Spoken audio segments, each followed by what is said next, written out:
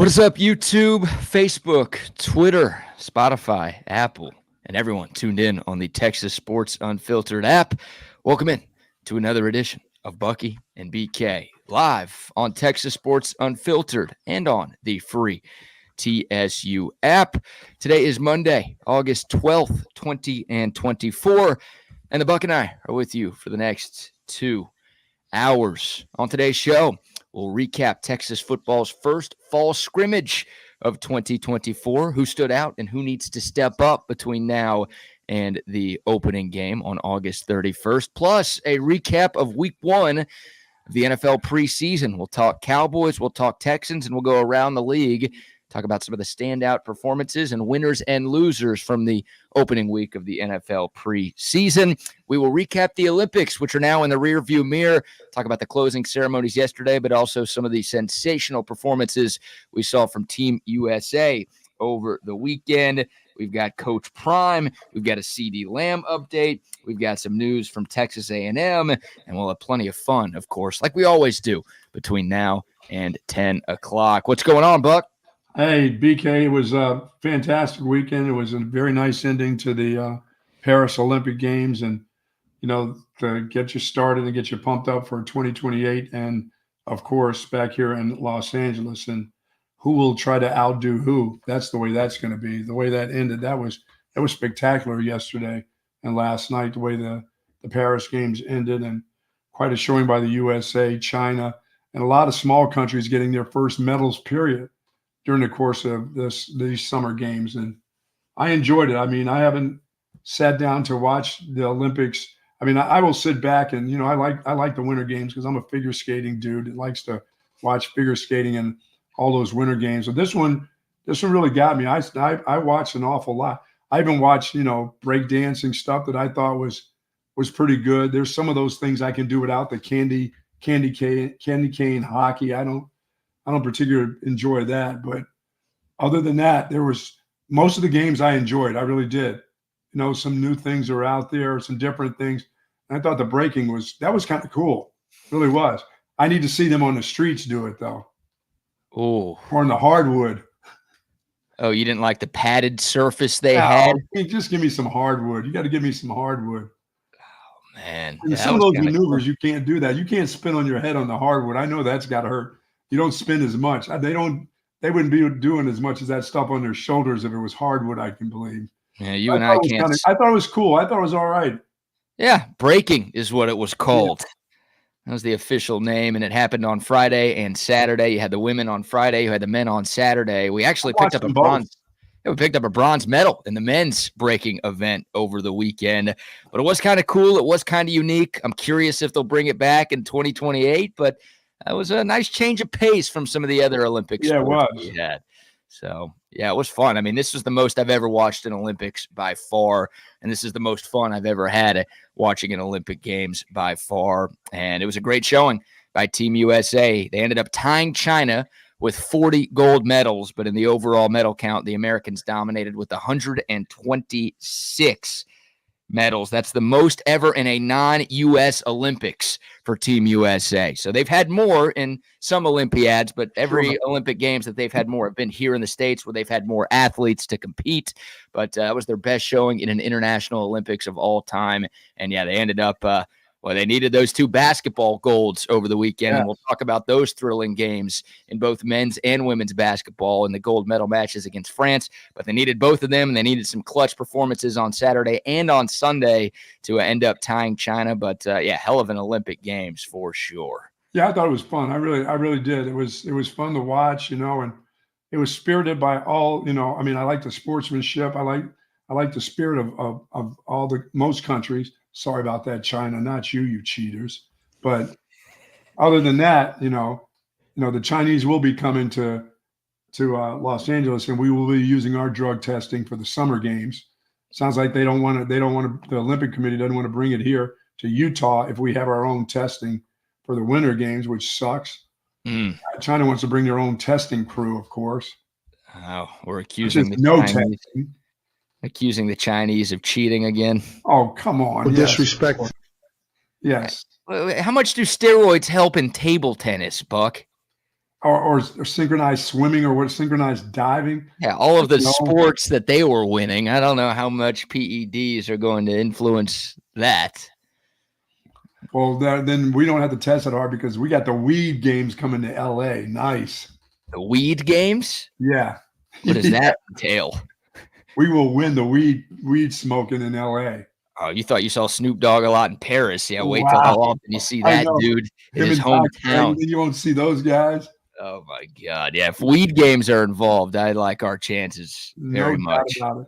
Good morning to the soldiers at Fort Cavazos, Texas, the soldiers in the state of Texas, and all those that fight for us each and every day. Thank you for what you do. To you and your families, thank you so very much, and do be safe out there.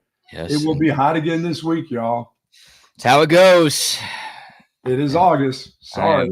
If you are going to DKR for the Colorado State game on August 31st, you better start hydrating now. Yes, it's time. Because it is going to be brutal all month long. And, that 2:30 kickoff on August 31st is going to be tough. Credit to everybody who's going to make their way down to the stadium for that season opening game at the end of the month. It is going to be a heater, and God bless all of you. Don't forget to come by Schultz's and say hello to us for our 2-hour pregame show at Zagarunde Hall there and get out of the heat a little bit, get yourself a cold drink, get yourself all stat before you head on down there.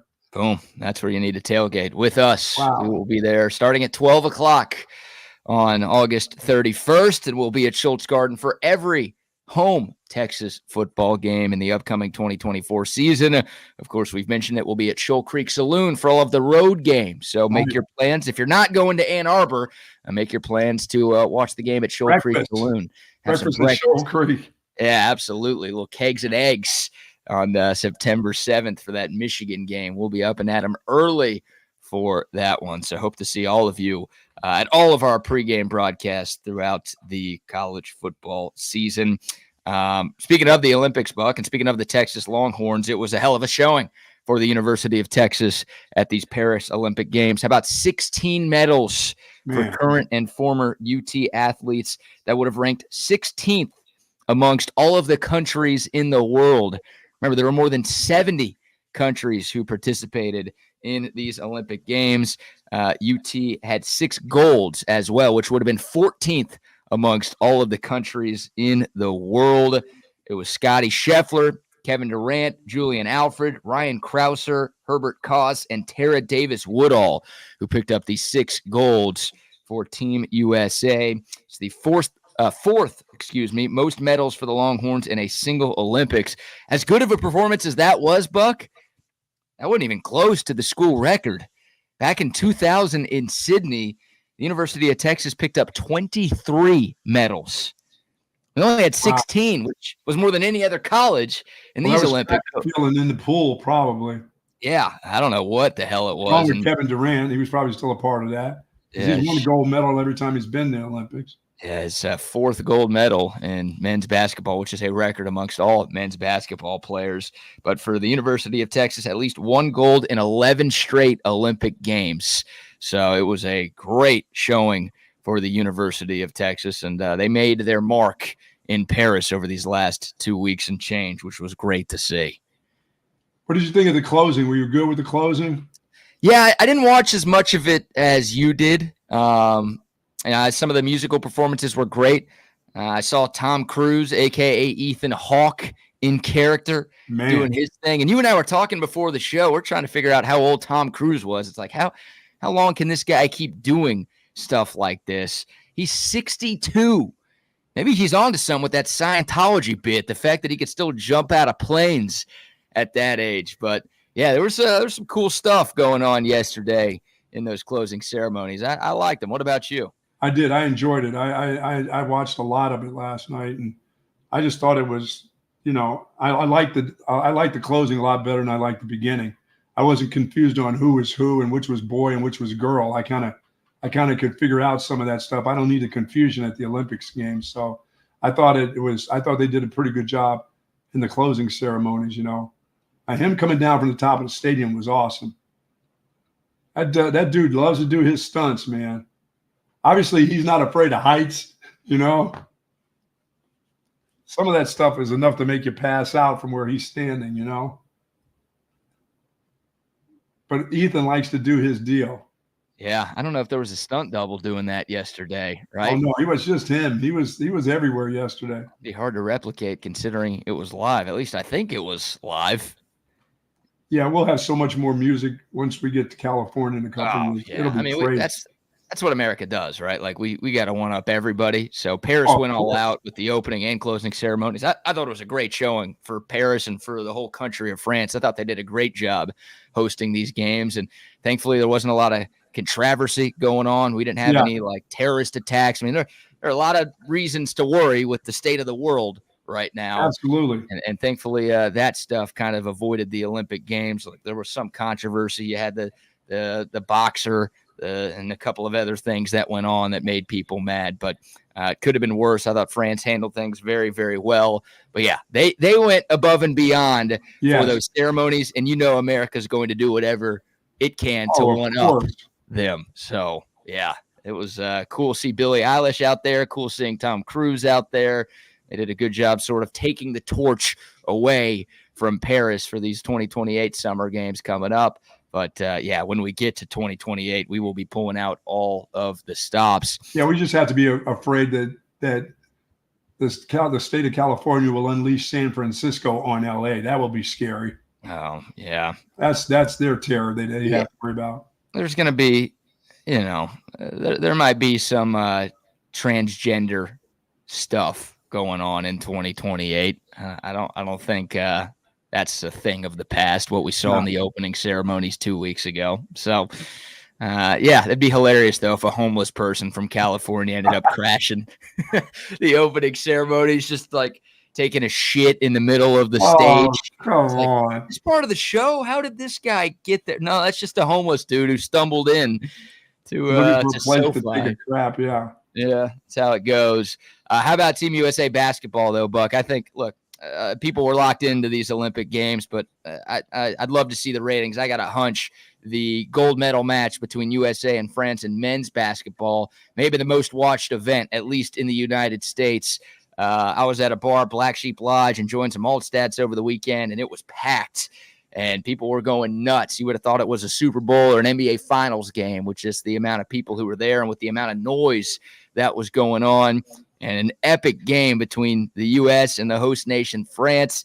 And it was back and forth. It was a 3-point game with just under 3 minutes to go. And then Steph Curry took over and put on a show unlike anything we've ever seen at the Olympic Games. Four straight games, he has been money.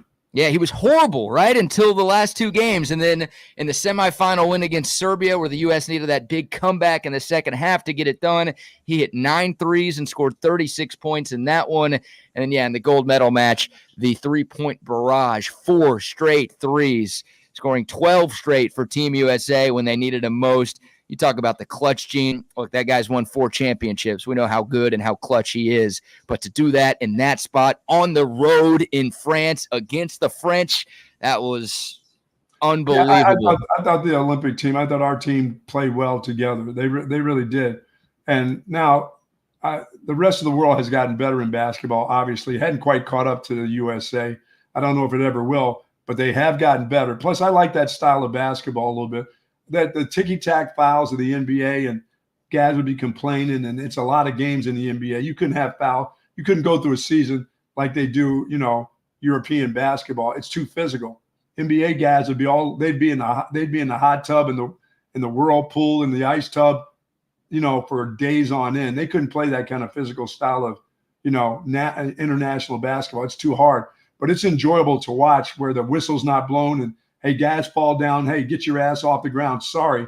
In the NBA, a guy goes for a layup. He's on the ground. That's going to be a foul.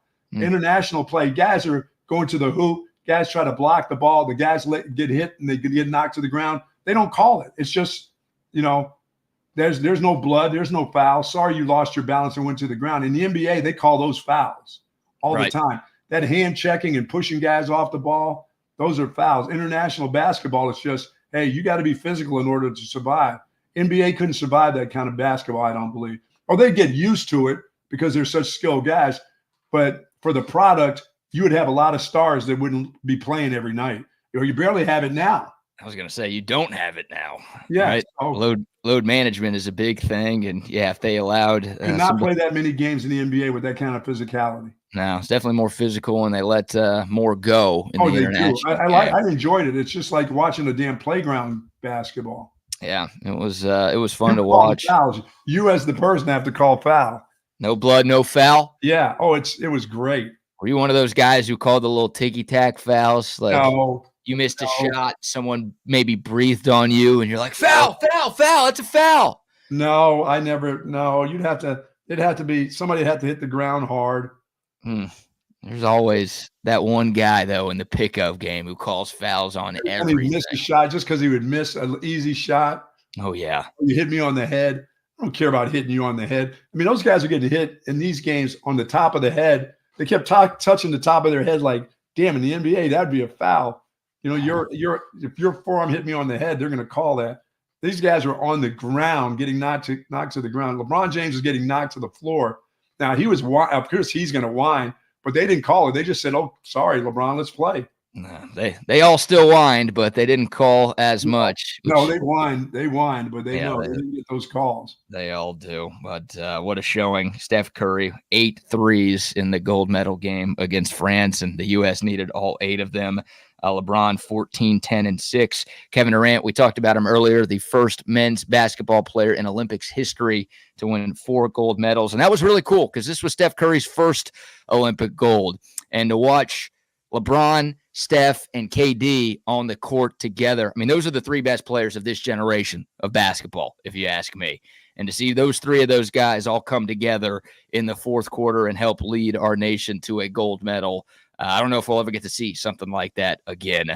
That was really, really fun. And that was a great game. I wanted a great game. Like, of course, it would have been awesome to beat every team by 40 like the Dream Team did. Well, guess what? Everyone trying to say the Dream Team's better. The Dream Team was playing against a bunch of mailmen and construction workers back in the 90s. Like, I think they only basketball, yes. Yeah, they only played against like 5 or 6 total NBA players in that tournament. So easy that those guys, as great as they were able to dominate the way that they did.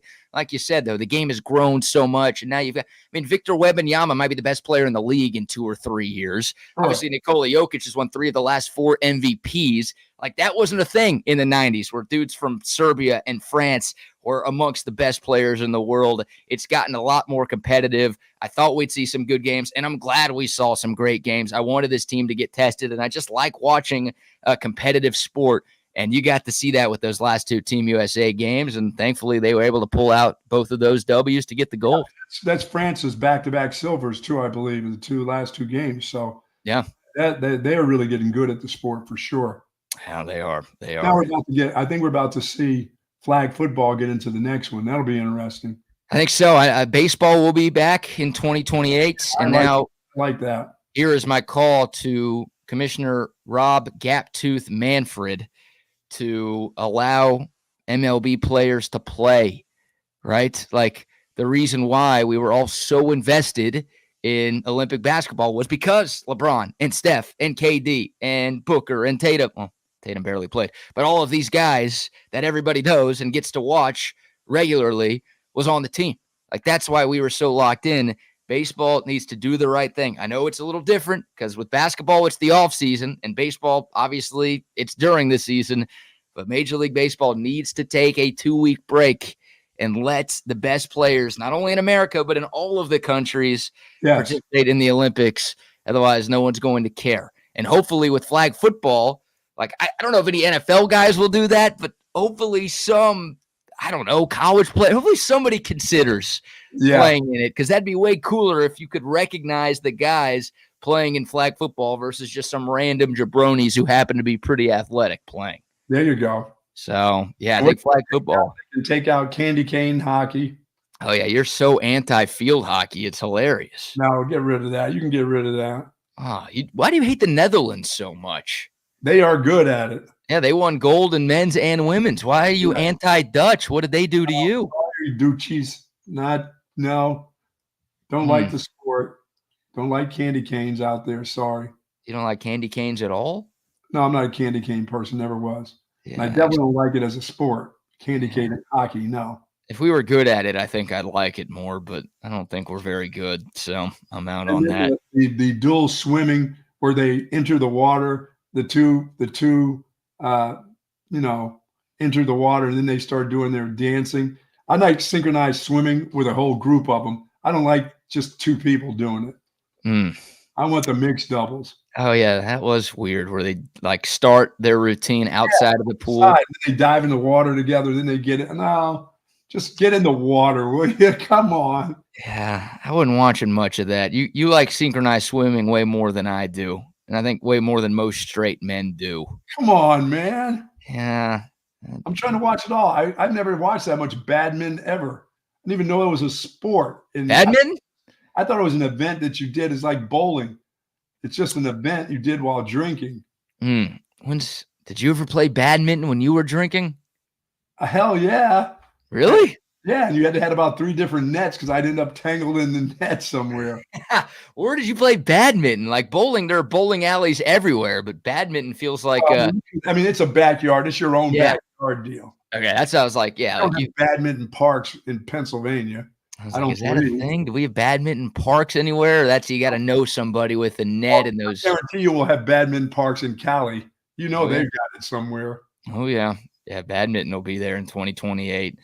Cricket will be at the LA games in 2028. Now we're gonna have to learn how to. I got to understand that game because I have no clue and what they do. It looks sort of like baseball, I guess, but we'll learn some rules as we go on. We've been getting better at cricket. We won't be the favorites to win gold, but we've gotten a lot better at cricket in recent years. Squash will be coming back in 2028. Isn't that a fruit or something? Squash is all right. It's a stupid little racket. I don't even know what that is. It's like a racket indoors, like and you got a what's that hacky sack ball or whatever? It's sort of like that thing. Is it a hacky sack? No, I don't think it's.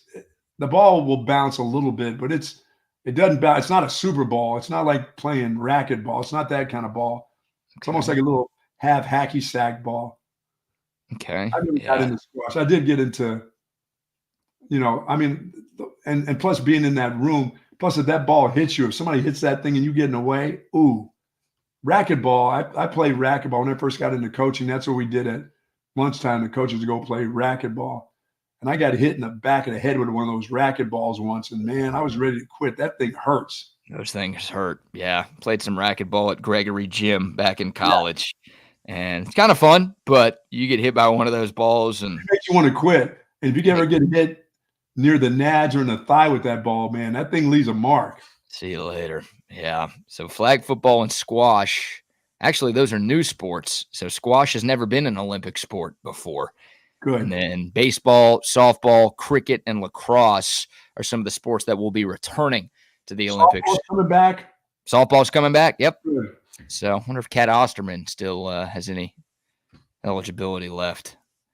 That'll be interesting. Yeah, softball's back. I like that. Yeah, that'll be cool. So that's all in 2028. Shout out to the women's basketball team, by the way, for taking gold yesterday. Well, if you thought the men's game was close on Saturday, the women's game was even closer yesterday. And, boy, France hit a shot at the buzzer, but she was just in front of the three-point line. So the U.S. was up 3. France had one final shot to tie the game. She made it, but her foot was clearly over the line. Ooh. And that allowed Team USA to win by 1. It's the 8th straight gold medal for the U.S. women's basketball team. They've won 61 consecutive Olympic games. That was the closest one in that entire 61-game stretch. They struggled yesterday. They couldn't buy a 3. They had some bad turnovers. Is that with France also? That was against France also. Yep, France played pretty well. That was a close game throughout. The U.S. could never pull away, but they did enough late, made enough of their free throws, and it's a game of inches, and they were able to win by inches. Because if that's a 3 instead of a 2, then we're going to overtime, and who knows what would have happened in the extra frame. But the American women continuing their dynastic run, 8 straight gold medals. Remarkable stuff from that group. And how about Diana Taurasi? 6 golds. Talk about KD picking up his 4th in men's basketball, setting a record. Diana Taurasi extending her record with her 6th gold medal for Team USA basketball. basketball. In California. She'll be back. Oh, could you imagine? going for 7 gold medals. She's 42. There's no way she's She'll be going to back. play. I think they asked her after, and she's like, "I'm done." But No hey, way. maybe they'll give her like the Udonis Haslam treatment. Just keep her on the bench, moral support, coaching, that type of stuff. Curry's going to be for the next 20 years. That guy. Curry's not 42. Curry could realistically still be in the league in 4 years. I don't think Diana Taurasi will be, but hey, Curry can shoot like that. That guy can play till he's 80. I don't give a damn. Just give that guy a sliver of space and he'll make it happen. Man. And then last Olympic thing, the women's soccer team, congrats to them. A nice gold with a 1-0 victory on Saturday against Brazil. I did watch that. That's a young group that's going to get better. And they're really young. Maybe they can get to that World Cup and get it done. Yep. And the goalie, who's not super young, right? Because it's 23 under, but you get 2 exceptions. Right. So one of the 2 exceptions for Team USA was Alyssa Nair, who's been the goalie for a long time for Team USA. She was magnificent. The only keeper in women's soccer history to have a shutout and in a World Cup final and in an Olympic final. I know. Like, yeah, she stands alone. She's one of the greatest to ever do it, regardless of country. And Team USA needed her in these Olympics. So nice bounce back. Obviously, a different team from the World Cup team who basically no-showed last year. But the Olympic team picking up gold. Good to see the U.S. women's national team back on top. So there you go. There's our Olympic recap. Once again, 40 golds for Team USA, tying China for the most in these games, and then 126 medals overall. That was 35 more than China, who was in second place for overall medals. So a dominant showing by Team USA. Congrats to all of those men and women who represented our country. That was fun. France put on quite a show. They did a great job as the host country. I'm with you, my man. That was the most locked in I've ever been on the Olympics, and can't wait for 2026, of course, for the Winter Games, but also 2028 when they're here in the States. When did the bacteria and the skin diseases come from those people that swam into the river? That should be, give it a couple more weeks. Oh my God! Let that bacteria seek in. We haven't heard anything yet, have we? Yet. Too early. Too early to tell. Yeah. Oh my God! Yeah, that bacteria in their system, gross. That was questionable. What, the country of France spent over $1 billion trying to get the Seine River, Seine River, Seine River, Sin River, whatever it is. They tried to get it up to speed and make sure the conditions were okay for the folks participating in the triathlon events, and they got it. Apparently they got it. They said they got it, but who knows if they actually did. It's like swimming in Town Lake. It takes a while before it gets to you. Yeah, it does. We'll see what happens. It's like Camp Lejeune. We'll be seeing commercials. If you swam in the Seine River in the 2024 Olympic Games, call this number right now. I lived near Camp Lejeune in the 60s. I remember that. And you drank the water a lot, didn't you? I did. That's why you Greensboro. I mean, it's not quite that close to Camp Lejeune, but close enough in the same state. What the hell? That's why you turned out the way that you did. You were absolutely drinking that Camp Lejeune water.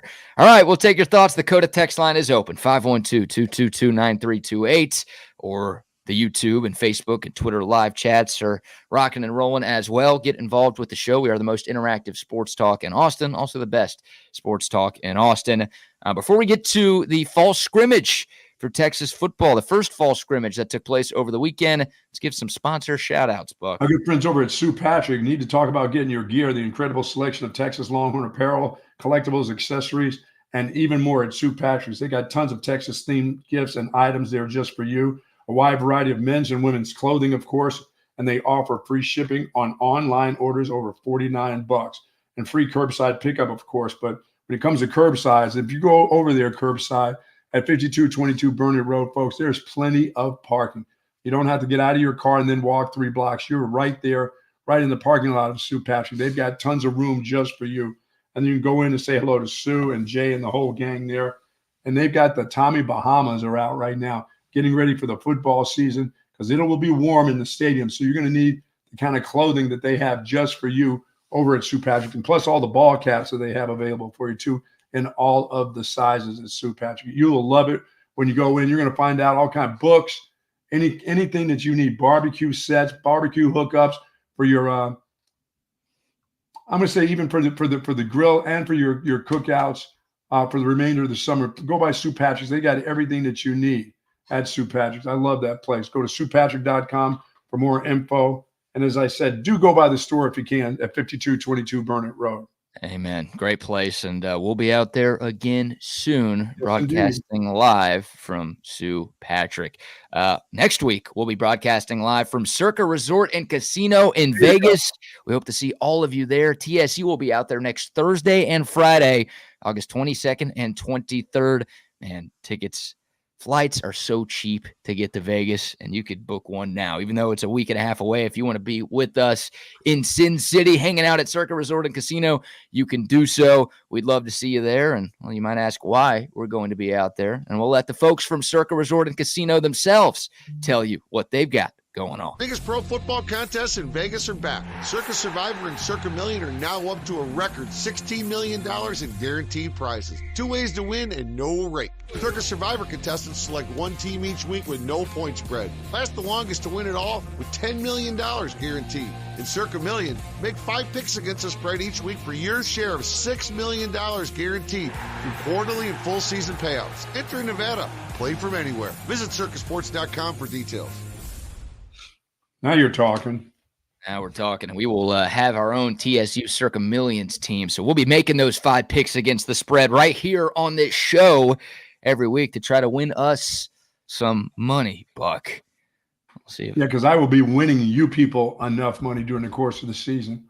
Hey, if you're as hot as you're claiming you're going to be, then you and I might be splitting $6 million in cash, my man. There you go. Now we're really talking. Because I've got the University of Kansas playing Linwood Community Haberdashery this year to open up the season. Linwood, what? Where the hell is – I've never – honestly, that's the first today when I looked through and I wanted to see some exotic picks. I saw Kansas opening up with Linwood College. No. Vermont Academy of the Haberdashery, of cooking school, right? It's Lindenwood. Oh, Lindenwood Haberdasheries. Yeah, the Lions of Lindenwood. Come on, man. Nobody has ever heard of that besides they're out of the OVC. They're an FCS team. They're not FBS, but they're not out of the D2. Oval Office. They're not Oval Office. It's not Bishop Sycamore. It's a real team. Oh my God. Come on, man. By the way, how are they playing that team? That team doesn't have a football program. I guess they do. Are they trying to get into the Olympics flag football? They're playing flag teams now? I don't know. Jalen Daniels would be a hell of a flag football player, though, because that dude is elusive. Yeah, that's who Kansas opens up with. Hey, they play on the road at Illinois. They're not scheduling all cupcakes in the non-con, all right? Give them a break. Was picked to be last with Perdon't in the Big Ten.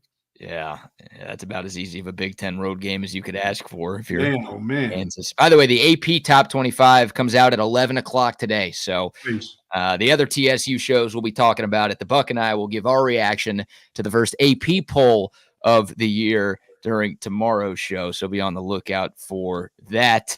But shout out to Circa Resort and Casino. And one more quick shout out to our friends at 7-Eleven. I've got a confession to make. I did not go to 7-Eleven over the weekend.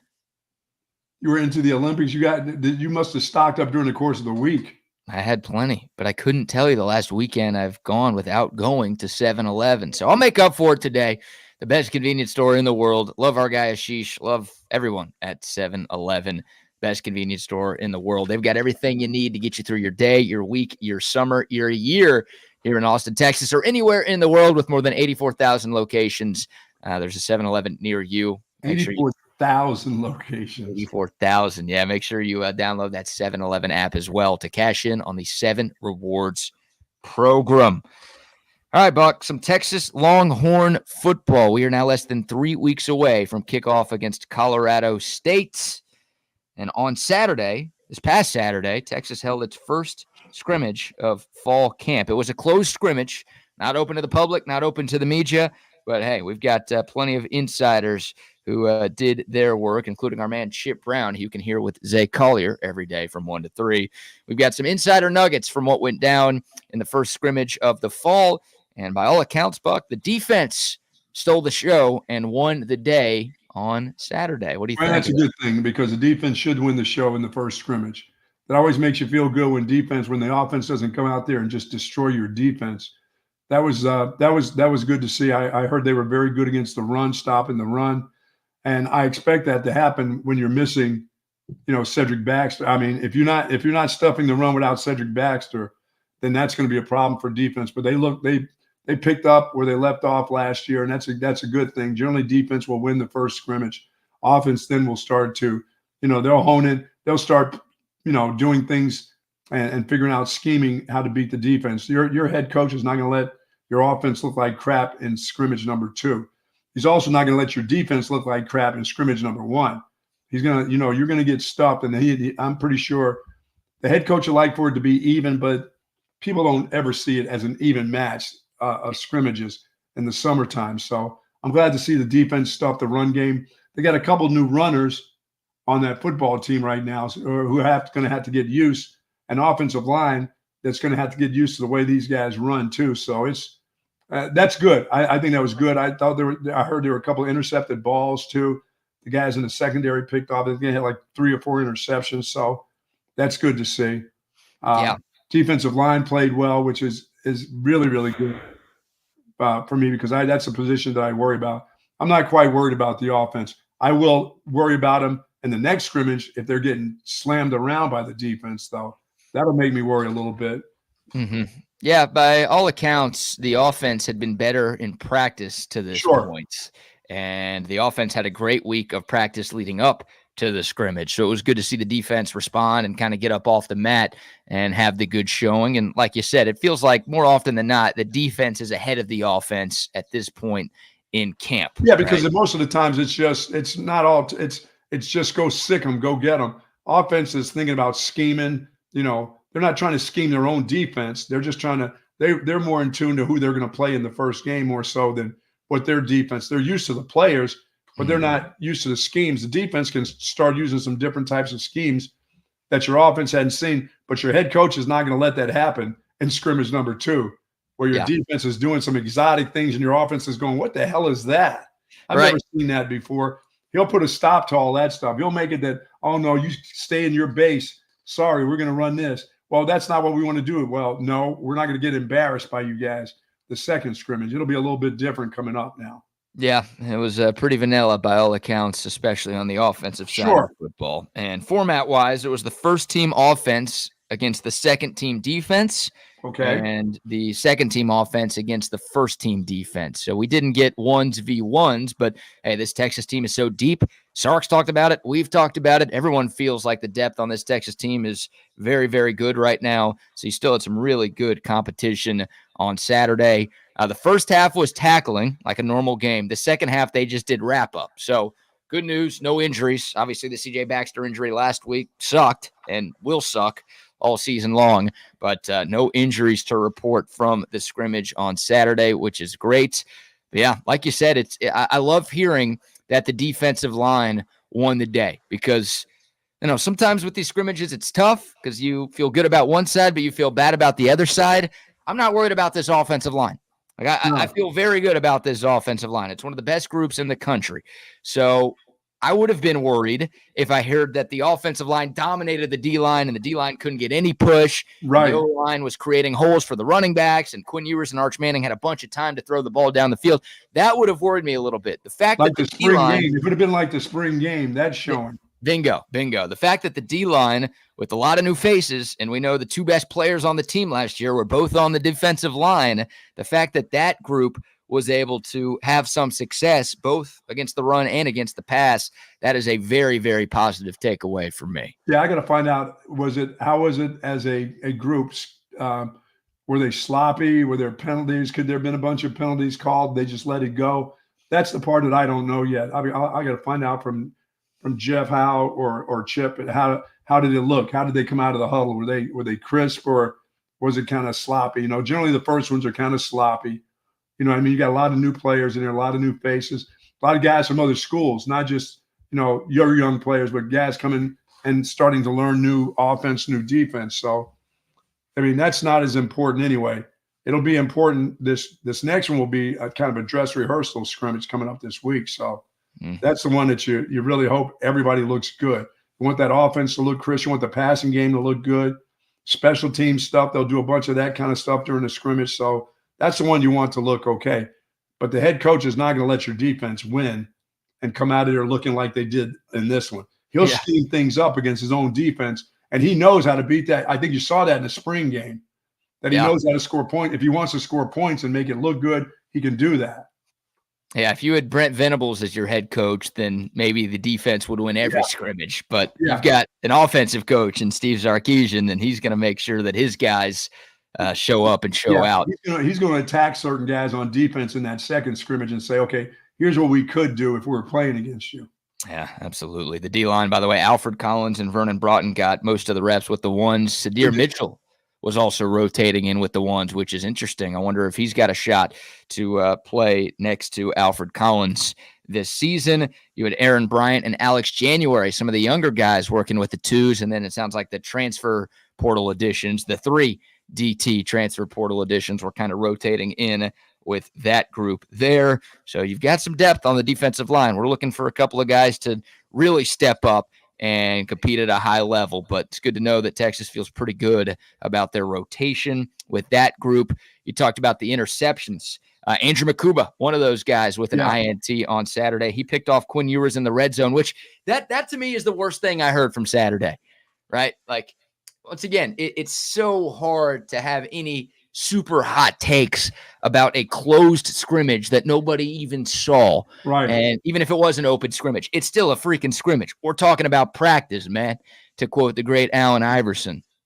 But with how bad Texas was in the red zone last year, and I said it earlier this year or this offseason, I think that's Quinn Ewers' weakest part of his game. Some people will say it's this, it's that. For me, his red zone passing is not where it needs to be.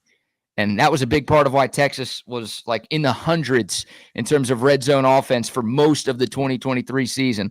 I don't love hearing that he threw a pick in the red zone. One scrimmage, one play. Andrew Makuba is a monster, so that's exciting for the defense. But that's the one thing, like, I wish I heard that Texas was lights out in the red zone. The offense would have won that battle. I wanted to hear that the offense went like 4 for 4 with 4 touchdowns in the red zone. Yeah. And I get it for the defense. That's not great, but that's what I wanted to hear. I didn't want to hear about Quinn Ewers throwing a pick in that part of the field. Yeah, I agree with you on there. I'd like to hear how they ran the ball, but it's like they got stuffed, and I was expecting, they're not gonna put Blue in there and have him jamming against that defense. They can't afford to have him get a bunch of runs. Like I said, I mean, you would almost shelf him from now on. It's got to be all these young guys and all these guys that are trying to really get involved and be in real games here. So I didn't expect him to run it against this defense. I would have really been upset to find out that this offensive line mauled the defense and these new runners look fantastic. I'd be like, oh shit, that's not good. It's now they need to find their way through this, and that's good. The offensive line is going to be just fine. Defensive line makes you feel good. But like you said, Quinn Ewers throwing a pick to Makuba, I didn't want. I'd rather for him to have scored a touchdown in the red zone, Yeah, you never want interceptions, but to me, the red zone INT hurts more because that's where Quinn has to get better, and that's where Texas as a team has to get better, I think, to take that next step as an offense. Because this team was still trying to figure out players, wide receivers, and all that stuff in that area. Sure. Yeah. And this team was, I think, 13th or 14th in scoring offense last year. I want them to be closer to the top 5 this year. And a lot of that is turning field goals into touchdowns. Yes. And not getting stopped on 4th down as often as you did last season, Oklahoma game. But you're right. Back to the running backs, Buck. It sounds like it was a tough day for the true freshmen, the 2 true freshmen. Jarrett Gibson and Christian Clark both apparently lost a fumble on Saturday. And it sounds like there's a pretty decent gap between Jaden Blue and Trey Wisner, right? The returners and the 2 freshmen. So it feels like there's a little bit of work to be done to get those 2 up to speed. Yeah. maybe is expected, right? Yeah, I mean, 2 weeks in the ball, yes. Yeah, so, the running game as a whole struggled, but Jaden Blue was the best of the 4 Texas running backs, then Trey Wisner, and then, tough day for the 2 freshmen. We'll see. Yeah, what it takes 1 or 2 really nice runs for those guys to get in the flow and then understand they'll get that it's not easy sledding like it was in high school. You just don't turn around and toss it to them and they outrun a bunch of little kids. This is all different. Everybody's fast, everybody's strong here, or even stronger than you've ever seen. So it's a different deal, but success will get them going. And they just need to have some success at practices and scrimmages. Yeah. There were a lot of kids that looked like me on some of the high school defenses that Christian Clark probably played against. You don't have that at the University of Texas. No. And you won't have that at Michigan or in the SEC either. And when you hit them, sometimes you get stuffed. Yeah.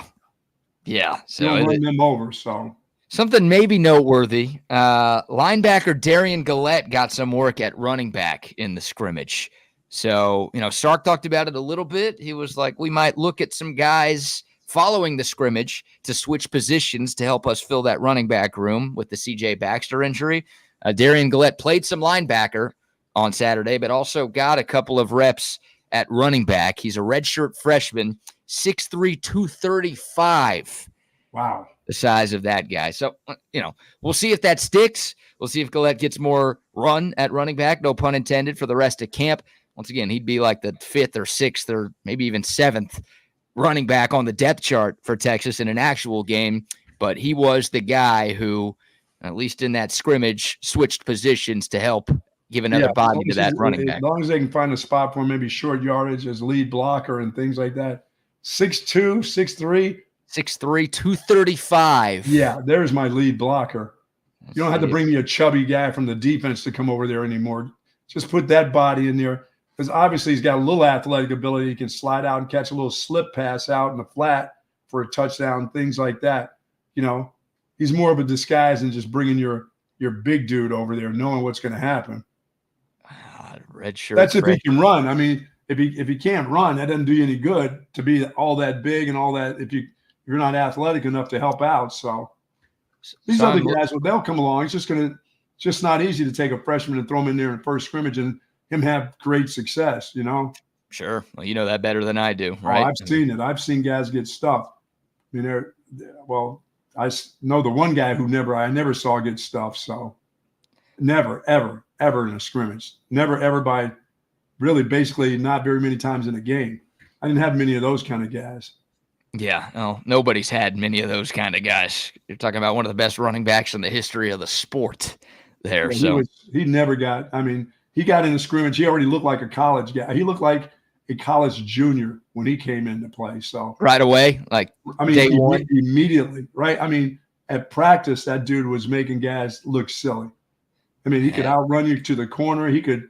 If he ended up being a lead blocker, remember he was a fullback when he first came here because I wanted to get him accustomed to blocking. That took all of about 3 practices.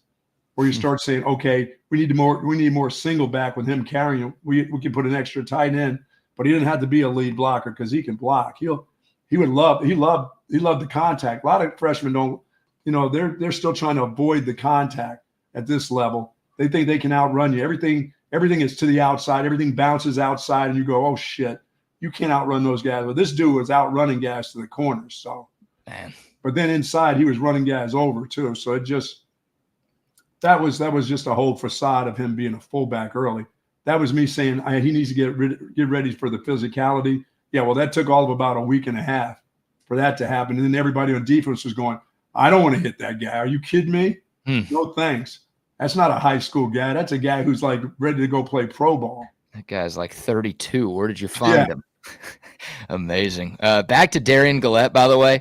So I just looked at his bio on the Texas roster on TexasLonghorns.com. Darian Gillette recruited as a linebacker. He's listed as a linebacker on the UT roster, but he was a first-team All-State wide receiver a couple of years ago. Now, 3A, we're not talking about the highest level of high school. He's from Marlin, Texas, played at Teague High School in Marlin, but this guy was a receiver.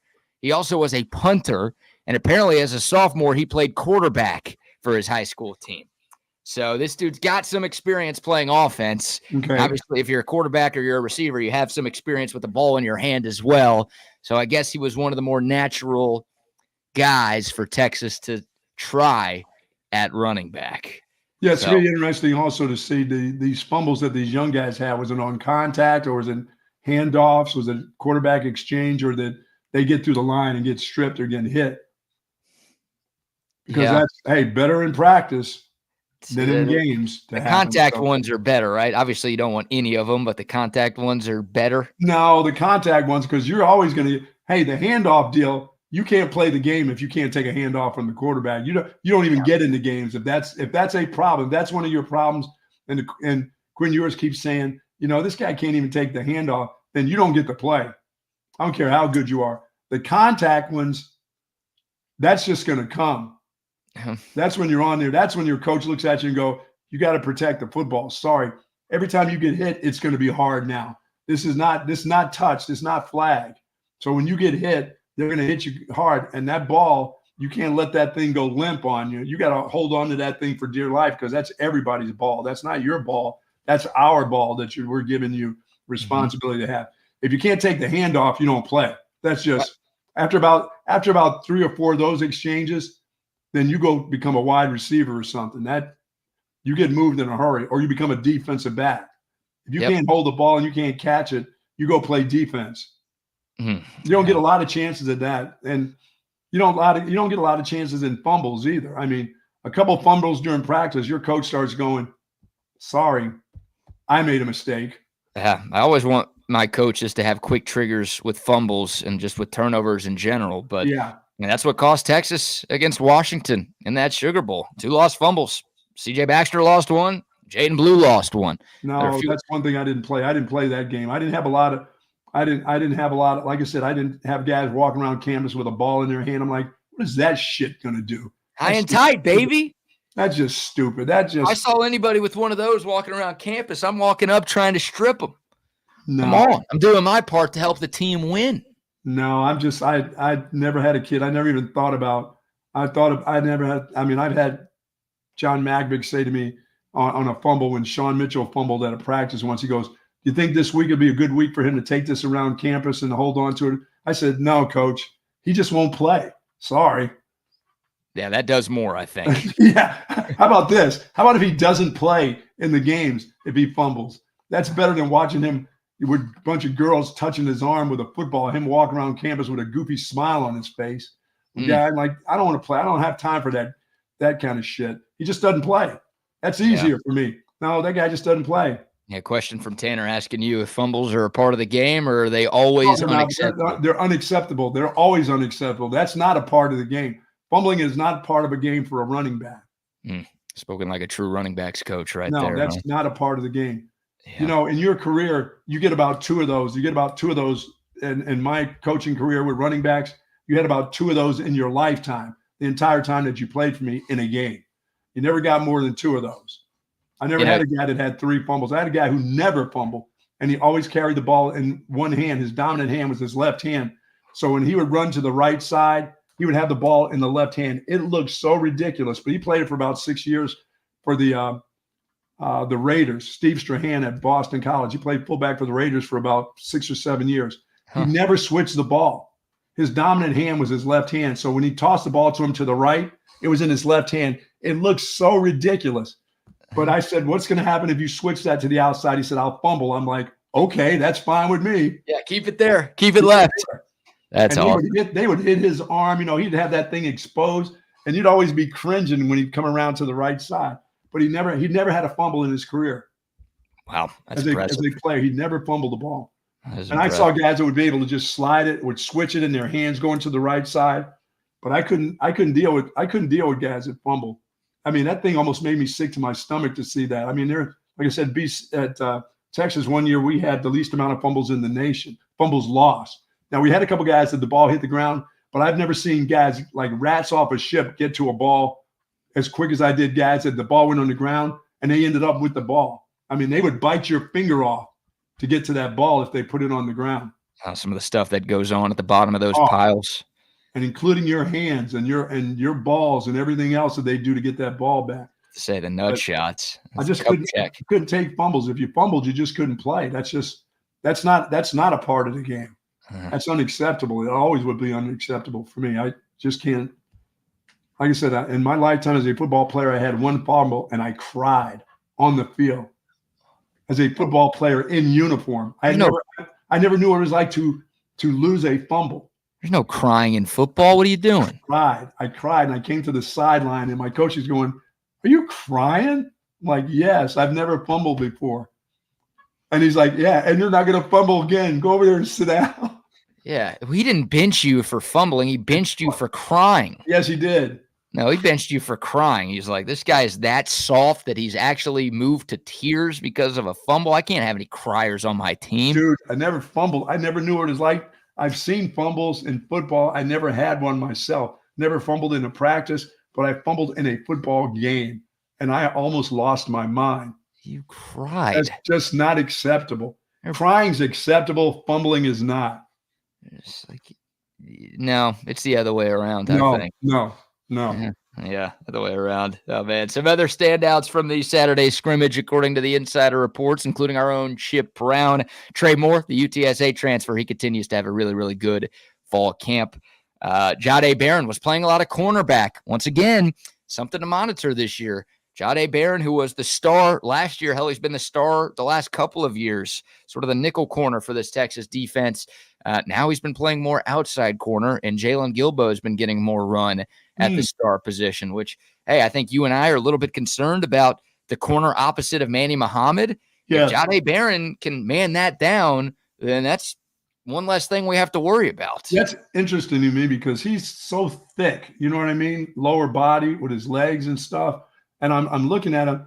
Does he have that kind of flexibility in his hips? Obviously, they think he is if he's the off corner. So I guess I see him more of a safety than a corner, though. I think everybody does, the way he's built, you know?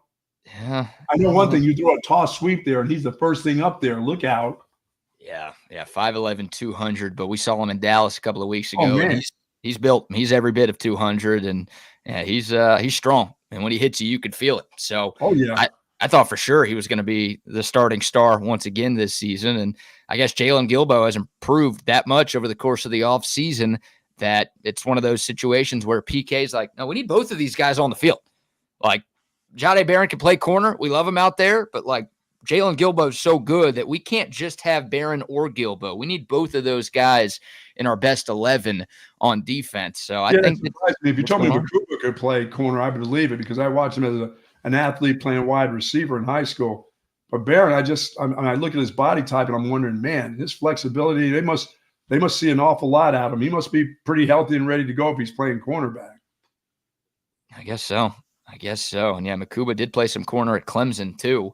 They kind of moved him all over the secondary. He even played some linebacker during his time at Clemson. So he's been pretty much a safety at Texas and working with the ones for the most part here in fall camp.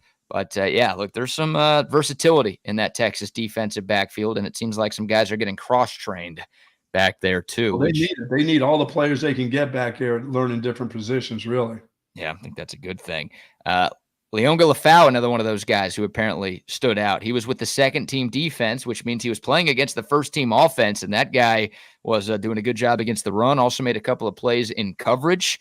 The sophomore linebacker who was big on special teams last year, sounds like he's going to force his way into the rotation. He's not going to start. Texas has too much talent and experience at linebacker, but Lafau is a fast riser. And then Juan Davis and Ryan Wingo, a couple of guys who apparently made some nice catches in that scrimmage on Saturday. So there you go. Those are as for Wingo, it's going to be hard to keep him off the field. He's too talented.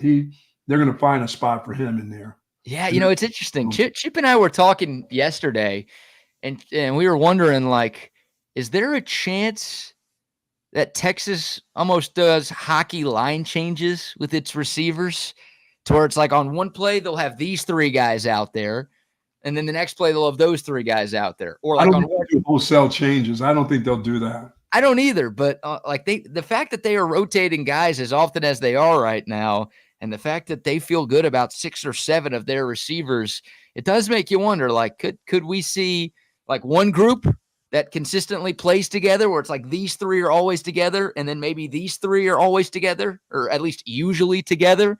No, I see them interchanging guys. I see them interchanging positions. I don't see him doing groups. Once he gets to his guys, he will show you like he did last year. Damn, you're like waiting to see some other guy come in and they never get in. Once he gets his probably 4 guys, that probably will be it. I don't think he'll do wholesale changing now. I think you'll see the tight ends do some of that kind of. Tight ends will move around a lot, I got to believe. And as I said, I think with the size of Wingo, he's a guy who can run tight end types of routes inside. And he's big and he's got the hands to do it. When it comes to tight end catching the ball, I see him being the substitute guy for the tight end. Not on the end of the line. No, not in a tight end position, flanked out a little bit, but running tight end type of routes, Or you need 5 yards, little quick turnarounds, and you get him the ball, and he's going to stiff arm some 5'9" guy because he's 6'2" down to the ground if he's 210.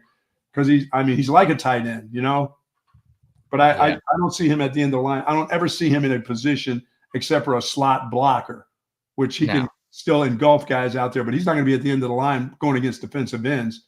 They'll ruin him. That's the quickest way in the world to have your star wide receiver, your big star wide receiver say, what am I doing here at the end of the line against this defensive end? Dude, if block this guy. Ryan Wingo is in a 3-point stance at any point this year, something has gone horribly wrong. Yes. Like the only way that should happen is if all 3 tight ends get hurt for Texas, and then like they just have no choice. Way to 235 in his first couple months on the campus. No, we don't need that. We don't need Ryan Wingo lined up as an inline blocker, please. Well, and don't be careful your weight, because this is they're weight shaming over there. Yeah, I think he'll be fine. They do weight shame apparently, because a lot of the guys who transferred away from Texas were a little overweight, some might say. Yeah. We'll see what they do at wide receiver. But once again, it's a first world problem with how much talent Texas has on the outside. But of course, not a lot of experience here at Texas, so we're not entirely sure what the rotation will look like. Yeah, and I expect to hear more about wide receiver play. Like, as you said, during the week, these guys probably get it done and do such a good job during the course of the week. And if the offense is moving the ball around and they're throwing the ball well, that's fine. As I said, scrimmage for defenses, generally they come out ahead early in the summertime, because they just have the ability. Their coach just sicks them. They just say, go get them. And here, we'll scheme this up a little bit against this offense. But your offensive group is not scheming your own defense. You saw that in the spring game, as I said, when Sark wanted to score points, he went after guys on defense. He doesn't do that during two-a-day. They're not doing that now. No. But he's not going to look bad the following scrimmage, though. No. He's going to make sure both sides look good. Both sides have confidence going into games against other teams, right? Yeah, if one side of the ball is just dominating in every scrimmage that you have, then it probably gets in the head of the losing side, and they're like, oh, shit, we might not be very good. Offense look good if he has to pick on a couple different players on that defense. Spring game, they picked on that entire secondary like most teams did last year and took advantage of them for the tune of about 400 yards almost of throwing the ball. Arch Manning did. So if he wants to do that, he can do that. He could have done that Saturday probably and said, no, we got to find out if we can stop the run. How good are these guys? And that's a good thing to find that out against a pretty stout offensive line. Now, the offensive line coach, I'm not saying the offensive line coach is happy about that. He's pissed. Yeah, I think you're right. Kyle Flood is probably working overtime. If that was the case and they stuff the run, he doesn't care who's running the ball behind him. No, he does not. All right, we'll take your thoughts. Dakota text line 512-222-9328. 512 number says, I saw videos of Darren Gillette playing basketball in high school. Apparently he's an athletic freak who played basketball. I think he was a track star too in high school. So we'll see if he gets some more run at running back over these next couple of weeks. But we'll take your thoughts, your big takeaways from the first scrimmage of fall camp. Of course, hit us up on YouTube, Facebook, and Twitter on the live chat as well. We got to get to some NFL preseason conversation. We'll talk about the Cowboys game from yesterday, the Texans game from Friday, some of the other big nuggets from week 1 of the NFL. But before that, let's give some more sponsor shout outs. Folks, it is a great thing that I've discovered Relax the Back 20 years ago. Relax the Back embraces that holistic approach for a healthier lifestyle based on 35 years of proven expertise. And boy, my back couldn't be happier. And I'm sitting in my chair today after I did. Yes, I did not pull the chair out over the weekend. I sat in a big taco over there, and my back was so sore this morning, but I got right back into this relaxed back chair that I got, and it feels so good. My lumbar area, and especially my thoracic back where I had surgery, and feels fantastic. And you can find that same comfort if you go to any of the Relax the Back stores, folks. They got everything you need: Tempur-Pedic pillows, mattresses, the whole works, all the kind of desk chairs that you need for your office or your home, or just a chair, just a nice recliner at your home that you would enjoy being in. And folks, they got 2 great locations. They got one at the Bee Caves at the Hill Country Galleria across from Whole Foods, and in North Austin at the Gateway Shopping Center across from the Container Store. Live pain-free like the Buck at Relax the Back. Yes, sir. How's that chair feeling right there? There you go. Big time. Love the Relax the Back chair that you hooked me up with. This thing is a major upgrade over what I had before. Or what you stole, yes. Yeah, what I stole from the apartment complex pool. Oh, man. All right, shout out Relax the Back. Also, some love to our man Tom McKay and Audiovisual Consultations. Let's let you hear from Tom and the kid right now. Hi, this is Tom McKay with Audiovisual Consultations. And Camilla McKay. Hey, kid, you want to hear a dad joke? Sure, old man. A guy walks into a flat... Oh, that was terrible. A guy walks into a store and buys an 85-inch flat screen for $2,500. I wasn't done with my joke yet. Yeah, you were. Here, I got one. What's worse than paying for one overpriced surround sound speaker? I don't know what. Paying for 2 overpriced surround sound speakers? All right, well, here at Audiovisual, we do like to laugh. And by calling 512-255-8678, you can share in that laughter. Stop paying extra for lesser quality and visit avconsultations.com today. All right. You got me going now. One more. All right, here we go. A guy walks into a bar, and then a speaker, and then a projector. All right. I think they get it, kid. Give us a call at 512-255-8678 or see us online at avconsultations.com. And all jokes aside, remember to hug your kids, laugh with strangers, and make love to whoever the hell you want. Just give us a call, 512-255-8678. There you go. Yes, make that call soon. Get it done by football season. College football starts a week from Saturday. Now, Yes, indeed. Texas is 2 weeks from Saturday, but you've got some week 0 games, including Florida State and Georgia Tech in Dublin.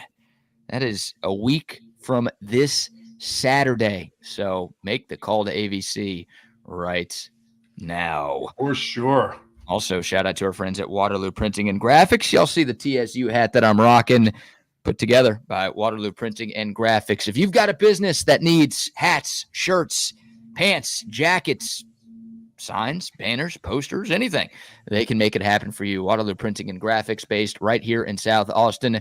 Great customer service, very fast turnaround time. They will get you what you need, and they will get it to you quick. Just reach out to them on Instagram. You can find them at Waterloo Printing and shoot them a DM there, or you can call or text our buddy Adam, 512-300-9641. It's Waterloo Printing and Graphics.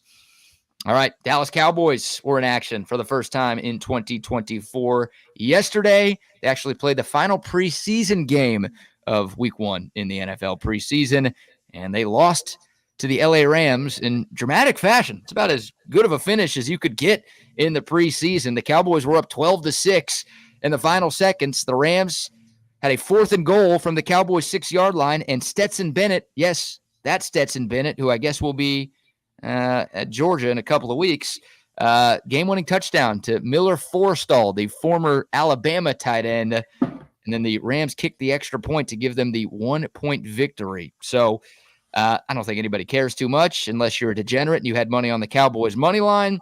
But any takeaways, Buck? Did you even watch the Cowboys yesterday? I saw Stetson Bennett throw a pick. I saw some stuff by young quarterbacks during the course of the entire weekend of preseason games. I thought the young guys looked pretty good. They didn't look nervous. I watched my guy from Minnesota play. Thought he played well. Thought the kid from the Colts played well. And I saw some older guys I thought it was a good weekend for the quarterbacks. I did. It seems like it's early. It's, what is it, preseason game 1 for most of them? I thought they were okay. Not spectacular. There's some new receivers that guys have to get used to. There's some new, in trades and stuff that they've made. But I thought all in all, young guys look pretty good. The kid from Williams looked good. Richardson looked good. How did Trey Lance look? Not very good. Just the same? Not a very impressive guy? Not very impressive. Yeah, so no Dak Prescott. Most of the starters did not play for Dallas yesterday, and most of the starters did not play for the Rams yesterday, so it was a lot of backups on backups. Cooper Rush got the start for Dallas. He played one series, pretty good series, 2 for 3, 44 yards, led the Cowboys to a field goal, and then Trey Lance got every other series. He played for 3.5 quarters, which is what I wanted to see. I think it's what most Cowboys fans wanted to see.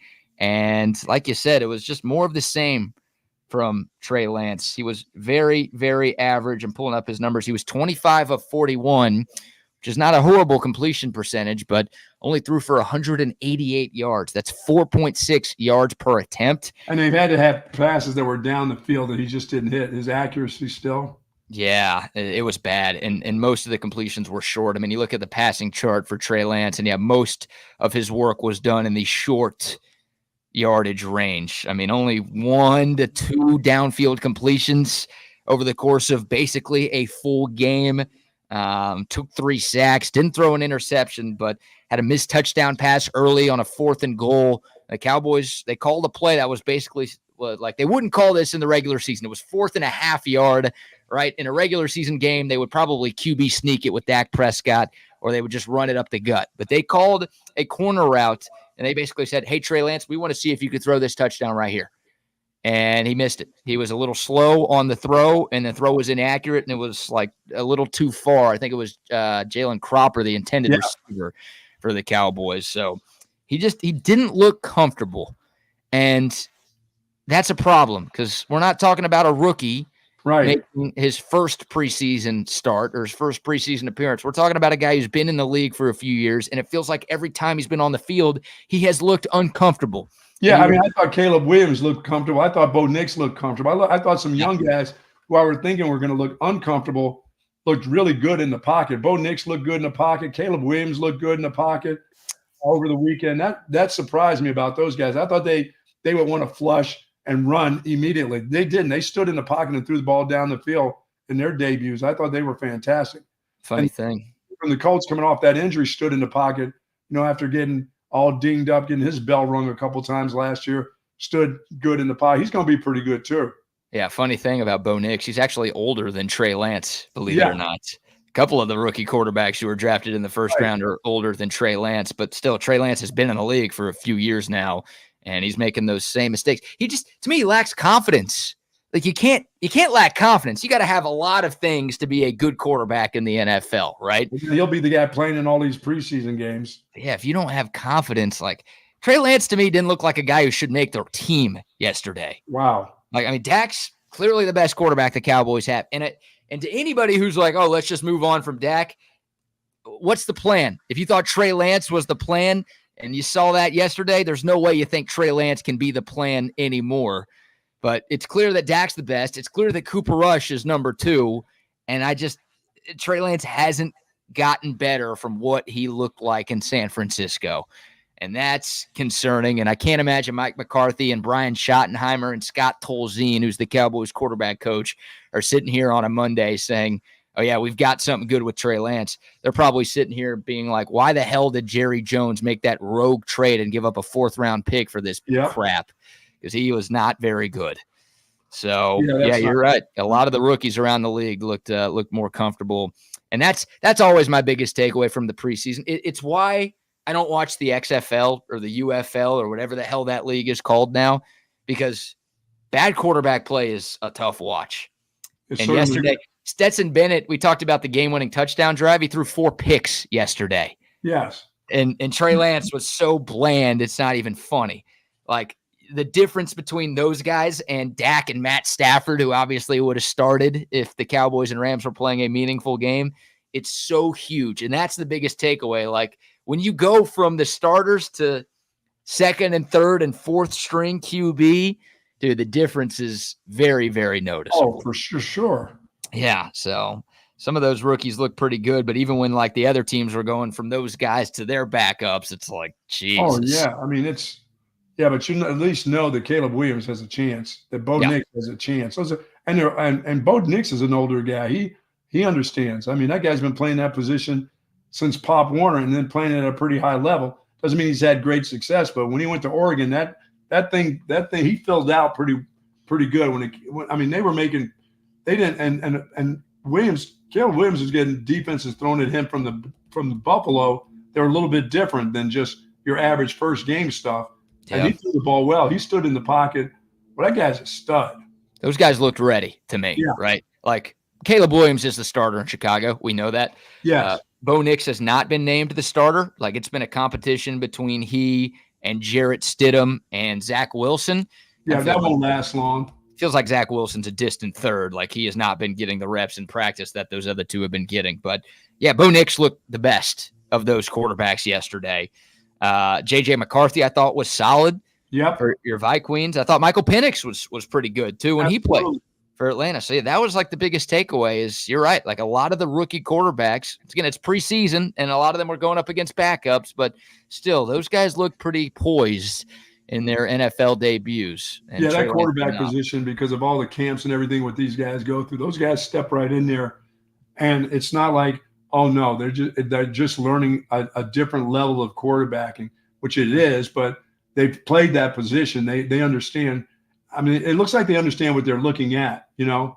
Stetson Bennett just threw some bad balls. And he's not very good. It's a little different when you don't have the Georgia talent around you. Absolutely. And, you know, the NFL is just a whole different beast. But, by the way, shout out to Quincy.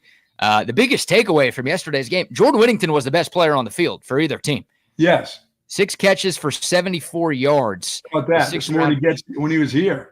Yeah, the 6th-round pick. He's had a very good camp, and in his first opportunity to showcase his stuff against another team at the NFL level, he was really good. So that guy's going to make the team, and you wonder if he's got a chance to, you know, crack the wide receiver rotation with the Rams. So hopefully he could stay healthy. We know that's been the biggest issue. They had a rookie to play last year that broke all kinds of records, so they're not afraid to play young guys for sure. Good point. Yeah, Puka Nacua was a monster as a 5th-round pick in his first year in the league. Jay Wood, a 6th-round pick. And, look, they've got Cooper Kupp there. They've got Demarcus Robinson there as well. They've got some other guys, so it won't be easy for Jay Wood. But, you know, 6th-round picks don't always make the team. No, you get to 4 receivers pretty easily. Yeah. Well, they'll have 6 receivers on the team, if not 7. So Jay Wood's got a shot, man. And that was really good to see. He was making catches in traffic. He was picking up yards after the catch.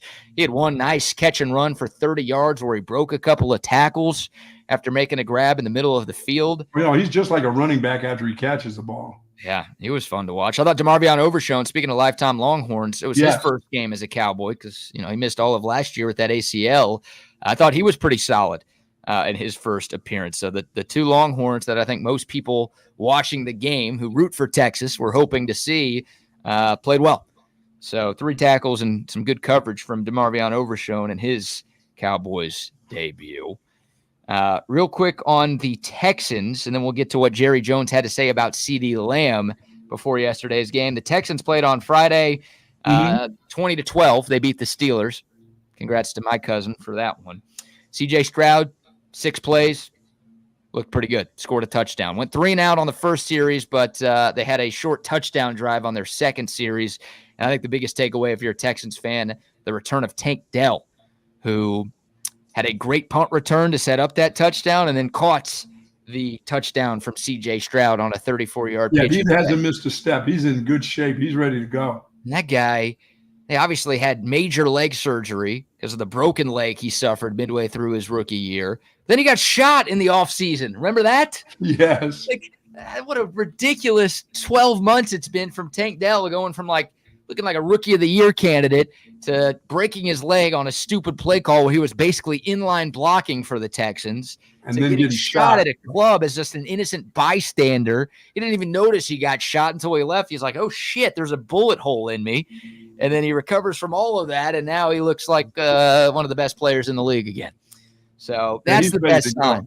Yeah, and then Danielle Hunter, the former Vi Queen, the big free agent acquisition for the Texans, he had a sack, and he looked pretty good for Houston. So a lot of positives for the Texans in their preseason. Danielle Hunter had the sack on the outside. Yes.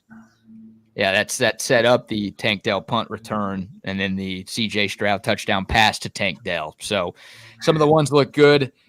I would say another or one negative. This will be the first negative we have for the Texans. Dameon Pierce still doesn't look right. And you wonder if that guy was a one-year wonder. I think he was. Because he was very good as a fourth-round pick his rookie year 2 years ago. Got hurt, but it was like not a major – it was just a hammy injury. Like not a major surgery, one that you felt like he could potentially ruin his career with. It just felt like a minor injury. Yeah, he'll have trouble making the club. And, yeah, I mean, he was not good in his sophomore year. And then they brought in Cam Akers, and you thought it was just like, we need a body. Joe Mixon's been hurt, so we'll just have Cam Akers for practice. But Cam Akers looked better than Dameon Pierce did on Friday. And Joe Mixon's coming back. I think he was back at practice on Sunday for the Texans. So, yeah, Dameon Pierce, you might be right. He might be fighting for a roster spot right now in Houston, and that's a shame because he's such a likable dude. I got to know him down in Houston. Great personality, infectious, he had that great smile, season. and had that great season. And you're like, the Texans really found something there in the fourth round. And I won't close the book on him yet, but he's going to have to show the Texans something, I think, to ensure that he's going to get some run this year. Well, he had to do a lot on special teams in order to make that club as a third running back. Yeah, I think you're right, man. And then the big injury, or one of the big injuries, Hollywood Brown for the Chiefs. His first series with Kansas City, made a catch, got tackled, landed on his shoulder. Yeah, I saw that. I saw him come up. I'm like, oh, man. Looks like a separated shoulder immediately. The way he came up and the way that guy buried that shoulder into the ground on that tackle, just an awkward landing for him. Yeah, here's the official diagnosis was a dislocation of the sternoclavicular shoulder joint. There's no way that word popped right back in because he didn't lay out there. He got up and went to the sideline. And generally, when that dislocation comes, you don't move. You don't try to do anything. But lay right there until they come and get you. So he got up, though. He kind of got up and he was kind of moving around a little bit. But if that thing was out of the joint, generally you don't move. Yeah, he was. The Chiefs were playing in Jacksonville. He went to a Jacksonville area hospital. He was discharged yesterday morning. The game was Saturday night, and so I guess stayed overnight at the hospital to get it taken care of. And that's a couple of weeks. It'll tighten itself up a little bit, and then you just tape it down, and you'll probably make it through the year, but you'll have surgery after the season because it never ever gets to be tight as it was originally. You know what I mean? It stays loose. Once it comes out one time, it's just as easy to come out the next time. But you know what about it? It always feels the same. I've had dislocated shoulders. They always feel the same. It's like sticking your tongue into a light socket. What does that feel like? The shock of it hurt. I mean, when your bone, when your deal comes out of the joint and there's just a socket there, it hurts like a mother. It's not like dislocating your little pinky finger where you pull it back and it pops in. When your shoulder's out, first time I ever did my shoulder was in high school, and a guy fell on me and it was out. And they didn't put it back in until I got to the hospital. And by the time I got to the hospital, the swelling was, I had to get shots in the shoulder for them to pop it back in. But I played with it all taped up, BK, and I never had surgery until I was a senior. Going to my senior year, I finally had surgery on it. And it never got to be tight. It never came out again, but it was never as tight as it was before. You know what I'm saying? I'm more intrigued by you giving fellatio to a light socket. Can you explain those stories? No, if somebody tells you to put your tongue in a battery and feel that little zip, you did it as a kid. Somebody did that to you. I think I did that. I don't think I ever put my tongue in a socket, though. Well, that's what it would. If you put if it feels that weird when you put your tongue on a little battery and you get that little zip, can you imagine sticking it in a socket? What that would feel like? It feels the same every time. It doesn't feel any better. Like people will tell you, once it pops out and it pops out again, it's easy. It may be easier to pop it back in, but the pain is still the same. Yeah. It's kind of like I'm thinking if you break your leg and somebody says, it's different the second time you break your leg. I would be like, are you shitting me? I keep looking at the electrical outlet right next to me, and it doesn't look appetizing. It doesn't really look appetizing to me. Like I don't, Just stick your tongue, just stick the tip of your tongue in there where it's wet right there and just see what that feels like. I don't think I want to do that. No, it'll shock you. Get electrocuted on air. Come on. It won't kill you. I don't think it'll kill you. Pass out on the air. But it won't kill you. I've had left shoulder and right shoulder dislocations. Okay. And nothing from licking the outlet, though. All good there. No. It just feels like an electric shock that goes through your entire body. And so it's hard to move anything when that shoulder's out of the joint. Yeah. So like I said, he may have, I don't know if it actually came out or if it came out, went back in while he's on the field, because he got off and jogged off the field. I'm like, shit. Yeah. Yeah. Now, a separated shoulder, you can do that when you separate your shoulder. Dislocation means it comes totally out of the joint. Apparently, Tyreek Hill had a similar injury, maybe an identical injury when he was in Kansas City, and he had to miss 4 games with it. Yeah, you can miss 4 to 6 weeks in that. So we'll see. The Chiefs obviously play the first game of the NFL season because they are the reigning Super Bowl champs. So they will play, Thursday, September 5th will be the opener for the Chiefs. That is like 3.5 weeks away from today. So maybe, yeah, we'll see. We'll see if Hollywood's ready for the season opener. If not, week 1. This shouldn't be something that causes him to miss a bunch of the regular season. Unless he continues to have dislocations. But, yeah, obviously, if he re-aggravates it or something didn't recover the way that it's supposed to, then this he could landed right on his shoulder. That guy drove him right into the ground, too. First catch, too. Sucks for him. And the Chiefs were, very excited about their revamped wide receiver room, obviously, with Xavier Worthy in that mix, too. And, the fact that Hollywood Brown on his first catch and the first time he gets tackled suffers an injury that's going to keep him out for maybe a month. Far from ideal, but he didn't fumble, though, so he didn't cry. He's not soft. No, most people don't cry when they fumble. I think that's only a you thing. No, that's knowing that I let the team down. Yeah, you did. It made me very sad. I was very sad. And they're probably like, get this guy off the team, not because he fumbled, but because By the way, it wasn't like it was against Michigan. It was against Villanova, and we beat the living dog shit out of them. Oh, Jay Wright got you? Yeah. They have football at Villanova? What are you talking about? Yeah, they had football. BC used to play Villanova all the time. Like BC used to play Temple. Ooh. Yeah. Temple's D1. Stan Drayton still the coach at Temple? No, he wasn't. No, is he the coach there now, though? I think Wayne Harden was the coach there, because I had turned down Temple. I had taken an official visit to Temple right down the road from Bethlehem.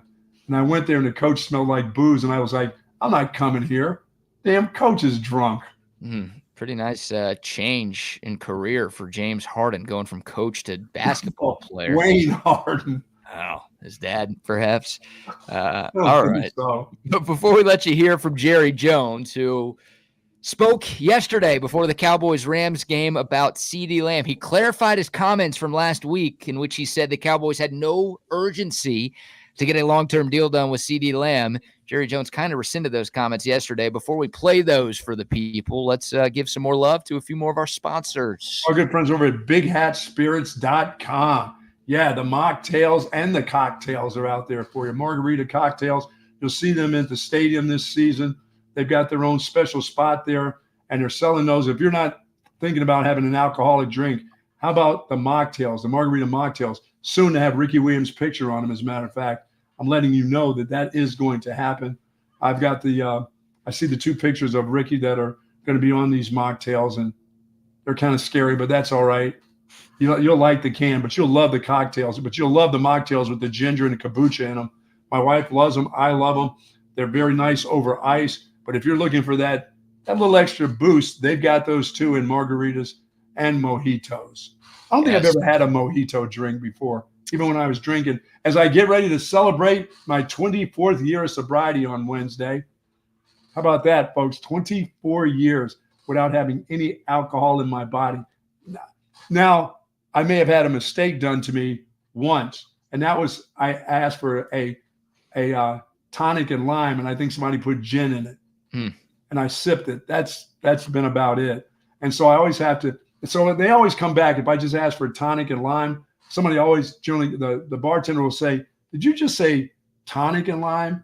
I said, "Yeah, I know what you're thinking. No, I didn't ask for a gin and tonic. Sorry, bub."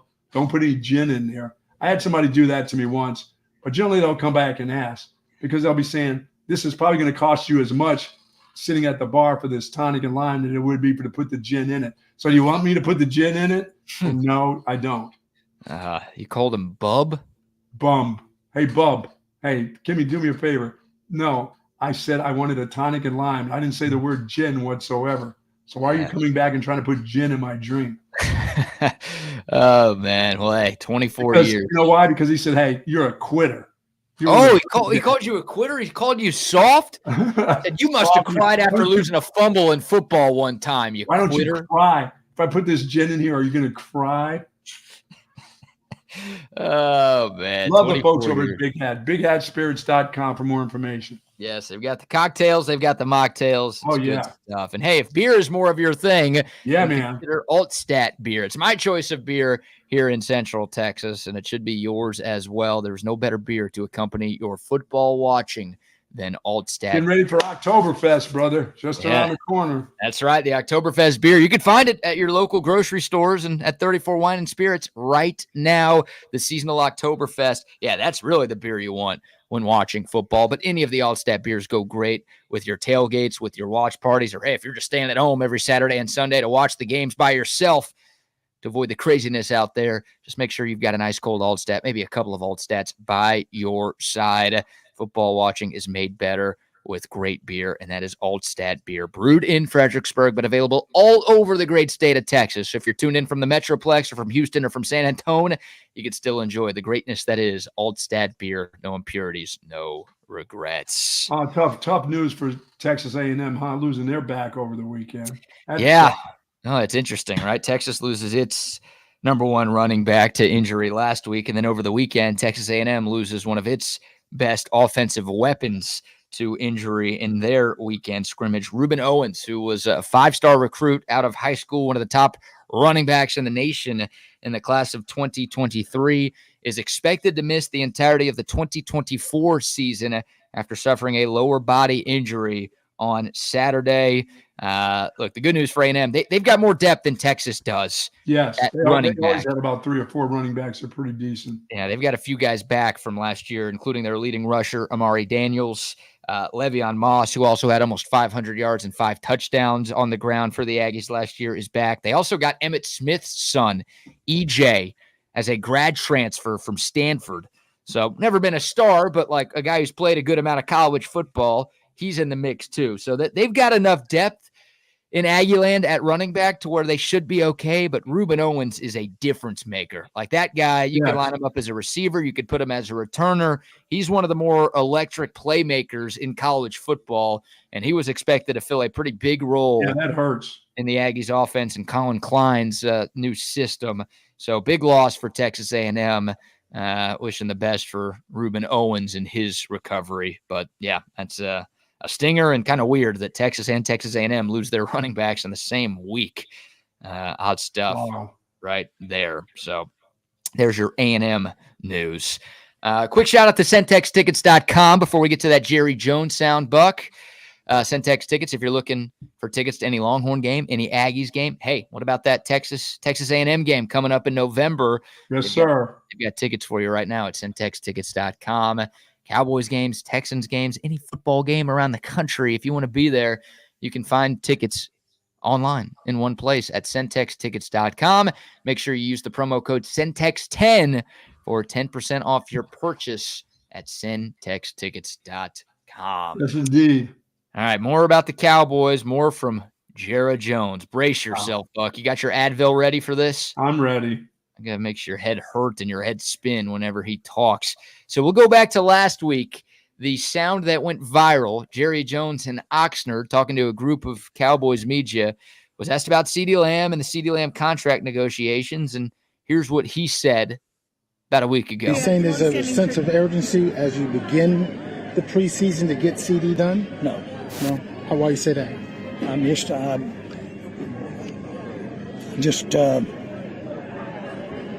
I went to high school or I went to college. I don't know why I said it, but I'm just saying I don't know. I don't have a sense of urgency about getting it done. Because it's a long-standing. What a bunch of buffoons. They're all laughing. They're all sitting around laughing at that. Really? I think that's our man Clarence Hill from the Fort Worth Star-Telegram who asked the question. What's so funny about that? It's just maybe you have to kowtow to Jerry a little bit if you're on the Cowboys beat because you want him to give you information and you don't want him to give you more of that dumb shit every time he talks. And you don't want him to box you out, so you give the fake media laugh whenever he speaks. But yeah, that was a little forced. What did he even say? I went to high school, I went to college, so I know what I said. Well, tell us why you said it.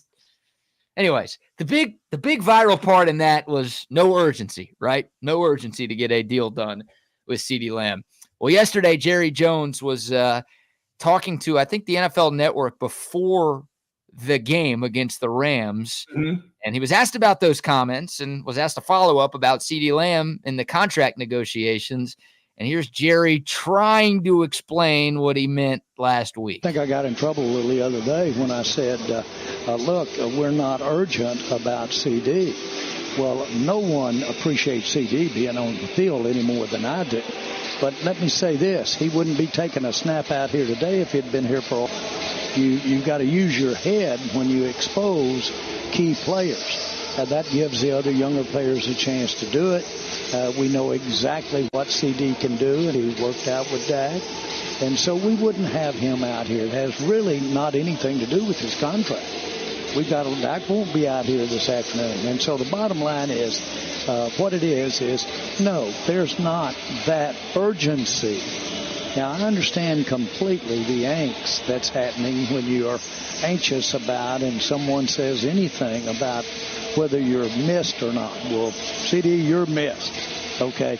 But you're not missed out here competing, and it doesn't put any pressure any place on us. Well, he's trying to take the pressure off himself, which he's just making it hard even to do that. Just tell us, he's missed, and I made a dumb statement last week by saying there's no urgency to have. Of course, there's an urgency to have him out here at practice. No, we already know he's not playing in the games, Jerry. You're not telling us, you're not surprising us by letting us know he wouldn't be playing. Yeah, we already got that part. We understand that Dak, even if he had signed a contract, wouldn't be playing in the games. We had that part. He talks to people like they don't know the sport or they have no clue of what's going on around them. It's like he's informing you of something that you probably don't know, but we all know that, The reason you want CeeDee Lamb back is not for the preseason. It's for training camp and to make sure that he's good to go by the start of the regular season. The Cowboys have plenty of guys under contract who did not play yesterday. Sure. Right, but they're there at camp because they are happy with their current contract, and they're there helping the team get ready for the games that actually count. That's the urgency there, is to get CeeDee Lamb back. They're not there to be better as individuals. They're there to help the team be better too. Right. I mean, the last time we saw Dak Prescott and CeeDee Lamb on the same field at the same time was a disaster. Yes. Their chemistry was so off. Now, I think they're going to be fine because last regular season, that was the best QB receiver duo in football. So I'm not super worried about lingering effects, but still the last time Dak and CD were playing together, they were clearly not in cahoots, and that was a part of why the Cowboys got boat raced by the Packers in that playoff game. So you sound like an idiot when you say there's no urgency. You sound ignorant. You want to get that dude in camp, make sure he's in shape, make sure the chemistry's there, and you want to make sure that, okay, when he's back, you don't want to sign him 3 days before the season starts. Then he goes out there against Cleveland, pulls a hammy because he's not in shape, and then he's out for a month. You know how stupid you would look? How do you explain that then? Exactly. It's well, maybe you should have had a little more urgency, Jera. You should have gotten it done so something like that doesn't happen. So I think he maybe dug himself deeper with that quote. And he drops no one misses CeeDee Lamb more than I do. No, if that was the case, CeeDee Lamb would be there because he would have already gotten paid. If you really missed him so much, you would have done this months ago to ensure that nothing like this would have even happened, Jerry. Yeah, he should have been the first two receivers signed. He should have been one or two. Right. Instead, he's about to be the last guy paid, and you're going to pay him. He's going to get paid, and it'll happen before the season gets here. But it's just get it done. You've cost yourself millions of dollars by waiting this long, and you're right. There's definite angst. This game, and this game will just continue on with the next start that he has. Hey, Micah, guess what? You're going to go through this too. It's just the way he does business. It's just the way he does business. And we know why. We talk about it all the time. He just wants the Cowboys to be in the news. That's all he cares about. You signed a CeeDee Lamb deal 3 months ago. Nobody's talking about CeeDee Lamb today in these contract negotiations. But you drag him out into the second week of the preseason, and we're within a month of the NFL regular season, and people are still talking about him. And, he gets to answer questions more. And, that guy loves to talk. Yeah. So it's just very annoying, and angst is a good word because there's a lot of that with this Cowboys fan base about everything with this franchise, but especially with the CeeDee Lamb situation right now. Well, and I think everybody knows that I'm going to think that 75% of the people will believe that you won't see Dak Prescott after this year, win, lose, or draw, no matter how well he does, that his group will not put up with this, that they will be like, no, we're playing on this contract. If that's the way you're going to do things, we're going to play on it. And if I have some success, I won't remain the Dallas Cowboys quarterback. I'm gone. Yeah. Somebody will pay me as much or more for less hassle. I'm sticking to my guns that a Dak deal gets done before the season starts. But you still believe that's going to happen before the season even gets started? I do. You think both of them will get done? Oh my God! Well, CD's a guarantee. Like it has to happen. Yes. Yeah, I'd be shocked. I mean, I'll put money on that if anyone wants to bet. Well, if that doesn't get done, that just sets Dak up for failure. Yeah, it sets the whole team up for failure, right? Yeah. It sets McCarthy up for failure in his last year of his contract. It sets Dak up for failure. It sets everybody else on that roster up for failure because CD is a top 20 player in the league. So you don't have him on the field, then what are you even doing? Why are you even going out there? But I'm hopeful that the Cowboys brass watched Trey Lance play quarterback yesterday, and they're like, yeah, the guy we thought maybe was our future after Dak Prescott, the guy we thought could take over at quarterback, maybe we don't feel that way anymore.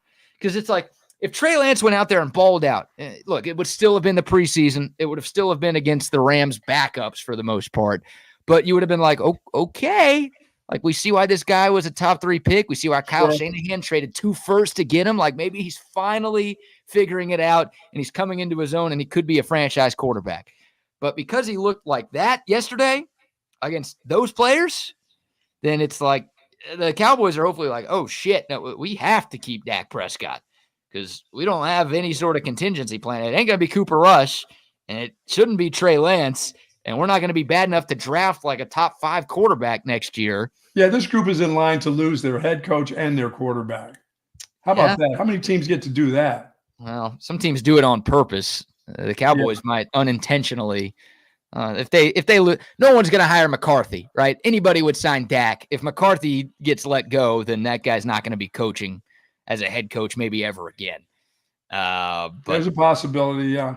But for Dak, it's like, yeah, he could leave under his own accord, and there are 20 teams that would trade their guy for Dak Prescott right now. So if he hits the open market, he's going to get paid. We know that. Mm-hmm. That's why I'm with you. Like, if the Cowboys don't get it done before the season starts, I think he's gone after this year. But I think the Cowboys will come to their senses and realize they do have one of the best quarterbacks in the league, and they won't let him go. They won't let him go. But maybe I just don't know why they draw these things out like this. I mean, it doesn't make the guy happy about what's going on. And plus you screw up your team. Yeah. You're not having CD and that whole, sense of urgency. It's about your team. It's not about making CeeDee Lamb any better. He's good already. He's going to be just fine. It's about, as a group, it's a team. It's a team sport. The individual is going to be just fine. He'll come back, be in shape, being ready to go, do some great things. But, there's other guys. There's the coordination of everything involved. Him, the quarterback, everything to get all these guys together. Like you said, it's what they looked like the last time you saw them play as a group. They look like shit. They looked like shit. And that's disrespectful to shit, saying that they looked like shit. Pretty much so. Oh, my God. By the way, I did see Vegas odds for a CeeDee Lamb trade over the weekend. Odds for CeeDee Lamb's next team. So, look, there are a couple of scenarios here for the Cowboys. They could pay CeeDee Lamb. They could not pay CeeDee Lamb and hope that he just comes back and plays this season, which feels unlikely. Or I guess they could trade CeeDee Lamb right now to a team that is willing to pay and give him a long-term contract. You know who the favorites are in Sin City for CeeDee Lamb? Who's that? Kansas City. Oh, my goodness. Could you What would the NFL be doing? What are they doing if they would do that? cancel the season? Wow. Give the Chiefs the Lombardi if they add CeeDee Lamb to Xavier Worthy, Hollywood Brown, Rashee Rice, and, Travis Kelce. They couldn't do that. They wouldn't do that. Wouldn't let that happen. Commissioner wouldn't let that happen.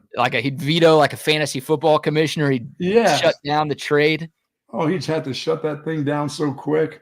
Yeah, the Chiefs 5-1 for CeeDee Lamb's next team. The Steelers and the Lions at 6-1. Hell, that would hurt with the Lions even. Yeah, Lions, they were in the NFC title game last year. They're one of the favorites in the NFC. That'd be a huge get for them. And then the Packers and the Patriots are both at 7-1. Dude, Patriots don't get into these trades. They look like they will, but then they'll back out. They'll be like, no. If the Cowboys trade CeeDee Lamb to the Packers in the next month, I will pay for a hit on Jerry Jones. And you can throw me in jail. That's on the record. I will pay somebody to murder that dude. If he trades him. The Packers with that quarterback. Yeah, look, if CeeDee Lamb, if he doesn't get signed and he walks next year, that would also be insane by the Cowboys. But I guess he could sign with the Packers. He could go anywhere he wants in free agency. But if the Cowboys trade CeeDee Lamb to the Green Bay Fudge Packers, then I will be putting a hit on Jerry Jones's life. You do not like those Packers. And now with the quarterback that they have. Call me Greg Williams. I'm putting a bounty on Jerry Jones. Wow. Okay? Can't have it. Can't have it happen. But it won't, I think. I hope. No, it won't. It won't happen. It won't. They'll get it done. But it's wild and bizarre that we're still talking about this, and it is frustrating as hell if you're a fan. Yeah, like you said, it'll get done the week of the final preseason game. That's your call? And then they'll play him in the preseason game, and he'll come up with a hammy. So they got a preseason game this weekend and then a preseason game next weekend. So you say it happens next week is your call? Next week, yeah. They're playing all West Coast teams. They got the Raiders in Vegas this Saturday and then the Chargers at home the following Saturday, August 24th. Yeah, the Harbaughs will be in town for that one. By the way, Jim Harbaugh is going to be an honorary captain for Michigan's season opener against Fresno State. So remember, the college season starts a week before the NFL season, so Harbaugh will have some time, and he's going to go there and probably get cheered like crazy. Oh, standing. Oh, are you kidding me? That thing will be huge. The 100 Fresno State fans will be booing him at the big house that day. Yeah, 60. There's only 60 making the trip. Yeah, son of a bitch. They will give him his. They'll get. He already has his ring, but they'll do a whole ceremony. He ain't suspended from being an honorary captain. He can't coach in college football, but I guess he can help with the coin toss. Oh, he can? He can do that? He can't go coaching, but for 4 years, but he can go. He actually can go out there. As Rob says, a nice middle finger to the NCAA. Oh, yeah. Like a month after he gets the 4-year show cause, he's back in college on the field, getting honored before a game. Every bit of that, too. Of course he will. Oh, man. All right. Before we get to we can get to the Deion Sanders videos if we want, or we could save those for tomorrow. Let's save those. He needs a spot unto himself. All right. We'll give you don't want to go Jerry and then Deion. No, you're right. That's too much to handle. Oh my God, for one day. Are you kidding me? Yeah. We'll get to Deion's presser from over the weekend during tomorrow's show, and maybe some of the other shows on TSU today. We'll talk about that and play that for you. We'll talk about the AP poll, though, here in a moment, because that gets released at 11 o'clock today. So we'll kind of give our thoughts on where Texas could be there. But before we wrap things up today, any more sponsor shout-outs for you? So a quick shout-out to 34 Wine and Spirits if you're thinking about getting over there and getting your alcohol for your parties coming up, your big just social events at your home. But if you're having an office event, they're a wholesale liquor distributor. And if you want to get the big party, go to 34 Wine and Spirits, give them a call, get in touch with them, and they'll get those spirits to you. That's what they do right there on the Southwest Parkway. Yeah, absolutely. Love 34 Wine and Spirits. Also love our friends out at Covert Bee Cave. We'll let you hear from and see them right now. You see covert everywhere. It's that personal level of just feeling like it's a personal family interaction. The customer service, it's impeccable. It's unlike anything I've ever experienced buying a car. Over the 30 years that I've been buying cars from them, I feel like I know them and they know me. Covert's done an amazing job of making me feel valued. If you purchase a vehicle and you want to feel like you're part of a family, join the Covert family. Come and experience it for yourself. Covert, born and raised in Austin. Oh, yeah. There you go. Love the Coverts. And a shout out to our friends at Passes as well. If you're looking for us on Passes, passes.com is the website. You might be wondering, what is Passes, BK? Well, I'm here to tell you. Passes is a content creator company that the Texas One Fund has partnered with. It's the first ever NIL collective on the Passes platform. 40 of the best UT athletes across a number of sports: football, men's and women's basketball, softball, baseball, Olympic sports, you name it, they are on Passes. And you can find behind-the-scenes content, and you can get access to your favorite Longhorn athletes that you've never been able to get before. Passes is completely revolutionizing the way NIL athletes can engage with you, the fan. Behind-the-scenes access, Q&A sessions. You can even DM your favorite athletes, and they're going to respond to you on Passes. Go to their website, passes.com, for more information and to sign up. We also have our own TSU Passes account as well, where we're giving y'all some insider information to all things Texas Longhorn sports. But the best part, you get to interact with your favorite Longhorn athletes across a number of different sports. Once again, the website passes.com, and you can sign up today. Nice. All right, Buck. The AP poll comes out in a little more than an hour. Of course, the coaches poll was released. What was that, last week? 2 weeks ago? Hey, last week. Texas was ranked number 4 behind Georgia, Ohio State, and Oregon. In that one, any thoughts on the AP poll? Do you think it will look pretty similar? I think Texas will be in front of Oregon. Okay. Interesting. Yeah, Texas was like very close to Oregon in the coaches poll. If you look at the points and the overall voting results from that one, you think this time around Texas will be number 3 and Oregon number 4? I do. Okay. I could see that happening. I think I'm going to stick to Oregon at 3 and Texas at 4. That was my sort of prediction before the coaches poll came out. But yeah, I think there's definitely a chance that happens. I think Georgia will be number 1. They won't be unanimous, but they'll be pretty far out in front of everybody else. I think it's obvious. Ohio State, yes. Yeah, I think Ohio State will be a pretty obvious number 2. I think there will be a pretty big gap between 1, 2, and everybody else. But then it gets a little bit interesting there. So you're going Texas 3 and Oregon 4? Yes. Would you pick, if you had a vote, if you were one of these AP voters, would you put the Longhorns ahead of the Ducks right now? I would. Okay. I would have been both polls. I would have put them at 3. You would go, yeah, Texas 3. Man, that's high. But that's where they closed last year. I think I'd put Oregon ahead of Texas right now. Maybe that's my Dylan Gabriel PTSD. That's what that is. You're just afraid of that dude. Yeah, and Oregon hit the portal hard. And they got some players, man. And that guy at quarterback. Yeah, if that guy could stay healthy, that's obviously been Gabriel's issue at UCF and at Oklahoma. But he's, I think, the Vegas favorite at Circa to be the Heisman Trophy winner this year. So he's in that conversation for best QBs in college football. I don't know how much of an NFL future Dylan Gabriel has, but now they have Ohio State early at Oregon, right? That is the same day as Texas OU, so kind of midway through the season. Yeah, October 12th is like the best day of college football this year. Of course, it falls on the very Jewish high holiday of Yom Kippur, so that'll be tough for the old testes out there.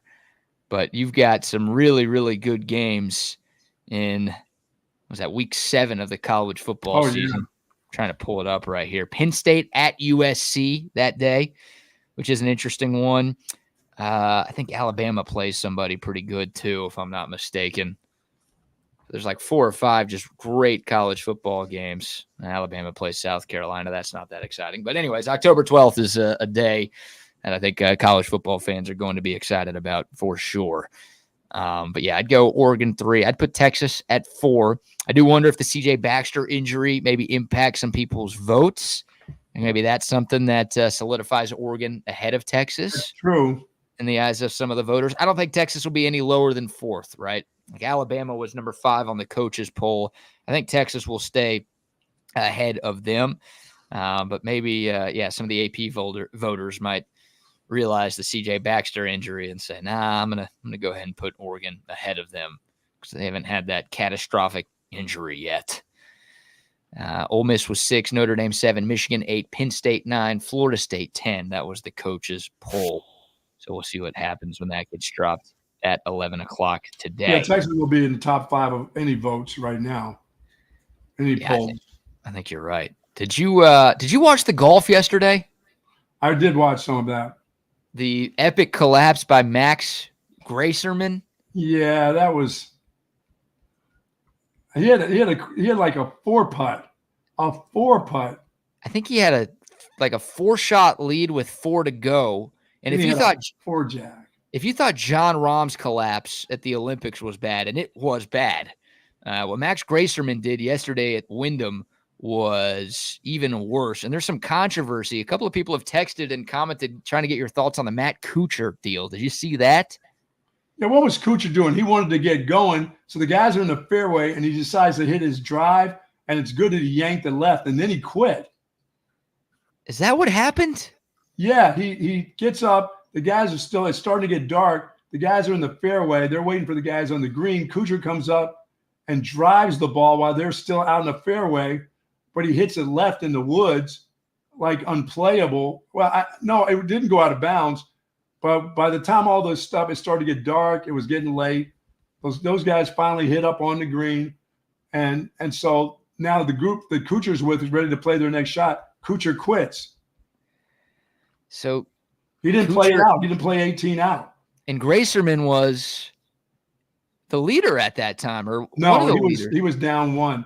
By the time it was over with, he was down. Was down 2. He had to make his second shot in order to tie. I'm sorry. Yeah, Aaron Rye, who ended up winning the tournament, was in that group that Kuchar hit in. Yeah, and he birdied number 18 to put him up by 2. So that Matt Kuchar really hit into the lead group? Well, he would have, but he shanked it off. He hooked it left into the woods, but he could have killed the guys in the fairway. Oh, my God. If he hits it straight, he's going to hit somebody or get close to him, and they're going to be like, what in the hell? And they kept saying nobody gave him the, somebody must have given him the go sign that he could hit. But it looked like he just looked down there and said, screw this. We got to get going. We got to get moving. I'm not going to hit him.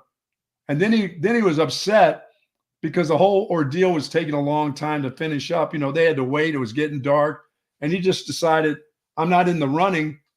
I'm just going to bail. And so he'd had to come out and play his ball this morning. He had to finish up in order to get his money.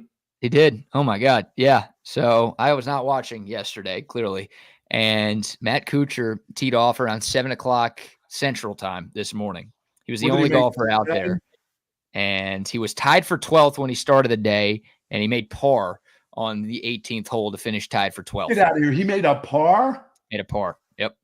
But he asked for relief. That was the first thing he did today. He asked for relief for his ball after his tee shot yesterday. I guess it was so bad that he didn't like where it was. And the first thing he did on a Monday morning after forcing everybody who was working the tournament to go back out there for an extra day was ask for relief. And then he didn't birdie, didn't bogey. He made the same amount of money that he would have made if he just played yesterday. Wow. That guy is a piece of shit. Yeah, people couldn't understand. Why wouldn't you just finish? If you're going to hit your tee shot, finish up the round. Yeah. Don't come back at 7 o'clock the next morning. I'm sure his caddy is like, damn, I want to get home. That is insane. Why don't you carry your own bag out here today for one hole? And Kuchar's known for being cheap, too. He doesn't pay his caddies very much. So I'm sure that caddy was probably pissed. Here's the card for Max Grayserman yesterday from 13 to 16. He holed out with an eagle on 13 to take a 4-shot lead. And then he quadrupled 14. That was a 4-putt, BK, 4-putt on the green. His tee shot hit the cart path and went way away. Then his next shot was in the bunker. Then he 4-putted. And then he birdied. He responded with a birdie on 15 to retie for the lead. And then he 3-putt doubled on the par 3 60. I've never seen a card like this in my life. Dude, he came apart. Some of those 3-foot putts ended up being 8-foot putts after he lipped out and they went around the rim and shot out 6 feet away. An eagle, a quad, a birdie, and a double. That I don't know if that's ever been done. Forget the pros. I'm talking anybody. I don't know if anybody's had a stretch like that. And he blew it. He blew it yesterday. Allowed Aaron Rye to win his first career PGA Tour event. So congrats to him. 2-glove Rye. But yeah, it's a weird bit out there. But some drama on the PGA Tour yesterday for sure. Yeah, I couldn't believe Cooch. First of all, I couldn't believe when he teed it up. I'm like, wait a minute, he's not really going to hit. He's got the ball teed up, and he goes over the ball. I'm like, oh, he's got to wait. Guys are still out in the fairway. And he just slams it out there. I'm like, oh, my God. Did somebody told him he could go? He did. Somebody told – oh, he did. He said, it's getting late. I'm 46 years old, and it's getting a little dark out here. I'm going to go ahead and take the liberty myself and just go ahead and play. Wow. I can't see. And then he quit. Yep. And then he forced everyone to go back out there today for a 6-minute round of golf, Buck. It started at 7 and ended at 7:06. How many staffers had to go out for that? How many officials had to? Well, you had to have the rules person come out. Somebody had to stick in there. Somebody flipped a coin last night as a rules rep, had to come back the next morning. He asked for relief. Well, all the sponsor banners had to stay out there, right? Yeah. Oh, yeah. All that stuff had to stay. So a lot of people had to work an extra day for Matt Kuchar to par 18 and move from 12th place to 12th place. He won't be getting any more Cooches. He's going to get booze from now on. Yeah, he should. He always should. That guy's a prick. All right. 2 guys who are also – no, I'm kidding. 2 guys who are nowhere close to pricks. The dudes from Chaos Theory. It's Wags. It's Double R. Fellas, good morning. I don't know. I mean, some other opinions out there might be of the former of that. So, Wags, we're going to get you on here soon to talk some fantasy football with us in the morning. Oh yeah, you feeling a little sexy? You want to talk fantasy land? I'm getting towards that part. I don't play fantasy, but I like to talk about who's who. You know, I always had sure, this. Yeah, like this, who's going to be number one, who's going to be the top tier of the positions and whatnot. Yeah, I'm always the guy who said says, it. Oh my God, I just have said a good it. quarterback, and somebody says, no, don't take the quarterback until the 5th or 6th round. Well, see, that depends on if there's 2 quarterbacks playing in the league, or if it's a 2 quarterback league, then I think you're going to want to take a quarterback in the first round, right? Because of the scarcity, right? Right. It'll bump the scarcity of the wide receivers up, or excuse me, the scarcity of the quarterbacks up a little bit more than just the scarcity of the running backs. Which, if you're in a standard league, you're just going to pick a running back out of the first or second round because the quarterbacks will be left on the table. Will Zeke be available? I don't think so, man. Probably going hard number 1. Really? No, not at all. Yeah. Zeke could be your healthy scratch. Zeke was a healthy scratch in the Cowboys preseason. That guy needs the reps more than anybody on the Cowboys, and he didn't play yesterday. Yeah, what is the deal? Why did he play? Zeke might be available in the 15th round after the other day. Oh, my God. Round 15. Dude, you take a kicker before you take Zeke Elliott this possibly. year. Cameron Dicker goes before Ezekiel Elliott, for sure. Wow. Well, guys, maybe that's what you do with Trey Lance because he was the leading rusher yesterday for the Cowboys. Put him in the backfield. Yeah, he probably is better as a running back than he was as a quarterback. That was the most bland quarterbacked game I think I've ever seen in my entire – felt like an Iowa offense with all those dinks and dunks yesterday. It was a tough watch. Jerry's got it all figured out. And you know, I don't care if it's preseason or not, but you get some dude throwing 4 interceptions and you still lose. That's not good. It's not good, Rodney. We'll say that. It's my Dallas Cowboys weekend, though. Pretty good. Yeah. Buck, good weekend? Oh, yeah, man. Yeah, good weekend. A lot of Olympics. Big news for TSU. I watched a lot of Olympics. This was it seemed like, what was 4 years ago? Was 4 years ago, was Japan? 3. Yeah, they had to move it to 21 because of COVID, remember? Right. Oh, that's right. Yeah. So the interest wasn't that high for me. This one was, I watched a lot of Olympic games. I liked, there's a lot of first time countries and countries we never heard of getting medals. You know what I'm saying? I thought they did a good job with stuff like having volleyball right there by the Eiffel Tower. I thought they did a good job with, I'm trying to figure out what are they going to do? What are they going to do in LA? What are going to be the scenic spots of LA? Oh, God. How about Tom? Tom Cruise didn't get to run at Paris, but he got to jump off of the top. I know. What the hell? What was that? Was that the stadium, right? I don't Yeah, know. that was awesome. I don't know what the name of the stadium was, but yeah. Thank you, Paris. On to LA. Thank you, Tom. Can we get a running scene next time, buddy? Oh no, we'll see plenty of Tom in LA. You know that. Of course. Yeah. So let me ask you guys this. Of course, with the 9 threes that Steph had against Serbia, we'd be remiss, we'd be stupid if we didn't say that without Steph Curry, they don't get past, Team USA does not get past Team Serbia. But also, LeBron James had a triple-double and played tremendous defense. My question to you guys, with the 9 threes that Steph hit against Serbia, and then the 7 threes that Steph hit against Team France, the host nation, in the championship game or in the gold medal game, did that supersede? Was that enough for Steph to supersede LeBron to say, hey, in my first Olympiad, me hitting the 9 threes and then the 7 threes, it kind of bolstered me past to make this kind of my team and not like Captain LeBron's team. Just a question, just wanted to throw that out there because I know Steph started a little bit quiet in these Olympic games, but then finished. Yeah, LeBron played pretty consistent throughout, defense and offense. Steph, the last 2 games held everything together. He hadn't done anything before that. Right. 7 points, 8 points. But no, the last 2 games he was fantastic. But I mean, to me, it was like, what the hell took him so long to get going? Why did it take him the last 2 games to get cranked up? Maybe the chef needed all the ingredients. I don't know. Yeah, the French food. Oh, then you croissant. He had enough croissants. And I thought they played well together. I thought that the whole group of them, and including Durant, everybody on that team, I thought, except for Tatum, he didn't. Yeah, I thought Tatum looked a little lost. Even when he was out there on the floor, he looked a little bit lost. He was just acquiescing to a lot of the All-Stars. Tatum came. Oh, he had to cry to his mommy to get more playing time. Yeah, is that what he did? Hit some shots, man. Oh my God, it was the saddest thing ever. Like Tatum's mom was bitching about Steve. Everyone was just complaining to Steve Kerr. He's not playing enough. Hey, we're busy winning gold. All right, keep that bum on the sideline. $300 million's not enough. $300 million's not enough to make you happy. Yeah, they forced Steve Kerr's hand, and Tatum played in the final after not playing against Serbia. And look, Tatum's a great player. Of course, he's a great player, but it was working. He's not LeBron, Curry, Durant good. He shouldn't be.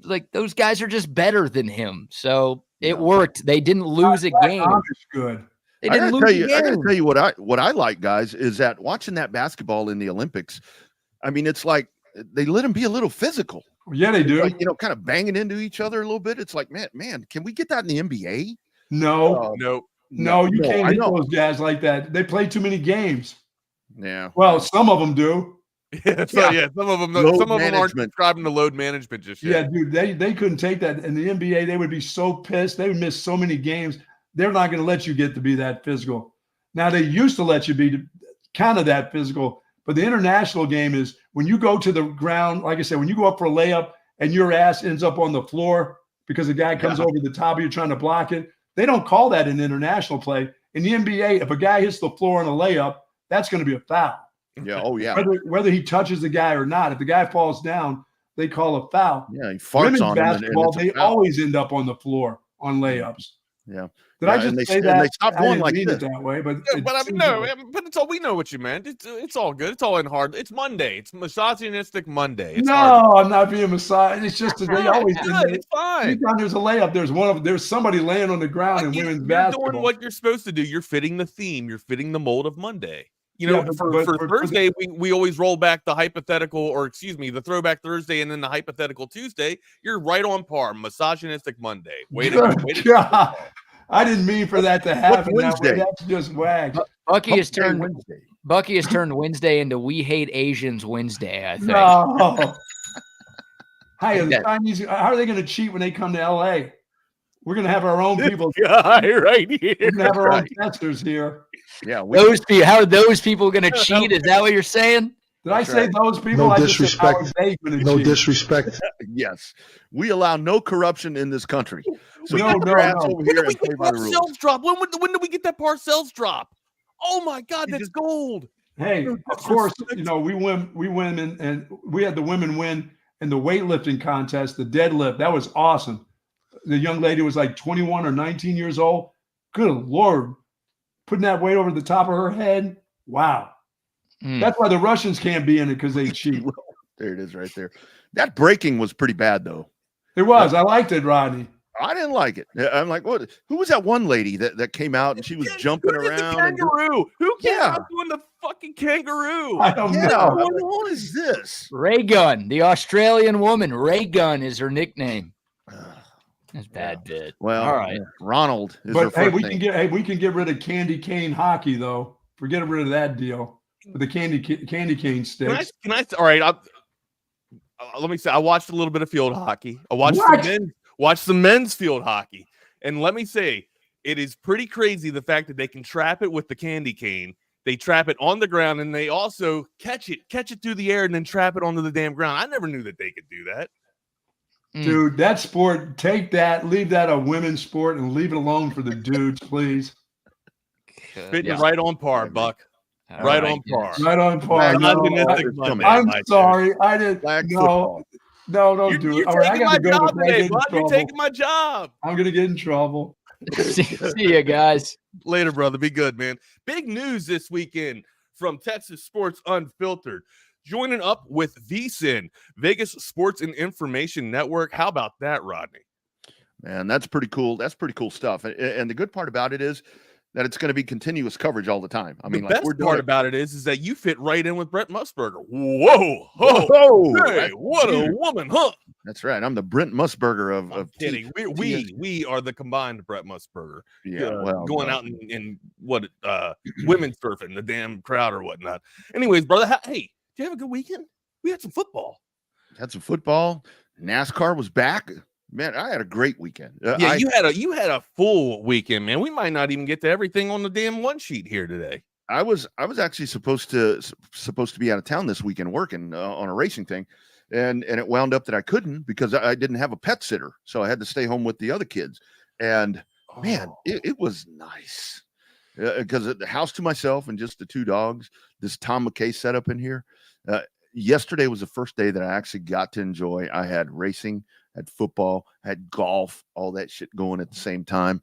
It's like, oh my God, I love this. I'm never leaving the house again. It's not even stimulation or over. Like my wife comes in here and she's like, how in the hell are you not overstimulated? Like, you want to know why you have headaches all the time? It's because you have all these lights going on all the time. That's not it. I have headaches all the time because I don't drink water and I drink a lot of dehydrated drinks, like I got to get on the damn Ollipops. That's what. Yeah, those things. I got to get better. I got to get better about myself and about my health, and at least start drinking Ollie. If I'm not going to drink water, I got to drink Ollie. Yeah, I got to get more water in me. And yes, Rob. So that's what happens. So 4:00 when it ends, that's when VSIN, you're going to jump right over, or not jump right over, but that coverage jumps right in, and boom, there it goes. Then you'll be looking live. That's right. How about that? Did I do it? You are looking live. Yeah, you are looking live. What is going on, Ruse? What's up, Longhorn Bear, Rob, CB, Jake? Yo, what the hell happened? Well, I'm reading the comments here. What the hell happened with this one dude? Who's that? I think it was probably one of the those hinges already, guys. We already had each other's throats on this Monday. I think it was one of those things where you get those spam things that kind of pop in there. I think that's what it was. Gotcha. Well, you know what happened? Bucky was talking about China cheating, and then boom, we get that, and then people saying, "Come to my OnlyFans." They're listening. Oh, no. Oh, they're always listening. They're absolutely always listening. We got some things. We're going to start our top 20 today, our top 20 countdown. And on the docket today is the Oklahoma Sooners. What time is it, Rodney? It is 10:14 Central, and OU still sucks. We'll be breaking down their a little bit of their roster and moving into the SEC for this 2024 campaign. We'll break that down for a little bit. We'll also talk about the best things we saw over this past weekend in the NFL. Get you guys there. Weekend was great. Astros swept. My flights all on time so far. Can't be any better than that, Big Tom. Okay, thank you so much for tuning in. Imagine being relegated to spam. Sad. Yeah, I feel you, Jake. I feel you. Well, at least you're back, my guy. I saw you get deleted, and it made me worried a little bit there. So good to have you back, my dudes. Anyways, hopefully everybody had a great weekend. Thank you guys so much for watching Chaos Theory on Texas Sports Unfiltered. I am Wags, my partner in crime there, Double R, Rodney Rodriguez. You can find me on Twitter, Not the Fake Rep. not the fake wags. Find double R there on Twitter at the Rodney R, and then on Instagram at the _ Rodney R. I'm on the gram at the Wagner Wire. And then if you are out and about, if you are mobile, vroom, vroom, hit us up on that Coda text line, 512-222-9328. Smash that subscribe button if you hadn't done so already. And let's start this conversation, my dudes. Let's go. Good weekend, man. Y'all need to continue about how Charles Barkley would get cooked in today's NBA. No, yeah, I don't know. We did a nice little kind of comparison to who would actually win between this year's Team USA and the Dream Team of '92. We had a nice little, I guess, a fun little exercise yesterday on the Wagner Wire where we started breaking down some of the old dudes. I immediately said Dream Team '92 would beat the hell out of this team. Going back on thinking about it last night as we were breaking down OU, and also thinking about and watching some of the playback of Team USA this year, buddy, I don't know. Like, I keep saying that, Jordan's the greatest basketball player, and Bird and Magic would have been able to carry everybody else. Barkley would have been able to dominate in the paint. David Robinson would have been able to do this and that. There was a lot of talent on the floor for Team USA in this past Olympiad. I don't know if this team would be able to beat the 1992 Dream Team. I hold them as one of the best teams I've ever seen on the basketball court. At the same time, this team is up there. And maybe I don't give them the credit because the rest of the world feels like it's caught up in terms of team basketball, but is that necessarily Team USA's fault? Well, yeah, it could be. They're the one that actually are driving the motivation home for the rest of the world to kind of catch up. But I can't sit there and say just because the rest of the world caught up that they're not as good as Team 92 or the 92 Dream Team. You can't deny what you see on the floor, and maybe I'm just a prisoner of the moment. That's where it's unfair to really even compare these things when it comes to stuff like this with the eras, because that's a whole thing. Team USA in 1992, they're playing guys from the CYO league, and now, look at France yesterday. The CYO league. I truly think that, as we look forward to 2028, you think about France. Looking forward, France is going to be really, really good. And do the Americans repeat again? I don't know, because you're going to have a lot of these older guys that aren't going to be around. Maybe LeBron's going to be around, but who leads this team moving forward? But it's really hard. That's like when you start comparing quarterbacks. We have the quarterback comparison all the time and the running back comparison. The leagues change, the quality of the opponent. That's really the big thing, to where the international basketball, like we were talking about, is just so different, and all the quality of opponent, strength of schedule, it's a whole lot different. I'll tell you what was really obvious was where I was very, during the exhibition time, where I'm like, I don't know about USA or whatever. You saw this team mesh when it counted, and or turn it on, right? Or just turn it on, yeah. Or just turn it on. LeBron, when LeBron is driving and going as fast as he can and as hard as he can to the lane, he can't be stopped unless he's double teamed or fouled. That's just. That is proven at this point. I get annoyed with LeBron when he doesn't pass to the open man, which was Steph Curry or Booker at sometimes in the gold medal game, and then pulled up and took, I thought, was what I call a bad shot selection, where you're taking a shot that's maybe a half a step or a step in from the 3-point line, when honestly, dude, just take a step back and at least attempt three, or instead of, having your foot come down on the line and hit a long ass two. It's just, it's a terrible pet peeve of mine that exists from Jen Sklinkard teaching me that in damn high school basketball. So anyways, just, there's some things that rubs me the wrong way. I'm sure Jordan did the same thing. I always unfairly compare Jordan to LeBron every time LeBron's on the damn floor, when they didn't play any of the damn same positions or whatnot. As a matter of fact, you could say that in that argument, LeBron does more than Jordan, because he absolutely has to. Jordan didn't, he wasn't the facilitator. He basically just played lights out defense and hit every damn clutch shot out there. But yeah, it was great to see Team USA collect the gold. And Team USA women's collect the gold as well. So I think this is the 17th time in a row that the women's have won gold in basketball, or at least it feels that way. They've just been dominating for 50 years, it seems. This was, I got to tell you, the gold medal games between the USA and France. I think was some of the most enlightening basketball that I've seen all year. Going back to watching, the playoffs. The Knicks and some of those were really good series, but that game on Saturday and then the Sunday morning game was like really, really good, man.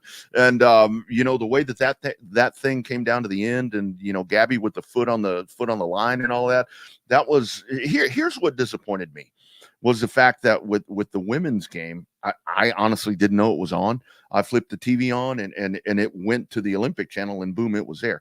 I didn't hear a lot of hype about it. And I wish that it would have. Did they not get a lot of hype because they were just known that they were going to win? Here's my whole take on this. I think for the women to get a lot of hype, if Caitlin Clark would have been on that team, I guarantee you would have known that game was on yesterday morning if you didn't know, because just the push that she sure, had, yeah. and the No, momentum I that she feel had. that. I was thinking maybe it kind of got pushed on the back burner because of Team USA winning the gold the day before. Yeah. But Yeah, I think that would even be more of a reason to kind of boast it and be like, oh, hey, the men collected gold. Can the ladies do the same? They've only been doing it for the past. I say it hyperbolic and tongue in cheek. I say 50 years, but I think it's actually been like 20 or 24. In all fairness, it has been absolute domination by Team USA women for basketball, and they collected the gold again. I think Diana Taurasi has. I think she's got 5 Olympic gold medals. Six Olympic gold medals. All right, so 6 times 4 is 20. That's 24 years. Right, that, or at least that's what Maryland Public Math has taught me. It's really great. But I do think, that kind of was the disappointing thing to me. And I do think that if Clark would have been a part of that, and she will be moving forward.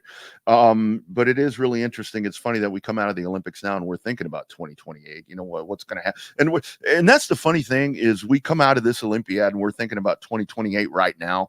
We will have forgotten about 2028 by the end of the week. Because it's football season and everything else going on. But that 92 dream team debate, that's something that will go on and on and on. But seriously, that was the most cohesive unit of great basketball players. That unit. I don't care. We can talk about how the game has changed and how the quality of opponent has changed, but look at those guys. Look at that team. And again, we'll be debating this in 4 years. We'll be debating it in 4 years again.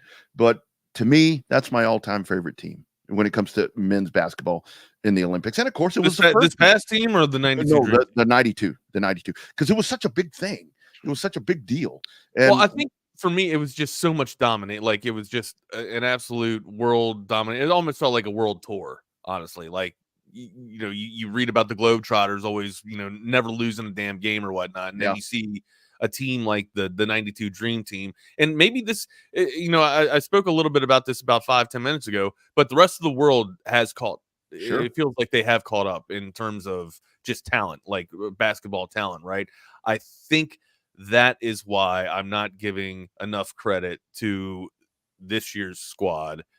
And I'm looking at, oh my God, the absolute complete domination of the 92 Dream Team. Well, we got to keep in mind, the rest of the world wasn't even nowhere near as,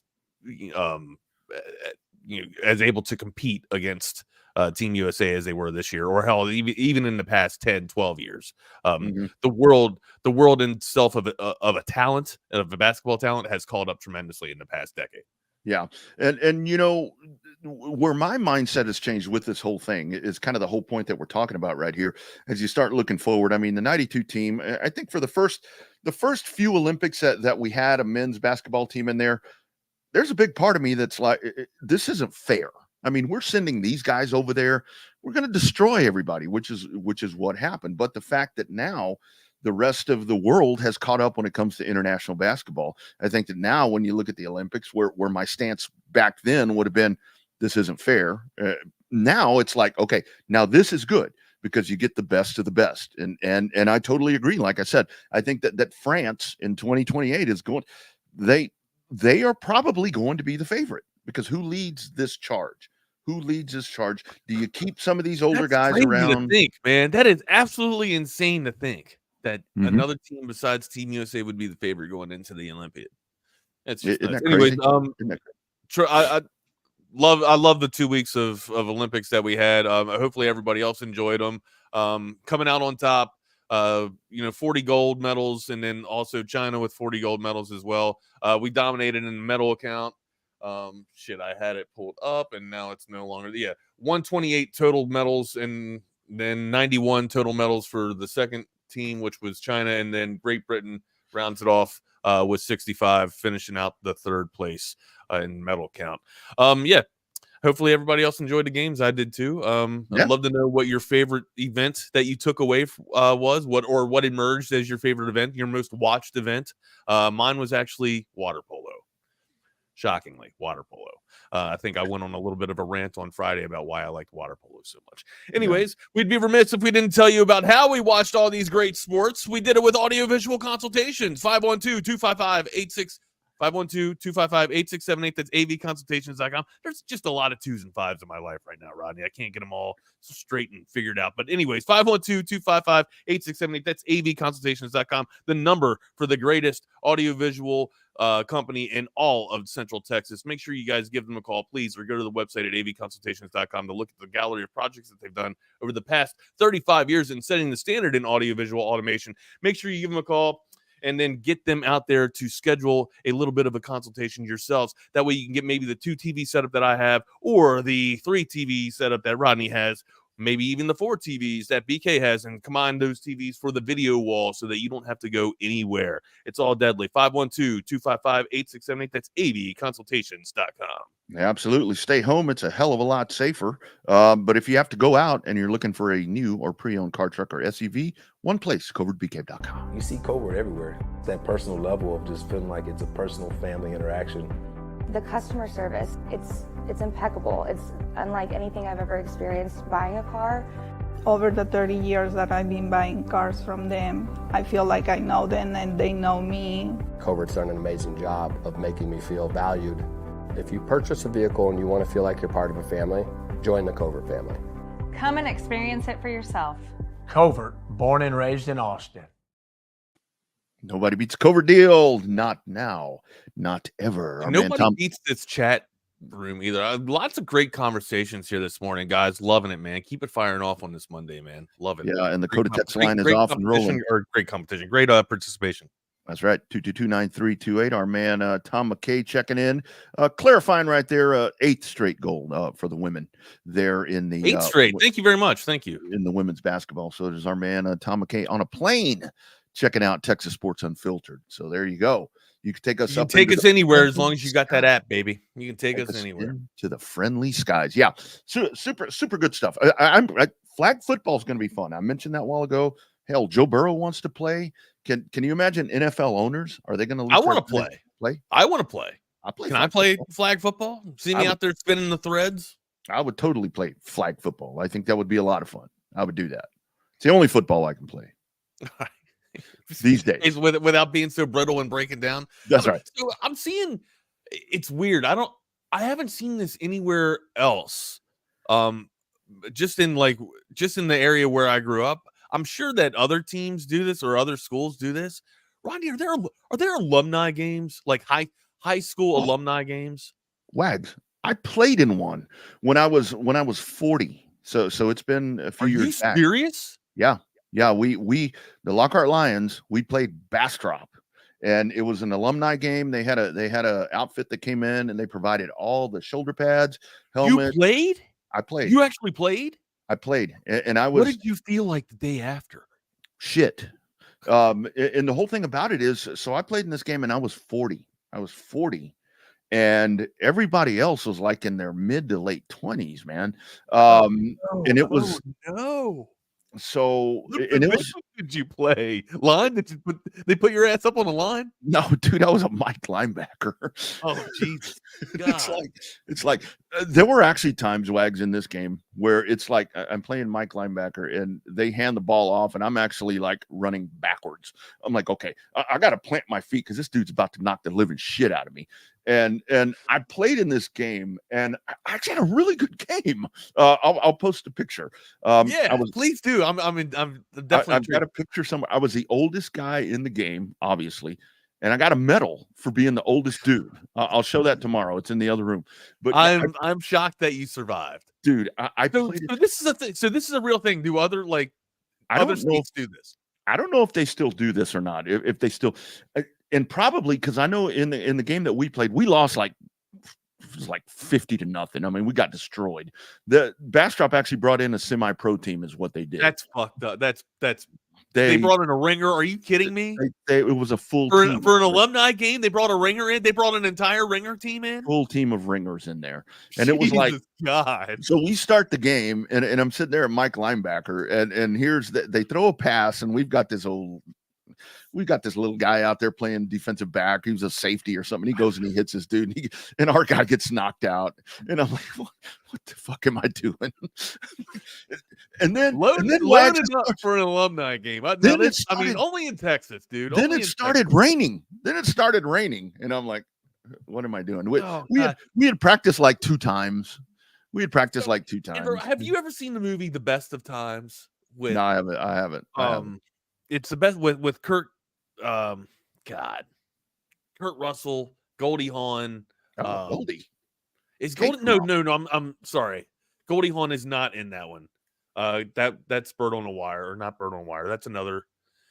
I'm confusing their marriage with her being in the damn movie. It's not Goldie Hawn is not in the movie.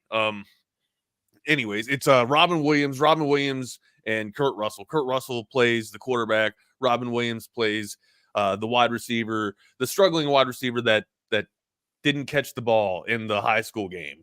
And then they have an alumni game, and spoiler alert, Robin Williams catches the ball, and they end up beating the team that knocked the hell out of them in high school. And it was between 2 small towns, 2 rival towns, and classic 80s, 80s touch-tone pictures and shit. So anyway, fantastic. That's what this was supposed to be. And it's like, so we played the game in Bastrop, and we get all these people. It was like in the paper. It was like in the Lockhart paper that we were playing this game, and they quoted me because I was the oldest guy, and none of our guys could talk. So I'm like quoted in the thing, and I'm like, come on out to Bastrop and watch Lockhart redeem themselves and all this shit. And we got destroyed. And it was like, oh my God, I'm never doing this again. So I bring it up because my alma mater, my high school in Maryland, has an alumni game, and they've been doing it over the past couple of years, and it's gotten pretty damn big. And I've been asked to join the team or to play in one of the games. I don't think I could actually get out there and roll. Like we sit here and joke and talk tongue in cheek about me playing flag football or us playing flag football, me playing pickleball or whatnot. You guys saw what happened when I attempted to play pickleball. You guys see what happens when I go out there on the court. Like, yeah, I like to stay out there. I like to be active and stay healthy, but my athleticism has left me long ago. Okay.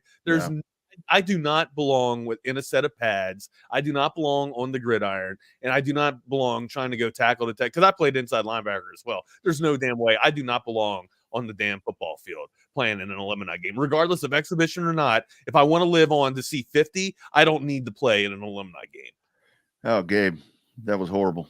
And that storm.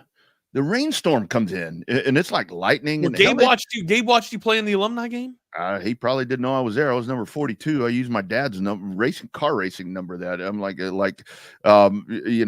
Dad, I'm playing a legacy game for you, and I'm over there getting my ass stomped. But it wags, and that's the funny thing now. Whenever they want to do something that's anything alumni related at my old high school or my old town, they call me up and they're like, "Can you come be the MC? Can you come do play-by-play? Can you do?" They don't ask for my athletic. Now I'm an athletic supporter, is what I am. Oh, I am not. I don't love that. Holding it all together, just keeping everything all in together. So hold on, we got to take it 20 here. I'm seeing some stuff in the chat here. Robin Lively was in it. Karate Kid 3 fame. Okay. I don't know who we're talking about here. And then I see Robin. Blake Lively's sister is Robin Lively. Oh, well, there you go. That's Robin good genes. Lively was in The Best of Times. I got lost here with some of the comments here. Please try and clear this up for me, my dude, so I can check it out. All right. It is Monday, and we start our top 20 today, Rodney. You want to get into it? Let's do it. And who do we start with? I can't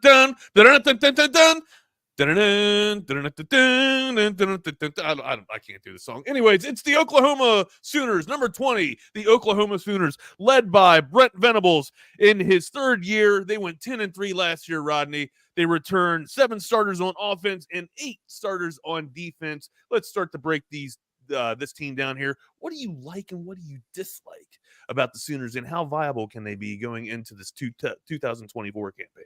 I dislike everything about Oklahoma. Me too. I think they suck. What's up? I saw a funny meme the other day. It's like, how can Texas's big rival be somebody that their mascot is a mobile home, the Boomer Schooner, that falls apart, that tips over on the football field? This team has a really good defense. This team does have a good defense. Their linebacking core, Rodney. Their linebacking core is exceptional. Top 5, maybe even tops in terms of being a core unit, dude. They are sensational, and that's what's going to drive this defense. They lose some studs, they lose some stalwarts on the defensive front, but they hit the transfer portal. That's what they did last year too. They got big with the transfer portal. That's what Venables seems to do. Yeah, they've got a quarterback in the Heisman race. Well, at another school, so we'll see what happens right there. They lost Jackson both Arnold. Quarterbacks. They didn't just lose Gabriel; they lost both quarterbacks that started last year. Yeah. So now it's Jackson Arnold, and I'll tell you what I really like about Oklahoma. I like their schedule. It's the toughest in the SEC. So that I think where are they? I think they're probably middle of the road. I think is what folks are thinking, and the more of the holes seem to be on offense. I think their defense is going to be fine, but the thing is, obviously you got to score points, and for Brent Venables, I've actually seen him as depending where you look. Some people think that he's on somewhat of a hot seat this season, and I'm like, these guys are really good.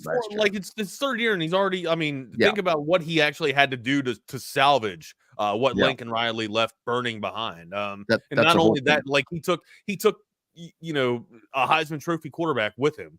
I think in terms of, I'm not trying to give Oklahoma too many roses, but I think we got to be realistic about it. I think Venables has put the fires out and stopped the bleeding pretty well for the Crimson. He really has. He has stabilized the program nicely. Because that's where, whether we want to admit it or not, what you're talking about right there, when Lincoln Riley took off, man, he not only sold his house and packed himself up, he packed that team up and left.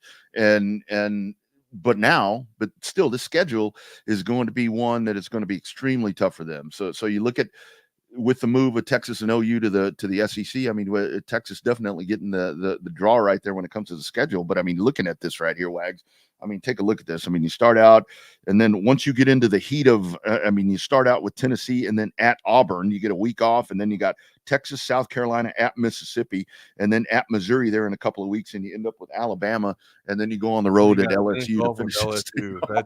That's pretty brutal. Yeah. Yikes. That's a lot. I would say that Texas probably got the favorable schedule coming into the SEC for the first year, or whatnot.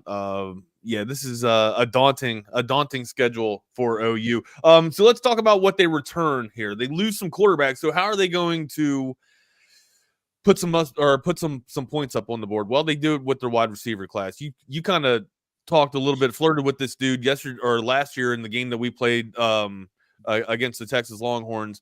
Nick Anderson is that home run hitter that you talked about. He can sneak out of the slot position and honestly and wreck your secondary, honestly, dude. And then you got Jalil Farouk as well. If this comes to fruition to where this dude can emerge and be the sensation that people thought he would be, watch out. Lights out for the damn Oklahoma Sooners, my dude.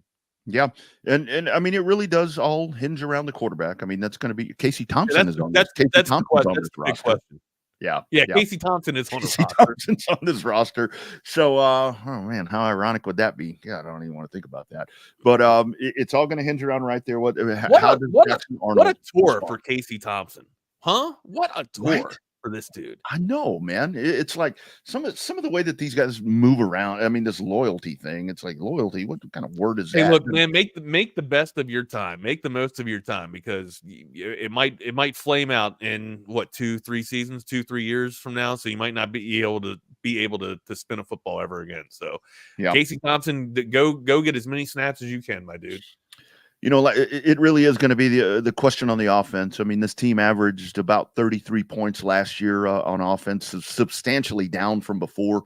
So with the losses and all of that, but you mentioned Nick Anderson. That's one of those guys. It's kind of one of those Swiss Army knife guys. I see him in a lot of high school football where it's like you get this dude out there, you put him in a slot, or you move him out to the outside, or hell, drop him in the backfield, and he can do a lot of different things. And that's what Nick Anderson seems to do. I mean, he comes up clutch in big situations. But it's going to be, I mean, the quarterback position really is going to be what drives this offense. Like I said, defense is going to be really, really good, which it's going to have to be in this league.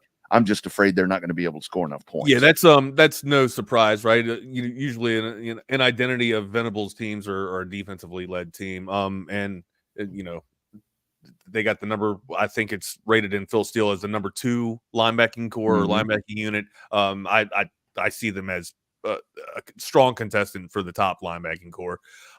They do lose a little bit on their offensive line as well, but they address needs throughout the transfer portal in 2022. They did the same thing over this past year. Again, if there's any team that puts together mismatches and combined pieces, it's or on that offensive line that does it well, it's Oklahoma, man. Oklahoma's. I'm not sitting here trying to lay down a whole bed of roses for the Sooners, but the Crimson for making the most of their losses, and I say that because it seems like they're either losing people in the NFL or to the NFL, or they're losing people getting transferred out. But it seems like they hit the transfer portal better than most teams, and they address their needs. Yeah, and this really is going to be Dabo. Take a note, Dabo. Take a note. Yeah, it's really going to be the identity of this team is going to be the defense. I mean, look at the game last year where they beat Texas, and yes, I mean, I know Texas lost their center, but they exposed the weaknesses in the Texas offense and made Quinn Ewers and made him make mistakes, and that's how they're going to win football games this year. The thing is, that was one game. This is going to have to happen a lot, and that's why I think that we may have them at number 20 here on the Chaos Theory top 20, but the thing about it is you're middle of the road in the SEC and you're number 20, and that tells you the strength of this. But Wags, they just did not get any favors with the schedule at all. I mean, to finish up the conversation on OU here, my dude, moving into the 2024 campaign, what's the record and how many wins do the Sooners get? I think OU's probably going to be about an 8-win team. Okay. I think they're going to win. I think they're going to win 8 games, and I think if they win 8 games, they're achieving well. I think they're achieving well. But the thing about it is, and this is where I go back to the schedule. I think if their schedule wasn't so tough, maybe they could win 9 or 10, but it's just, especially that bottom half. I mean, when you're beat up, I know there's a bye weekend. That's just it, dude. You're gonna have a lot of injuries in the latter portion of the season. That's where you're gonna see some of these stalwarts. Yeah, and the whole thing is, depending on what happens with the quarterback thing, I mean, because that really is what drives this. And when you talk about defections and folks leaving the program and all that, look at the quarterbacks that have left. Right. In the past, and that's where I don't know. I mean, is Jackson Arnold ready to take the mount? I mean, I don't know.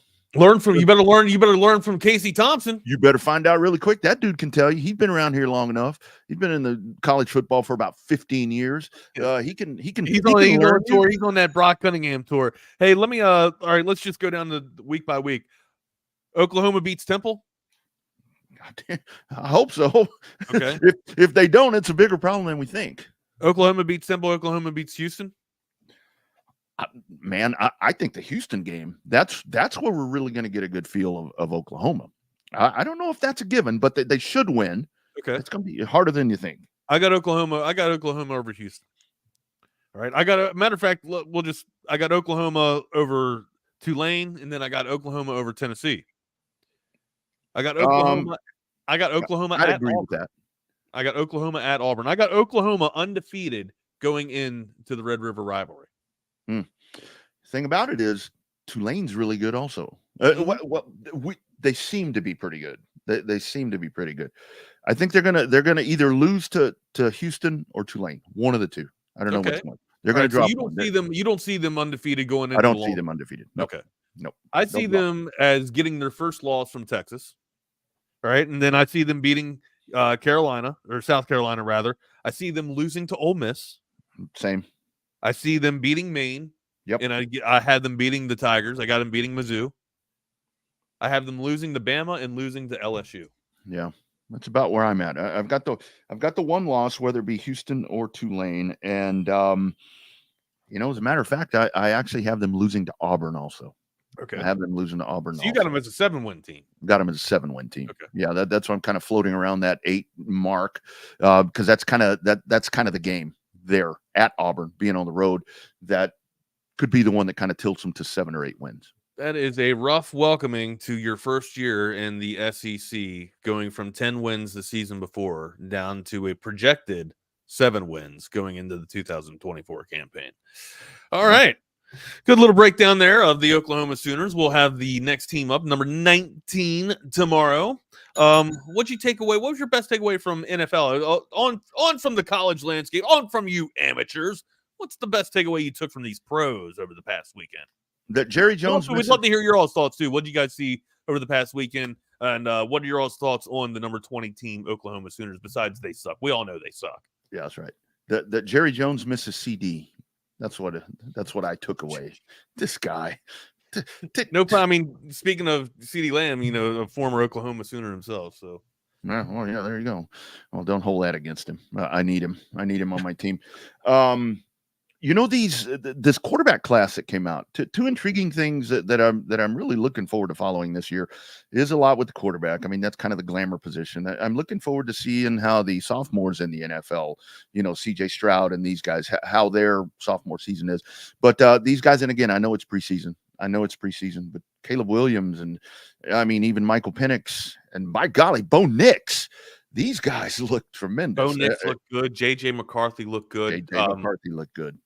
I know he's not on this year's quarterback class, but not just J.J. McCarthy. Like if you're a Vikings fan, you got to be very pleased with what you saw out of Sam Darnold too.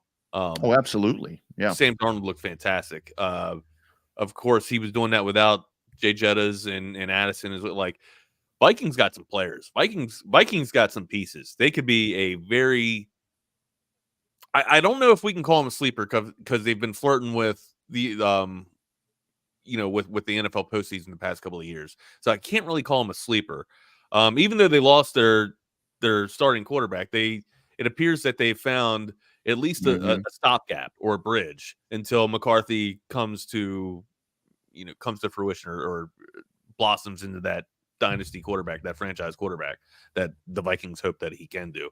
I was very impressed with what I saw of Sam Darnold. Of course, I knew that the arm strength that Sam Darnold has, but it's just been about Sam Darnold staying on the field and being able to emerge in the offense that he's in. I thought he looked pretty damn good in spell of Brock Purdy for San Francisco last year. It's kind of just a plug and play and where Sam Darnold's going to kind of flourish, right? I think he's found a nice little spot with Minnesota. What else? My takeaway. For rookie quarterbacks, for rookie quarterbacks, Daniels for Washington. I was pretty impressed with Daniels. Who else here? Oh yeah, you talk about sophomore quarterbacks. It shouldn't be surprising, right? But it is. It's shocking to see it pick up just like that with almost seamlessly. It was, right? And I was kind of in disbelief when I watched it happen last year because I thought the Texans just kind of surprised everybody and snuck up on people. They don't have that surprise element anymore. Like the news is out. The news is out on the Texans, right? I didn't think that they would be able to find their success or just continue to pick up their success with ease as they did over this past weekend. I thought maybe that CJ Stroud was a good quarterback. I didn't know if he would be able to pick up right where he left off. My God, dude. And again, this isn't, I don't think I'm breaking news here by saying this, but the Texans have a legitimate shot to compete for the Lamar Hunt Trophy. Oh, absolutely. I'm serious. Yep. I thought maybe they'd come off and the Tank Dell and CJ Stroud connection wouldn't be as palpable or as potent as it was last season. But dude, you add these guys right back into the mix and they're firing all cylinders, and we haven't even seen the additions that they made the offseason yet. That's the thing. I am high on the Texans this year, my dude. They are scary.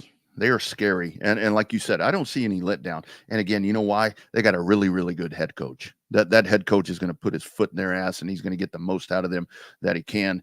And you mentioned Tank Dell. I heard BK talking about this morning, not only getting hurt. I don't know how this had gone over my head. I forgot the dude got shot. Yeah, he got shot. I mean, I'm not laughing at him, but it's like, shit. Yeah, he went home. He went home for a holiday or whatnot. Went to a party. Did we not? I thought we talked about this one. We did. Okay, but I'd forgotten about it though, and it's like this dude's running around out there, and I'm like, holy shit, I forgot he got shot. So weren't you in ICU like 2 months ago?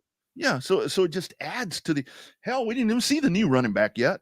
I mean Joe Mixon. Yeah, Joe Mixon didn't even play yet. So it's yes, they are very legit contenders. I think and I see folks. I don't worry about anything. It seems like when something happens at Kansas City, but when Hollywood Brown goes out on his first reception of the game, that's something pretty concerning right there for them. But you have a lot of speed. You have a lot of speed in that wide receiver. Wags, did you see this weekend? It kind of floated under the radar. Did you see Juju got released, or Juju Smith-Schuster is available now? So yeah, no, he had a little bit of a stint with Kansas City. Will he find himself back on that roster? That's the thing. Juju Smith-Schuster is nowhere near the receiver that he was when he was in his first couple of seasons with the Pittsburgh Steelers. Tremendous coming out of USC, but really hasn't done much since, except for get on some clips with Fortnite. Seriously, that's literally what Juju Smith seems to be doing, is playing Fortnite these days with people online instead of working on the gridiron, which is crazy. I don't think that's going to bode well for your career, buddy. But anyways, keep doing those dances, my dude. We all love them. That's why I retired from alumni football, because now I play NCAA 25. So that's safer. It's safer that way. That's right. I tell you one thing that I really liked this weekend. I liked it, but then again, I didn't like it. Jordan Whittington looked really damn good yesterday. But I think like when we saw Jordan Whittington on the 40, we knew that he's a pro. Like, we don't know if he'd be a high draft pick, but we know like he's going to be able to contribute to a pro team. It's that damn work ethic, man. He's never out of a play. He never gives up on a play. He just gives you 110 every time, man. Yeah. And I'm glad to see DeMarvion Overshown making plays for the Cowboys. Number one for him, but at the same time, we needed all the help we can get right there. But that was really cool. But yeah, Whittington. And the thing about it is, I think that dude's really going to find his place right there, because Lord knows Cooper Kupp can't stay healthy. And then the other dude, you'd like to think that McVay would be able to find a spot for. They're going to find a spot for him. Yeah. For I guess the Swiss Army knife of athleticism from Whittington, right? To get the most optimal reps out of Whittington. I think that McVay is one of those dudes that can kind of ascend or allow Whittington to ascend to get to his optimal form in that offense. Yeah. And not only that, I mean, you got Matt Stafford. I mean, you got a veteran quarterback. Matt Stafford. I mean, this dude just gets younger every year, right? It's like, well, it's got to be catching your own passes and shit, Matt. What's going on, dude? I think Matt Stafford won me over against the Cowboys one year when he did the fake spike, and then he get up, clock play, fakes the spike and then rushes in to the damn end zone. I think that's when Matt Stafford kind of won me over as one of the toughest quarterbacks in the NFL. Anyway, I digress. Joe Burrow. I played a little bit of some prop bets this weekend on Fantasy Hub here. Very fun tool. I don't know if you guys have seen the application or not. But if you guys are into fantasy sports or playing your lines or whatnot, check out Fantasy Hub. I like to play prop bets in preseason just because I really can't hone in the lines that well or the over-under score. So I like to take some of the props that go down. Usually your starting quarterback is going to play one series, so you can sit there and think maybe, all right, 50 yards and a touchdown for the quarterback or whatnot, and then he'll come out and then put the backup in. So I like to play the combo stack of the backup quarterback and the starting quarterback because I feel like it's just easy money. But here's the thing, right? With this, you play 3 players, you can hit 3 plays, and then you do like a $10 ticket, right? That $10 turns into a multiplier, more of a multiplier, the more people or the more bets or props you add to your ticket. So say you start out with 3, that's a times 3, right? 3 players is a times 3. You add 1 more player, that's a times 6. You add another player on that's a times 10. So now you got a times 10 multiplier on your $10 bet. But here you got to hit them all. If you don't hit them all, you lose. Wow. That's the caveat, right? Okay. That's the one thing. So I placed a times 10 multiplier. I hit every one of them except for the Burrow one. Burrow was 46 and a half yards. He ended up throwing for 51. I took the under on that. Damn. Yeah. So cool. I would have had a nice little $100 just off of that little pony trick right there. Yeah, that's awesome. Yeah, I mean, and that's again, like I don't bet on preseason football a lot, but I mean that's the stuff. That's the way to do it, right? Yeah. That it keeps the skin in the game. It keeps you absolutely involved and hooked into the preseason football. You're not going to sit there and watch from quarter to quarter. I don't know. Maybe some of you guys do watch. From kickoff to the end of every preseason game. I need skin in the game to do that. Yeah. I'll watch it. I'll watch a complete Cowboy game. I'll actually rewatch it. I'm going to rewatch it again. I'll watch Giants games. I'll watch Ravens games too. But but other than that, it's going to take me, besides seeing the starters play, it's going to take me a little bit of some skin in the game, some initiative to watch the entire contest. Yep. Hey, skin in the game. Don't forget August 22nd and 23rd. TSU is heading to Vegas to Circa. How about a word about these 2 massive games that you can sign up for today? Biggest pro football contests in Vegas are back. Circa Survivor and Circa Million are now up to a record $16 million in guaranteed prizes. 2 ways to win and no rake. Circa Survivor contestants select 1 team each week with no point spread. Last the longest to win it all with $10 million guaranteed. In Circa Million, make 5 picks against the spread each week for your share of $6 million guaranteed through quarterly and full season payouts. Enter in Nevada. Play from anywhere. Visit circusports.com for details. Look forward to seeing you there. Sign up there and you can play anywhere. It's a lot of money on the line. $16 million that's going to be going out the door right there if you sign up for those 2 games. We'd love to see you there in Vegas when we are there. In person. Steven, tune in a little bit later on tonight at revvedupsportshow.com, 6:30, revvedupsportshow.com. I will really break this down, but yes, that was absolute horse shit what we saw last night at Richmond. The way that Austin Dillon won that race, plowing through, and he runs over a couple of the most unpopular guys in NASCAR, Joey Logano, and then he hooks Denny Hamlin into the fence to win, to get him. Look, you got to win to get in the playoffs, especially when you're 32nd in points. I get that part, but that driving last night is why it's reckless, man. It's just horrible. It's horrible. And he should be suspended. He should be. Is that little brother or big brother? That Austin. That's the younger one. That's the younger one. That's another one of the RCR. That's a little family run thing, and something I'm going to touch on. Referring to Ty and Austin Dillon. Yeah, Ty and Austin. Something I'll touch on tonight on our show because I'll have more time to talk about it.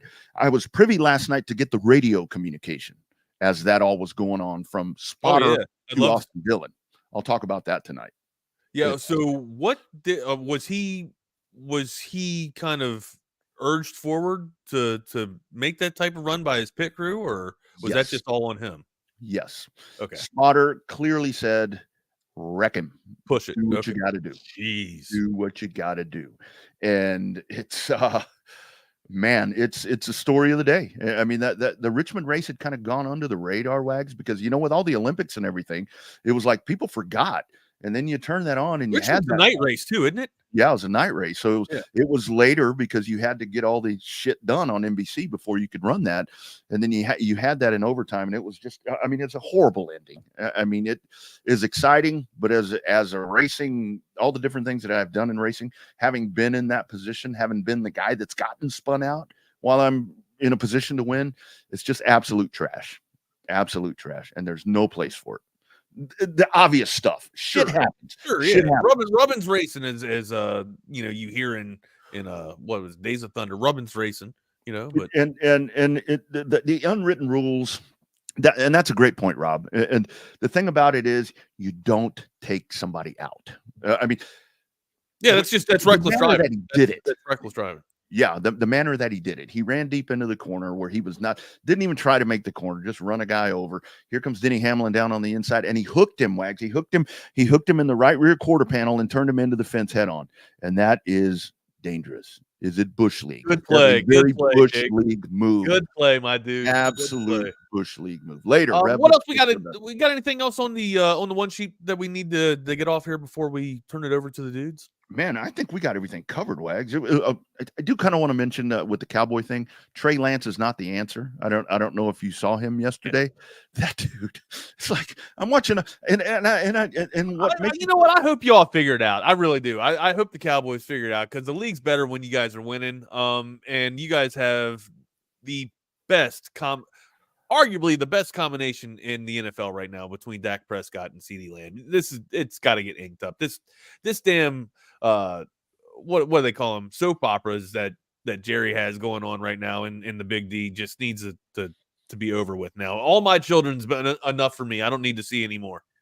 At some point, this needs to be more about winning football games and try to get past the first round of the playoffs. At some point, this has to start happening. And it just doesn't seem – and it's like every time that Jerry Jones cracks a mic, it's like, dude, no. I mean, don't let him talk. I mean, I know he owns the team. I know he's the GM, but shit, man, he's detrimental to business. Yeah. It's like, dude, stop talking. Stop talking. That's just why I don't think that, a lot of people are flirting the notion of Bill Belichick coming to Dallas to be look, and people said you didn't think that Bill Parcells would be in the building either. That's true.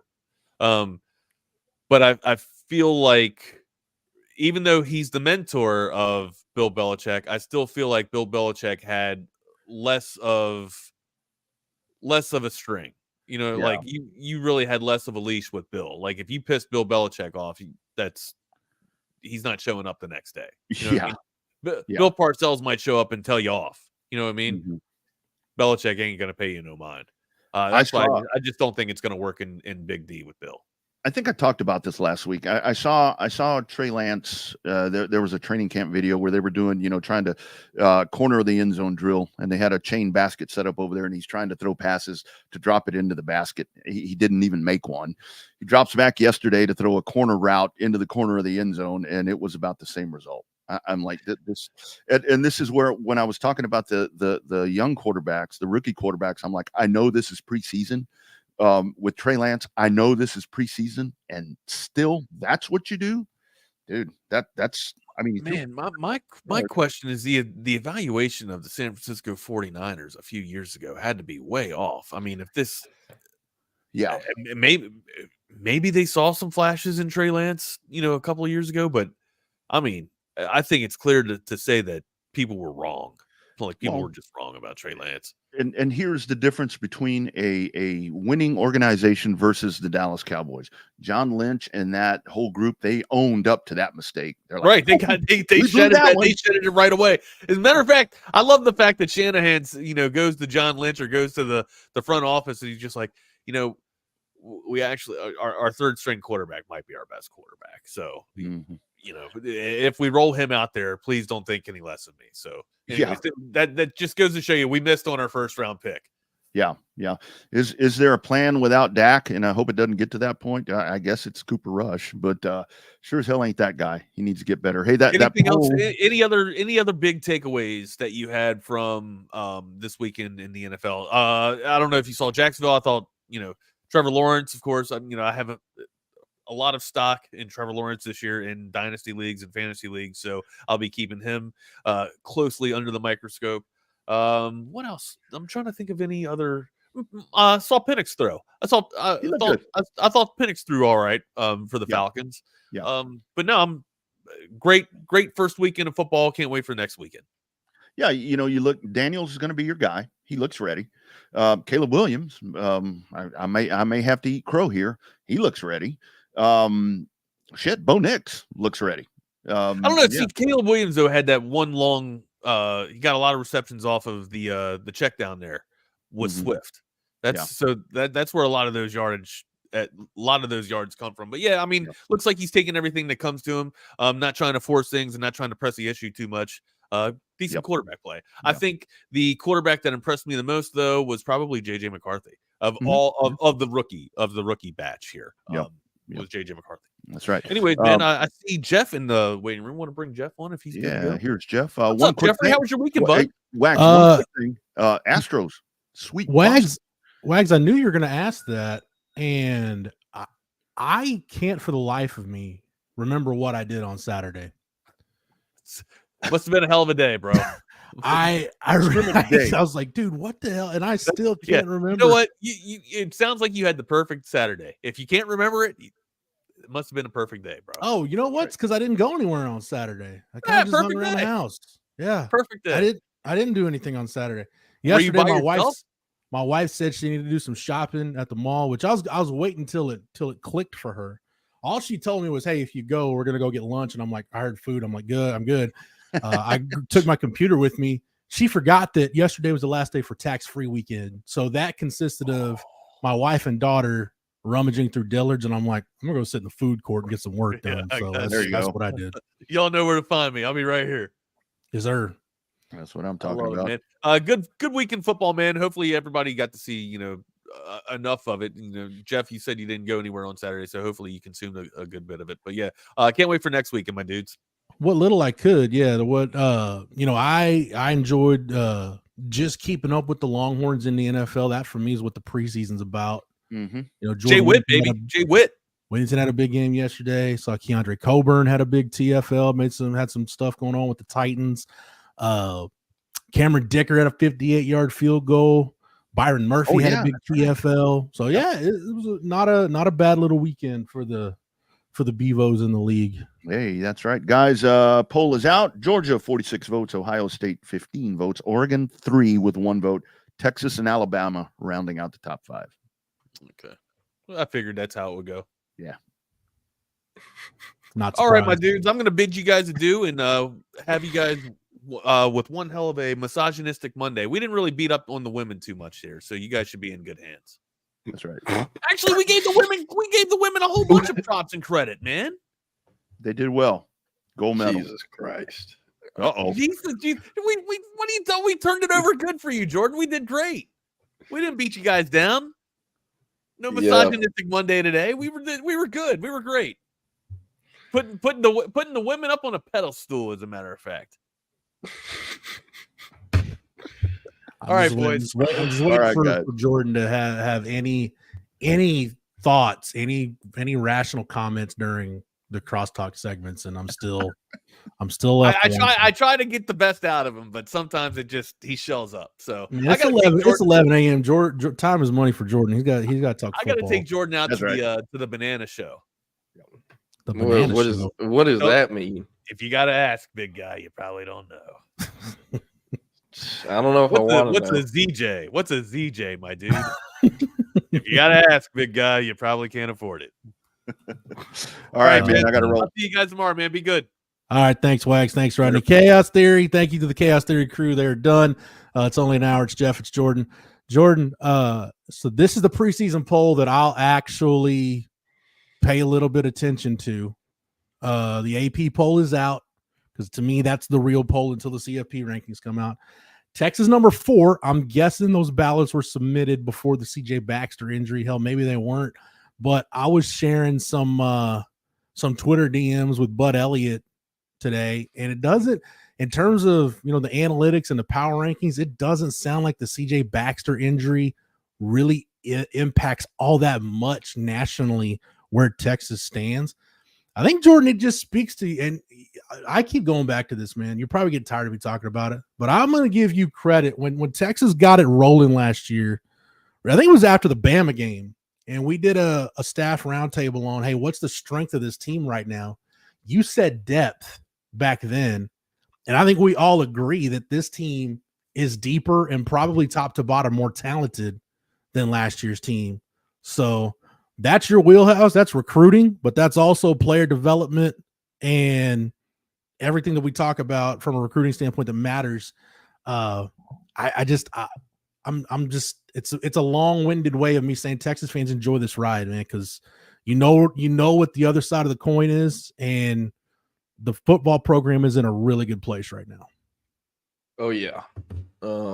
Really, really healthy place. Obviously the Baxter news isn't great, but well, you only have, 4 of their scholarship running backs that were all, hand chosen, hand picked by Tashard Choice. So anything Tashard Choice rolls with, I'm gonna roll with. I think he's only shown us, we have every reason to trust him. So yeah. And like you said, this team is more talented this year. People in Austin believe that are in the facility every day. That yes, this is a more talented team on paper, but they're gonna have to figure out the different parts of what make a national championship team, whether that's depth, chemistry, you name it. So I don't know. It'll be interesting to see, and got a big week 2 matchup that'll I think give everyone a great read of truly how far this team could end up going. So yep. Jordan, let's talk about the scrimmage. We've got our notes posted at Horns 24/7. I don't think we'll go beat by beat here on the show, but you guys can get over to the site and check those out. Thanks to Chip for putting those together on Saturday. And we've kind of heard some trickle out, Jordan. Other than Darren Gillette getting some run at running back and starting his Heisman campaign, was there anything from the scrimmage that really caught your attention? The outside of Baxter, there were no injuries. Well, yeah, I mean Baxter was before, but that's the main thing. You got through the scrimmage healthy, so good on that. Drew Makuba got himself a pick like that. Sorry, I just pulled this up to give myself a refresher. Jelani McDonald with the pick. Jordan's been grinding on the Stampede this morning, so I'm gonna apologize for him if his brain is a little fried right now. Yeah, but no, I mean, I don't know. More Ryan Wingo good news, of course, and I think I did manifest the Gillette carries a little bit, potentially, but I don't know. Hey, he wants that trophy like he got it in the game, but where is this? I have another one for you. I want to get to this before I forget. Sorry. I'm pulling it up on my computer. Where is this?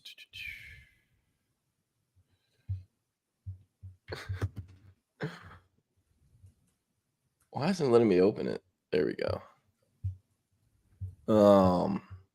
Not 1, not 2, not even 3, not even 4 either. 5 Heismans in a row, baby. Look at Zena looking like he's looking like the defensive end version of Ndamukong Suh right there. Yeah, baby. I mean, hey, he gets it done. That left end spot, I've had a Heisman winner 5 years in a row. Sounds like the best recruiting pitch, known to man. Well, if you can't recruit edge rushers, you should fire your recruiting coordinator. No, I do. It's funny because in recruiting and Dynasty, it has like this team needs thing, like how many guys you actually need at the position. And I never listen to it, like never. It's always like you don't need any more D linemen or D ends or O linemen, and I take at least like 3 at each position in the cycle, and then just push out the worst ones into the portal because you can push them into the portal. But so pretty successful in Dynasty so far. But no, for scrimmages, how many of those do they have left? So they'll have the scrimmage on Saturday, and then they'll come back on the 24th, and that'll be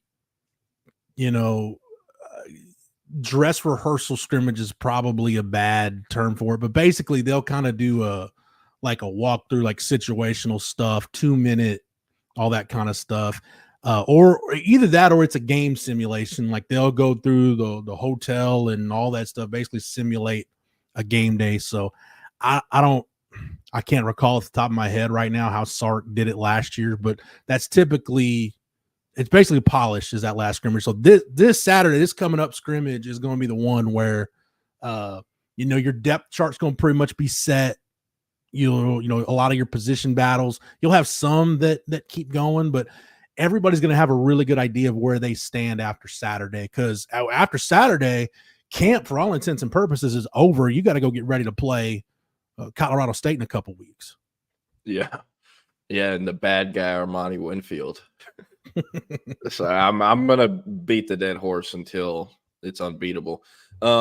Jake said, for those on audio only, it says, is Gillette getting carries a running back indicative of where he might be in the linebacker rotation, or is it just to see what he's got there? I honestly think it's more of, let's see if we have someone else on this roster who can also tote the rock at a high enough level for us. I think it's still super early, but the early returns are that Gillette could do it if it really comes to it. But I think it's less indicative of where he is in the linebacker pecking order. And again, more of, let's see what we got here potentially at running back. This season, I don't think he was anticipating a super high snap count at linebacker. They have obviously Benda coming back for a 6-year, Anthony Hill, who will be, the first linebacker in the draft. Not this April, but next. There's only so many snaps to go around. And as much as you want a guy like Gillette to get some experience, are you going to take David Benda off the field? Are you going to take Anthony Hill off the field? No, you're not. So, I think for him, the writing on the wall was that, year 3 is probably going to be the year you really can make your first impact. But, maybe it's year 2. Maybe potentially some injuries happen at linebacker where he has to play. Maybe some more at running back where he has to play that position. Don't know yet. We have to let things unfold. But I don't think this really is supposed to talk about him, or is supposed to show that, he's not ever going to be a linebacker at Texas, or he won't ever get playing time in that position. I really just think it's Sark and, the rest of the staff doing due diligence in case if it comes to it and they need another running back. And I honestly think we should. We obviously both talked about Gillette and brought up how I believe his sophomore and junior year, he not only was all-state on defense, but he was an all-state wide receiver. Now, keep in mind, he did play 2A, so, an all-state mention in 2A is going to be easier to make than a 6A all-state. But, nonetheless, it's very impressive, especially when you remember that he blew out his knee before his senior season. So I like it. With the point I was trying to make, though, I think we both should have been like, there's no way they don't give Darren Gillette a look, instead of being like, oh, maybe they should give him a look. Yeah. And it's because with what Baxter is as a running back, more specifically kind of a power runner between the tackles, it's going to go downhill. You want someone who can replicate that. And, while we did kind of throw out like, oh, maybe Wardell Mack, maybe this guy. If you go up and down the roster and just look at the body types and what they could move like or, hit like with the ball in their hands, Darren Gillette is just about the closest thing you'll find to CJ Baxter outside of an actual scholarship running back. So, if you do factor in the running back groups, then Jared Gibson will be that next man up that's, closest to what Baxter brings to the table. But he's a true freshman. So, we'll see how much he ends up playing in that role. But can we talk about Jared Gibson real quick? Because this is my fault for not giving you more of a platform to talk about this last week. But you're one of the few people in this Texas market that's actually seen him play, like with your own eyes. Went to see him play at IMG. I kind of describe him, and again, all I've seen is the tape. And I know Andrew Ivins, who's one of our lead guys on the rankings committee. Andrew Ivins is a big Jarrett Gibson fan. When I watch Gibson on tape, he kind of reminds me of one of those Broncos running backs Mike Shanahan had back in the day. You think about Terrell Davis, Mike Anderson, Olandis Gary, that were just kind of see it, stick a foot in the ground, and boom, one cut and it's vertical, and they're violent downhill runners. That's what I got from watching Jarrett Gibson's tape. and even some of the stuff you posted on the Twitter machine when you watched him in Nashville. Did you get that vibe watching him that this guy is a no nonsense, stick a foot in the ground, get vertical, just kind of nasty inside the tackles runner? Yeah, Colin and we kept talking about it that night.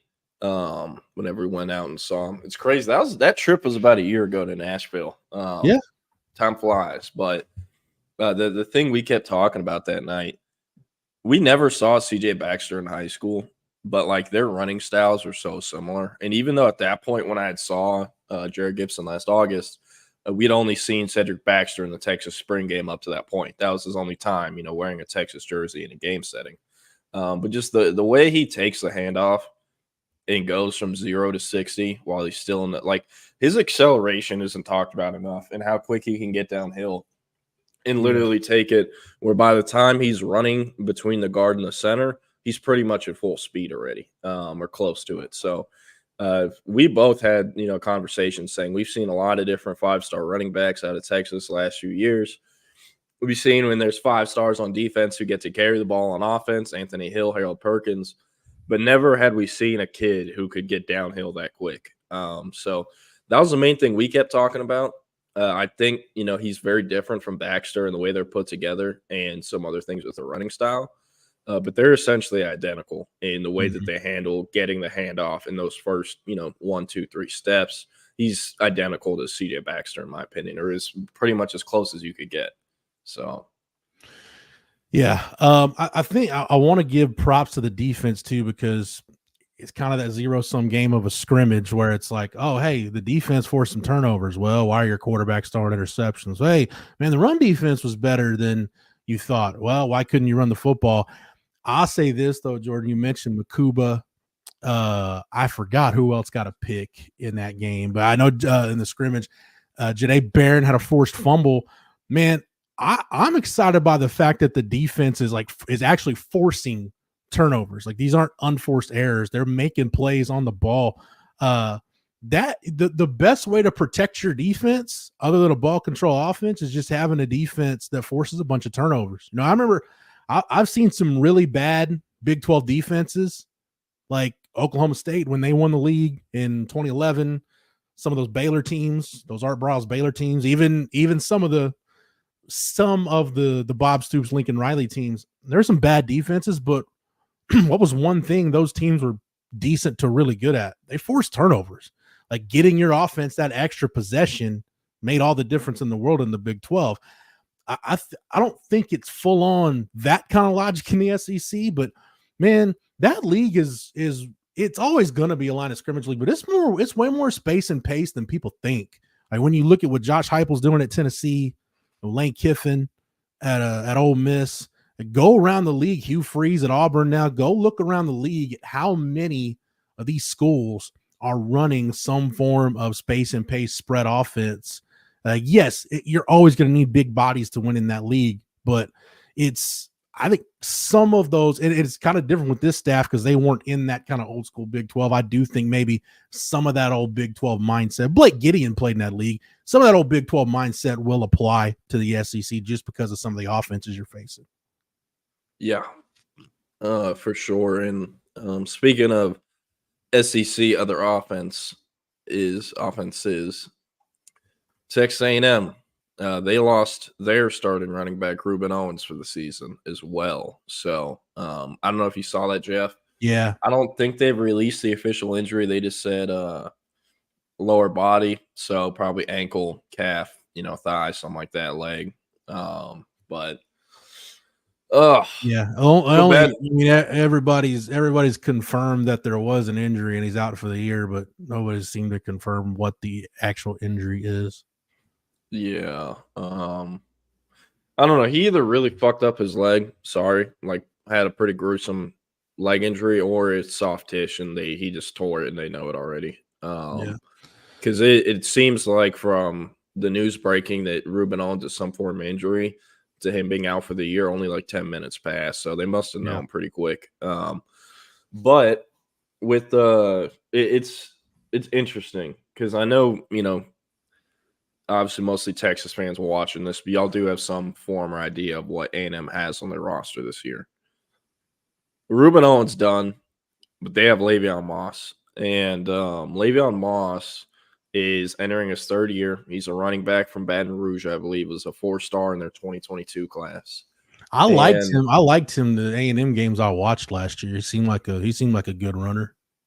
Yeah, he runs hard as hell. And with him, he's in a very similar how do I say this situation to as Jaden Blue, where he was going to have to split carries, but the plan was to make a push for the NFL this season. Now that both those starters have gone down, I mean, it's essentially a contract year for both of them. They're going to decide where they go in the NFL draft by being not, one of the guys, but the guy at the running back position. Yeah. So I know while Texas fans are probably like, oh, that's good for Texas. That'll help. Le'Veon Moss is damn good. Le'Veon Moss is a top 247 guy, if not top 100. And another reason why this year could be very important for him, Le'Veon Moss moved into Texas A&M with 2 kids already, and I believe he has more. And he's trying to get to the NFL as soon as he can. This is the last year he has to play before he's draft eligible, so the plan is this year. But I'm telling y'all right now, similar thing you saw with Malcolm Brown at D-line. When these guys have kids, there's extra motivation to get to the league, and they will do what they can to leave as early as possible. So, again, them losing Reuben Owens isn't great. But Le'Veon Moss might have ended up having a better season no matter what than Reuben Owens regardless. So it's not like, they just got some Joe Schmo running the ball in College Station. But, so I don't know. I'm going to hit on some of these questions real quick. What do you think about Gillette? Just real quick, Jordan, I'll echo what you just said. The first time I realized that some guys, as much as it might make sense for guys to stay, that they just have to go was Earl Thomas. His family lost pretty much everything when Hurricane Rita rolled through. I believe it was Hurricane Rita rolled through the Golden Triangle, and it was pretty clear that, hey, he's going to be there 3 years and he's done. Malik Jefferson was the same way. Like, hey, it doesn't matter if he's a first round pick or an undrafted free agent. His situation required he's going to be gone after 3 years. So yeah, that's where you're talking about the contract year. That's exactly the case. And actually, looking at the numbers, I knew he was productive last year. Moss actually averaged 5 yards a carry last year, had almost 500 yards. So again, he's a pretty solid runner for the Aggies. Yeah, and if you have you're probably going to be like, Jordan, shut up. But if you have another full offseason going against Torian York in practice every day, you're going to get better. You're going to get better. Mark that this is the time of the show where Jordan shared his love for Torian York. Shut up. Jose said, we need Bond to step up this season. I heard he isn't a for sure starter at this point. Kind of disappointing considering the money spent on him. Look, he might not be a for sure starter, but Isaiah Bond is going to start this year. Might not be a for sure starter as of now. But if Isaiah Bond isn't starting week 1, we have bigger problems than that, I feel like. But Jaden Blue, 1,300 yards seems really possible. I think it goes from, a possibility to an expectation at this point. I think we're going to figure out very quickly how much Trey Wisner is actually going to get the ball. So we'll see. And is Bond going to return punts? I think they're still working on that to try to figure that out. Matt Golden gets some reps in, Jonte Cook, Silas Bolden. I don't think they have had Wingo back there, but in practice, it's been those 4 guys, at least each time I've been there. I don't know if they've changed that or added or subtracted guys from that equation, but yeah.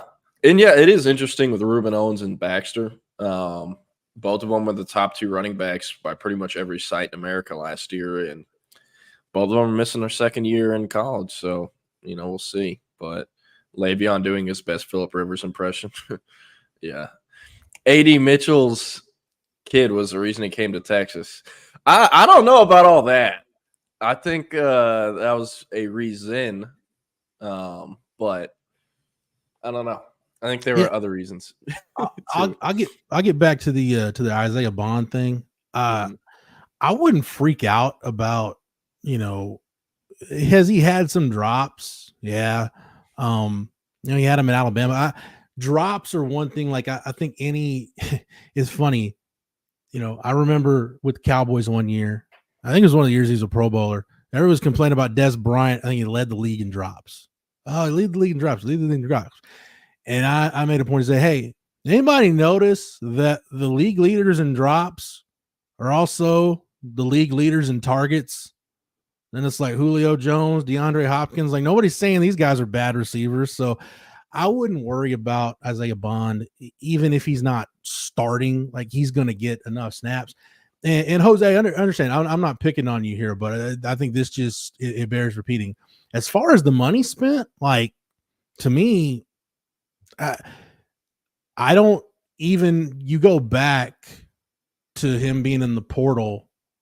I mean, I think if Texas had to do it over, even if, let's say, like Isaiah Bond, let's say they get nothing out of Isaiah Bond, which, like, I don't think any of us are planning on that happening.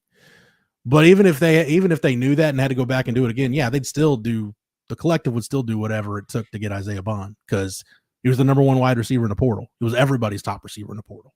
So even if it's not Isaiah Bond, like, a couple of these portal guys are going to end up being really good players for Texas. Yeah, I like the approach Texas sometimes takes where it's like, hey, we really only need one true difference maker, but we're going to go get these three guys who are really good. We think all of them could hit. Yeah. The chances are at least one of them is going to be a first rounder, right? Yeah. So, I like when they take those chances. And yes, CB, I know I'm just giving you shit because, the bag won out too. But, and I'm not saying Isaiah Bond's not going to be that guy, but, like I said, I wouldn't, bottom line, Jose, I wouldn't worry about it too much until we get to the games. And then if we're seeing, there's a difference between, like, contested drops and a guy that just lacks concentration. So yeah. I think all that'll sort itself out. I like talking about practice.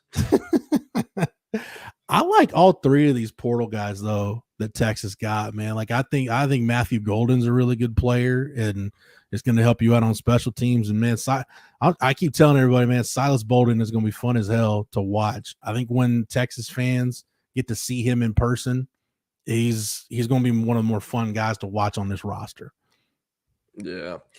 No, kind of embarrassment of riches in that receiver room. Thorpe Barron. Do you think CJ will enter the draft, or do you think he has to play one more college year? I assume you're talking about Baxter.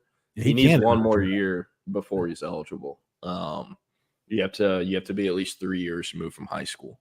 Yeah. But yeah, and you want the prediction for 2024 for the go ahead, Jordan, for the guys in red and black? What's that the Lake Travis segment? Is that what you say? Is that what you say? Okay. They got Arlington Martin starting off the year. I might actually be at that game. It depends. They got them at Globe Life Field on the road. Look, they're winning that game. Are they playing that actually at Globe Life, or are they playing it at Choctaw? I meant not Globe Life, at Choctaw. That's what I meant.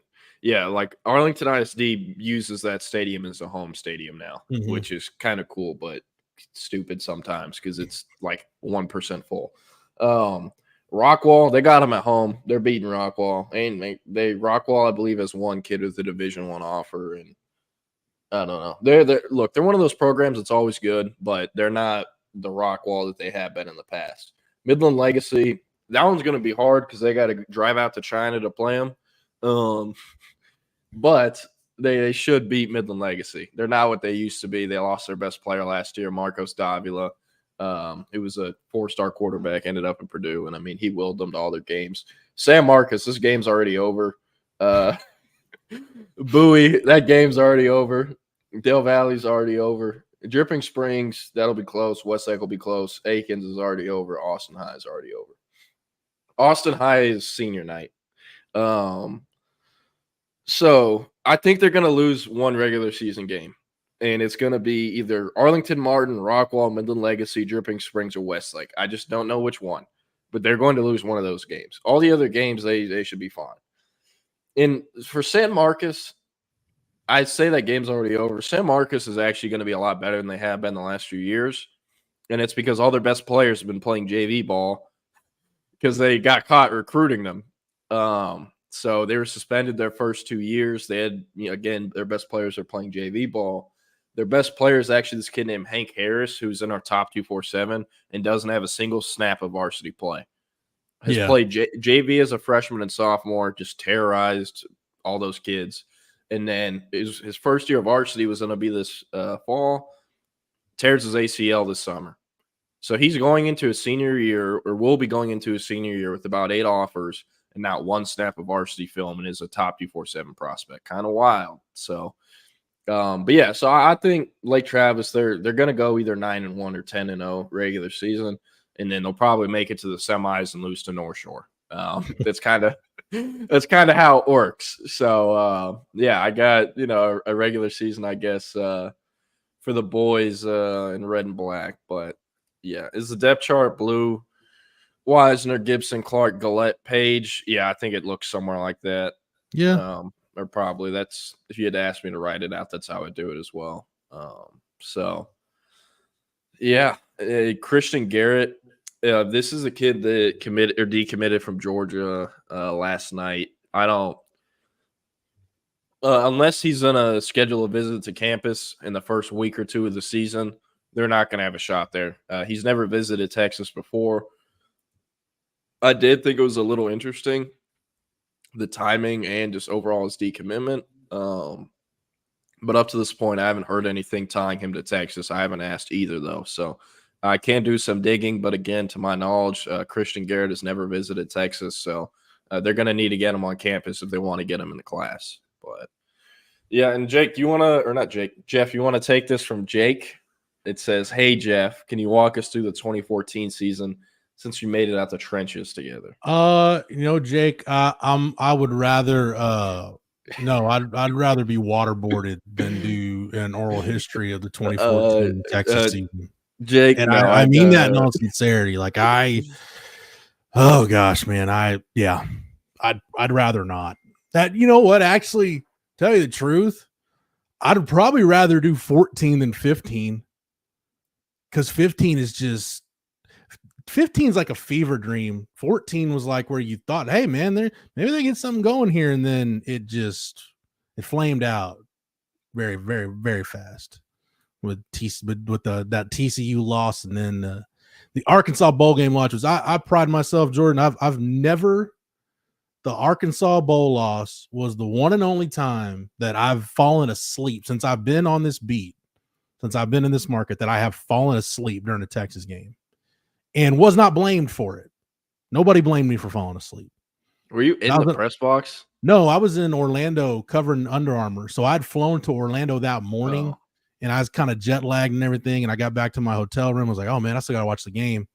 And I remember it was 7-0 Arkansas, I think. And I knew it wasn't going to end well, and I just fell asleep.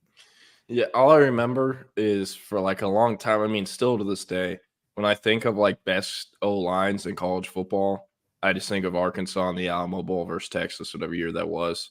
Like, that was just domination.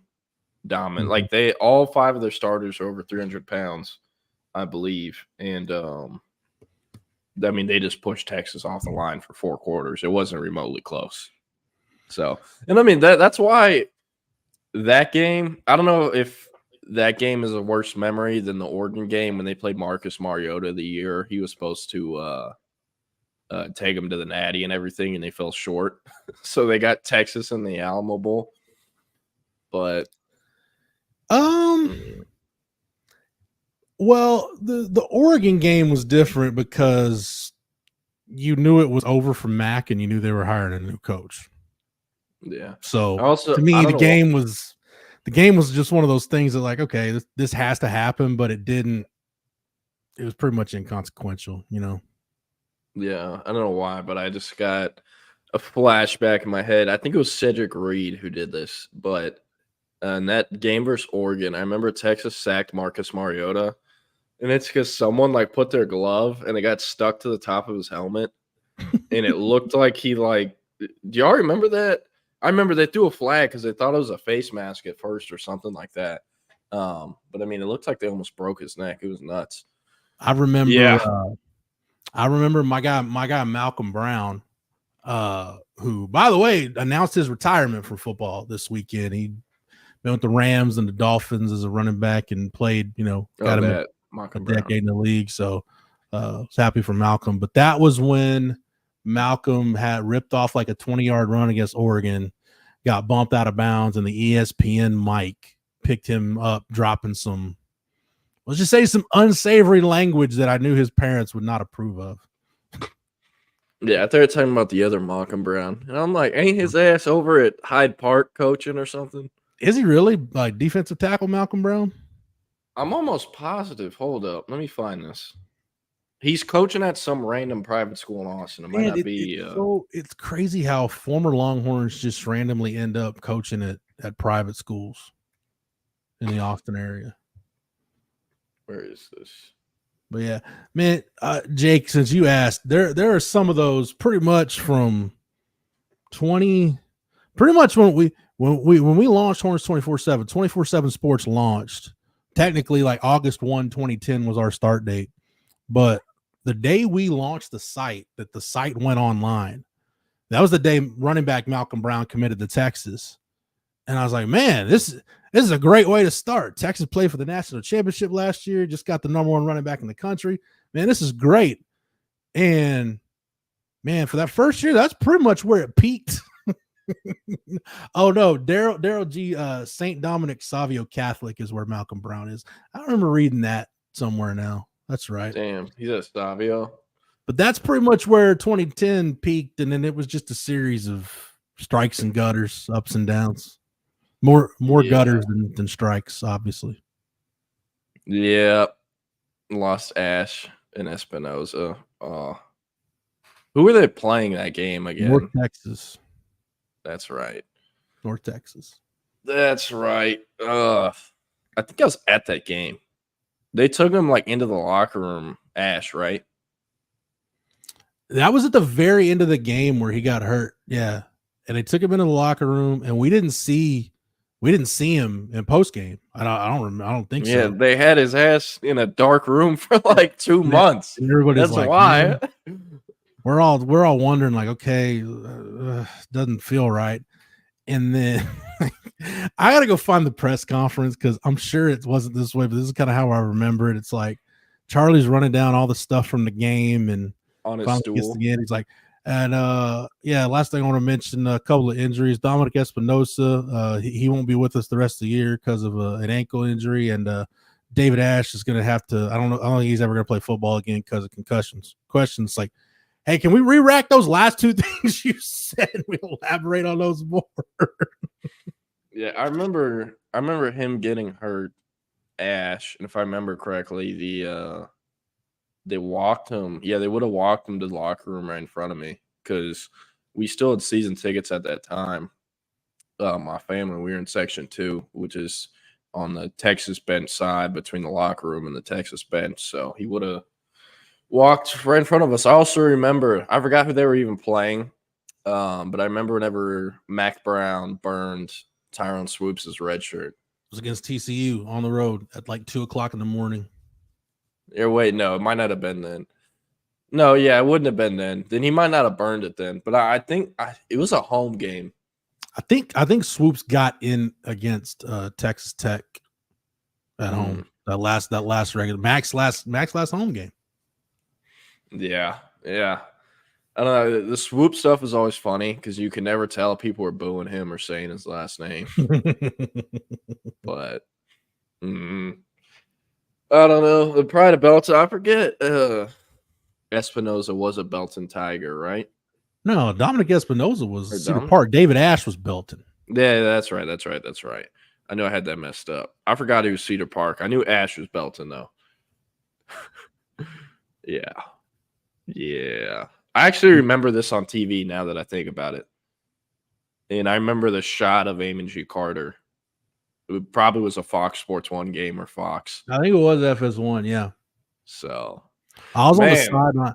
I was on the sideline, and I mean, there was like a couple minutes left in the game. It's like 1:30 in the morning, and I see them trot Swoops out there, and I was like, what in the hell are they doing? Like I just felt it was a disservice to the kid, but what do I know? I'm not getting paid a couple $1 million a year to coach football. But did you know Tyrone Swoops is into coaching now? Where's he at? I don't know. He was at not Whitewright, where he's from, but he was working at another 2A school in that kind of Oklatex area. Oklatex area, Texoma, whatever. Like Tom Bean or somewhere thereabout. Yeah, and I don't think this was ever reported. I only know this because for another reason. But he got caught as part of a recruiting scandal thing in 2A. What? Texas, yeah. So he was gonna. Yeah, I believe he had to move programs he was at or something like that. He was at a school I'd never heard of though. So for real, man. Yeah, I don't think it was like he was the one reaching out to kids and being like, "Hey, you should transfer here." But I just think like it was a thing where one of them got caught and they had to tear the whole thing down and get rid of everyone. I don't know. Dude, that's disappointing. That's disappointing to know from Tyrone Swoops. Luis is staying on the. I didn't think. Thank you, Jake Bayless, for getting us down this rabbit hole. By the way, I like how CB said Case McCoy got to play on a Sunday. Now that's that's really good. CB, that's up there with your best work. It's up there. Hey man, I'm just saying, Case. I think Case listens to programming in the local area. So really, CB, bro. CB, bro, watch yourself. If Texas is in an overtime game, it goes past midnight this fall, you might get a Max Merrill playing on Sunday out of me. Dude, there were so many in the 13 season. There were so many wild ass games. Like I didn't go to Provo, but that one spoke for itself. That was the worst. Taysom Hill, the Mormon missile out there just killing folks. It was so funny when he started popping off in the league. Because people were everyone's like, wow, this Mormon Taysom Hill guy's awesome. And Texas fans are like, no, F this guy. Right, he's like 40 years old out here scoring 100 fantasy points. Seen this too many times. I saw that ridiculous ass Ole Miss roster when like Laramie Tunsil and Robert Kimdichie and Laquan Treadwell, when they were freshmen, came to Texas and beat Texas. My dad was that game at the Grove. The OU game that year, which was, I was thinking about that yesterday for some reason. Me and my wife and my daughter, we went to eat at Matt's, and for some reason I don't know why we're walking the car leaving, and for some reason I started thinking about the Jay Johnson punt return. You know why? That's because it was hot. Just in the parking lot dodging the cars. I remember why. Because it was hot walking on the pavement. And I was like, man, maybe my shoes are gonna melt. And I was like, be like DJ when he had to fan his feet after that punt return against OU. And I'm like, oh, why the hell I just thought of that punt return? But yeah, and then dude, there's the West Virginia game that went into overtime that year against a bad West Virginia team. Dude, there were some wheels off games that year. I love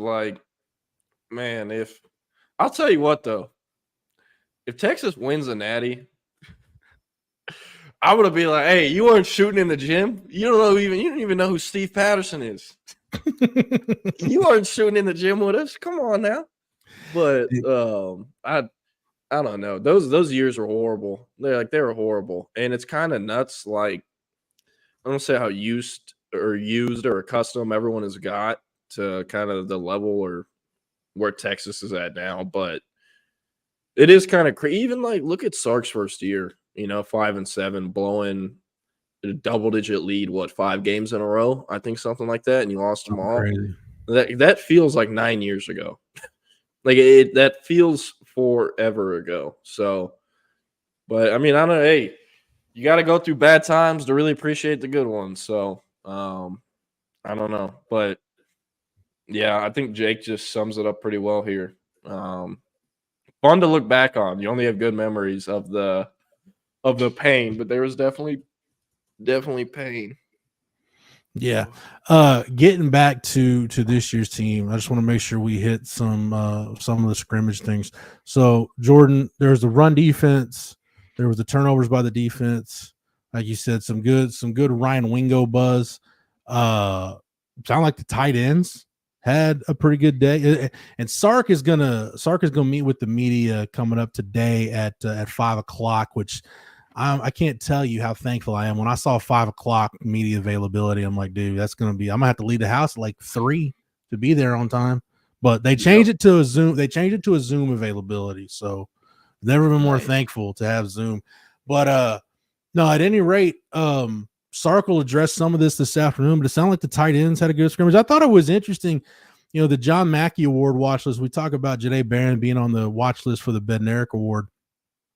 Amari Nyblack was on the watch list for the John Mackey Award for the nation's top tight end. And I'm like, okay, not only is he not a starting tight end at Texas right now because Gunnar Helm's the number 1 tight end, it sounds like Juan Davis is like seriously pushing him to be the number 2 tight end. Like Juan Davis is pushing for snaps. So I don't know. 2 things. One, it shows you how disjointed the preseason watch lists are. Like, how is Janae Barron on the watch list for the 2 National Defensive Player of the Year awards, but he's not on the watch list for the Thorpe Award? Make that make sense. And it just shows, especially after he was like a semifinalist last year or whatever. And it shows you how freaking deep this team is. Yeah. Yep. I don't know. I'm just gonna pull this up because I'm interested. What do you think about this? David Keith Williams, for those of you listening, says, I think the David Ash injury is the one event that most negatively impacted Texas and led to them being marginal for an entire decade. No, I'll say it started earlier than that. I think, and I just thought of an interesting question in my head. Like, if Sark ends up winning a national championship, like Texas wins an SEC title, Sark wins a national championship, would you do it all over again, knowing you'd have to go through pretty much a decade of mediocrity? And I honestly, I think I would, just because I think if they had gotten the offense right post Colt McCoy, post Colt, and they had just kept doing what they were doing and kept recruiting to that offense, and maybe Garrett Gilbert, maybe he's not a first-round pick, but maybe Garrett Gilbert has a much different career at Texas. But at that point, is Texas just kind of an 8-4, 9-3 team for, 5-6 years, where you're never going to be terrible, but you're never going to be a national championship caliber team? You're Penn State. Yeah, you're Penn State right now under James Franklin. You're Georgia under Mark Richt. Like, you may even win a conference title, but you're never going to be a CFP team. You're never going to get into the playoff. And think about too, like, most people feel as if Mac Brown outdid his stay or overdid his stay. Man, imagine if Colt doesn't get hurt, because we know they're winning that game, right? How much longer is Mac Brown still in Austin? If Colt, I feel like this. I think CB hit it on the head. Yeah, I think Mac. I kind of go back and forth on this, but I think I've settled on, if Texas wins that game, then I think Mac retires and rides off into the sunset. I think the way that thing went, that completely changed who Mac was as a football coach. I think he was so focused on trying to get back to that point. And you look at the way the roster was built. That's why Charlie got left the kind of roster he did, because Mac they took chances on some guys that, from a character standpoint, they shouldn't have been taking chances on. Like, you knew, like, man, you just hope this doesn't blow up in their face. And there was quite a few of those moves that blew up in their face. But yeah, I think that's where I'm at. I think CB's right. It probably is Marcel Darius that killed Texas football. If they win that game, though, I think Mac rides off into the sunset. He's got more. He's got, that second national title, and, he rides off into the sunset. And Will Muschamp takes over, and the staff changes that needed to be made would have been made. And I don't know if Will Muschamp wins a conference title, but Texas, again, probably like a 9-win team, kind of what they were before that 25-2 run. Just kind of 9 wins in the regular season and get a chance to get you to 10 with a bowl game. Basically, I think there's I've said this before, but maybe this is where I'm settling. I think there's an alternate universe where Will Muschamp is James Franklin. recruits really well, wins enough to keep his job, but not enough to, be a national championship caliber guy. Yeah. Yes. That was around the time. It says, was that around the time Nick Saban was rumored to come to Texas? Yeah, well, in 2013, I mean, depending on who you talk to, if Mac isn't defiant and steps aside graciously, there's a lot of people still to this day that'll tell you Nick Saban's the head coach at Texas in 2014. So who would have been we're really going down this rabbit hole. Who would have been there higher than when Saban would have retired from Texas? No. Say Saban took the Texas job and coached up until he retired in mid-January like he did in real life. Yeah. Who is Texas hiring mid-January? Ooh. Depending on how things would have gone, assuming he had the same trajectory, they probably hired Kalen DeBoer. Yeah, I was thinking the same thing. Man, it's nuts. And David, we were saying if Texas was to have won that national championship game and Mac stayed, then they probably just would have turned into Penn State where they're going 9-3, 10-2 every year, but like they can't beat certain teams or get over certain humps. Yeah. We weren't saying the 2010 decade of Texas is anything close to what Penn State is doing now. That was way worse, much horrible, absolutely different, like you said. And actually, Texas probably does win a conference championship in our hypothetical because the Big 12 wasn't that great. And, you had Baylor and TCU getting really good at a time Texas was bad. Yeah. Yeah. What do you think? I don't even know. 3-year backup quarterback. Who's he talking about? Well, I think Jack might be talking about John Childs. I've talked to some Texas lettermen over the years, and I don't know if this has changed, but there are still some Texas lettermen that, and Doza hit it on the head. They believe if Sherrod Harris goes into that game instead of Garrett Gilbert, Texas beats Alabama. I don't know about all that, but there were a lot of lettermen who were pretty, I don't know if bitter is the right word, but were disappointed that Sherrod Harris didn't at least get a chance. It's weird to go down these rabbit holes because you start thinking about all these hypotheticals. My big one is, man, what if GJ Kinney stays at Texas and he's your backup quarterback? He's good enough to win you that game. Yeah, no, it's nuts. I love the butterfly effect in college football and just talking about and it. That Marcel Darius thing that's the ultimate one. Not just for Texas, but what if Colt doesn't get hurt? Changes. Josh Payton did this on Late Kick. I think in the spring, it's like, hey, what's the one big moment that would have changed everything? If Colt doesn't get hurt, you think about the reverberating effect from that, how much stuff changes. Man, think about this. Oh, no. My computer's doing the thing again. I was saying, think about this. What if Vincent Paul Young Jr. transfers? I don't even want to think about that. Is Mac even there still by the time Colt McCoy has to play Marcel Darius? I don't know. And also, probably not. All A&M talked about for however long until Texas joined in June was that they're the only SEC team. But they don't talk about enough that if their dummies didn't leave, then they probably could have maybe potentially won the Natty. Who knows? But I don't know. Obviously hypothetical. So Jevin Sneed was still at Ole Miss. It's tough to say because you're not in the CFP format. Remember, you're still in the BCS era. A&M would have had to go undefeated. They would have had to have been undefeated, and one loss, and their goose is cooked. Plus, you think about it. You think about A&M's SEC schedule that year. They played Florida their first game, and I think that hardened them, that calloused them up a little bit.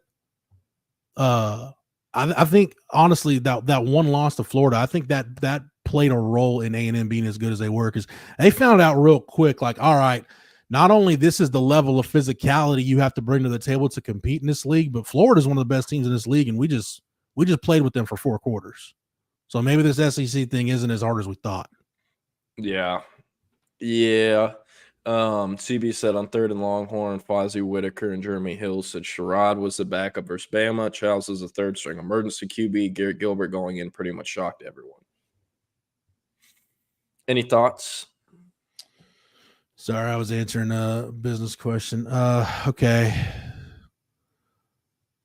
Yeah, I mean that opinion, those 2 guys aren't the only 2 guys that have had that opinion. That they felt like one of those other guys, mainly Sherrod Harris, should have gotten a shot. Yeah, I was shocked. I remember being shocked when Gilbert went in the game. Do you know this answer, Jeff? Was Jevin Sneed still at Ole Miss during that game? Rest in peace.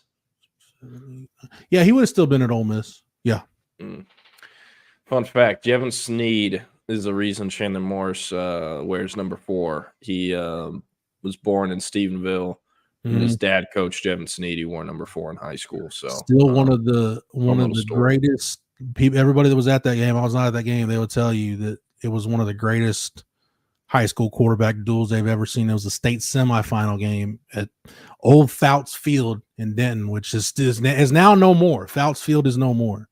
But it was Jevin Sneed in Stephenville against Matthew Stafford in Highland Park, that was the state championship that game that year. Everybody knew whoever won that game was winning the state title because Highland Park played Marshall the next week and I think won like 59-0 or something. They ran Marshall out of the building. But you know who Matthew Stafford and the Highland Park Scots couldn't get past? The Lake Travis Cavaliers. Travis Cavaliers. I believe Lake Travis beat Highland Park for 2 of the 5 in a row they won. So, but yeah, and no, I ain't putting no curse on you, Ricky Bobby. Did they play at Floyd Casey, Jordan, in Waco, or am I just imagining things? I know the 5th one was versus Waco Midway, and if I'm that was at the Death Star. Yeah, and that's what I was about to say. I think that one was at AT&T, but I believe the 4 other ones were at Floyd Casey. I know they played Longview one of those 5 years. That was at Floyd Casey, and they played Highland Park 2 of those years, and I believe both of those are at Floyd Casey too. Yeah. But yeah, and at Sticky 12, we're just living in fairy tale world over here. So yes, if Colt doesn't get hurt, Texas wins that game. Mac rides off into the sunset. They hire Saban, and Texas has basically like 8 natties in the last 12 years in our hypothetical world. Come join us. It's fun over here. Yeah. We live in fantasy land. It's fun. Oh, it's just CB explaining it. But yeah, David Keith Williams, thanks everybody for participating today.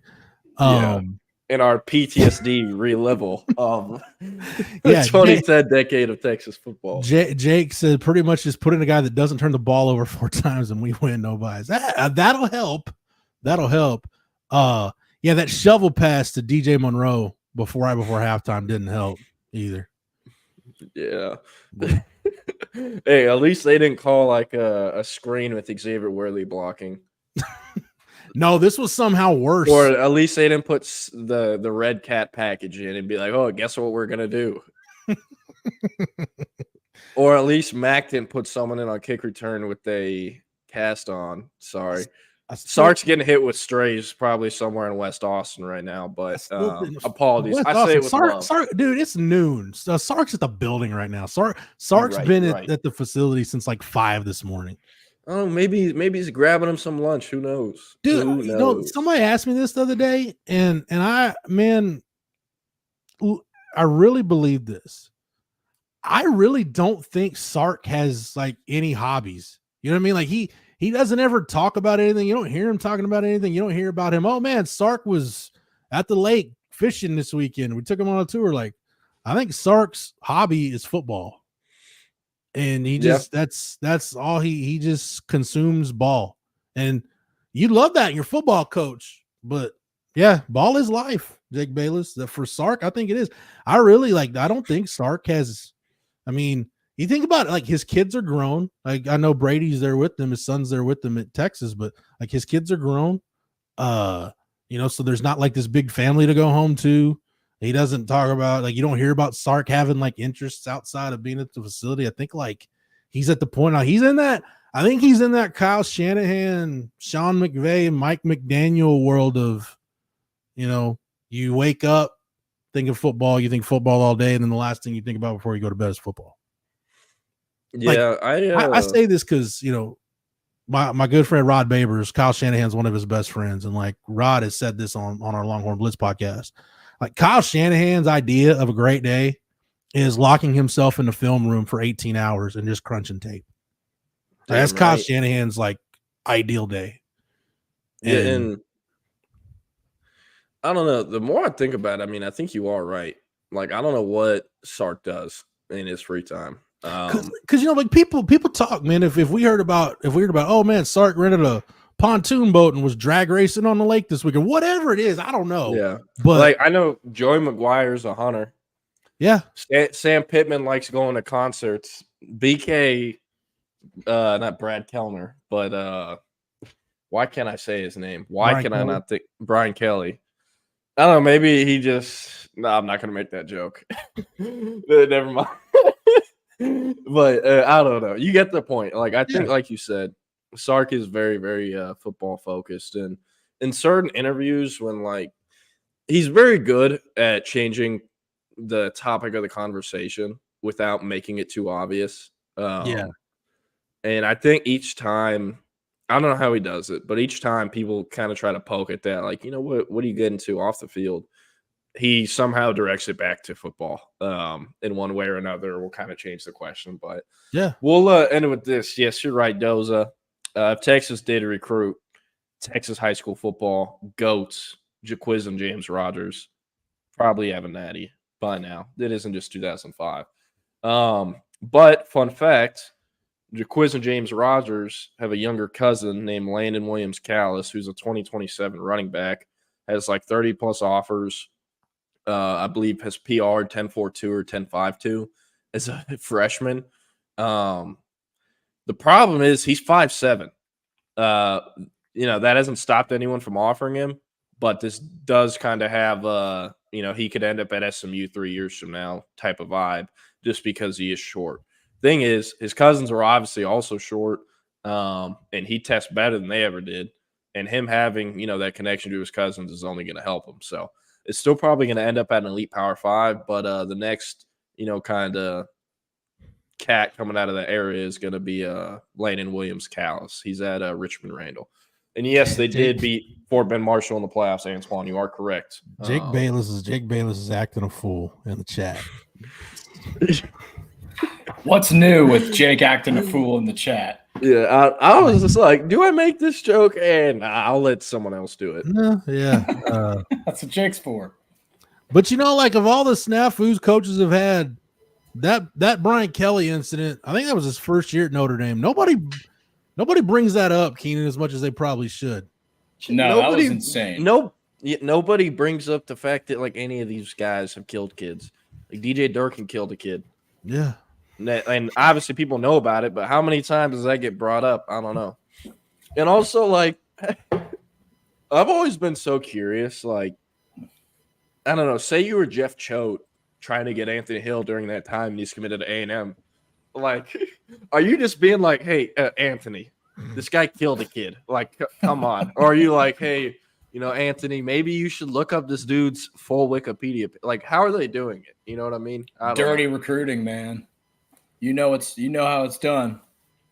That's why I appreciate Sark being out front with his pass. Like he doesn't hide from it. He's like, I got a pass. I heard him say this at the THSCA convention. I think it was going into year 2. He was like, I've got a pass. You can Google it. It's like, I don't shy away from it. Like, yeah, that's true. Cause I mean, I'm going to go ahead and guess at some point people have, and I know, I heard of it happening right after he got the job. There were schools that used Sark's past against him in recruiting. It happens, man. Some people just like doing negative recruiting, and then you'd be amazed though at how many kids that'll turn off. You'll right. lose a lot That's more my than you thought. will It's like, with the ew, recruiting. gross. Yeah. So, yeah. All right. Well, that's going to do it for It's Only an Hour. We're going to, it's false start. It's Joe. It's Keenan. Hey, where's Eric today? Why is Eric not here? Eric is covering Sark's presser, I believe. So I'm actually going to be doing Mondays for a few weeks while Eric tends to that. Yep. All right. Well, Awesome. Joe, I'll get used to seeing your smiling face then on Mondays. Yeah, everybody have a great rest of the day. I expect plenty of DJ Durkin talk to continue on this show, and Jordan and I are going to be back tomorrow. Yeah. Y'all have a good one. See you guys. Peace out, Jordy. Peace out, Jeff. What is up, everybody? We are here. We are live. I'm in Austin. Where are you right now, Joe? Right now, I'm in Germany. Unfortunately, I've talked about it before. Good Lord, what time is it there? It's like seven at night. 7? Yeah. Okay. Yeah. So it's not too bad for you, I guess. No. Why are you in Germany again? I know you have roots there, or your wife or something. Yeah, my wife works over here, so I've been going back and forth, but thankfully get to be in the U.S. Full time for about 6 months, starting in like 3 weeks. So nice. Looking forward back to in the homeland, brother. Absolutely. We are false start. We are here to take you to 1 p.m. ish.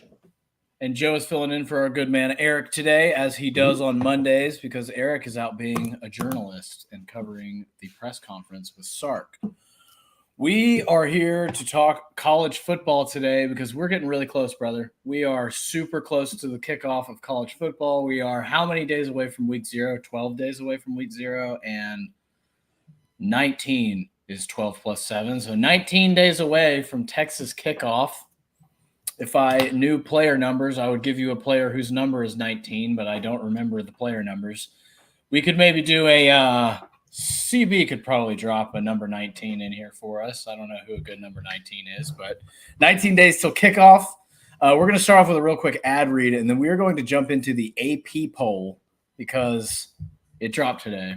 And we're not going to rehash everything we talked about last Monday where we went through the top 10 teams. We're going to look through maybe the back 15 teams of the top 25. We'll, of course, talk a little bit about Texas. Brandon Jones. Perfect. Thank you, Antoine. Beautiful. Yeah, he was a badass too, man. That guy could really play. He's still with the Dolphins. So real quick, going to do this ad read, and then we'll jump into college football.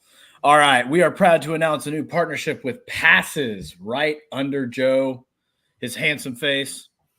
We are proud to announce this partnership. What is it, you may ask? Well, let me tell you guys. It is a content creator company that the Texas One Fund has partnered with.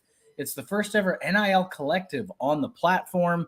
40 of the top University of Texas athletes across football, basketball, men's and women's, baseball, softball, volleyball, and the Olympics, because 16 medals won by Longhorns, I believe, was the number. Pretty impressive.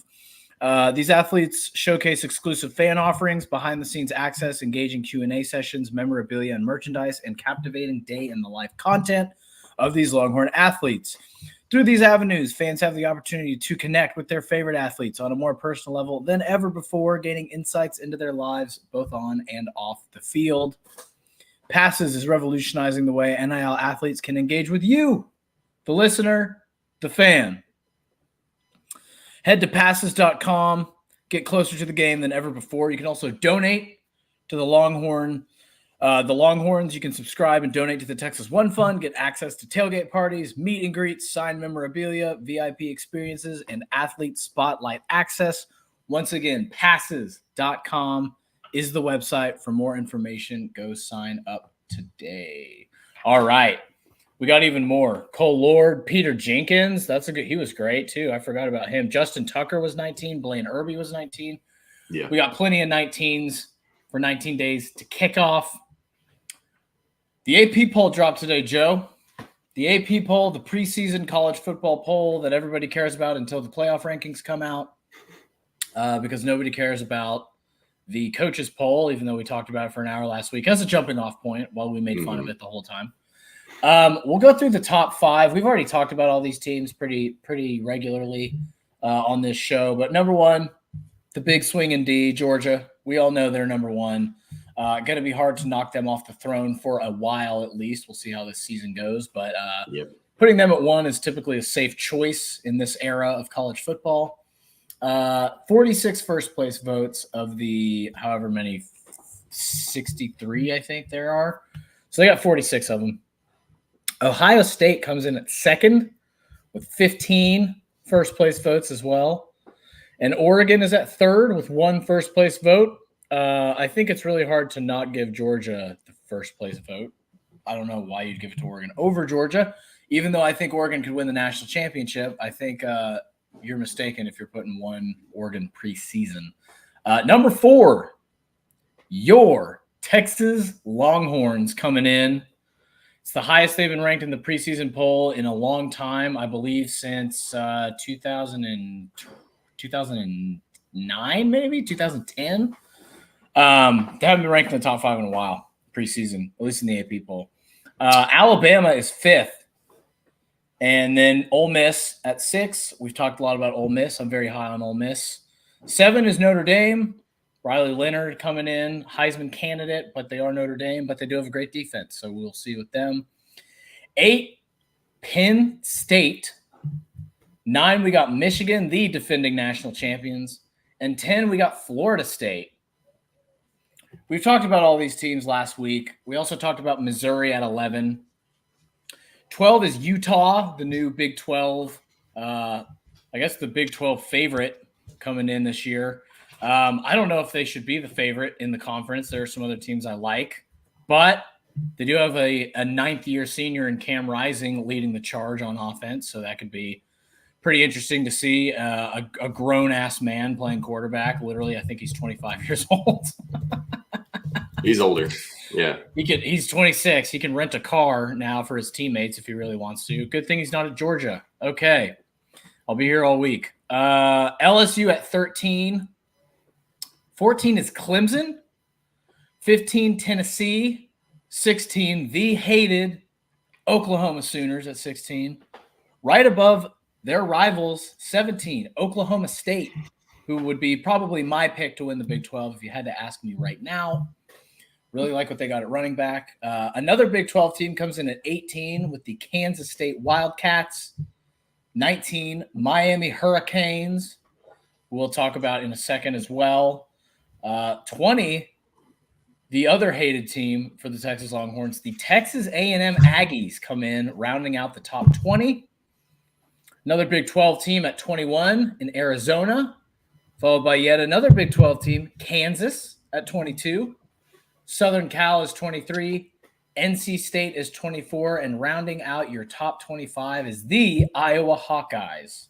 So, what are your thoughts initially on this list? Any surprises? We'll get into the teams individually in a minute, but what are your overall thoughts on this poll, on this, the whole thing of trying to rank teams preseason in general? It seems like nailing Jello to a wall to me. It's always been hard to rank teams in the preseason, but I feel like it's even harder now because of all the transfer portal shuffling and the fact that typically, like in years past, like the leagues had been more or less the same for so long. You kind of think like, okay, they have to play this team.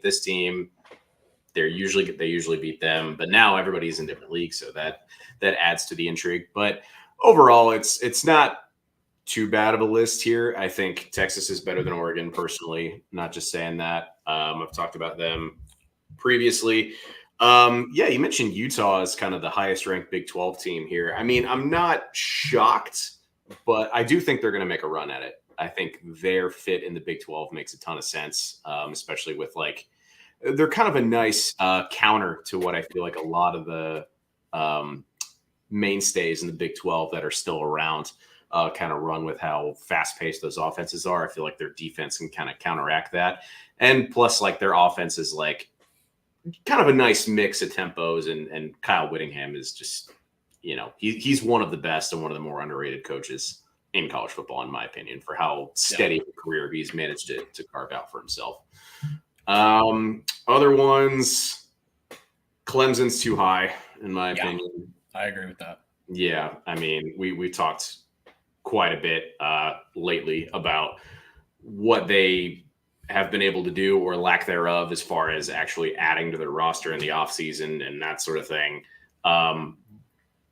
then again, like, does that still mean they're the best team in the ACC? Kind of tough to say, because I personally really like what Miami brought in the portal. I think that'll add, and I think this is the year you have to look at with them and think, like, if Mario Cristobal can't do something with, this haul that he got from this past offseason, then like some tough conversations probably need to be had.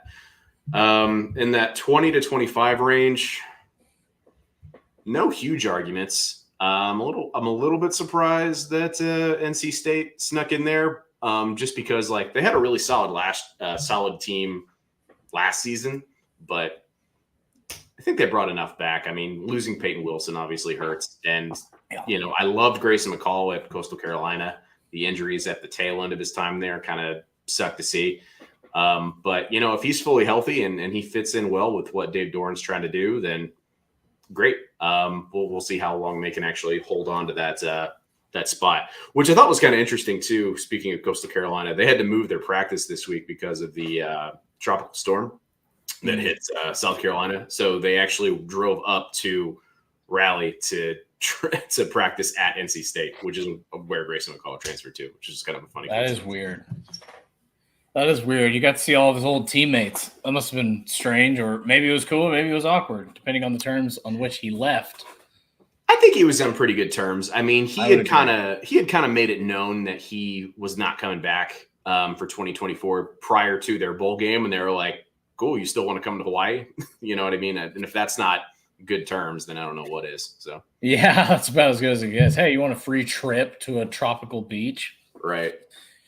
Yeah. So we sort of talked about Utah. I think I think Utah is maybe too many spots ahead of Oklahoma State. I think that's maybe my concern with this. Like, I would flip LSU and Utah. Again, I know we've talked about how LSU is sort of dealing with a new quarterback situation and having to replace Jaden Daniels and having to replace Malik Neighbors and Brian Thomas Jr., who both of whom, well, Malik has been starting fights in practice, which, hey, he's a dog, dude. What can you say? But Brian Thomas Jr. had that incredible catch in that preseason game the other night. I mean, that guy, again, like LSU, I saw a poll today on Twitter, and it was, would you rather have an elite quarterback and average wide receivers or an average quarterback and elite wide receivers? And in college, I think you'd rather have the elite wide receivers, maybe, depending on what kind of player that quarterback is, because your quarterback can make a bad throw, but if he has awesome receivers to like make up for it, you have a Stetson Bennett situation, I guess. I wouldn't say he's average, but you know what I mean. Not top of the top elite Caleb Williams type of quarterback. Yeah. What are your thoughts on that question?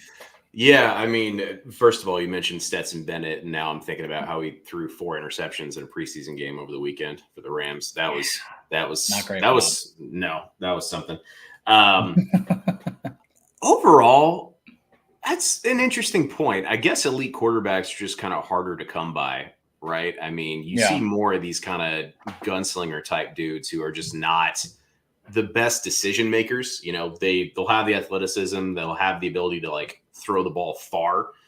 Maybe the accuracy just isn't quite there yet. So yeah, I guess I've never really thought about it, but it's not wrong. I mean, if you have good receivers, they can certainly help make up for maybe a lack of elite talent or elite coaching, at least at the quarterback spot, Yeah. And like you have Texas this year, last year, Ewers just did better than an average quarterback for sure. But I mean, having Adonai Mitchell and Xavier Worthy is pretty good insurance that you're going to be able to get away with maybe not the best throws every time. Even though I'm not trashing Ewers at all. Ewers was really good last year. Really good. Maybe not elite, but really good. But I think this year, another year in the system, I really like what I've seen out of Ewers. I've heard he's looked good in practice. But let's get to Clemson. Oh, we already talked about Clemson. Let's talk about Tennessee, man.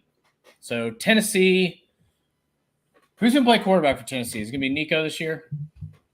It's a good question. I mean, replacing Joe Milton is going to suck. I mean, that's what I'm saying. Like, I mean, they're 15 preseason.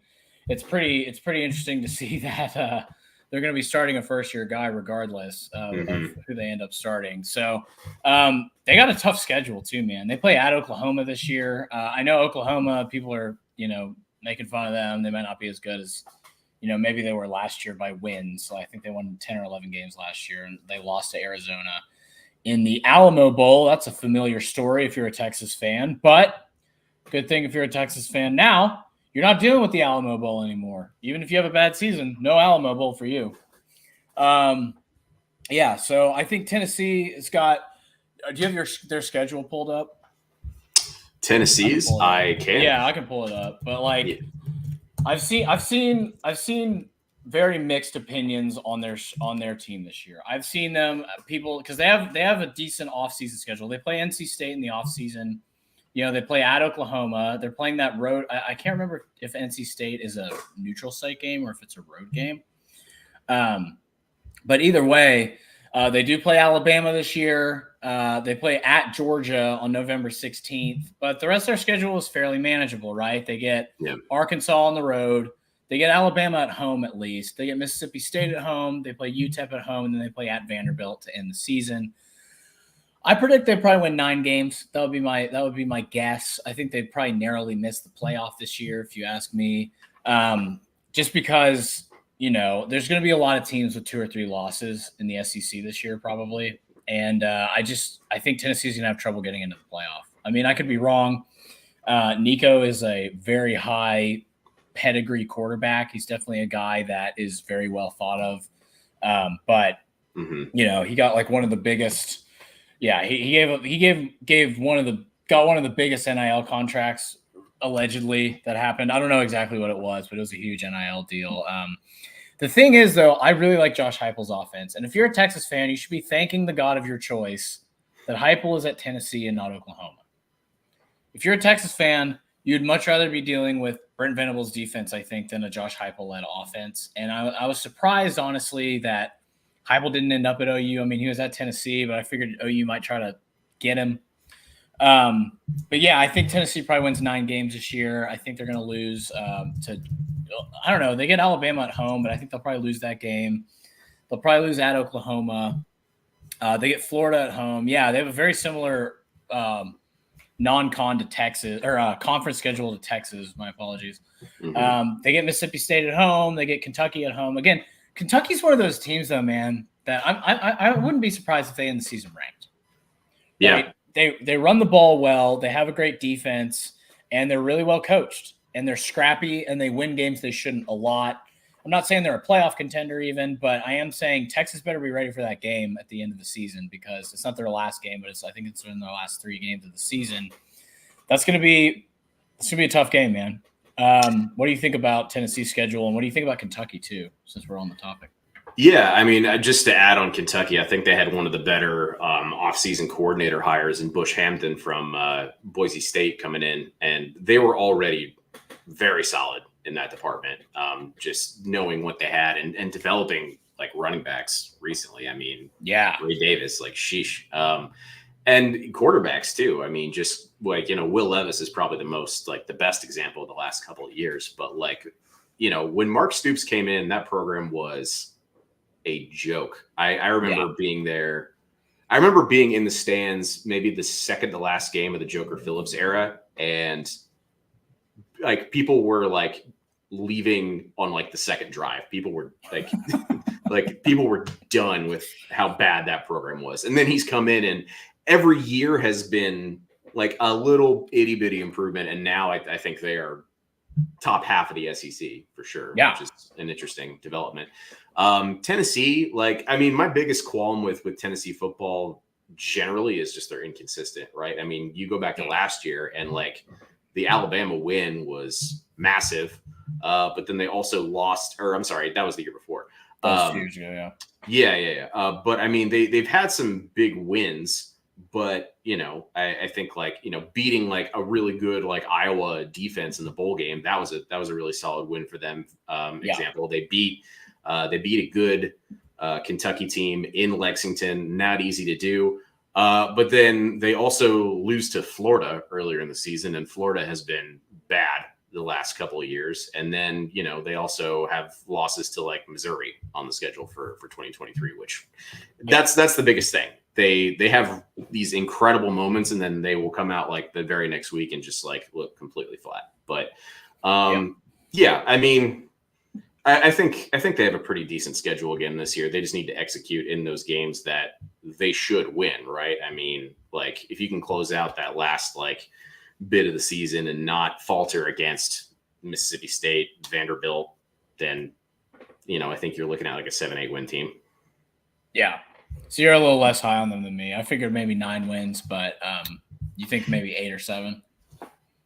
I think the things that counting against them are the inconsistency that I mentioned that has always kind of been an issue before Heupel, but it still exists with Heupel. Yeah. Inexperienced quarterback with Nico Yamavela. I'm probably messing up his name. I apologize. But redshirt freshman, no real playing experience. And just everybody in the SEC is very solid. Like you have an Alabama team on there. It's a tough schedule. I mean, it's tougher than usual. I mean, I can't. It sucks for a lot of SEC teams. Tennessee is by no means the only team that does this, but like the way that SEC schedules their non-con is like frustrating because NC State's solid, neutral site game in Charlotte. That should be fun. But then the rest of their non-con is like what? Chattanooga. They do play NC State, and UTEP is the third team, I think, in non-conference. NC State, Chattanooga, Kent State, and UTEP. Okay. Like, you know what I mean? Like, come on. Like, how that's frustrating. But yeah, I mean, that's SEC ball, man. A lot of people schedule these crappy non-conference games because they know how difficult the regular season is going to be.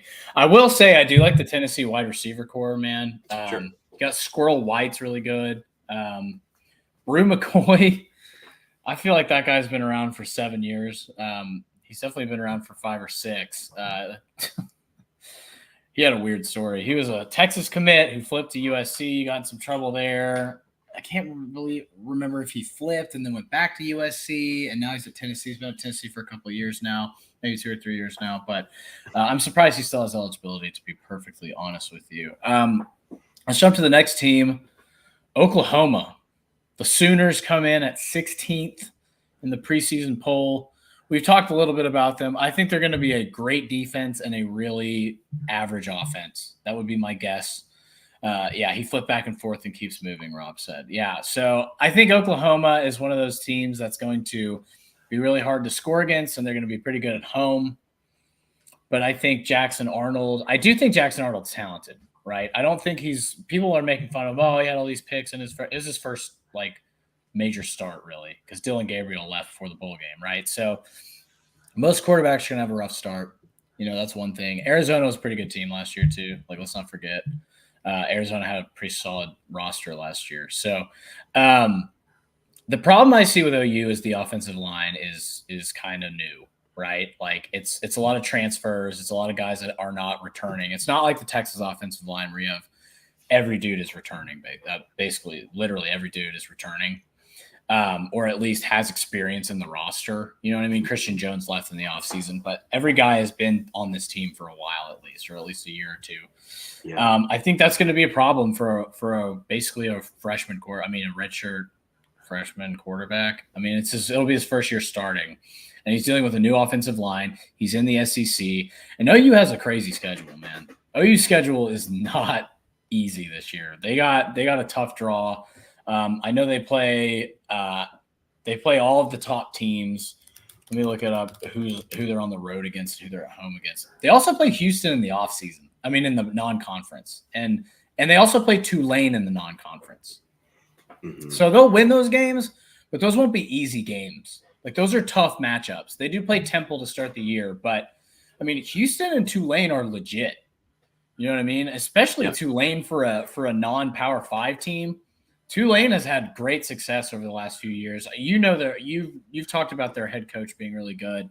What do you think about OU versus Tulane and maybe OU versus U of H? Then we'll get into their conference schedule. Yeah, on Tulane, John Summerall coming in after he won back-to-back Sun Belt championships with Troy.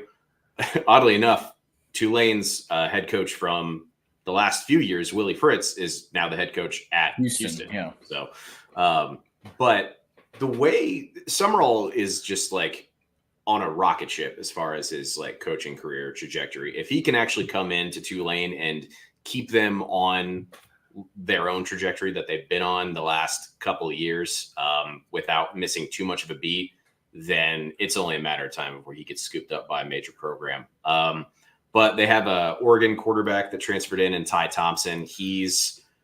Was very talented kid out of California.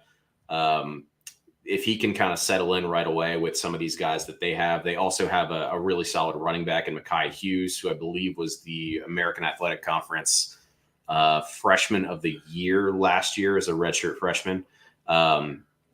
But he's very good. I think he's one of the top 3 running backs in the group of 5, in my opinion. So all that to say, it's going to be a tough test for an Oklahoma team that's so young themselves. I mean, if this were a more experienced team, I would say like they're going to have no problems. But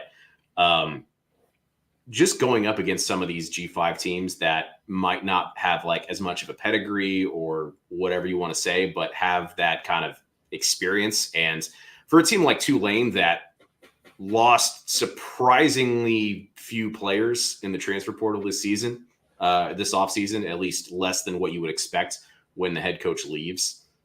There's a lot of potential there. I think they're not going to drop off that much. In fact, I actually wrote a thing today where I listed them as someone to watch in the AAC title race as far as underrated contenders there. Yeah. And, with Houston, they're solid too. They had a ton come in with the transfer portal as well with Willie Fritz. A lot of people excited about what he's been able to do. And everywhere he's gone, he's done a pretty nice job of kind of resurrecting, programs. Thought he was going to retire at Tulane, but, sometimes they just put too big a bag of money in front of you, I guess. But it's interesting what you mentioned with the kind of new pieces on Oklahoma's offensive line in particular, right? And it goes back to just the overall experience or lack thereof on that team. I don't think the lay person, as far as football fans, realize how important chemistry is specifically with offensive line and kind of knowing your teammates' tendencies and where you need to make up for their inadequacies and vice versa. They know what you're good at and what you're bad at and how to position yourselves and how to, chip off blocks and that sort of thing. I'd argue that is more, other than maybe like the quarterback receiver connection in terms of being able to anticipate each other's, movements and instincts. It's the same kind of thing with offensive lines. And it's more impressive to me when you can kind of see groups that can come in and gel right away at any level of football if they haven't played together for, years at this point. That's one of the reasons why like offensive line is still one of the positions in the offensive line, offensive line is one of the positions in the NFL rather, where you're not really expected to be great right away because you need that time to, not only get your body ready, but get to know everybody else in that room and get to know what their strengths and weaknesses are and how you can, fit into what the team needs. So, yeah, I mean, I agree with everything you said. And speaking to that point on the offensive line, 3 of their starting 5 are transfers. 3 of them. So, yeah. Michael Tarkeen is a transfer, Branson Hickman is a transfer, and Febechi Nwaiwu, I really hope I pronounced that right, is a transfer as well. So your left tackle is a transfer, your center is a transfer, and your right guard is a transfer, and your right tackle is a redshirt sophomore. So yeah, that's not a ton of, they call it a microwaved offensive line. That's a big deal. That is a big deal. And again, we're not here to talk trash about OU. I know this is Texas Sports Unfiltered, but we are being objective. This offensive line could struggle this year. It really could, especially against these physical fronts. And like we were looking at OU's schedule. I mean, when they have to play Texas for one thing. I mean, their defensive line, their edge rushers look really good this year. But when they play Ole Miss and they have to deal with Walter Nolan and Prince Lumummialen, when they play Alabama, they get Alabama at home, but then they play at LSU. And like, if Harold Perkins is rushing the passer as much as we think he will this season, that's a terrifying prospect for Jackson Arnold, especially if they blitz him off the strong side or the left tackle side with this new left tackle going after Arnold's blind side. Like that's a terrifying proposition, I think, if you're Oklahoma. I'm going to do an ad read real quick and then we'll get into Oklahoma State, but give me 1 second. But I am interested to see with Oklahoma State where they compete in the Big 12, because the Big 12 is so new this year. There's 4 more teams in it now. You know, it's definitely a new conference, that's for sure. Actually, let's just get into them now, and I'll find the ad reads in a second. So Oklahoma State comes in. They are ranked number 17 in the preseason poll. We all know about Ollie Gordon. We all know about Mike Gundy and the character he is. But what are your thoughts on Oklahoma State? Yeah, I mean, Gordon's so good. I mean, it's hard to get too deep into everything that they do offensively when you have someone that talented and someone clearly that pro ready, in my opinion. But I mean, you just look at everything that they've been able to do and since Gundy took over, really, in the way that they throw the ball around. It's the pace for me. Like, I love watching offenses that can move and reset and just understand each other and just go right to, you know, the next play based on very short form communication. Like, that is not only hard to execute in an environment with as many distractions as playing a Division I football game at an SEC or a Big 12 stadium, but just in general, like remembering every single thing that goes into that. That's very hard to do. Defensively, you know, I'm not super sold. I think that's kind of their biggest weakness. In my opinion, when I look at the Big 12 this year, I personally had Kansas State and Utah as kind of the interchangeable as the 1 and the 2. So I think it's interesting that they're ranked ahead of Kansas State in this instance, because I just think Kansas State is a little more balanced of a team personally. But I mean, it would be weird to not see them on anybody's top 25 because of how good Ollie Gordon is. I mean, everything else is like good enough, and then you put him into the equation and he just shines. So yeah. And the other thing about Oklahoma State, man, they got an experienced offensive line, right? Mm-hmm. They got 5 redshirt seniors on this offensive line. Now, one of them is a transfer from Texas State, but he transferred a year ago. So they have, I think, either this year or last year, but either way, they have 5 redshirt seniors on their offensive line this year. So they're going to be able to run the ball. Those guys know each other. Alan Bowman at quarterback could work out. We'll see. He's always kind of been nicked by the injury bug. So hopefully for his sake and for Oklahoma State's sake, he's able to stay healthy. But the fact that this offensive line has so much experience really bodes well for them. I agree the defense is a bit of a question mark, or at least comparatively to other Big 12 teams that are in title contention. Mm-hmm. But I really like their offense a lot, and I think the physicality is going to help Alan Bowman. They're going to be able to run out of or pass out of running sets. They're going to be able to confuse defenses. People are going to assume they're going to give the ball to Ollie Gordon every time, and if they can run like even little bootlegs, little like play actions and stuff like that, like that's how you beat teams is you establish the run and then you open it up in the passing game. And I think they'll be able to do that with this offensive line being as experienced as it is. Let me give a quick shout out to our friends at Audio Visual Consultations real quick before we get back into college football. It is a great time of year to be a sports fan. College football right around the corner, 12 days or 19 days, depending on who your team is. The season starts. That means it's the perfect time to call our friends at AV Consultations. Stop spending your time and money driving around the city on game day, figuring out who your DD is, figuring out who gets to drink and who doesn't. Make your home the place to be for your friends and your family. Get a custom hookup from AV Consultations. They've been in business since 1988 and can hook you up the way they've hooked up thousands of Central Texans over the years. Whether it's a home theater, a man or woman cave setup, an outdoor hookup, whatever it is, AV Consultations has you covered. Give them a call at 512-255-8678 or go to avconsultations.com. And then Covert Bee Cave, if you are looking for a new or pre-owned car, truck, or SUV, look no further than Covert Bee Cave.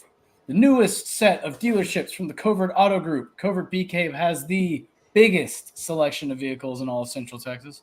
Plus, their service, Joe, second to none, brother. Second to none. They're going to treat you like family every time you come in. The pricing can't be beat.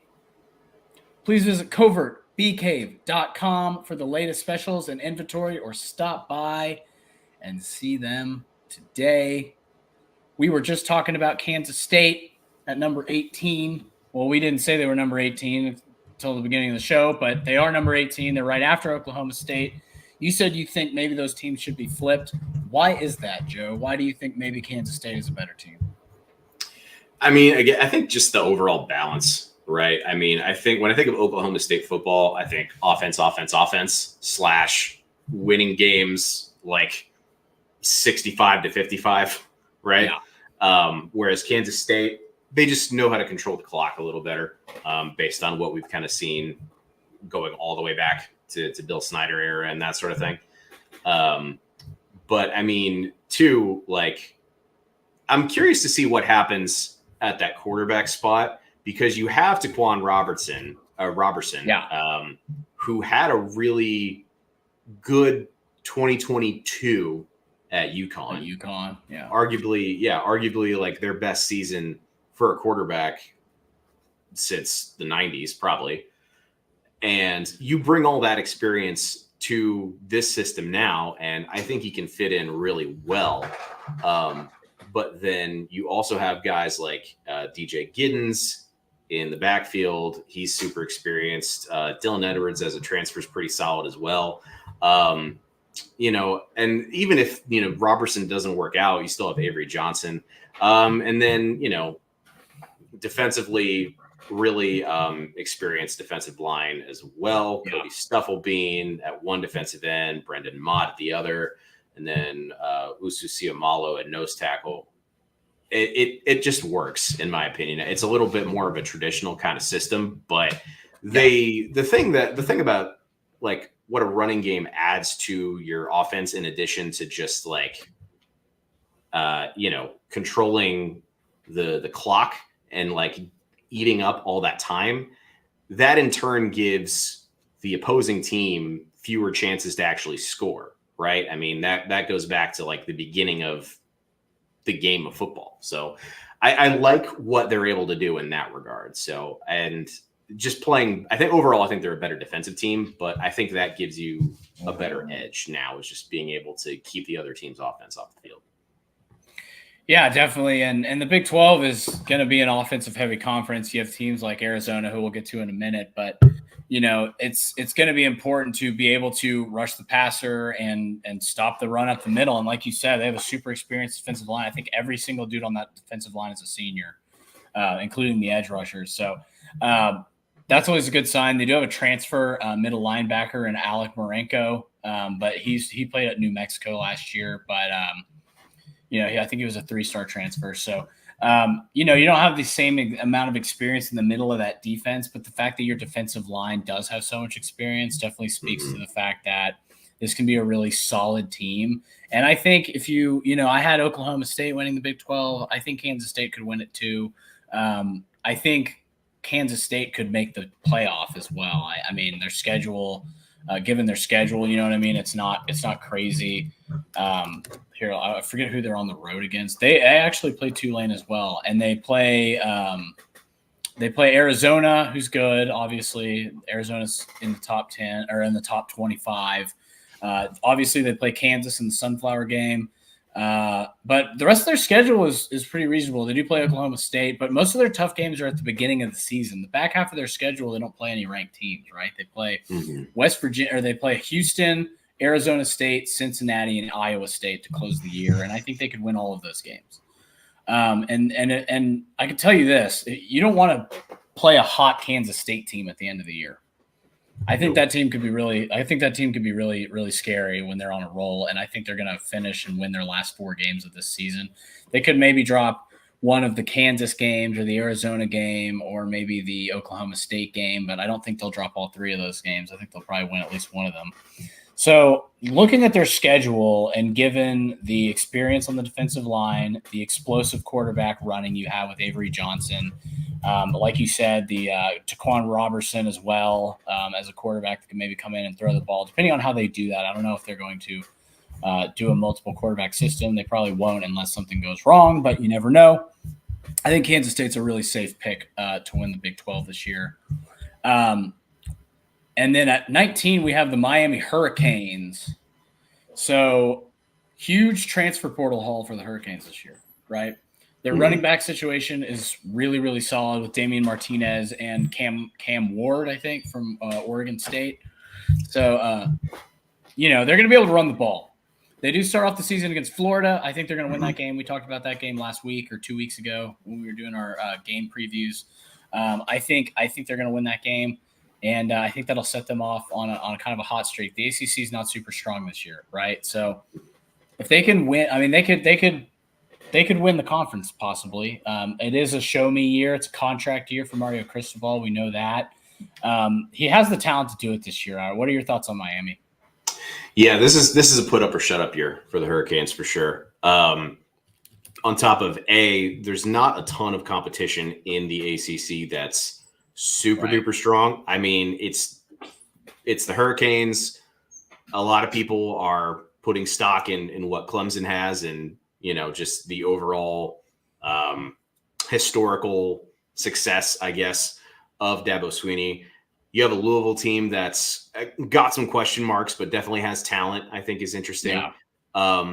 But again, that backfield haul, I think, is super important to what they want to accomplish. Damian Martinez coming in, I believe he's on the Doak Walker watch list based on what he was able to do at Oregon State. And then Cam Ward, the quarterback transfer from Washington State. Again, super talented there, can move on the run, has good arm strength. And, he – based on what Washington State's offense looks like, where you throw the ball 40 to 50, sometimes 60 times a game, I didn't see him make too many mistakes in that aspect of the game. The problem in Cam Ward's game is when he does try to take off and scramble, his ball security is an issue. So I think that's something that needs to be corrected.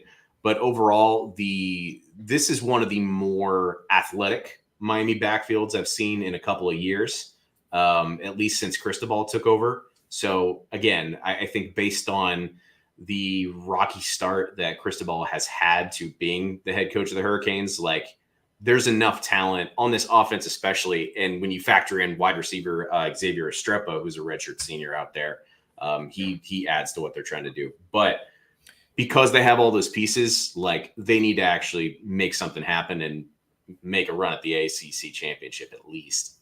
If not win it, just get to the game. There's no real excuse this year with this schedule. I mean, they play Florida, then they play Florida A&M, then they play Ball State. So you should start 3-0. Yes, that Florida game will be tough, but you should win that game, I think. Then they play South Florida, decent, I guess. Virginia Tech, they don't play any ranked teams outside of Florida State the whole season. So they play South Florida, they play Virginia Tech, they play at Cal. So, God, the ACC doesn't make any sense. They play at Cal.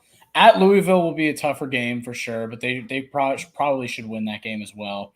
They get Florida State at home, so that's helpful. Then you get Duke at home.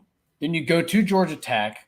You get Wake Forest at home. Then you go to Syracuse. So you don't have to deal with Clemson this year at all. And the only team you really have to deal with that has any kind of, I don't know, pedigree this year is Florida State. And even that team, I've got some question marks about. So I think, like you said, this is a put up or shut up year for the Miami Hurricanes. These guys, they should win double-digit games, no question. They have to win double-digit games this year. I mean, this schedule is just too favorable for them to not take advantage of that. Let's talk about our friends east of Austin, the Texas A&M Aggies. They come in at number 20, and I don't know. What are your thoughts on A&M? We talked about their game against Notre Dame to start the season, but they have an SEC schedule. It's tough, but it's not anything they haven't seen before. It's not particularly tough this year. The only ranked in-conference games they have are against LSU and Texas. So, they play Notre Dame to start and Missouri, sorry. And they play Notre Dame to start the year. But, I mean, they get Arkansas, they get South Carolina, they get Mississippi State, they get Auburn. This should be a pretty good year for A&M, I think. What do you think? Yeah, you mentioned that it's fairly favorable. I think they dropped that Notre Dame opener on August 31st. Then you got McNeese after that. Should be an easy win theoretically. Yeah. I'm kind of torn on that Florida game. Personally, I don't know. I think based on the SEC run that they have, they're going to start running into problems right around mid-October. Well, early October typically. That's how it goes for them typically. That's the thing. I mean, the historical track record of what we've seen at A&M doesn't provide a lot of confidence, I guess, if you are invested in the success of that program, which it doesn't seem like most of the people listening to us are.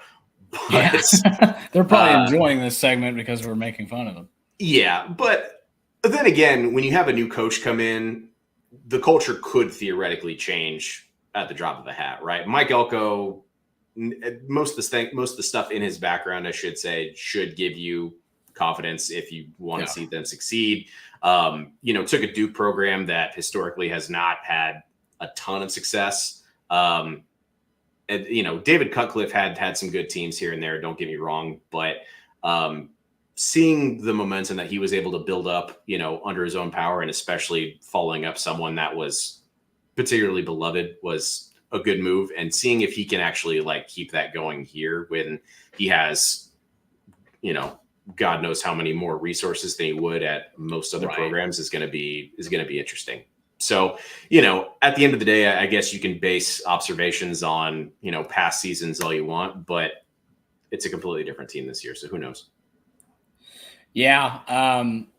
Connor Wakeman coming in as a redshirt sophomore, super talented kid. There's no doubt about that. But they lose Evan Stewart in the transfer portal, and that's your wide receiver one from the last 2 years, arguably. They do have Moose Muhammad, who's a pretty good player. But this offensive line is kind of young too. It's you got a redshirt junior, so that's solid at left tackle, and then you got a transfer at left guard, and then you got a redshirt sophomore at center, a sophomore at right guard, and I guess you have a redshirt junior at right tackle. But it's not as experienced as some of these other offensive lines we've been talking about. Some of these teams that have multiple redshirt seniors on the roster. So it's not going to be maybe as easy for Wakeman as it will be for a guy like Quinn Ewers or a guy like Avery Johnson, who has all those seniors on his offensive line. Like you said, they are probably going to start running into problems about halfway through the season. They do have to play 3 ranked SEC teams. It's not like Florida's schedule where they have to play 6 of them, but they do have to play some tough teams. They are going to have to deal with some tough defensive lines, and we'll see. I think the defense will be good. I think Elko's a good defensive coach, and he's recruiting the hell out of California right now, which is pretty insane. They have Torian York on defense. That guy's pretty fantastic. They got some players, man. But back to the Big 12. This will probably be the last team we get to. The Arizona Wildcats, who I'm actually really excited to watch this year. Now, they had a head coaching change this offseason, but they retained, their guys. They retained Noah Fafita, Tedero McMillan. What do you think about the Wildcats, man? I love Brent Brennan. I think what he was able to do with San Jose State and kind of making them pretty relevant again. I believe he won a Mountain West title with them. And that's not historically a program that gets, top tier recruits coming in. So he's a very good coach. And again, I'm even more impressed with the fact that they were able to retain the amount of offensive guys that they got in, and they got some of San Jose State's better offensive players to transfer in too, which is a no easy feat for sure. So I am curious to see how all that melds together. I think anytime you have a G5 coach jump to the P5, there's usually a little bit of a learning curve. But again, he's, everywhere he's been, he's had a pretty decent amount of success. And based on what Arizona's put together the last couple of years, I'm kind of curious to see how they fit into the Big 12, because they don't fit the mold really of what I think of when I think of Big 12 football in terms of, the pace of the offense and the type of games that we typically, expect from like, the Bedlam or Red River, that sort of thing. So I don't know. I'm very curious to kind of see what happens here. And plus, I don't know, Arizona always had like Pac-12 like vibes, if that makes sense. And it's kind of hard to distinguish. Very much a Pac-12 team. Yeah. So it's kind of hard to distinguish there. But, I couldn't tell you the last time I watched an Arizona team and thought they were like top tier in terms of national, talent, but as good a year as any to get back into the top 20, I guess. Yeah, and they also have that corner, Tacario Davis. That guy's one of the best corners in the country. Yeah. So their schedule looks like they get New Mexico and Northern Arizona at home to start the year. Then they go to Kansas State as their first conference game. So feet to the fire off the bat. And then right after that, they go to Utah next week. So you play arguably the two best teams in the Big 12 on the road in back-to-back weeks to start your trip through the Big 12. Then they get Tech at home, and I think Tech's very underrated this year. I think Tech could make some noise in this conference. They're not preseason ranked, but I do like their roster. Then it gets a little softer. You get at Brigham Young, who's not bad, but they're easier. They're going to be easier games than those other two. And then they get Colorado at home. That should be an easy W. I mean, easy. It's a conference game, but I'm really not sold on Colorado at all this year. They get West Virginia at home. They travel to Central Florida. They get U of H at home. They go to TCU, and then they get Arizona State at home to end the season. That's a fairly favorable schedule other than the very beginning of conference play. So I think Arizona could definitely be one of those teams that ends up I think they could be in the race at the end of the season for the Big 12 championship, just based off the strength of that quarterback and wide receiver duo and some of the corners they have. And like you said, I mean, if you can succeed at San Jose State, you could probably succeed anywhere. Yeah.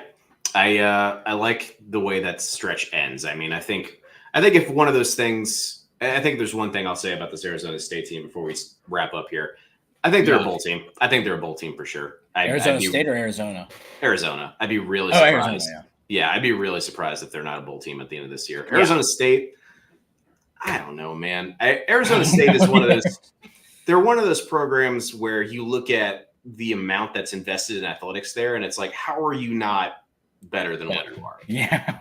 So they did get Jaden Quintance in basketball, who's like a top 10 player in the country, but we'll see how that translates. Let's bring our man Zay into the mix. What up, Zay? What's up, fellas? Yo, Joe. Curry? Oh, yeah, gotta rock the Curry shirt. I thought it was appropriate today, but absolutely. Yo, Joe, to your Arizona State point, they're too busy freaking partying to focus on anything. That school's ridiculous, man. How do you focus? You got women walking around in bikinis to class because it's so damn hot. Like, yeah, of course they don't win. It makes perfect sense. That's the variable I was missing. That makes sense. They say that, though, but I feel like UT is one of the top party schools, but you have to actually study at UT. You actually have to go to class and stuff there.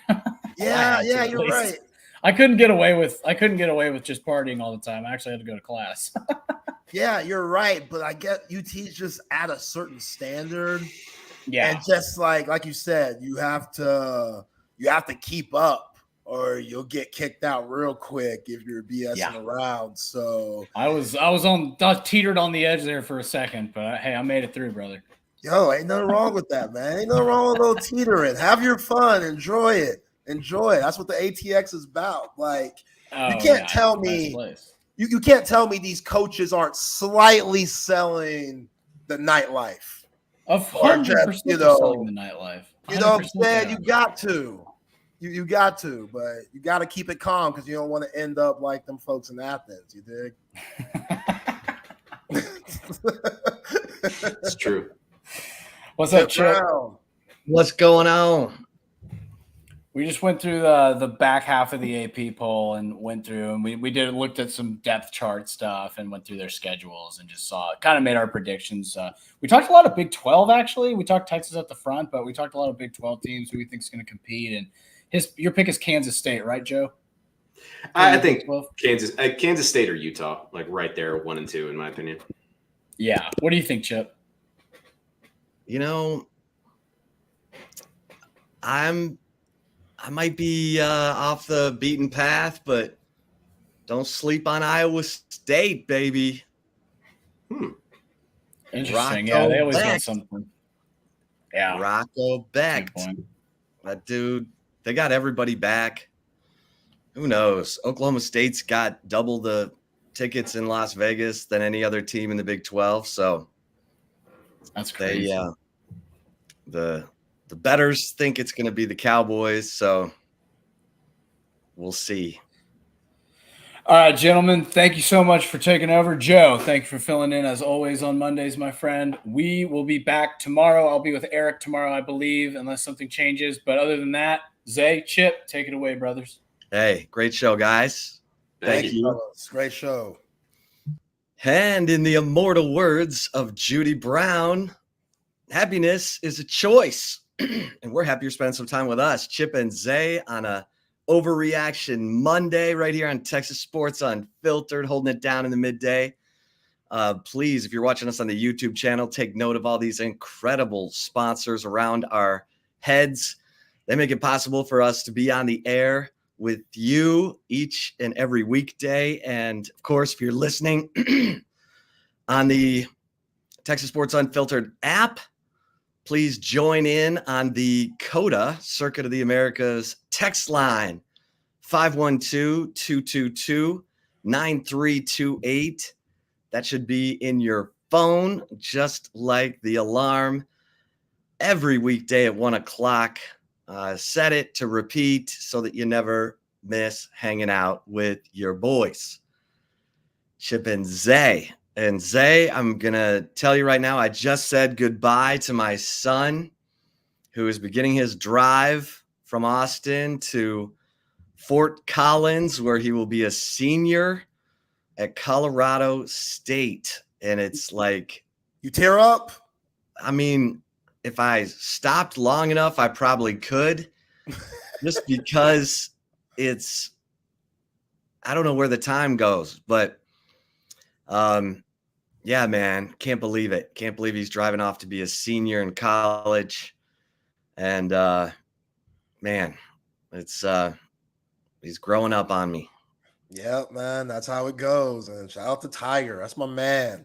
You know, I know he enjoyed his time in Europe this year, worked hard this summer, cover 3, doing his thing. And yeah, it's back to the college world. Beautiful Colorado State. Just very amazing campus and just area, you know, in the world. So yeah, salute to him and salute to you, Pops, out here tearing up, getting sentimental on me. You know, I mean, you know, they don't call you daddy for very long, Zay, you know. But we've got a lot to get into. Obviously, we've got the first scrimmage of fall camp for the Texas Longhorns. The Olympics have come to an end. We got Jordan Whittington tearing it up in preseason football for the Rams. Steel, man. Yeah. I mean, the Rams, they do an unbelievable job of finding those gritty, tough football players who happen to play receiver. Cooper Kupp, Puka Nacua, Jordan Whittington. Hope they got room for everybody. You know what I mean? Yeah, I want to see that draft room video, kind of like what we saw with Puka Nacua last year at McVay and those front office guys. They were talking about what they were looking at, which was kind of against the grain of what all these other GMs and scouts are looking at when it comes to receiver. And maybe, you know, they showed their hand a little bit. I'm sure a lot of these GMs were like, maybe we should start looking at that more. If McVay and these guys who are succeeding at finding these diamond in the rough wide receivers and people around these parts like you and myself, like it's not a diamond in the rough that Jordan Whittington is looking good right now. Like that's, you know, it's a surprise to probably the nation because he's a 6th-round pick, and you know you get overshined by what JT Sanders and I Mitchell and Xavier Worthy did last year. But we've known Jordan Whittington for a long while and the type of guy and makeup that he comes from, and just, in that type of system, who's only going to make him better, and what he's going to learn from Puka Nacua and Cooper Kupp. Not surprised at all that he went crazy yesterday against them Dallas Cowboys, man. I get it, it's preseason, but with what he could do on special teams, how good Jeff Banks was, and him just knowing what comes with that, and now being to excel as a wide receiver and show his true stuff and finally being healthy. Shout out to Jay Witt, man, making the Texas faithful proud yesterday. Yeah. No, that was impressive. Like you said, not a surprise. Not a surprise for those of us who followed Jordan Whittington's career. The guy he's a football player, and that's a special designation. It sounds generic for those who don't follow football, but when you call someone a football player, they love the game. They will give their body, their heart, their soul to the game, and they make it a whole hell of a lot of fun to watch them.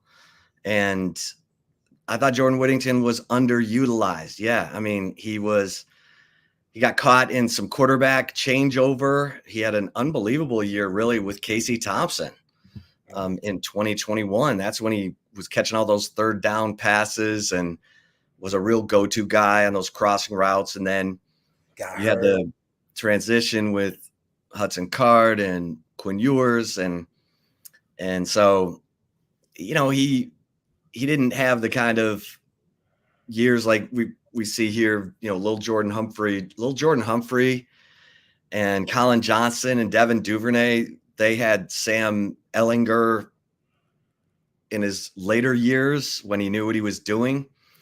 And like in that LSU game in 2019, when Duvernay, was catching big passes and, I think that Jordan Whittington, his best football's ahead of him. I think he's going to be better in the NFL than he was at Texas. And he's such a good teammate. I think he'll do anything on special teams. I see him in the league as long as his health and everything cooperates. I see him in the league for a couple contracts. So kudos to Jordan Whittington. I'm glad he's getting a chance to showcase his talent, because even if the Rams, for whatever reason, don't have room for him on their 53-man roster, other teams are watching, and he'll get picked up, and he'll be with somebody. Yeah. This year. Yeah. That's, the beauty of the grind. I think he understands that. I think he's not above the grind. I think he enjoys it. I think he embraces it and understands, okay, I want to prove people wrong. Yeah, I've been slept on a little bit. Sometimes I've been dealt a bad hand with injuries and, some quarterback play. But now you're playing with somebody like Matt Stafford. Hey, you're a huge Matt Stafford fan. I'm a huge Matt Stafford fan. Highland Hills alum. He's for real, and he's underrated himself. So if he could stay healthy, that receiver core, Nacua and Kupp and stuff, old Lance Taylor's team, man, they could be one of those teams in the NFC, which, I talk about the NFC. That thing is wide open to me. They're your Lions, they're there. Eagles there. 49ers there. Cowboys too. Give Cowboys a little love too. But all them quarterbacks can be shaky at times. All of them. For all those teams, they can be shaky at times. You know what I'm saying? The only one out of NFC who has a Super Bowl, old Matt Stafford. So I put a lot in his hands, man. And yeah, Jordan Whittington on this squad, I think it's the perfect match. It's weird. It seems like every Longhorn in this draft class ended up in the perfect situation for them. Like I saw Ryan Watts getting good tick with the Steelers the other day. It's just all these guys, man. Javondre Sweat, I saw Byron Murphy making plays. The Horns are showing out right now, and shows to what Steve Sarkisian coaching staff, they've done in the last few years on development and getting these guys NFL ready. Yeah, someone asked me today, I'm doing a little chat over on horns247.com, and someone asked me which of Texas's 11 draft picks is least likely to make an NFL team. And when you look at the list, Jordan Whittington was the last guy selected of the 11, and he's looking pretty good. You just mentioned Ryan Watts. He went in the 6th round, and he's getting tick with the Steelers. Jalen Ford went in the 5th round to the Saints, and he's been getting some run. So they may all make it. Yeah. Yeah, they may all make it for sure. Keelan Robinson. Jalen Ford gonna get some run. Them Saints and Derek Carr might lose his spot. If he has a couple of bad games and Spencer Rattler is level-headed and not acting crazy, because we know Spencer Rattler can spin it a little bit. He just mentally, there's something not all there with Spencer Rattler. You know what I'm saying? I know. The talent's there. It's just I watched the meltdown in the Red River game. Yeah. Caleb Williams emerged in 2021. Yeah, exactly. But if Spencer Rattler could be level-headed, which he wasn't bad at South Carolina. They won 8 games one of those years. I don't know if it was last year or the year before. I don't know. But Spencer Rattler, I'm telling you, Derek Carr, this might be it. You better show something. Man, the Raiders, they just freaking blew it. Now, once you start on that road of bouncing around, that's why you give kudos to Baker Mayfield. He was starting to bounce around, and then he ends up with the Buccaneers, leads them to the playoffs, gets a contract. That's rare. And so good for him, because it's once you start bouncing around as a quarterback, it can get away from you. Although, did you see Jameis Winston giving the pregame speech for the Browns? I swear, I don't know about them either. I swear Jameis Winston keeps making NFL rosters because he's like, everybody says he's the best teammate. That's amazing. Considering I can't remember the last really good game he had in the NFL.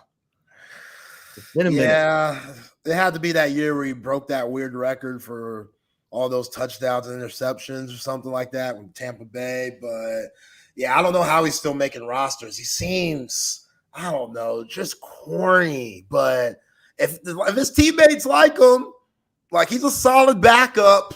You know, if he were to come in for you for a couple of games or so, depending on your defense and the guys around him, he could finesse you a couple games. He ain't no starter, though. Them days long gone. But, yeah. He's going on to his 10th year in the league. Solid career. Winston. Oh, yeah. That's solid. If you put your money away, take care of your money, you're going to be just fine. Yeah, that NFL pension. Oh, yeah. Come on, man. Great career. Let's go. Love guys like that. What was my man's name? Little stocky son of a bee from Missouri back in the day. Oh, Chase Daniels? Chase Daniels, man. He finessed the hell out of these NFL teams. Just playing backup, being a great teammate, funny in the locker room. Good enough to always beat out the number 2. Colt McCoy is a better quarterback than Chase Daniel, and Chase Daniels made more money in the NFL than Colt McCoy. I'm telling you, man. And he's only about 5'10", 5'11". He ain't that big. Like, how did he do this? You get your chance to go into a game, and you show you can win. Oh, man. As a backup quarterback, that Jason Garrett, Colt McCoy, Chase Daniel, those guys have had amazing NFL careers because they were ready when they had their chance, when they least expected it, and the starter went down, they came in and won games, and it extended their life as a backup quarterback. It's a good life too. Yeah, real good life. Garrett Gilbert has a Super Bowl ring from the Patriots. It's tough to accept, because a lot of those guys, like Colt was arguably the best college football quarterback coming out. But everybody's wondering about, okay, college is college. He ran a lot. He can't do that shit in the league. So Colt, stayed, what the word I'm looking for? Student of the game.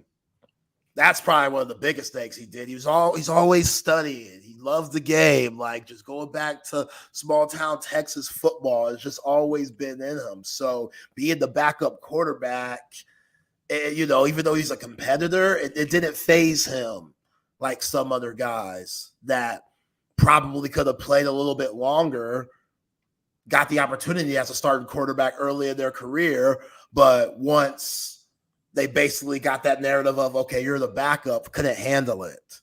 You know what I'm saying? That's tough for guys because, again, they alphas. They think they dogs. They think they better than everyone. They think the reason why they don't have the chance to get another, starting opportunity is politics, which sometimes that might be the case, but those guys that could accept it and just be like, yo, I love the game too much.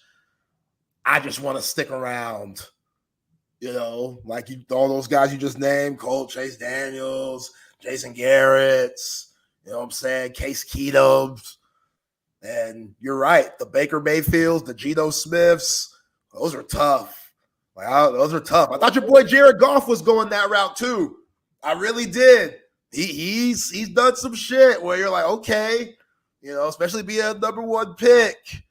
After the whole LA Rams thing, it was like, damn, him going to Detroit. He's going to Detroit to die. And the way that whole franchise has completely changed, thanks to guys like Dan Campbell and Amon-Ra St. Brown, and how good their front office has been. That's good shit. I appreciate stuff like that. So Colt McCoy. Would you say Colt McCoy, he and Sam Bradford are going to be compared because they were contemporaries? And Sam Bradford had a nondescript NFL career. Is that fair? Yeah. He didn't live up to any of the expectations he should have. He earned $130 million in the NFL. And Colt McCoy has had a good career.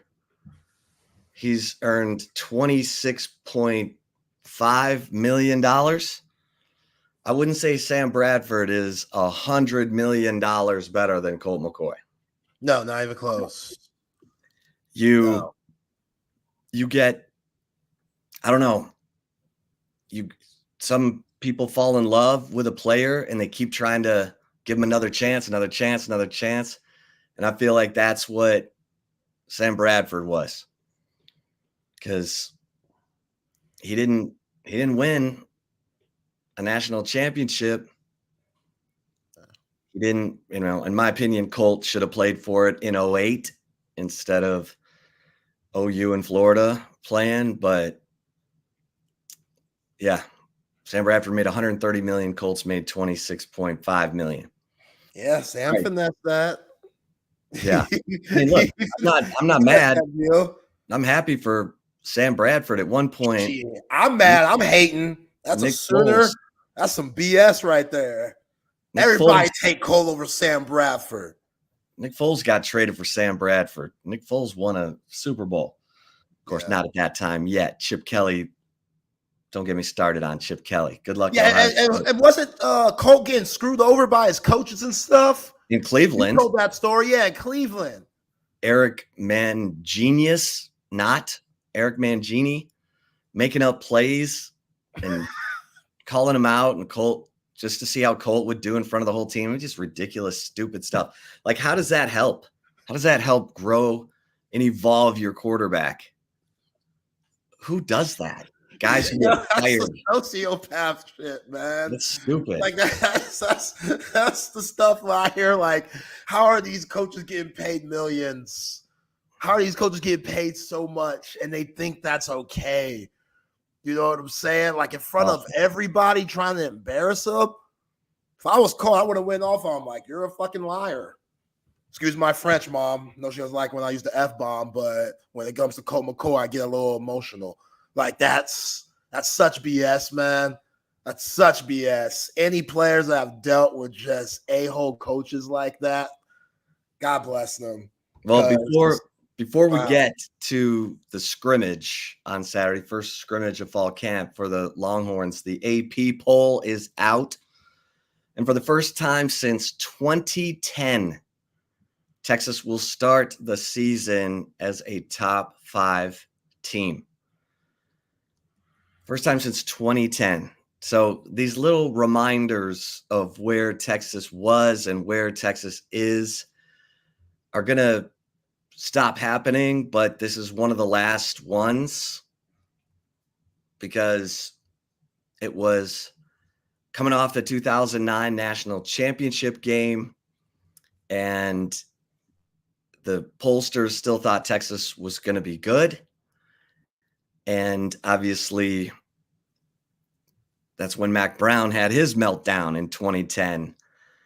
Still couldn't get over the national championship game. Team goes 5-7. It was a bloodbath. Greg Davis got fired. It was brutal. But I don't think we're looking at that this year. I think we're looking at a Texas team that's not smoke and mirrors. I think they've got good bones. They got a chance, and yeah, they put it up there. If you're watching us on the YouTube channel, Georgia #1, Ohio State 2, Oregon 3, Texas 4, Bama 5, Ole Miss 6, Notre Dame 7, Penn State 8, Michigan 9, Florida State 10. And all those teams in that top 25 are dangerous. They could rise up and get somebody, but I'm not sure. I feel like the top 5 truly are the legit candidates to win the national championship. We'll see. Things can change. Yeah. I'd like to agree with you. I want to say Ole Miss is here so bad. I want to think that, you know what, Lane, you're putting all the BS aside. You're locked in. You're focused. All this talent, Jackson Dart. You know, we had Brad Crawford on last week. He said Jackson Dart, dark horse to win the Heisman. Right. So I agree with that. Ole Miss, I agree with that too. You know, they got a hell of a roster. That roster's crazy, and they getting paid. So how locked in are they about this team game we call football? Because individually, everybody's feeling good about themselves. So you and I talk about all the time, when that adversity hits, how are you going to respond? And that's where everybody, including myself, who is afraid of Ole Miss, probably feels. It's just as Lane going to be able to get the troops together and let them know, got to keep the main thing. F the distractions. Don't let the distractions happen, even though I'm a distraction in the way. You know, well, he's on the record. He's on the record saying he's not sure culture can be a thing in the age of the transfer portal era, and that scares everybody. What does that even mean? Right. What does that even mean? Because when you hit adversity and when you have things happen that are unexpected, you got to have your players rallying around each other, coaching each other. They can't be coach led. Yeah. That has to be coming from within the team. And that's got to be part of your culture. Yeah. And I get it, like that word, it gets overused. Remember when Chris Beard came and had the shirts and culture and stuff, like, but it's true though. And it starts with the coach. So if he's out here acting like it ain't no big deal, what does that say about him? Like, is this him giving himself a way out when it doesn't work out? And to be like, well, he did tell you, Well, but in man, spite of dealt with that, Ole Miss. you look at his roster, and his roster is loaded with talent. Is it connected? Are they playing for each other? Or are they going to be like those Redskin teams that Dan Snyder put together when he was pulling Deion Sanders and Champ Bailey? And he had one Pro Bowler after another, and they were terrible as a team. So quarterback play. Yeah, you got to have quarterback play. You got to have line of scrimmage play. We know that in the SEC. And this is a guy who brought in his entire offensive line from the transfer portal. It's tough. You don't see Kirby Smart and Steve Sarkisian doing that. Those guys grow their offensive linemen, and they want them to bond, come up in the program together. And Lane Kiffin's like, hey, come on. We'll take every position in the portal. But that roster's loaded, and everybody sees the talent. So now we're going to see if that they got good enough leadership on both sides of the ball. Is Jackson Dart the guy? Can he lead that group? Can they got a pretty friendly schedule to begin. Can they get off to a good start and then believe their way through they got Furman, Middle Tennessee, Wake Forest, Georgia Southern, Kentucky. Then at South Carolina, at LSU, October 12th. A lot of people will say that Ole Miss should be 6-0 going to LSU. And then they're going to have an off week. Then they play Oklahoma in Oxford, at Arkansas, home against Georgia. Off week, then at Florida, then home against Mississippi State. That schedule is there for the taking. And don't forget, Ole Miss lost to Georgia last year in Athens, 52-17. Yeah, we've talked about that third place team in the SEC when the season finishes, how beneficial that could be. If that's Ole Miss, and they might have some bumps early on, but there might be a 9-3 team that makes the CFP, and there might be a 9-3 team that gets third in the SEC. You know what I'm saying? Like, I think they're going to be a lot of 10-2s, but who knows? Depending on the matchups and stuff, it's going to be a crazy year.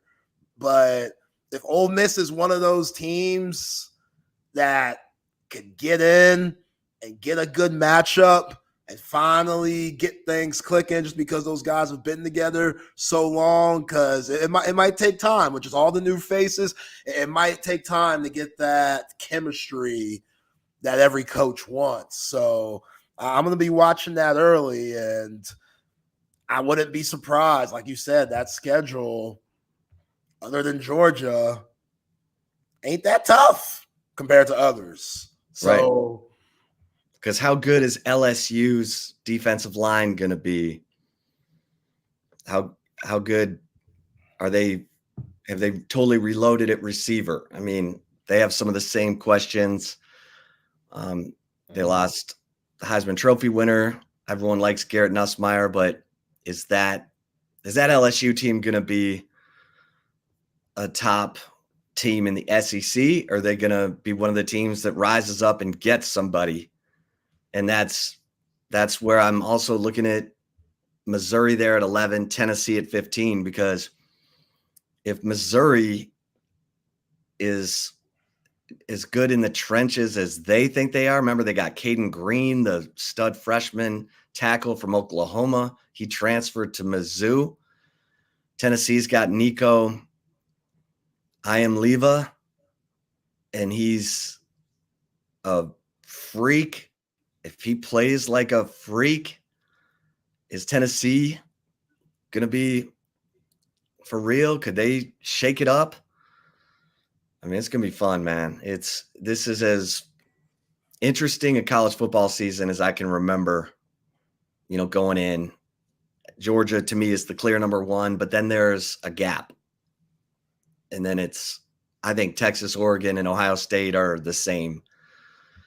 And then maybe Alabama, a shade behind them, and Ole Miss. I think Notre Dame's going to lose to A&M in the opener. So here we go. Speaking of openers, how about a opening scrimmage for the Longhorns? First scrimmage of fall camp. We'll get into that. But hey, don't forget to book your trip to Vegas before the football season so that you can get in on the Circa Millions and the Circa Survivor. Zay and I and BK are headed to Vegas August 21st through 24th.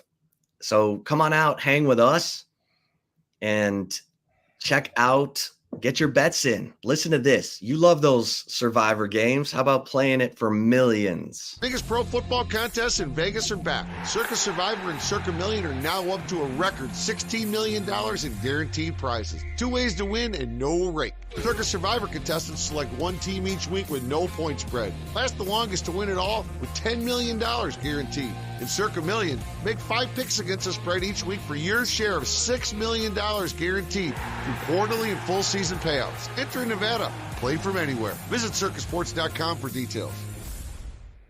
That's right. You got to enter in Nevada. You got to enter at the Circa Casino and Resort right there on Fremont. It's awesome. It's so much fun. You can get cheap flights to Vegas. Come on, let's go. Bet on yourself, I always say. And passes.com, the super cool interactive creator content platform where you can find 40 of your favorite 40 of your favorite Longhorn athletes, student athletes, including Quinn Ewers, Ryan Wingo, and the list is long. And it's a really cool and different way to interact with your favorite athletes. You can also interact with Texas One Fund, and the contributions you make to the Texas One Fund account could get you access to tailgate parties, meet and greets, signed memorabilia, VIP experiences, athlete spotlight access. It's really, you have to kind of go in to passes.com and see for yourself what these athletes are doing and are willing to do for you. They'll call a friend of yours and wish them a happy birthday. Super cool, fun ways to interact with your favorite athletes. Just go to passes.com. You might even find a Texas Sports Unfiltered account over there on Passes. So check it out, folks. All right, Zay, let's get to it. The first scrimmage of fall camp happened on Saturday, and it was, from the sources I spoke with, it was a good day for the Texas defense. The defensive line had a good day. Alfred Collins was getting pressure. Vernon Broughton, good day. Aaron Bryant and Alex January getting pressure. Trey Moore, Ethan Burke, Barron Sorrell. The linebackers, Anthony Hill was everywhere, but the name that stood out to me at linebacker, 2 of them actually, Leonga Lafau, who, surprising, maybe not, had 2 pass breakups. We talk about how good he is dropping into coverage, but also was good fitting the run. And Ty Anthony Smith, the freshman, a lot of different praise for him. Just his energy, the intensity he plays with. People feel like he's the future. And so he was showing up in that scrimmage. Jahdae Barron forced a fumble, I believe by Jarek Gibson, on a screen pass in the red zone. One-on-one tackle in space. Great play by Jahdae. Got to hang on to the football. Jarek Gibson, the freshman running backs, had a rough day. Christian Clark had at least a fumble. Jarek Gibson had a fumble. But Jahdae Barron, big play. Jelani McDonald had an interception. Andrew Makuba, I'm told, intercepted Quinn Ewers in the red zone. So the defense, and that was Jahdae Barron, by the way, playing outside corner. Jalen Gilbo was playing nickel for the first team defense, which went against the second team offense during a lot of the scrimmage period. The first team Texas offense went against the second team Texas defense for a lot of the scrimmage period, which the first half was tackling to the ground. The second half was thud, but good day for the Texas defense. There were some plays made by the offense. We'll get into that in a minute, but Zay, I want to get your take on the defense. Love what I'm hearing from the defense. Seems like those guys, man, they could be so deep. You know, you think about all the guys, and shout out to your insider scrimmage notes on Horns 24/7. You say, I don't be reading none of the stuff. I'll be reading, man. I'll be reading. I'm telling you. So I've been on it. But to hear all the defensive linemen get that bump that I think that we could see during the season, like there's about 7 guys in there that could get some serious run if you find a good rotation, if you're Kenny Baker and Pete Kwiatkowski. So to hear Alfred Collins and Vernon Broughton being together, then hear Aaron Bryan and Alex January on the second team, and you sprinkle in Bill Norton and Tia Savan, Jermaine Lole, with all those guys, like that's 7 dudes. That's 7 dudes that could possibly get some serious run up here. So I think that's big time. I think it's big time that those linebackers that we've been a little iffy on are getting some run. Heard Ty Anthony Smith, according to your notes, is going to be the future. It could possibly play himself into that second team if things go right. And then Leoga LaFau's out here making plays, and that's completely necessary because they going to need him this year. And you know that even though we didn't hear much from him, you know that David Benda, he's going to make his mark, especially with all his experience and obviously Ant Hill. But, yeah, defense, feeling good about it. But the last thing I wanted to hear is these running backs fumbling. Like, they're going to have to play. They're going to have to play. And I know we mentioned, is there going to be somebody that is going to have to play out of position and move to that running back room to get some more depth? So they hear Darian Gillette, who had some running back run back when he was in high school, play both sides, and they hear these guys are fumbling. Don't like that. Don't like that at all. So, again, this is practice. Rather you fumble in practice than fumble in a game. You know, get it out of your system now. You know, Tashard Troy's going to be all over those guys. Hey, people don't like this. My man Bucky Godbolt always gives me shit for this because he says it doesn't work as a football coach. Sometimes you have to go the program. Omar Epps. Walk around with that football on campus, man. Become one with the football. Ain't nothing wrong with that. Love the program. Such an out-of-pocket movie. So out of pocket. But there are some good things in that movie. That's a good thing. You know, have people around the campus try to hit the ball out of your hands. If Jared Gibson and Christian Clark need that, then cool. And it probably makes good conversation with the honeys. You know what I'm saying? What you carrying that football around? You know, I'm just saying, I play on the team. Coaches wants us to do this. You ain't got to tell them why, because you don't want to tell them you fumbling that thing out there. They don't want a fumbler, but just let them know, hey, just carrying around because rookie hazing or something like that. I don't know, but I gotta clean that up. Darian Gillette, 6'3", 235 pounds. He played both linebacker and running back in the scrimmage. I'm not sure if that is going to take or not. We shall see.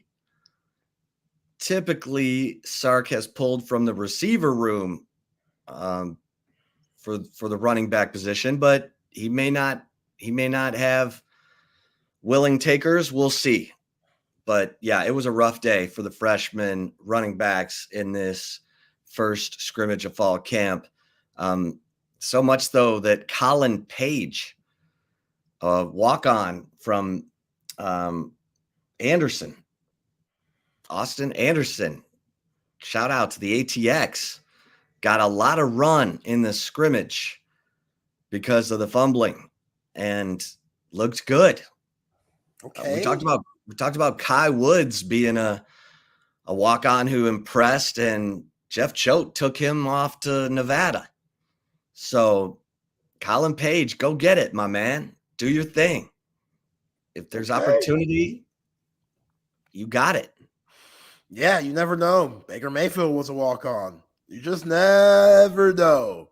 Could be a diamond in the rough. We've been talking about opportunity ever since CJ Baxter went down. If Colin Page says, hey, I'm going to get more reps now, even though I'm a walk-on, make the most of it. Earn that scholarship, brother. I ain't mad at that one bit. But, yeah, to hear that the running backs didn't have the best day, again, you don't like that. You got to work out those kinks. And who knows, like, especially with CJ Baxter going down, I would try to preserve Trey Wisner and Jaden Blue as much as possible. Like, I don't want them getting hit. You can't afford either one of those guys to go down. So they need to get that run. They have to get in game shape, and I know it's very difficult to balance that, but I'd rather them kind of go in the preseason mode where it's use this as preseason. Those guys get some run, maybe one drive or two, and after that, sit on the bench because we're going to need you in a very ruckus, hectic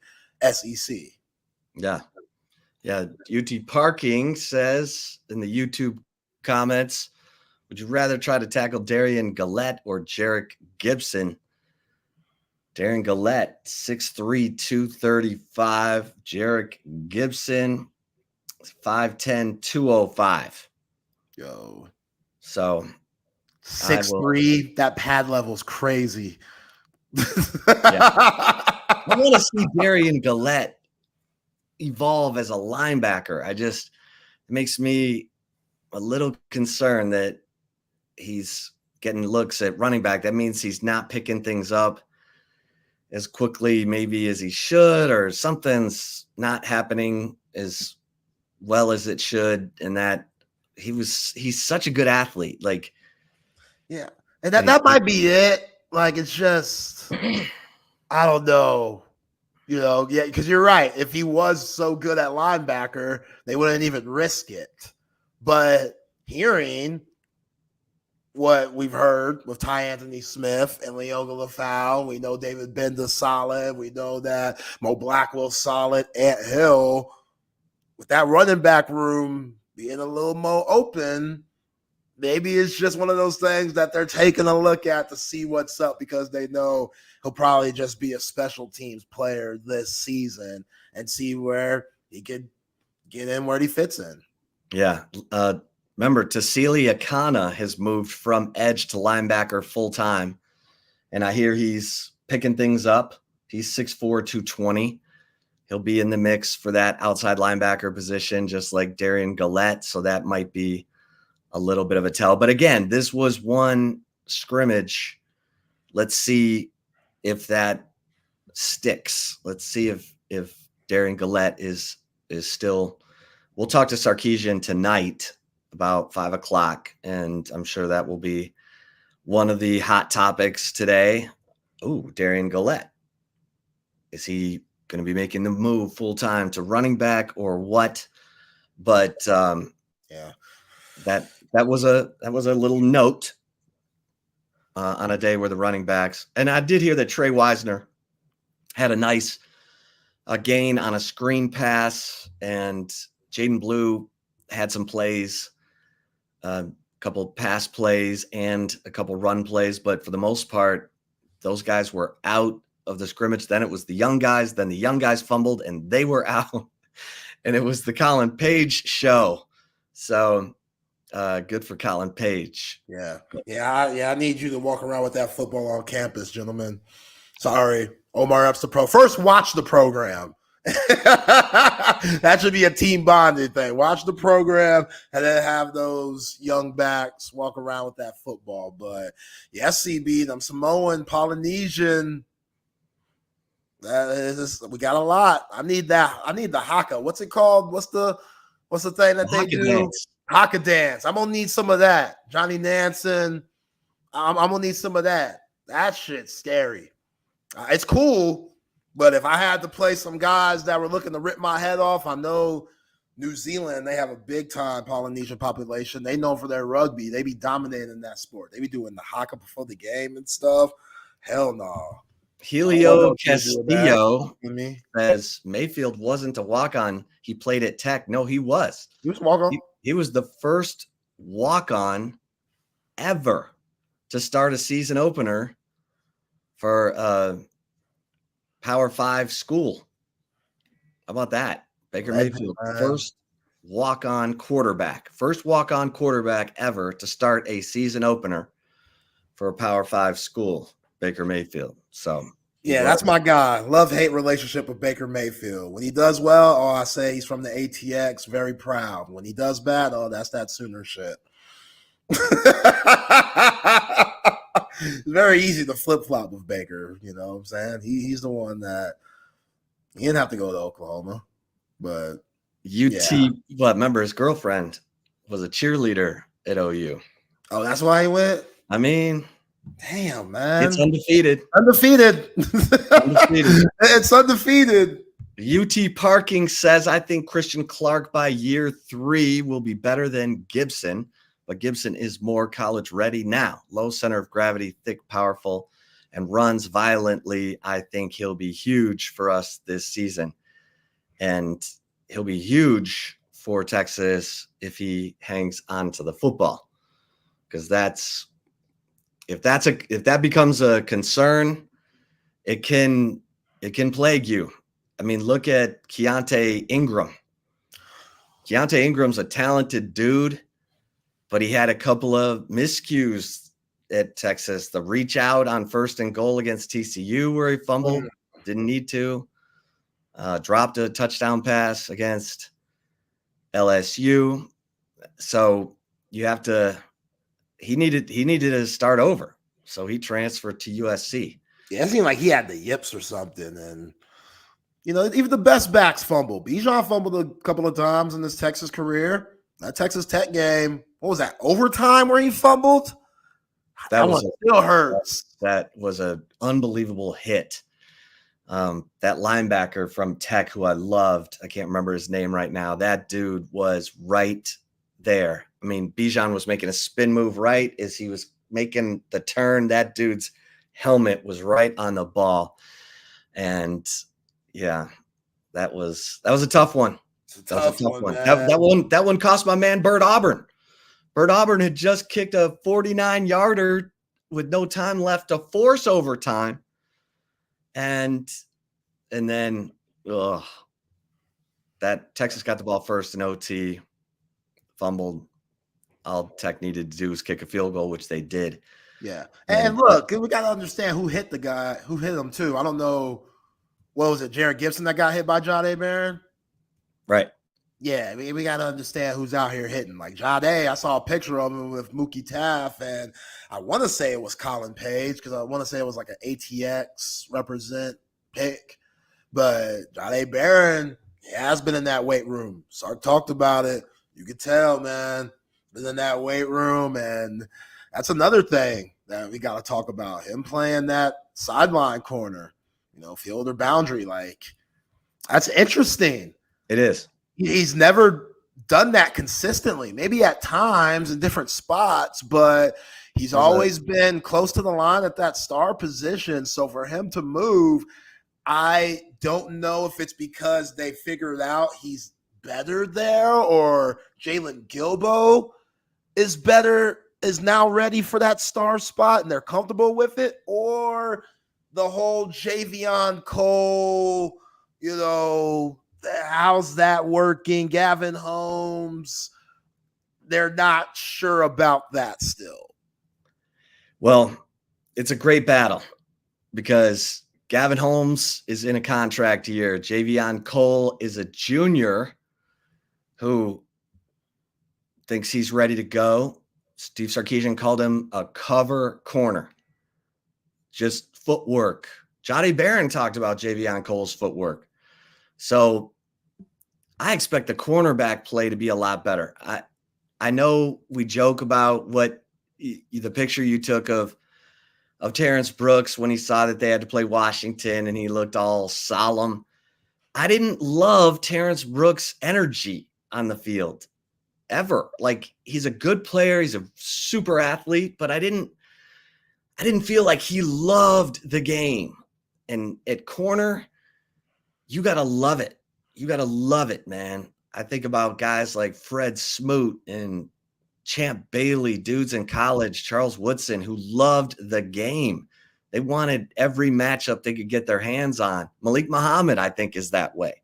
Malik Muhammad, I'm told, had a good scrimmage and continues to look good this camp. And I think it's sort of the worst kept secret that he's the heir apparent at boundary corner to take over for Ryan Watts. But if you've got Gavin Holmes, Javion Cole, Jahdae Barron, and my man Warren Roberson battling it out at that field corner, man, somebody should emerge from that group who's ready to go with some confidence and some playmaking. We just didn't see the playmaking. We saw some penalties, some stupid penalties where guys are running receivers out of bounds. No, man, just God, Terrence Brooks, man. OU. It's tough. He wasn't even close, man. He wasn't even close. Yeah, that's. See, you keep saying this, battling it out, Jahdae Barron. How is Jahdae Barron not always going to be on the field? I don't want him to get the reps that he got last year. That's too many. You got too much talent all around. Let's keep that dude saved for end of the season, November, December. But you keep saying battling it out with Gavin and Javion Cole. Jalen Gilbo, like, we got to see Jalen Gilbo because Jalen Gilbo is the guy getting all the love. And Steve Sarkisian was the one who pointed out that he started 3 games as a freshman. That was back 2 seasons ago. And that was when Jahdae he emerged as a star at the star position. Jahdae Barron should have been first team all Big 12. You could have made an argument for him as the Big 12 Defensive Player of the Year that year, along with Jalen Ford and the defensive end from K-State who won it. But I'm telling you what, Jalen Gilbo is like turning into Popeye with the spinach. I mean, I get it. I mean, it's going to be fascinating to see how they sub. And obviously they want quarterbacks to be confused. They don't know. They don't want anyone to know what they're looking at. And Texas already kind of does the split safety. We don't have field and boundary. We have left and right. And they don't want you to know who's the coverage guy, who's the guy who's going to come down and run support. They think they got a chance to be really super disguising in their defense. But I'm with you. Jahdae Barron's been one of the best players on this defense for the last 2 years. He didn't finish the season the way he wanted to last year, but he also played through an ankle. I want to see what Jalen Gilbo's all about, and we're going to get to see it because against Colorado State, they're going to throw it 70 times. You're going to need both Jalen Gilbo and Jahdae Barron in that heat at 2:30 in the afternoon. Yeah, you're going to need everybody. You're going to need everybody. I haven't heard nothing from Xavier Filsaime. Not a damn thing. But you might see him in that game just because there's going to be guys going down with cramps and stuff. You better start hydrating now for that game. Well, Xavier Filsaime, so you've got your top 4, and they're almost interchangeable, but you've got Andrew Makuba, Michael Taff, Derek Williams, of course. Derek Williams will be a starter for sure. And then Jelani McDonald. And then you've got Xavier Filsaime and Santana Wilson. So the young guys are learning right now. We know there's a bunch of turnover coming at the end of this season because Makuba is a senior, and that'll create an opening because Taft's a junior, Derek Williams a sophomore, and Jelani McDonald's a sophomore. So let's see how they do. And Wardell Mack is getting some run at corner too. So they just got to be better at corner. Yeah. And they, Ryan Watts was playing with injuries last year. You don't need guys playing with injuries. Let those guys rest up. You got to have someone ready to come in. Yeah, Ryan Watts was always hurt. Like, you kind of forget about him because he played, seemed like limited games. He always had a back or hamstring or something. Right. Like, damn, dog. And in the red zone, he was terrific. He was really good. That don't like hearing that either, that Quinn threw a pick in the red zone, and it was to Andrew Makuba. So, like you said, those safeties back there, they're going to be a lot better than what we saw last year. Shout out to Keaton Crawford and Jaron Thompson. But that red zone efficiency, it has to improve. And now one of your biggest red zone threats, you're without him for the rest of the year. It's CJ Baxter. Like, he would have been pivotal in the red zone, but you don't got him no more. So now you got to be even more creative in that very tight space that you struggled at last year, which would have been the difference in beating a lot of these teams that were close games by 14-20. So the SEC, those teams that will stop you in the red zone, they'll use that as momentum and go back down on the other end and score on your ass.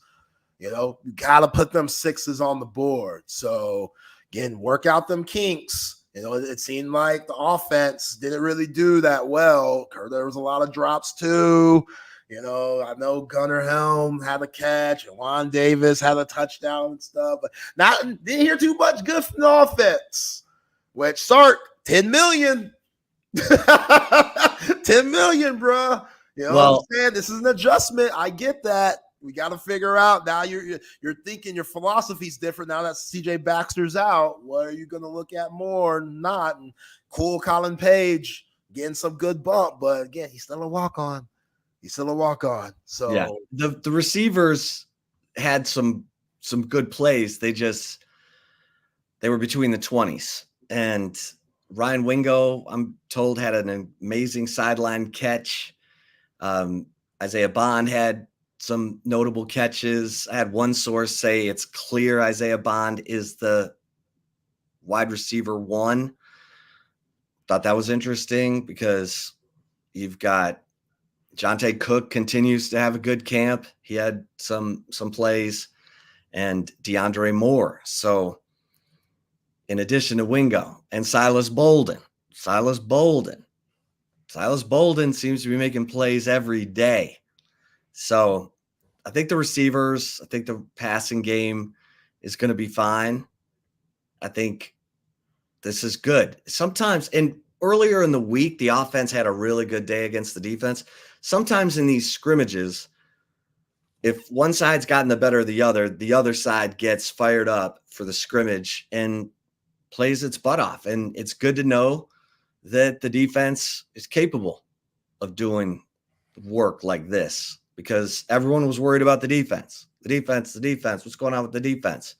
So it's a scrimmage. It's vanilla. It's not a whole lot of, I asked, were they bringing like blitz after blitz? Sometimes Sarkisian likes to see where his offense is when they least expect it. And he tells the defense to just unload on them. That might happen in the second scrimmage this Saturday, where he just lets them see all the firepower that can come at them, the various blitzes, and then see how they handle it.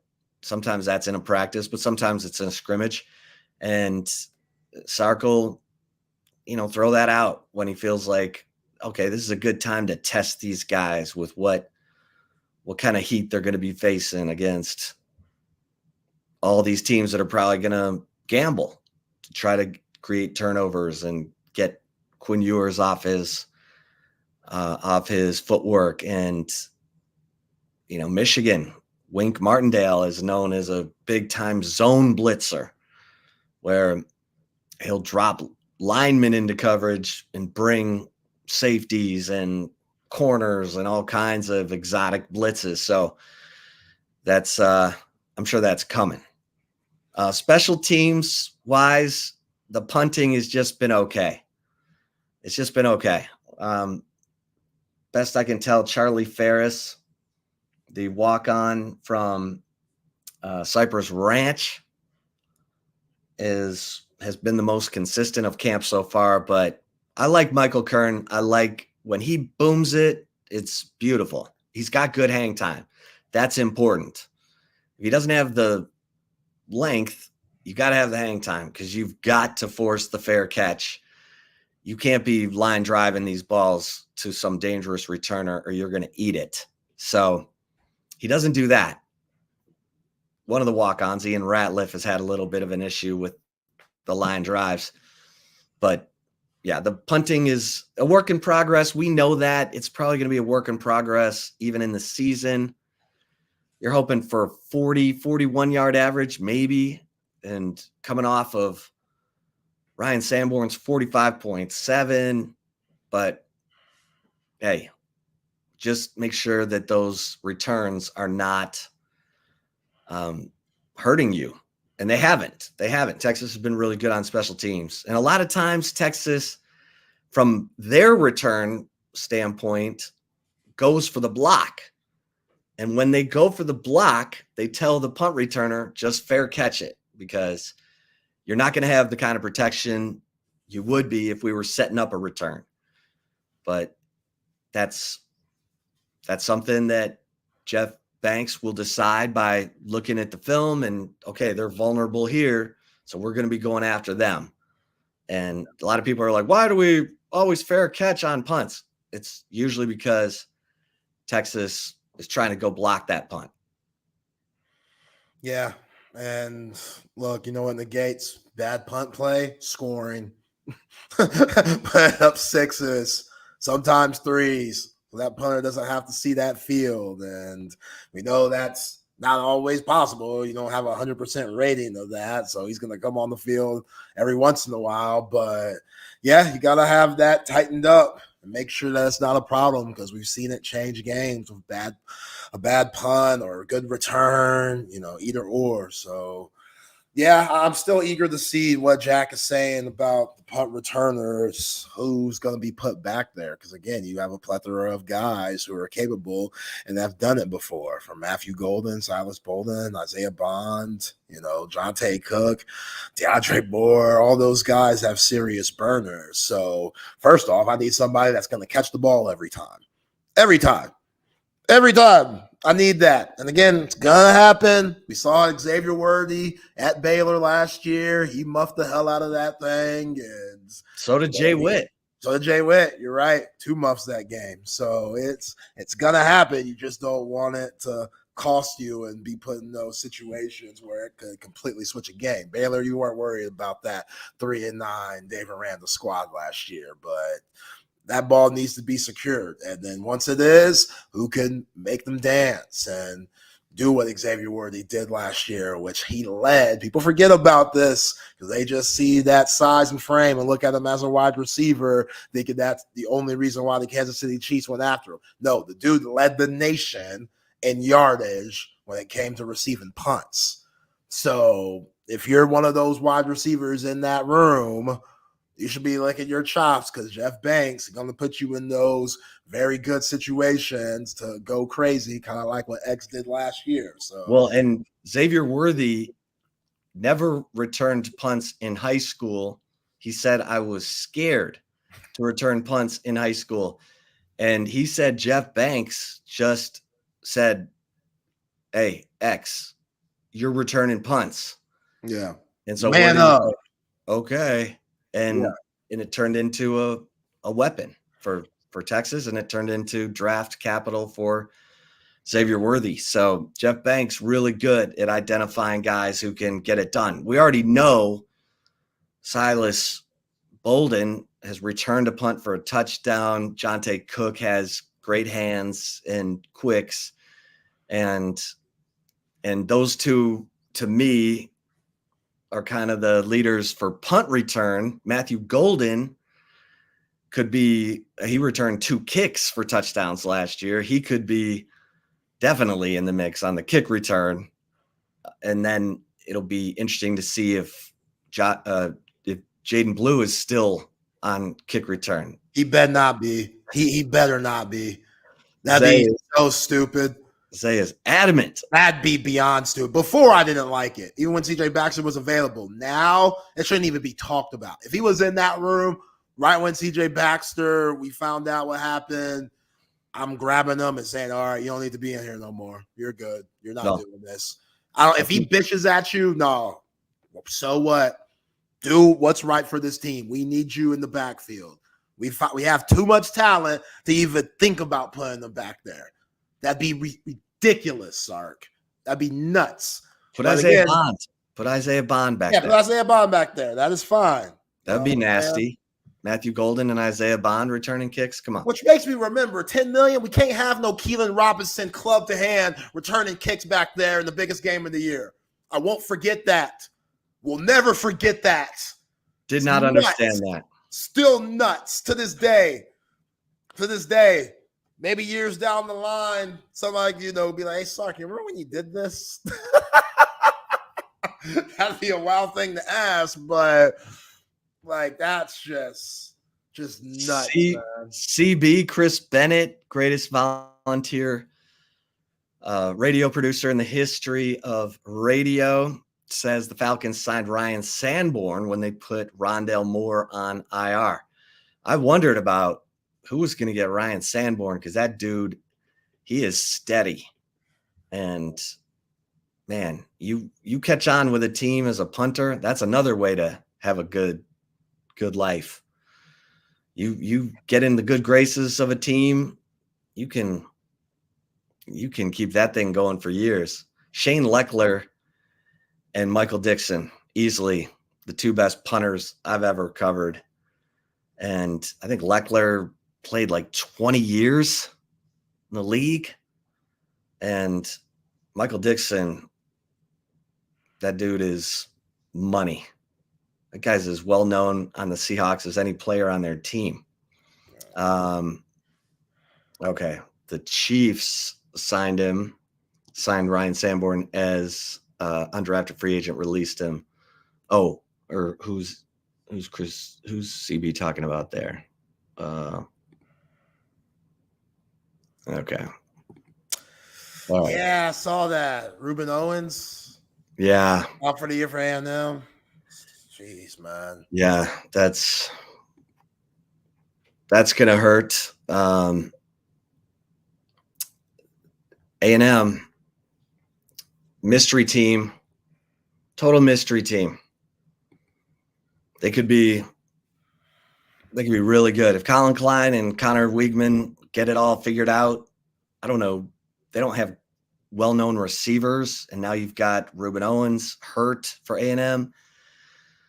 And the offensive line was a question mark coming into this season. It really is about if A&M's offense can get it going, because their defense looks good. Mike Elko has brought dudes in from the portal, plus the guy can coach, plus they got some dudes that are returning, and they brought in the kid from Purdue who led the Big Ten in sacks last year. So, yeah, A&M defensively is going to be a problem. All right, let's get a couple mentions in here. It is Monday, folks. Monday means all-night happy hour at Salt Traders Coastal Cookin'. Salt Traders Coastal Cookin', that is the seafood restaurant of Jack Gilmore, restaurant legend who also gives you Jack Allen's Kitchen. How about all-night happy hour tonight, Monday, 3:30 to close, $1 raw oysters. If you love raw oysters, then you need to go tonight. You need to grab your date and go.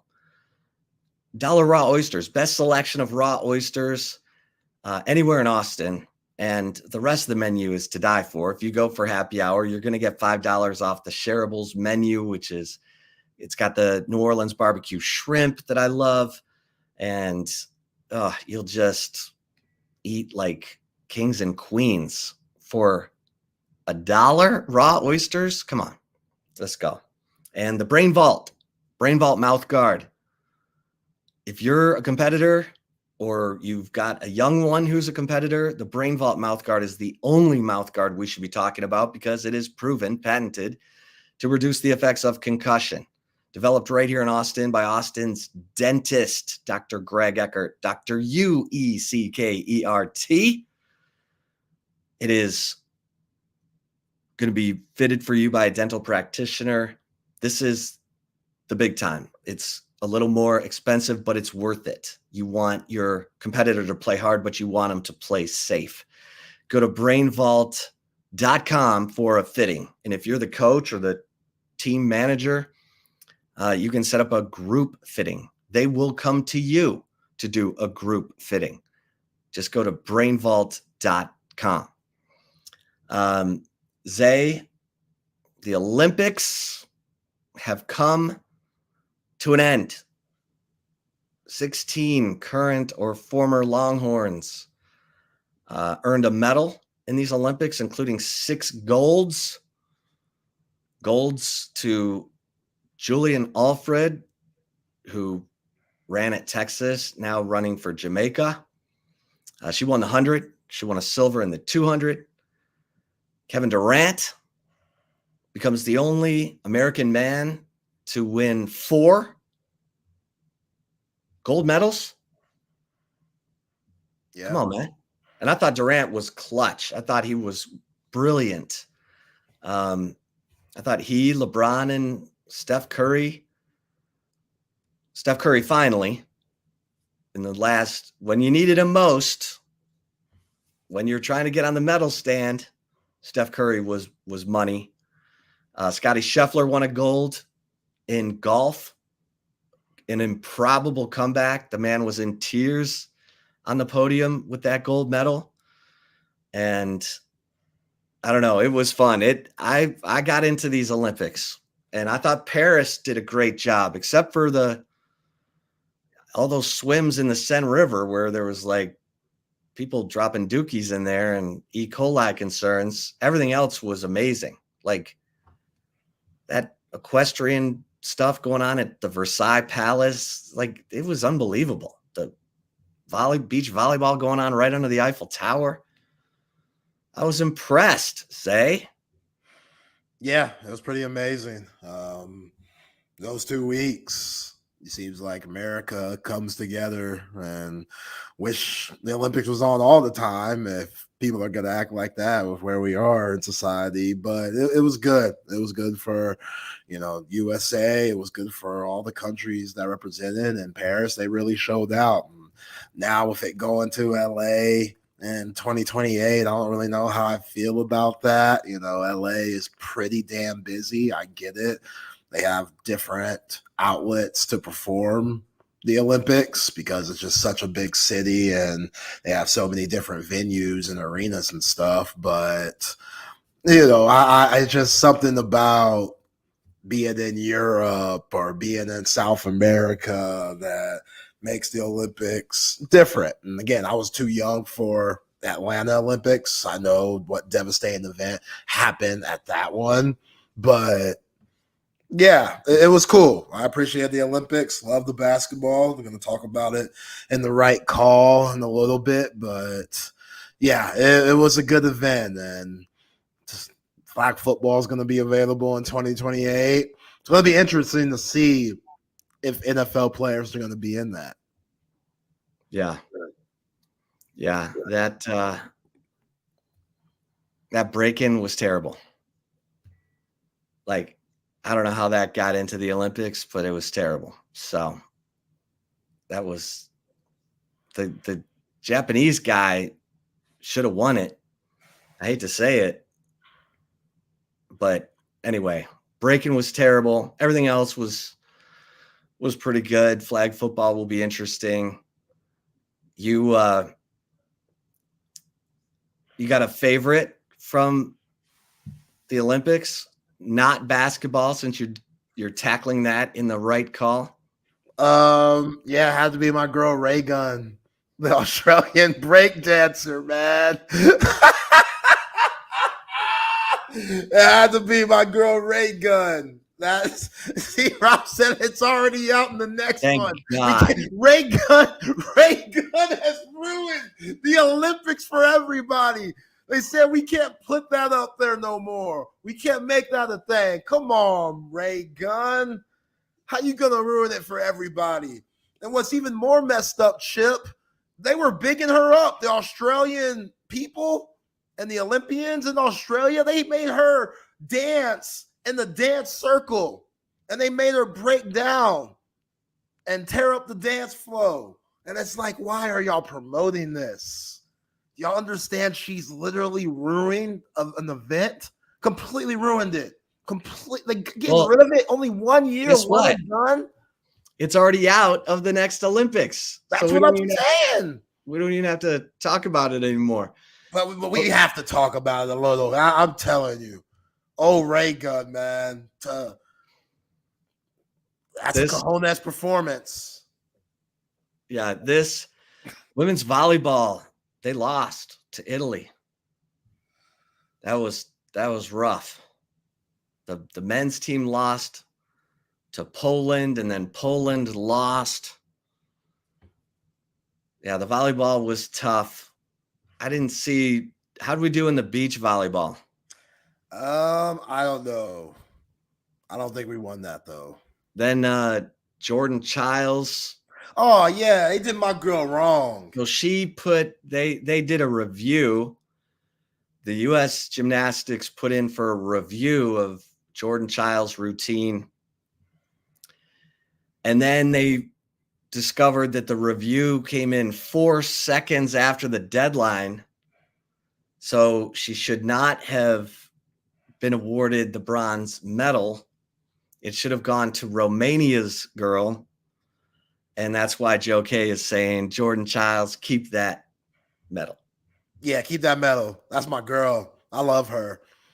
I know Simone Biles is the GOAT and stuff, but no, you can't tell me shit about Jordan Childs, man. That girl, she be doing her thing. She flashy.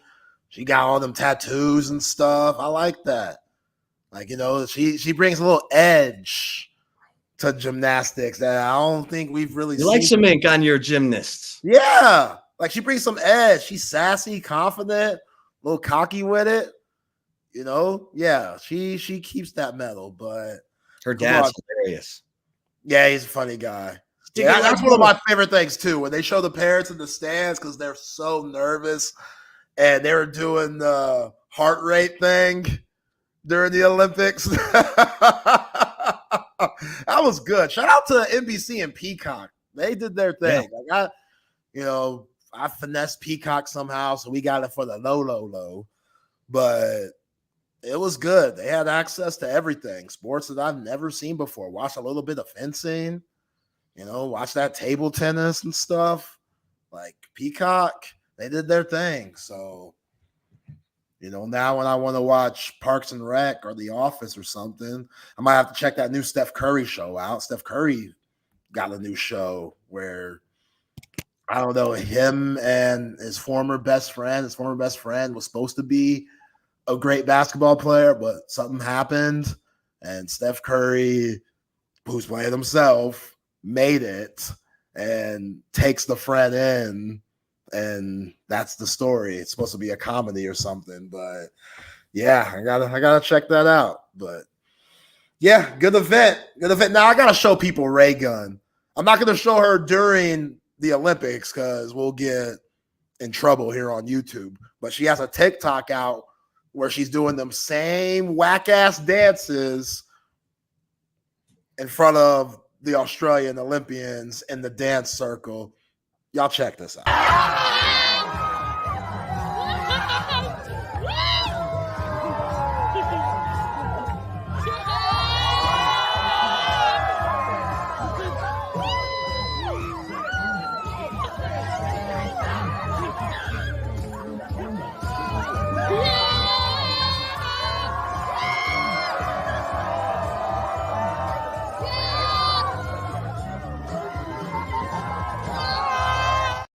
Come on, man. That's terrible. You can't cancel it for that.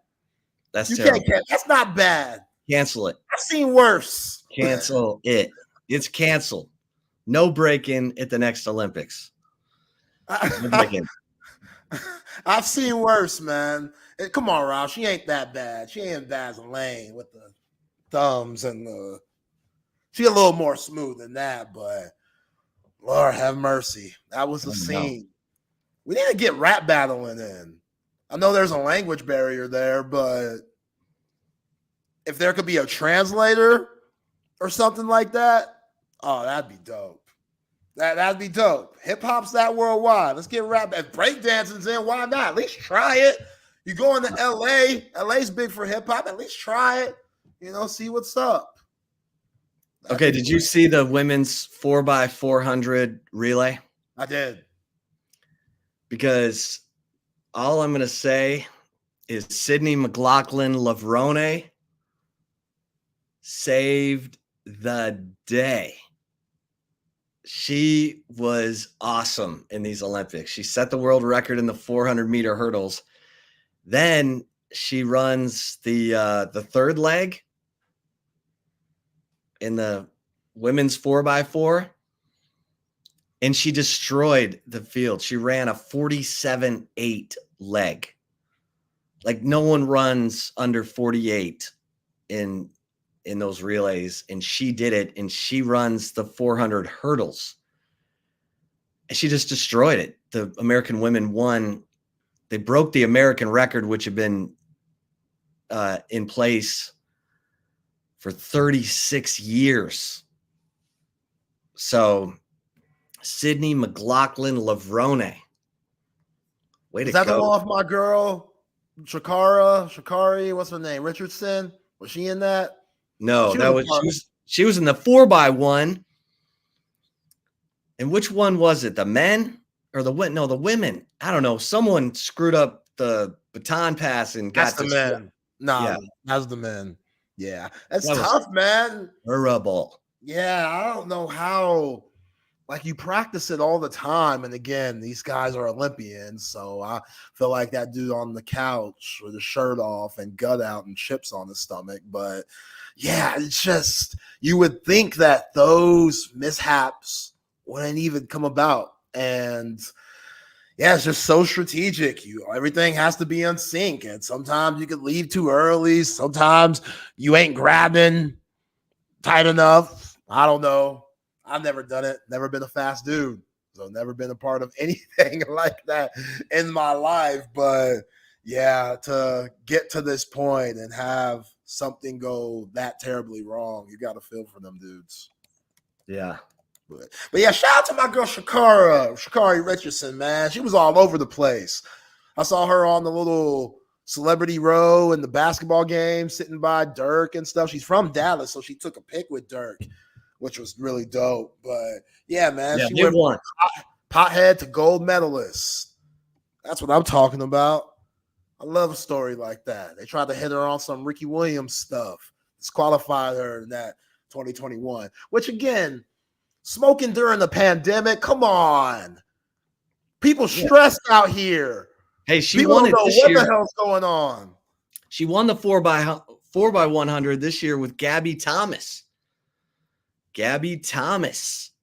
Yeah, Shakari Richardson. She was dealing. Gabby Thomas. Everyone loves Gabby Thomas. And like someone in my chat today was like, can't UT claim her? She went to Harvard, then she went to epidemiology school at the UT Health Science Center in Houston. That's a little bit of a stretch. We're stretching it. Yeah. But she lives in Dallas. Okay. And is she a Texan or she just live in Dallas? Let me tell you, Zay. I'm going to tell you right now. She is from, she went to high school in Massachusetts. Yeah, not even close. Yeah. Not even close. Yeah. That's okay, though. It's You know, okay. At least she lives in Texas. She knows what's up.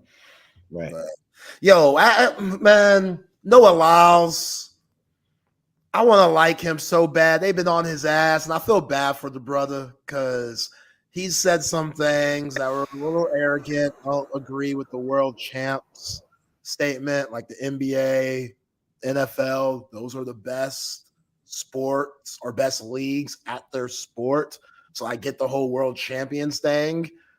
And just all the things that are coming out about him. Time magazine put out an article where, he's an Adidas brand guy and they were trying to big him up and promote him more. And they told him to go to this Anthony Edwards event that was displaying Anthony Edwards' shoe. And he had a problem with that and went at Anthony Edwards for no reason. Like, why would I go to this guy's, shoe release when he hasn't won an NBA finals or done this and that? And it's like, dang, bro, why so much hate? Like, you're an amazing athlete. I get it. That NBA money and that track money, a little bit different, but you can't be out here hating. And then he went on to say, I'm not trying to slight the dude, but why wasn't Adidas trying to put me on for that shoe deal? Because that's not how it works, bro. Like, you're 2 weeks, you're going to get your love. NBA is like 9 months long, and then it just jumps back very quickly. So that money that's going through there, what's your favorite movie? Air? Air set the tone from everything. Blame Mike. That's my favorite movie. That's the movie I thought you might enjoy as a basketball aficionado. It's okay. It's all right. To know the backstory of how the Air Jordan went down. Yo, Phil Knight ain't that pretty, man. That's all I'm saying. Sonny Vaccaro ain't that pretty. Matt Damon pretty. Ben Affleck pretty. Right. Give me a damn break. We've been down this road. We've been down this road. You're right. I digress a little bit. Down this road. My apologies. But yeah, Noah had a rough go of it, man. He barely won the 100. Then he got COVID. And was allegedly running the 200 with COVID. Allegedly. So, yeah, he just showed us the negative test. Where the positive test, Noah? Come on, man. You acting like it's Will Chamberlain's 100-point game. Where the receipts at? Because you were being way dramatic with that wheelchair, bruh. Yeah, when did the women's track team start coming from the Ford modeling agency? Yeah, that was good looking. It was some the 4x1 and the 4x4 were. There's some beautiful women in this Olympics, man. Impressive. It was very impressive. I'll Absolutely. Sydney McLaughlin Lavrone. Woo! She even brought out a nice new do for the 4x4 after winning with a different do in the 400 hurdles. Oh, yeah. And she blew that track up. Oh, they were showing out, man. The lashes, the makeup, like they knew this was the ultimate event. And what about my girl, Caroline Marks? She didn't get enough love, man. She won the gold for surfing for the United States. And you need to see her. Oh, yeah? Oh, yeah. She's not bad. So they didn't get no love, man. They were down in Tahiti. Why were they so far? There's no water in Paris, I guess. You can't take no waves. You can't take them to a water park. The water parks that have the surfing inside. You can't let them jump on that. Waco has one of those. For real? Oh, yeah. Waco Surf, baby. Waco Surf, okay. Big wave park. Oh, yeah. That's dope. Look at Waco trying to come up more than Baylor and Chip and Joanna. I respect it. Come on, man. All right, let's get a couple mentions and then we'll start heading into the commentary. And if you have any questions, any thoughts on the scrimmage you want to chat about, put those comments in the YouTube comments or on the COTA text line at 512-222-9328. But cover three. I mean, it's been a great place to watch the Olympics, but watch the NFL preseason, get ready for, the football season, get you a chance to see some of these 11 drafted Longhorns, but more importantly, in addition to being the best place to watch your favorite team and hang out with your buddies, Cover 3, great food, high-end food, like the Sean Adams prime rib sandwich melts in your mouth. The buffalo chicken sliders, the ruby trout, the brick chicken mac and cheese. It is fantastic food. The Parmesan fries, don't forget about that. The brunch on the weekends with the do-it-yourself Bloody Mary bar. Yeah. All night happy hour at Cover 3 on Mondays. So get in there and enjoy it. And it's time for you to get that big screen, get that surround sound, get that media room you've wanted in time for football season. Audio visual consultations. My man Tom McKay's been doing it for 30 years. He's the best in the business. He's put big screen surround sound into 3 different houses for me, and he's put it in some of your favorite restaurants like Cover 3. AV consultations. All you have to do is remember this phone number, 255-8678, and let Tom and his crew bring everything to you. It's that simple. Give him a call today, 255-8678. All right, Zay. For the chip shot today, I'm going to give you a little bit of a smorgasbord here. First of all, shout out to my son. Hopefully he's listening to us on his drive from Austin to Fort Collins. He is going to finish up his senior year at Colorado State. Safe travels to my man Tiger Brown, who did spend the summer working at Cover 3 there in Anderson Lane. Had a great time serving everybody, and proud of him. And, of course, Colorado State coming to Austin August 31st. I said, you want to come back for that game? He's like, no. I want to watch. I want to come back in October for F1 and the ACL Music Festival. I'm like, oh, okay, all right. Man's got sensible. He's got a plan. Got a plan. I did enjoy the Olympics. I did, and I loved watching those relays. It's a great way to finish up the USA men and women's basketball. Both probably, well, the women had a near-death experience. Could have used old Caitlin. I'm just saying. Yeah, they won it though. They did it. I was texting with Zay. I'm like, uh-oh. Man, Diana Taurasi ain't touched the flow, man. Come on. Come on. I get it. We're trying to get her 6, but man. Go ahead, Chip. Right. My brother. Right. Wow. No, it was exciting. It was exciting. Asia Wilson, way to come through. And the men, obviously, LeBron and Durant and Steph. It was awesome.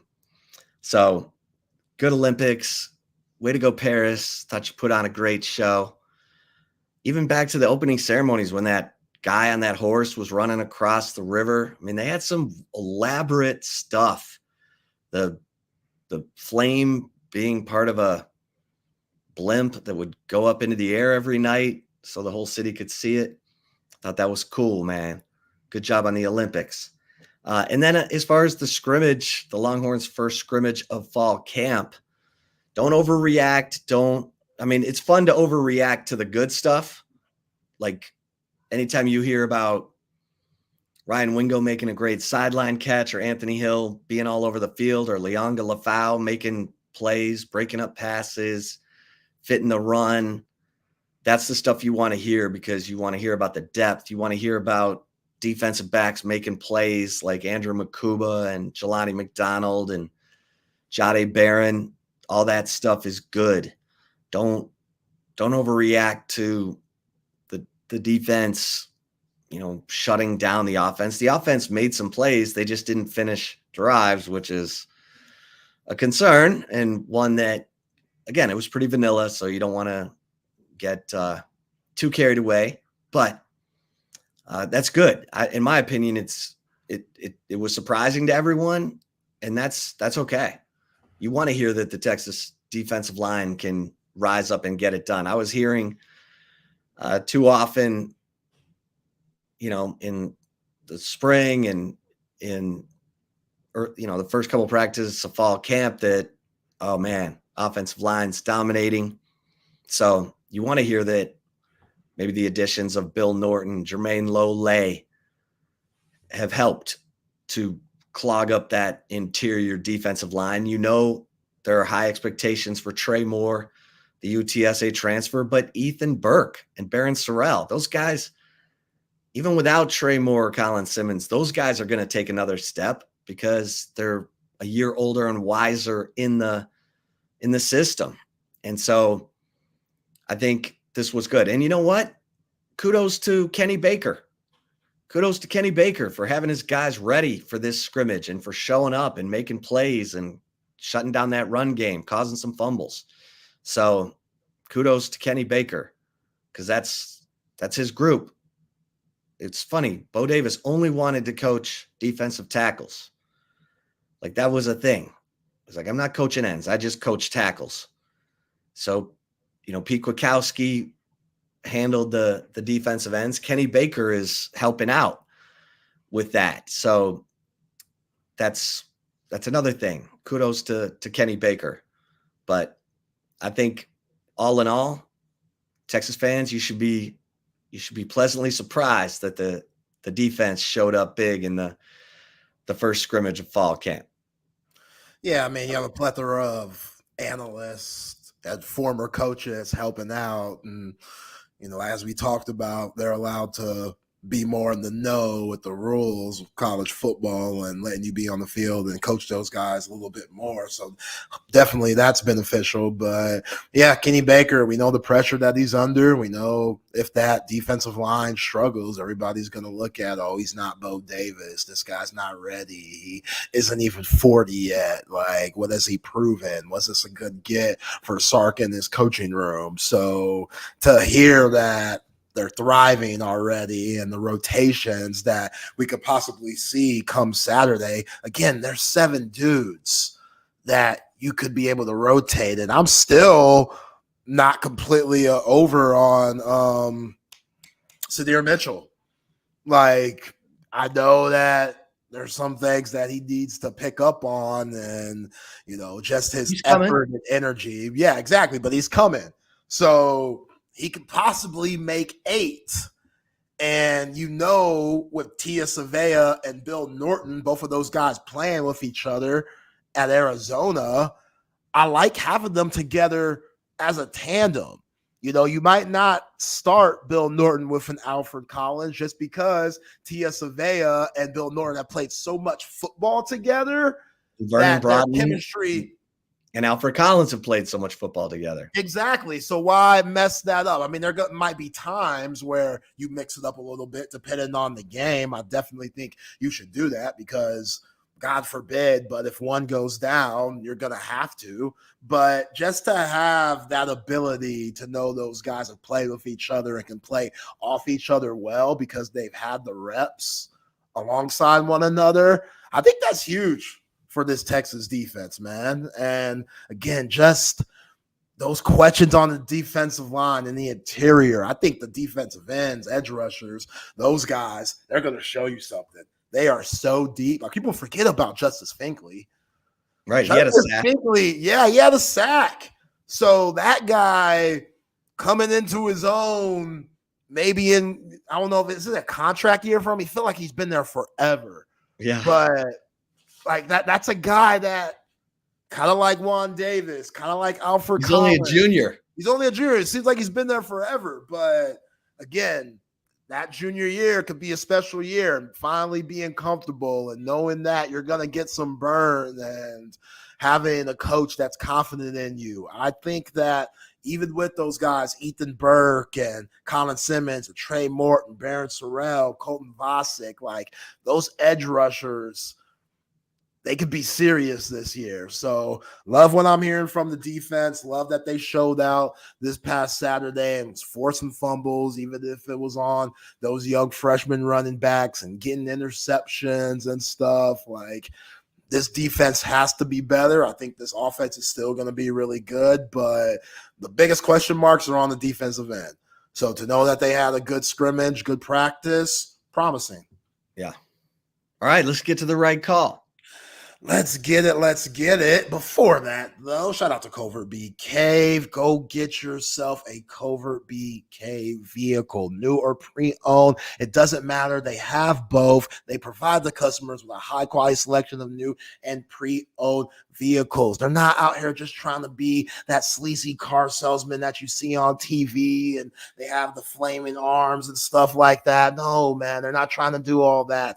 They are trying to put you in a situation where you're comfortable in and you feel comfortable driving off that lot in one of the 7 terrific brands that they have: Buick, GMC, Chrysler, Cadillac, Dodge, Jeep, and Ram. You're going to feel good in your Covert BK vehicle. So if you want to see what they got, go online, covertbcave.com, see all those latest specials, see the latest inventory, and you can decide what you want. Go visit that crew down there at the beautiful 42 acres located in the Hill Country. Nobody beats a Covert deal. Not now, not ever.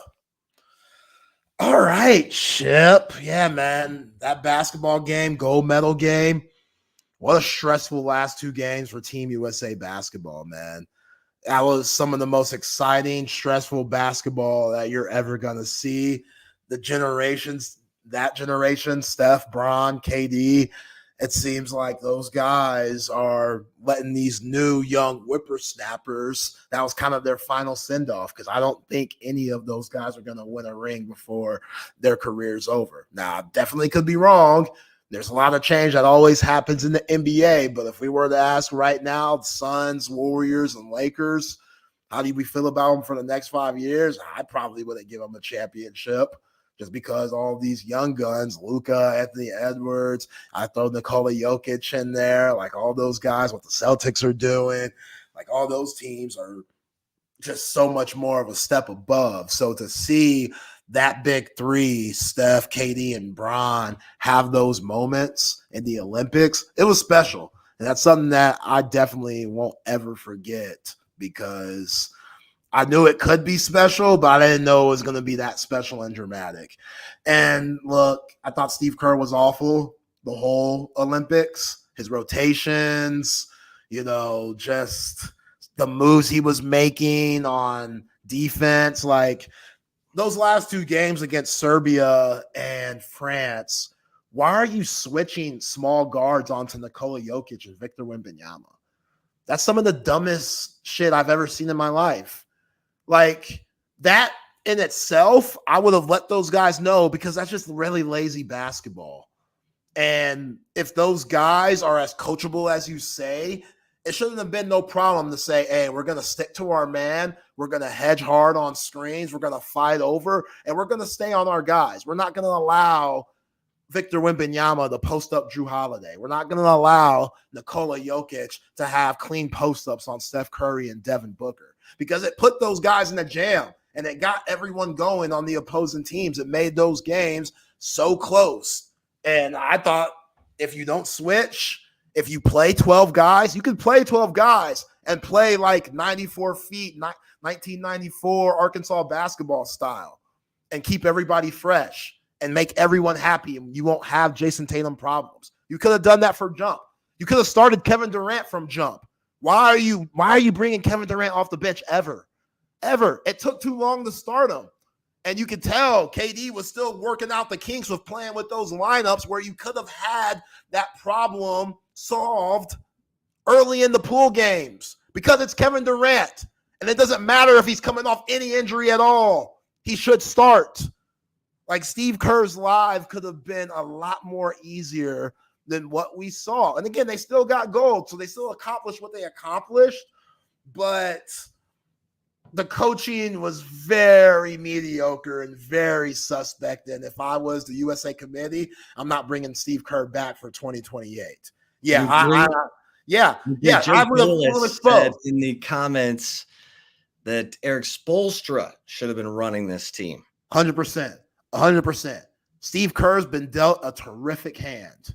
Eric Spoelstra has gotten pretty decent talent to the finals multiple times.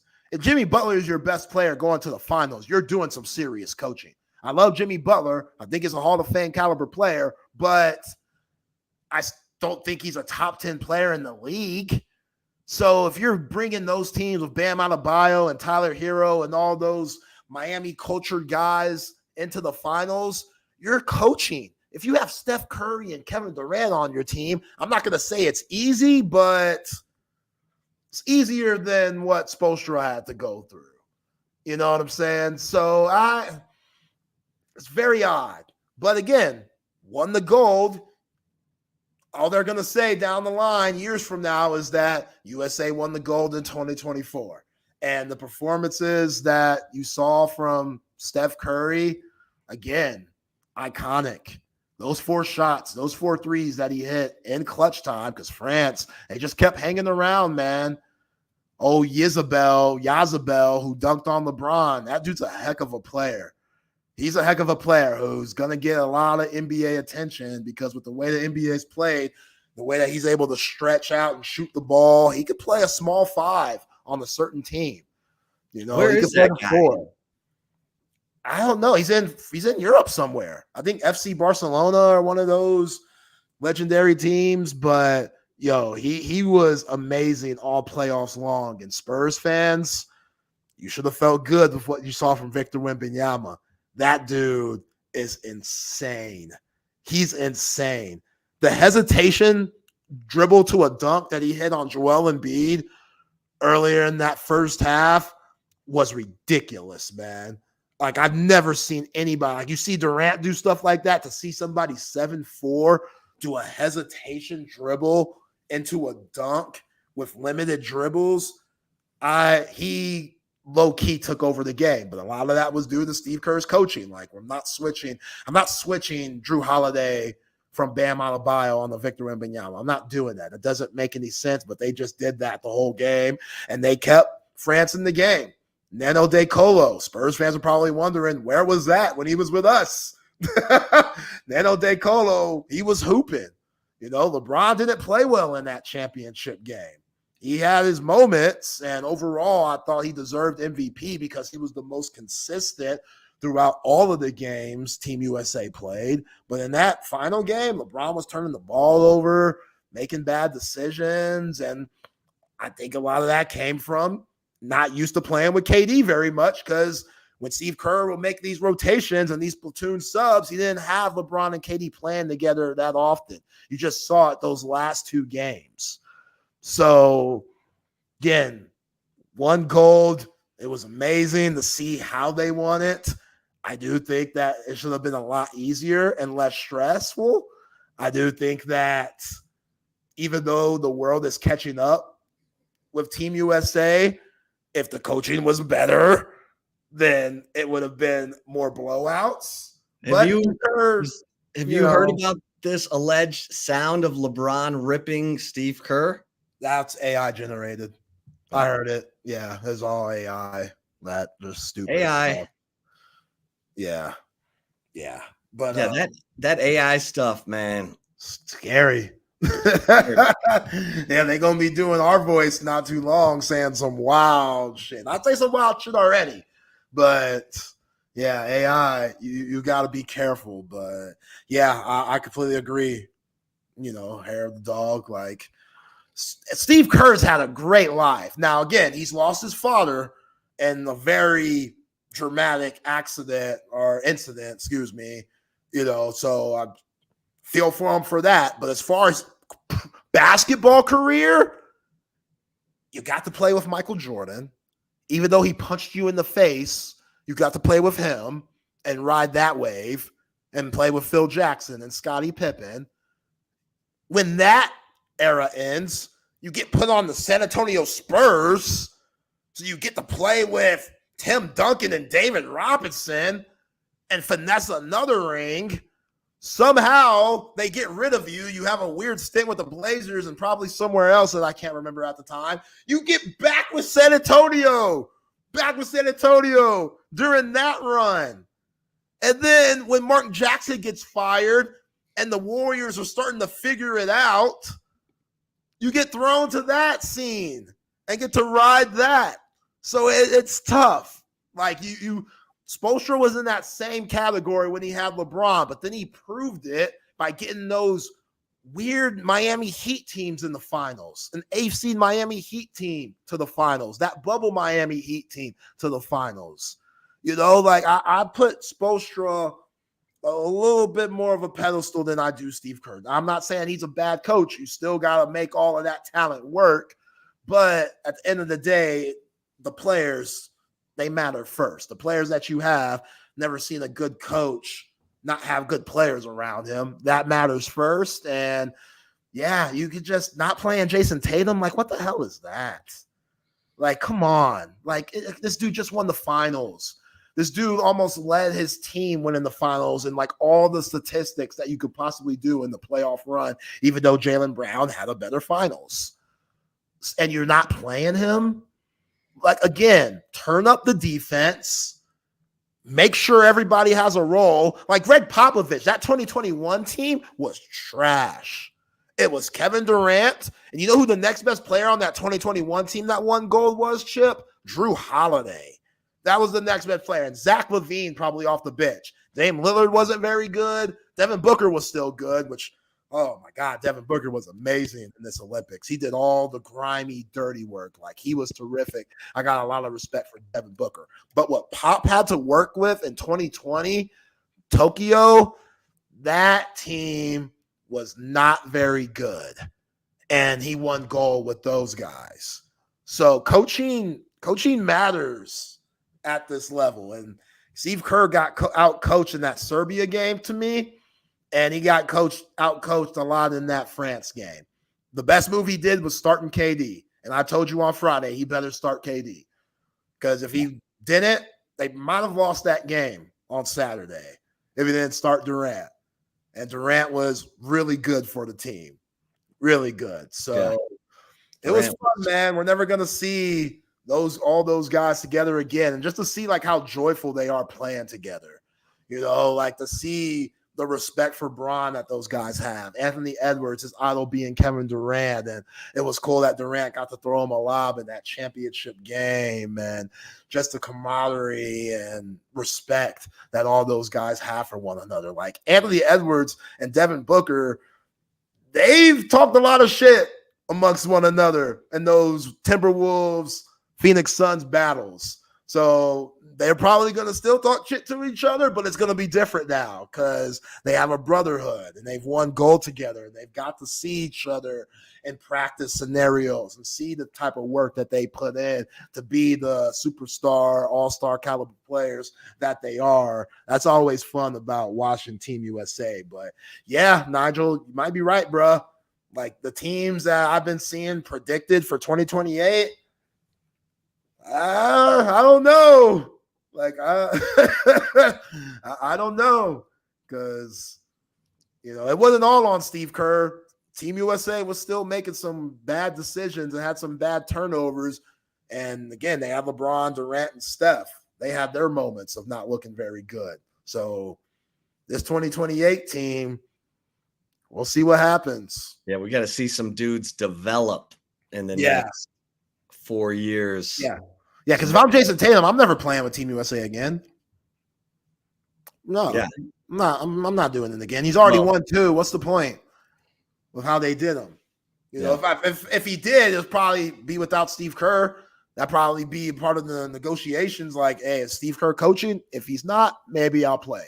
If he is, I'm out, because he's not going to come out here and embarrass me. And again, when you sign up for Team USA, you have to do some sacrifice, and I understand that. But there's also a certain respect level where these coaches need to figure it out. I always talk about Steve Sarkisian and this $10 million.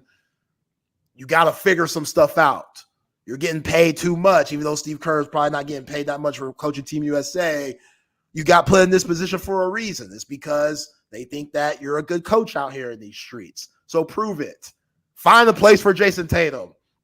You know, find a place. And yeah, shout out to Joel Embiid too. I was dogging him a lot at the beginning, but he played well those last few games. And it was cool how Team USA embraced him with all the hate that he got with how he did France, and the fact that the Olympics was located in France and those fans, they were brutal towards him. It was cool that Team USA was always doing the hype up thing that he would do. And yeah, it's just fun, man. Fun basketball that we'll never see again. Yeah. Yeah. End of an era. It was interesting. Eric Henry asked me today in the chat that I'm doing over on Horns 24/7 for the best performances by opposing players against Texas in my years covering Texas, which is since 1992. He asked for football, for basketball, and for women's basketball. And I said, Ndamukong Suh in the Big 12 championship game in 2009, 12 tackles, 7 tackles for loss, 4.5 sacks. He was throwing Colt McCoy around like a rag doll. For basketball, obviously JJ Redick's 41 points, blowout. But AC Law, I thought AC Law's 33 against Durant, who had 30 in double overtime. That was the best. That was one of the best games I've ever covered. Yeah, that AC Law, man, the southpaw, he was so tough. God, he was tough. And it seemed like every clutch shot that he had in that A&M uniform, he hit. Not even if it was against Texas. He definitely hit them against Texas, but yeah, he would hit them against everybody. He was a dog. Yeah, those are some good picks. In football, Michael Penix comes to mind. Yeah. Basketball. Taysom Hill, 259 yards rushing. Yeah. At quarterback for BYU. Manny Diaz got fired the next day as defensive. Oh, Manny. They did Manny wrong. Come on, man. Basketball, 03, Carmelo Anthony. Lord have mercy. Lord, I am telling you, I will never forget the first shot he hit when he put all-world defender Royal Ivy on skates. Like, I've never seen Royal Ivy get put on skates before. And after that, after he hit that, go back. They always show it. It's always on social media for some reason. And that's like the only game that people have of Carmelo Anthony in a Syracuse uniform for some reason. They never show the national championship one. I don't know if he had that good of a game, but they show that one against Texas to get to the national championship in the Final Four in New Orleans. And he rocks. It looks kind of like a travel, but it's not. It's just mellow smooth. And he rocks Royal Ivy like I've never seen Royal get rocked before, and just went up with that pure jumper that Melo was known for throughout his career and knocked it down. And you just knew right then, oh, this might be a long night. I remember 12 years old. 12 years old. I remember me talking like, oh, that's different. That's different. That was the worst draw. I mean, that Final Four, you had Dwayne Wade and Marquette. You had Kansas. You had Texas, and you had Syracuse. Texas would have been a better matchup against Marquette or Kansas. But you put 5'10" or 11 TJ Ford against the top of that 2-3 zone with Carmelo at 6'8" or whatever he is, and Akeem Warwick down in the bottom of that zone with his stretch man arms. Yeah, man. That was tough. It's tough. All right. Let's bring in the fellas from SEC Unfiltered. Chris Phillips, Dave Shoemate. Gentlemen. Hey, I was at that game y'all were talking about. I was 10. In New Orleans. I was at that Final Four. Wasn't that Roy Williams' last game at Kansas? Yep. That's when he told Bonnie Bernstein to like F you or whatever he did. She was right on the money too. And he was, what the bleep you asking me that for? Well, because you're about to take the damn job. Okay, Roy, you slime bucket. Just say, I'm not talking about that right now. That Final Four was loaded with like star power. Looking back on it, I think B Wade was on that team, on that Marquette team. He had, like you said, TJ Ford. They had Melo, Hakeem Warwick, and then who can't? Kansas had the Kurt Heinrich, Heinrich, and Nick Collison. Nick Collison, yeah. It was a good Final Four. Yeah, that was. There was some star power. I was there too. Sitting, Jared Elliott, a young Jared Elliott, was sitting like 2 seats down. What year was that for Rick Barnes? 03. He got there in 98. So what year? I mean, 99 was really the first 4 or 5 years for him. Yeah. TJ Ford changed everything. He got, and then Zay's got Royal Ivy. That's my man. Yeah. My man. Well, I love that guy. Fellas, we will not hold you up any longer. Hey, Chip, y'all the best. Great to see you. Show. Appreciate you. Absolutely, boys. CP. Hey, Dave, what's up, man? What's going on? Guys, you got some what? Little midday coffee? Cold brew, baby. Cold brew. In the summer, I get into cold brew. But most of the time, I like hot coffee. Yeah, I like cold brew. I'm a, it's funny. I don't typically drink coffee after like noon. I just, I don't know. I'm not really I have my 2 cups and I'm pretty much set.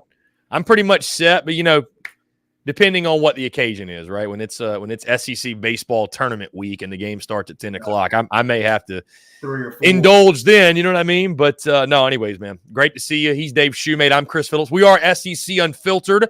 Live right here, Monday through Friday, 4 to 5 p.m. Eastern, 3 to 4 Central, 2 to 3 Mountain Time as well. And again, always talking SEC sports, baseball, basketball, football. Dave, we are less than 3 weeks away from toe meeting leather. Kickoff is around the corner. We have began to record game previews that will start dropping late this week. So what that means, guys, for all the Texas Sports Unfiltered folks out there listening, last week was officially the final week without SEC Unfiltered previewing, predicting, breaking down some SEC football game. That was the final week until we get to essentially January 20th, national championship. So it's exciting times, Dave. We officially made it, wrapping up all the preseason content, quote unquote, off-season content, what have you. But yeah, happy to be here with you, man. I feel like it's been a while since you and I have been on the airwaves here together. Yeah, because last week I had to bail because we had our parent-teacher meeting. And then, Cole and I had a laugh about that on the air, actually. So, and then I did it early in the week before with Cole. Right. The week before that. Yeah, the schedule's been kind of all over the place, but either way, we make it work. And again, I appreciate you taking the time. Also, guys, I want to plug this. Go check out.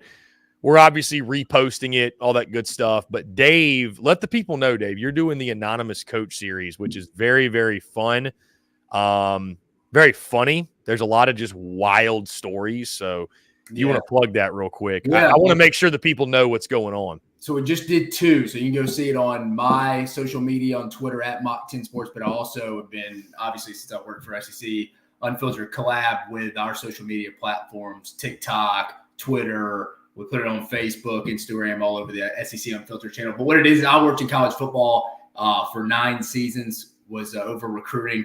So just first one was about how a coach who people would be pretty familiar with lost a rental vehicle from Hertz, actually. University of Georgia got sued. Go check that one out. I think I posted that one last Thursday. And then literally right before we got on at about 2:45 Eastern, I posted another one about a coach's locker room fight during the 2016 Iron Bowl. Pretty good story. Even Auburn's video guy on Facebook's just all he put was ha ha ha ha ha, because he witnessed it too. But no, just pretty good stuff from that perspective, especially as it helps us get by the next 2 or 3 weeks before we actually, as Chris mentioned, toe meets leather. Yeah, I love it, man. No, it's awesome. It's really funny too. Like you said, people don't realize all the madness that takes place behind the scenes, in the locker room, what have you. So it's really cool. Go check it out. It's awesome. Dave's doing a great job with it. And there'll be more to come, obviously, as we continue to count down the days. But thank goodness, Dave, we're almost there. And one of the signs that lets us know that we're almost there is the AP poll. AP Top 25 is officially here. I was going to say I could probably. Do you get too worked up over these? Or you're like, no, it's just more for reading purposes. And I'm going to share it, by the way, on the screen here in just a moment. But, I don't. But I'm also not one of these people that's like, why do we even have the poll? We shouldn't have the poll. I'm like, dude, it's a sign that lets us know that kickoff is near. So I'm all down with it. Like I said, don't take it too serious. Yeah. Right, exactly. I'm gonna get this. I'm gonna share this really quickly. I want to make sure we got a visual for the audience. Let's see. This is great radio. Because I want to make sure everybody can see what is going on. Here we go. Okay. Get that puppy downloaded. So to show a slide on here, you got to download it into a PDF. So now we can get this pulled up and talk AP poll top 25. Okay. Once we get this puppy, boom, here we go. All right, here it is. Here it is. Much better, right, Dave, having the visual representation. Number 1, we got Georgia, 2 Ohio State, 3 Oregon, 4. Here's the Texas Longhorns, 5 Alabama, 6 Ole Miss, 7 Notre Dame, 8 Penn State, 9 Michigan, 10 Florida State. I'll Chris, just run. You got any problems with the top 10 or top anybody 10 out or anybody that should be out? Notre Dame feels high. They just every year they're high. So does Penn State a little bit? Yeah, Penn State's a You little could high. probably even make a case, if you want to be completely honest, Michigan's probably not a top 10 team rolling into the season. To me, it feels like there's definitely a separation between the top 6 and the rest. I think that, maybe Florida State could be up there, depending on how the pieces click for them. Is DJU the guy? I think their roster is still really loaded. But I mean, this poll kind of goes in line with everything we've seen. There's nothing ever crazy. Bama being 5th. I think the Crimson Tide are obviously still getting a. You could make a case for higher, for probably there or lower if you want. Yeah, I mean, you could flip flop Bama and Ole Miss, but I don't have a problem. I don't have a problem with where it's at and giving Bama the nod and giving them the respect. You know what I mean? Because they've done it. Ole Miss is trying to do something it's never done before, which is win at this high of a level. That's fair to me. I think Georgia being 1 is the right move. I know our buddy Brad Crawford published his preseason top 25. He's got Ohio State 1. So, which I think is fair. Heck, you can make the case Texas fans aren't going to like this. You can legitimately make the case Ole Miss could be preseason 3 in my opinion. I think for 1 and 2 are fair. But like you can make a case like we talked about before on all our SEC Unfiltered channels, Jackson Dart, 3rd year in the program, back with Charlie Weiss Jr. and Lane Kiffin. They got as much depth as they've ever had on offense. They've improved the depth defensively. They got all their coordinators back. There's a lot of continuity on that staff. You can easily make a case for them being 3, in my opinion. Yeah. I think the more interesting part of the poll, Dave, is 11 through 25. I mean, again, top 10, there we mentioned some of the things we can move around, shift around. Right. But, I think how was the AP going to rank Mizzou, LSU, Tennessee was going to be interesting, and they ranked them in that exact order. And see, I'm someone, I'd flip-flop. I'd put Tennessee at the 11 spot, Mizzou at the 13 spot, and LSU with it, because I know especially too, you're not as high on LSU. You think they're an 8-9 win team. Dude, I think me and you agree in that order for sure. Tennessee, Missouri, LSU. Flip-flop the Tigers and move Tennessee to the front. Yeah, so I think that's where the debate happens. I mean, I think Utah is going to be really good. What the heck is Clemson at 14? What are they going to be, right? They've got the potential to be a college football playoff team. They could also go 8-4 this year, right? I mean, who knows what's going to happen with them. Oklahoma at 16, getting a lot of respect. I mean, it does. But I tell you, that's what's so fascinating, Dave, is there probably isn't a team. Let's see if you agree. There may not be a team whose off-season narratives and off-season chatter from a conference-wide or a national standpoint, there may not be a team whose off-season narratives are so misaligned with talent, with roster, with perception of what they're going to be. Because the way we've talked about Oklahoma this offseason, Dave, it's 7-5, 7-5, maybe 8-4. That's not in line with being preseason ranked the 16th best team in the country. You know what I mean? Like, I think this is a pretty good question for you. I'm asking you this. If you had who you feel more confident in these two hitting their over win total. I was thinking about this today. Florida at 4.5 or Oklahoma at 7.5. If you were betting, if I gave you $1 million and I said, Chris, you had to put it on one of these over win totals, who are you putting it on out of those two? Florida for sure. I mean, I've got Oklahoma 7-5, so I mean, I'd be going directly against my prediction. So that was a pretty easy question for you, for dude, because you know why? If you made Florida's 5.5, I'd have a lot more hesitation. Yeah, 4.5 to me is just, dude. I think Florida's at least going to go 5-7. I really do. I mean, 5-7. I have 5-7. Yeah, the 4. I mean, you say that. Yeah. I'll be honest with you. I think there's a better chance Florida goes 6-6 than 4-8. Even with their schedule, I think Florida's going to be better. I really think they're going to be better. So I'm with you. Oklahoma's that weird team this year. I mean, you've talked about it before. They're going to impact the league race because they're on so many contender schedule. Like they're on every contender schedule. If you really went down the list, but starting with outside of Georgia, they're on Texas, Ole Miss, LSU, Missouri, Tennessee, Alabama. Like they're on everybody's except Georgia. Hmm. Yeah, so Oklahoma at 16, I think is fascinating, Dave, just because, again, the way we've been talking about them, the way they're perceived here, they do not align. Oklahoma State at 17, which Arkansas will have to deal with in week 2 in Stillwater. Kansas State at 18. Miami at 19. So the Gators will be welcoming the 19th-ranked Miami Hurricanes to the Swamp. How about Texas A&M in that 20 spot? What do you think about A&M being preseason ranked top 20 before Mike Elko has coached the game? I think they could do that. I mean, I think 8-4 probably would get them there, and I think they're in that 8-win, 9-win range. I mean, obviously after the Reuben Owens injury, it makes you change a little bit. Just like it, I know the Texas fans don't like this a little bit. Has to adjust with C.J. Baxter going down as well. When you have those two kind of workhorses, especially C.J. Baxter. I mean, C.J. Baxter could have been one of those guys who could have been a under the radar 9 quarterback Heisman guy. But A&M, yeah, I like them. I like it at 20. I think that's fair. Some people may think that's a little overrated. I mean, you got 2 teams there. You can make a case a little over it. Miami and A&M, you can make a case. But I don't know. I like A&M at 8-4 and 9-3. I think they're closer to 9-3 than 7-5. I'm just with A&M. And I'm sure you see it to believe it.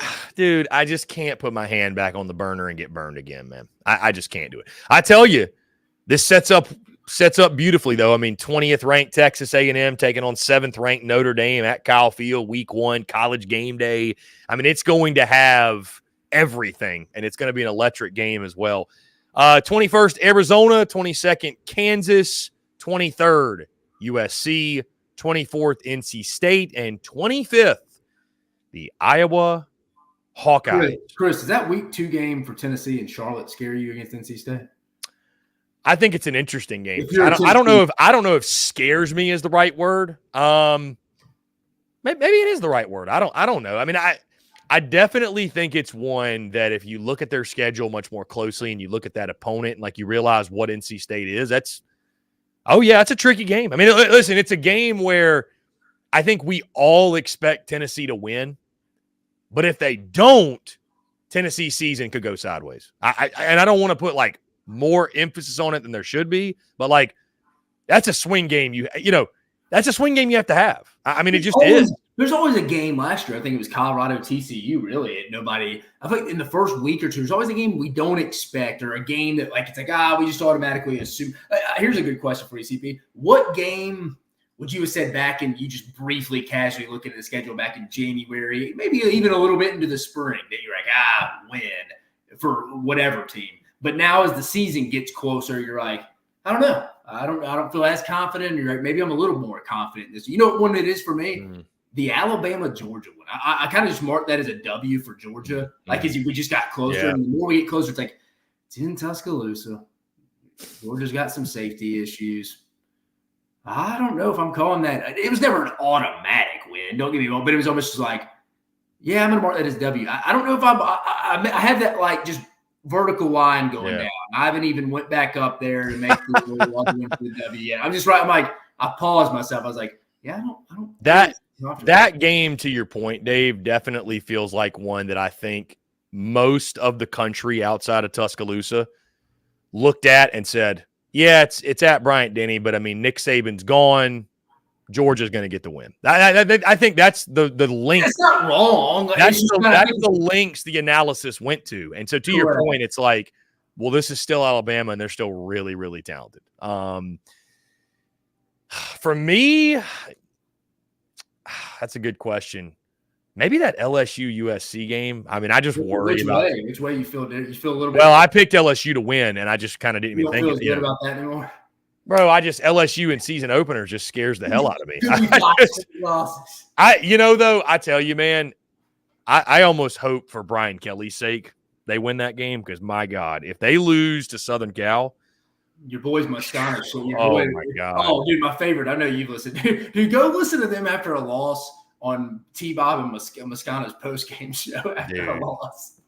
Dude, it's going to be brutal. My guy, we actually just had a conversation today that'll drop tomorrow with Blake Ruffino of AYS Sport. You know Blake, obviously. Yeah. And we talked about that game and a lot of other stuff. And, I mean, they're calling it the most important game of the season. So, I mean, I think that's one. I'm sure, Dave, to your point, Tennessee, NC State's not getting enough.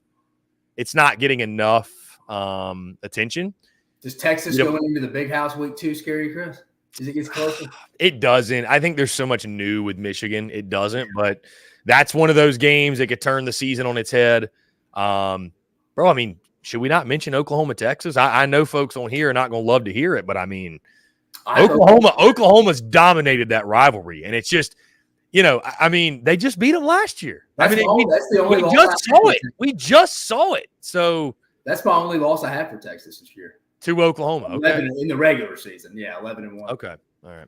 Jake Bayless comments, by the way, says not SEC, but Penn State, West Virginia. That is definitely a game that not enough people are talking about. Cannot wait to watch that. By the way, guys, make sure you leave us your questions, your comments, your thoughts, Facebook, YouTube, and X. We'd love to hear from you. Have you part of the show. Dave, 2 SEC teams were in others receiving votes. Only 2. Kentucky got 3 votes. Auburn got 2 votes.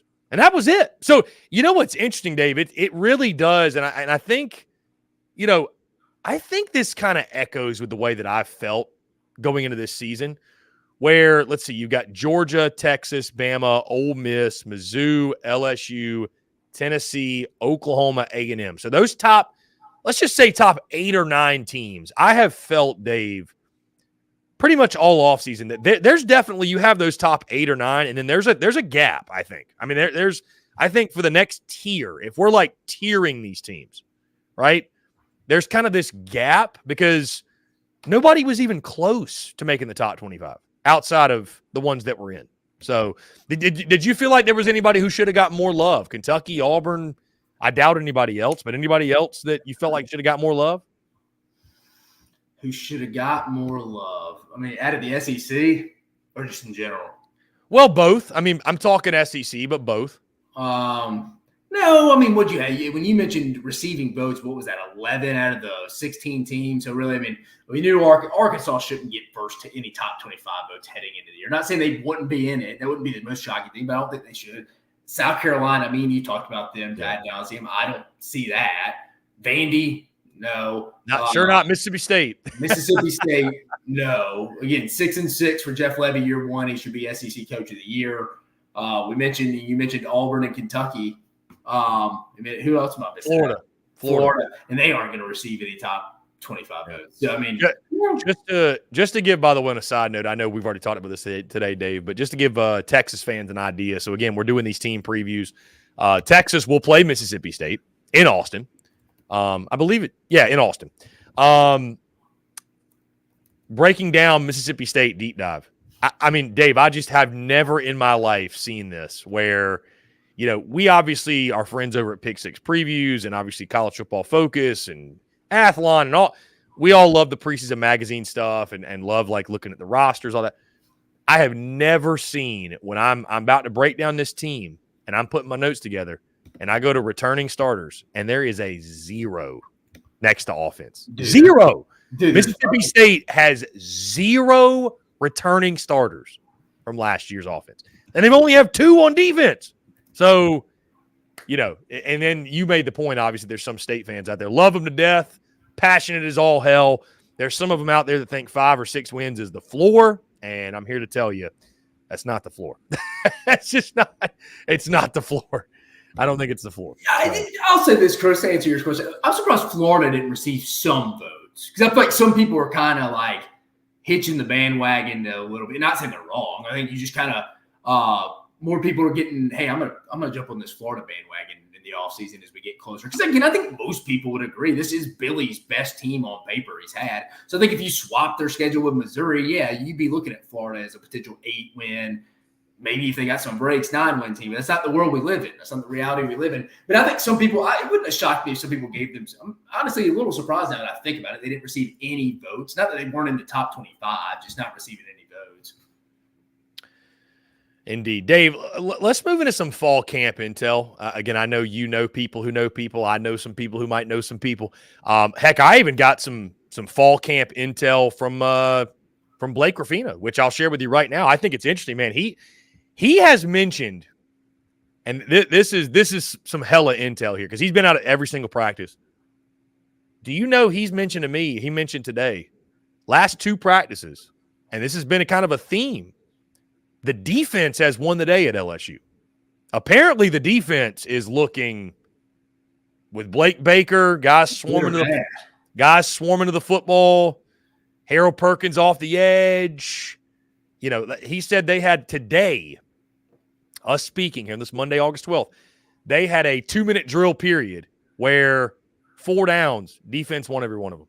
Or maybe it was 2-minute periods, defense won them all. Won both. Whooped their ass. Apparently the defense is whooping the offense's ass. So, you take stuff like that with a grain of salt, but it is interesting to hear stuff like that where it's like, you know, apparently it's a lot different with Blake Baker. There's so much more multiple, and he's talking about Blake Baker's running around the practice field, and guys will just run through a brick wall for this man. So, you know, and apparently I was also told by him they were kicked out of practice early today because Garrett Nussmeier was getting his lunch eaten by the defense. And I'm sure they just didn't want guys just seeing Nussmeier struggling. So what when you hear a report like that, Dave, how much stock do you put into reports like that? You put none of it, a little bit of it, a lot of it? Like, what kind of deal do you make of information like that? I mean, what are we, about 2.5 weeks in? I mean, some of it could be that. I mean, they know 20 days still count. At the end of the day, we're 20. Like, they've been practicing for 2.5 weeks. Most teams have finished up one scrimmage, and they've been in pads now for about at least shells for a week.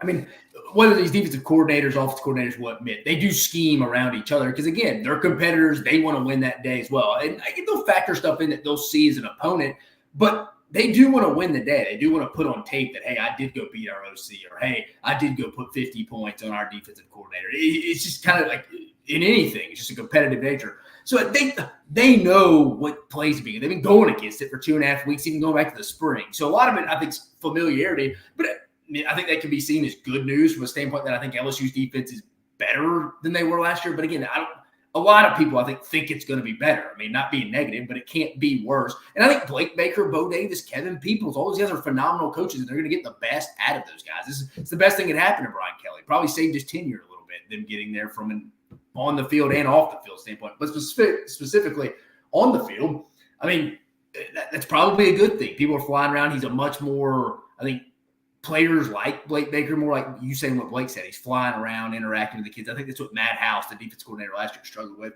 On the other side of this, what we're looking at, this could be a bad thing too a little bit. Like, hey, Garrett Nussmeier's really struggling. It's not – struggling would be a little shock. Him going in and having like a 2 to 3 interception game, maybe early on or maybe in a game – like his first road game at South Carolina, it wouldn't shock me because he has a little bit of a Phillip Rivers, Brett Favre mentality. He's a little bit of a gunslinger. He's going to try to fit it into tight windows. They're going to throw more interceptions than they did last year. I know that's not saying a lot. They had the Heisman Trophy winner under center last year as well. He's not going to repeat that. I don't think he's really going to be their biggest problem, but I do think the turnovers this year, if that is the case, and they've been getting at her, are going to be more amplified this year because Jaden Daniels didn't do that. I mean, God, can you imagine how many points would have been given up if he was turning the ball over and giving them short field, giving opposing teams short fields? So I think it kind of, you can look at it both ways. Familiarity, the defense is real comfortable in knowing what the offense is going to run. They know the tips, stuff like that. they're scheming for it in scrimmages. And from the other side, the negative side, I know this defense overnight isn't the 85 Bears now. I mean, that's not happening. So, I mean, how much more improved can it really be when we know that all the personnel? I mean, I don't know. That's an interesting. I saw that as well. He didn't tell me that, but I saw that written up as well in scrimmage reports. To me, it leans a little bit more concerning than I take it more positive a little bit. Because I'm like, oh, like not that I wanted them getting lit up the defense, but it's a little bit like, oh, so they're kind of controlling the first scrimmage or first practices I've been to. Didn't expect that. That's the challenging thing too, Dave, with all these scrimmage intel and reports. Because it's not black and white. I mean, if one side's doing well, the other side has to be struggling, and vice versa. And so it's you can look at everything through two scopes, if you will. Let me ask you this, Dave, because again, you've been in the building, you've worked in personnel. I don't know how much like you sat in on meetings and game planning and knew all that, practice plans, but like we hear coaches and everybody say like, you know, we're installing this, we're doing that, we're working on fundamentals. We won't worry about the week one opponent until X date. Yeah. Is that always true? I mean, is it if let's say you're Georgia kicking off with Clemson, you're A&M kicking off with Notre Dame. How true is that? I mean, do you not kind of in the back of your mind spend all preseason gearing up for this game, or is it really truly?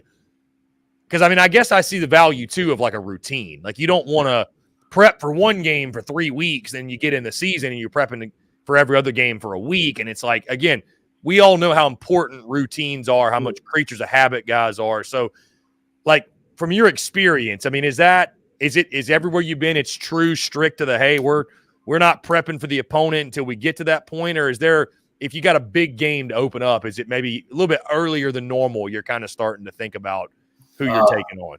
I think in the spring, you start to look at it at a school like Georgia. You would have your off-the-field analyst and stuff. You're already breaking down. You're already looking ahead to that stuff in the summer. They have coaches' office hours in the summer. That building's never empty. They'll go on vacation, but like usually somebody's in. The defense will be in 1 week off, and so they're prepping at that point. Now they get meeting times with their players in the summer, so they're going over that. But I'll be honest with you, the first 2.5, 3 weeks of fall camp, you just focused on yourself. And then kind of once they got into that first week of school where you officially just kind of broke fall camp, you probably have another week and a half, 2 weeks. You kind of start prepping like you'd be on a bye week. Like Georgia would prep for Florida at that point. You kind of got 2 full weeks. You start showing your guys that. But again, they've had film all summer they've had a film all summer sessions and on their own iPads and stuff that they've seen Clemson, speaking from this like specific example, Clemson, Georgia. But no, they're not going to spend like all fall camp or even put in some stuff. They're going to really go work, especially a school like Georgia, who's kind of like fine tuning in the technique, fundamentals, stuff like that. They're going to focus, as cliche as it sounds, on themselves for the first 2.5, 3 weeks of the true fall camp. And then really, I mean, after the first 2 scrimmages, it's almost like it's over. It's almost like, all right, whatever. Now I see teams sit out kids, like Arkansas set out a bunch of kids in their first scrimmage I saw on Friday or Thursday. But no, overall, you don't start really locking in to that opening game until a week and a half, 2 weeks out. Really, once the kids, the first week of school starts and you're getting into that in-season mode where you're no longer football 24/7, 365, it's now we got class, we're locked into how the schedule, the routine's going to be throughout the season through the fall. So that's when they start looking at it. They don't look at it from the beginning of fall camp. I think Georgia, though, in the spring used to put in a period a day for Georgia Tech. Just because really, when Paul Johnson was there with triple options, they never. Oh my God! So they didn't want their players to just the week of start seeing the triple option. So they kind of remember in the spring, guys, these are your rules here. Like, so it wasn't just like, right. Oh my God, we've seen these. Because you knew you'd see triple option every year. Yeah. Dave, anything else you heard from the weekend? Camp intel. I mean, I heard obviously a lot from South Carolina. Anything? Did you chat with anybody about any fall camp? Yeah, so Arkansas was missing a bunch of people. They left some guys out. Sounds like I think everybody's a little optimistic right now. So I think they're a little more optimistic on the old on the old defense that they have been. But again, I think their first 11 will be fine. It'll be depth and, again, surviving that November slate. Of Travis Williams, a baller. Travis Williams is a baller. He's aggressive. What was it, 53 plays and cover 0 last year? Yeah. But, again, November will tell the tale for them, I think. I mean, they got to win one of those first 2 opening road games. Like I always hear Dave say that their defense fades. Oh, dude. But then you factor in they could play the top 3 offenses in the league, arguably, between Texas, Ole Miss, and Missouri in November. So that's not good. I'm looking at Auburn. Sounded like they were pretty vanilla. I talked to their personnel guy, pretty vanilla offensively. I didn't really hear overly a ton of compliments offensively. Kind of seems like he was a little bit of an he didn't say this, but tone that they felt like they maybe wanted to get a little bit more out of Peyton Thorne. I thought he'd be a little bit better, but it sounded like the defense had their day. I think DJ Durkin will be one of the more under the radar stories of how he kind of turned. Not that Auburn was terrible on defense last year, just I think he'll be more aggressive, very smart guy. I think he'll do a good job, but I think Auburn was a little underwhelmed with the offensive line play and Peyton Thorne. So that's interesting. Like, what if Peyton Thorne, and I would be guilty of this too, what if Peyton Thorne doesn't take that next step under Hugh Freeze? Not that he ever was going to take a Heisman or a championship type step, but an 8 type win. Like, what if he is just averages grits again, and it's just all year we're just kind of like everybody's got their hands up, like Peyton Thorne, dude. Like, are you going to bring Hank Brown in now? Or, I mean, that'd be rough on year 2 for Hugh Freeze if that was the case. I mean, yeah, you can't have your starting quarterback averaging 150 yards per game passing again. That's. I mean, just for real. I mean, you brought in those weapons, and it's like, and also, you know what else would have people crucifying Hugh Freeze as well, Chris? You know this just as well as I do. Him saying they were not going after a portal quarterback, and if you went and put that product on the field, people would be like, wait. Like, I know we weren't just a quarterback away from winning a title, and I respect you kind of having a strategy there, but I mean, good God, man, there have been a couple quarterbacks that have been better than this. And then you start to worry, Dave, about those playmakers you brought in getting disgruntled, right? I mean, what if a Cam Coleman locked in like they used to? I mean, what if a Cam Coleman or a Perry Thompson or a Keandre Lambert Smith is not, they might be a little pissy that I don't have a quarterback and give me the football, like. Yeah. No, I mean, that's a storyline there. And I'm not ready to say that. It's just a first scrimmage. But it'd be right. I'm one of the ones, I'm the guilty party. I'm assuming he takes it. And I'll still say I think he takes a step with Freeze calling it. Florida hadn't heard much there, really, for the most part. I know they like that Asa Turner kid, the Washington transfer at safety, a lot. Kind of a veteran presence. I think kind of got kind of a chip on his shoulder, kind of their loud vocal guy. I think it calls people out, tries to hold people accountable. They felt like they needed that. But they like him. Georgia, I think they're still trying to figure out who's going to start in the secondary. They're thinner in the secondary than like the national media or people who just surface level cover Georgia. I think the Dan Jackson kid's going to be starting at safety next to Malachi Starks. That'll be interesting. I think they're just trying to figure themselves out from that perspective. Kentucky sounds like the offense had a pretty good game. Dude, I did not know so many people felt some type of way about Kentucky. I don't know if you saw this.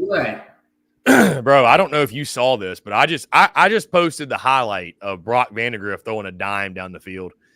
And all I said was Brock Vandagriff dropping dimes at Kentucky Saturday scrimmage. Don't be surprised to see the Cats surprised this season. The fact that I used the word surprised twice was a error on my part, but either way, no big deal, no harm, no foul. Dave, this post has 86,000 views on Twitter. And it's just all people shitting on Kentucky. fans that are just like, bro, here we go again. Kentucky hype. Kentucky's trash. Some guy commented, can't wait to see his 9 for 23, 136-yard, 2 interception showing against South Carolina in week 2. And that's from a Louisville fan.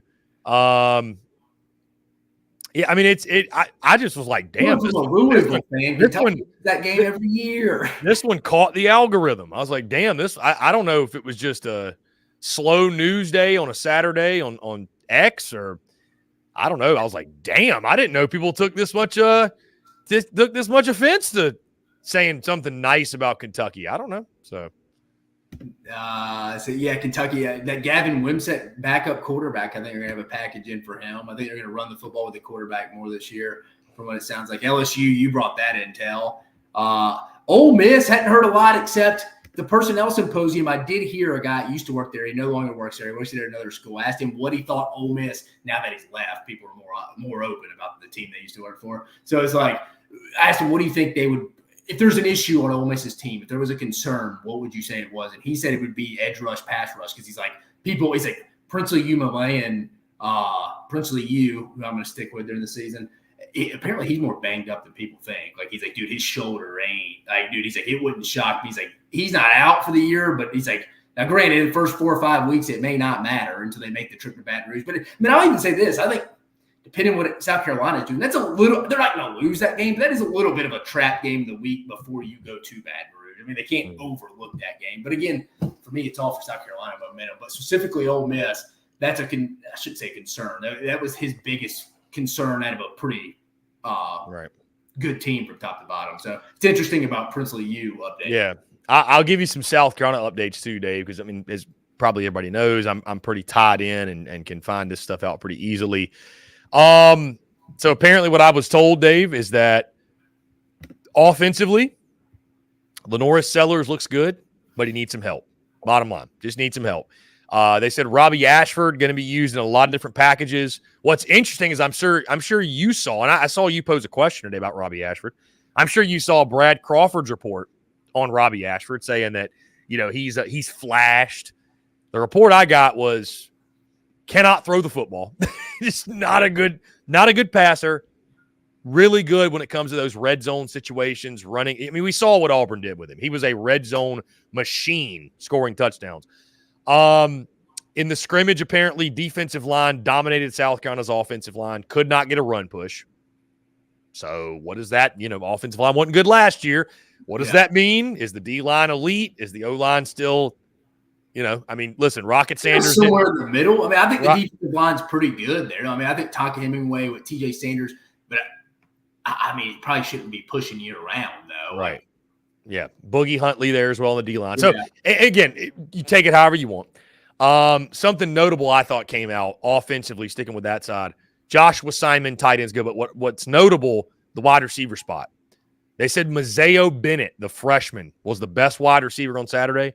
And apparently, and again, take it for what it's worth, apparently Nick Harbor still struggling to be consistent with catching the football.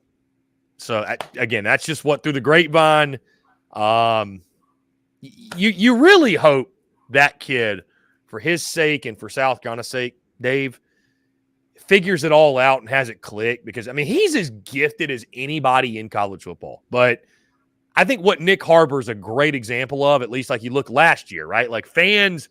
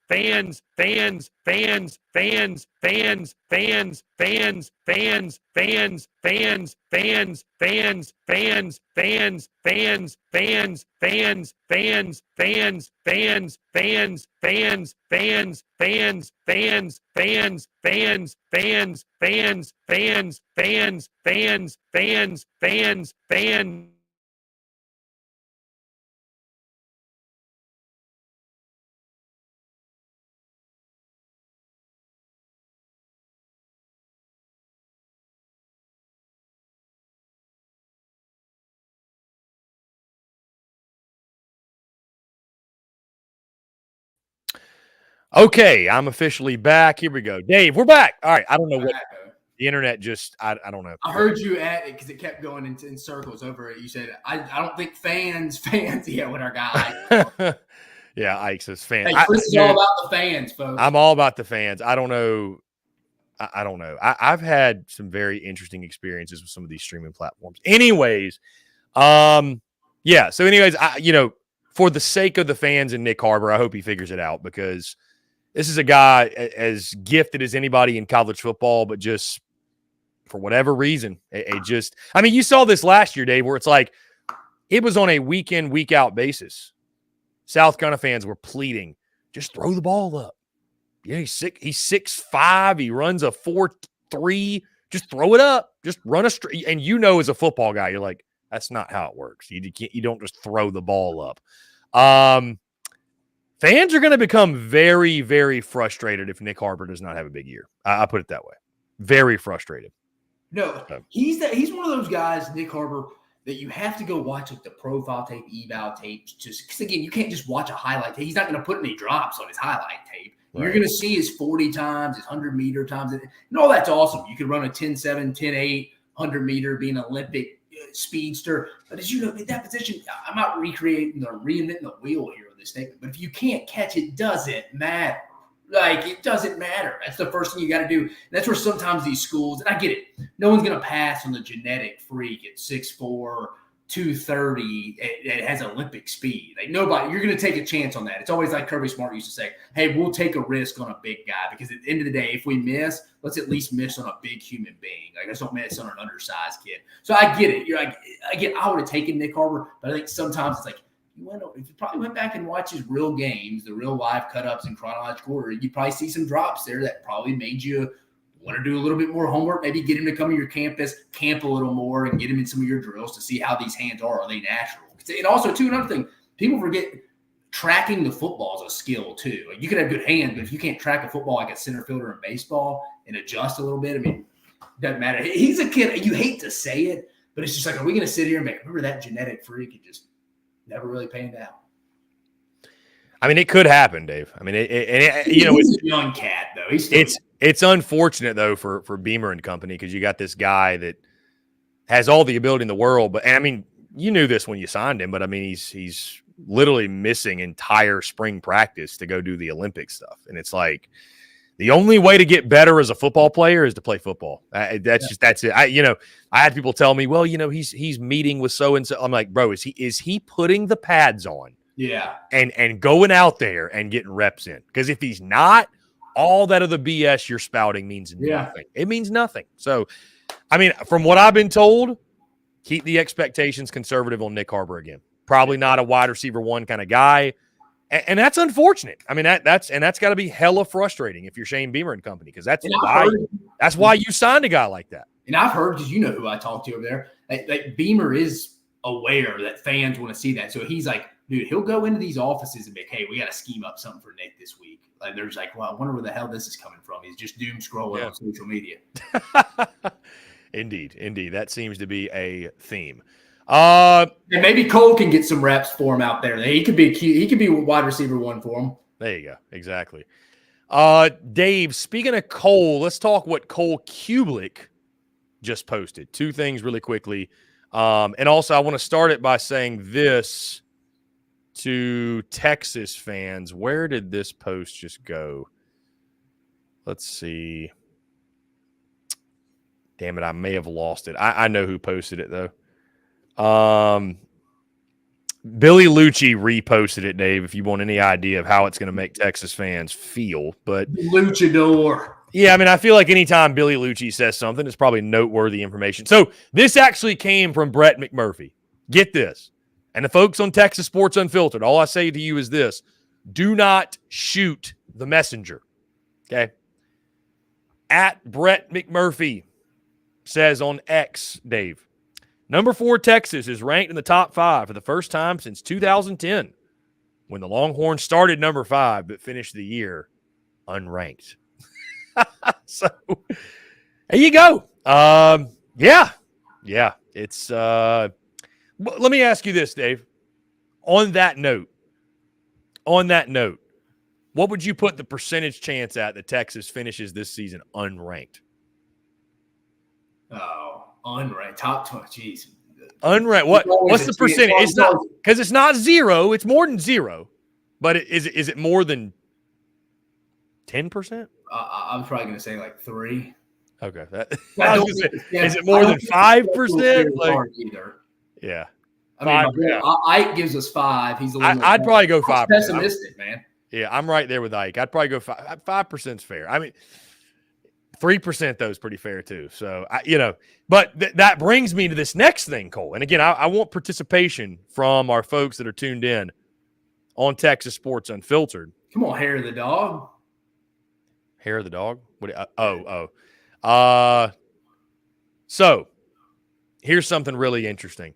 In 18 of the last 20 seasons, a preseason top 10 team has finished unranked in the AP poll. So your top 10 is as follows: Georgia, Ohio State, Oregon, Texas, Alabama, Ole Miss, Notre Dame, Penn State, Michigan, and Florida State. To me, Dave, the one that jumps out is Michigan. I could see them having a 7-5 kind of year, like 8-4 kind of year. There's just so much different, man. New coach, new court. The defense is going to be elite. I know that, or going to be pretty good. But I mean, maybe you say Notre Dame. I don't know what of that top 10. Notre Dame, it's not a difficult schedule either. So it's like I feel like to get out of the top 25. I mean, let's start off. What do you think, Chris? I mean, 8-4, you're still sitting there probably at 25th. Right on the edge, yeah.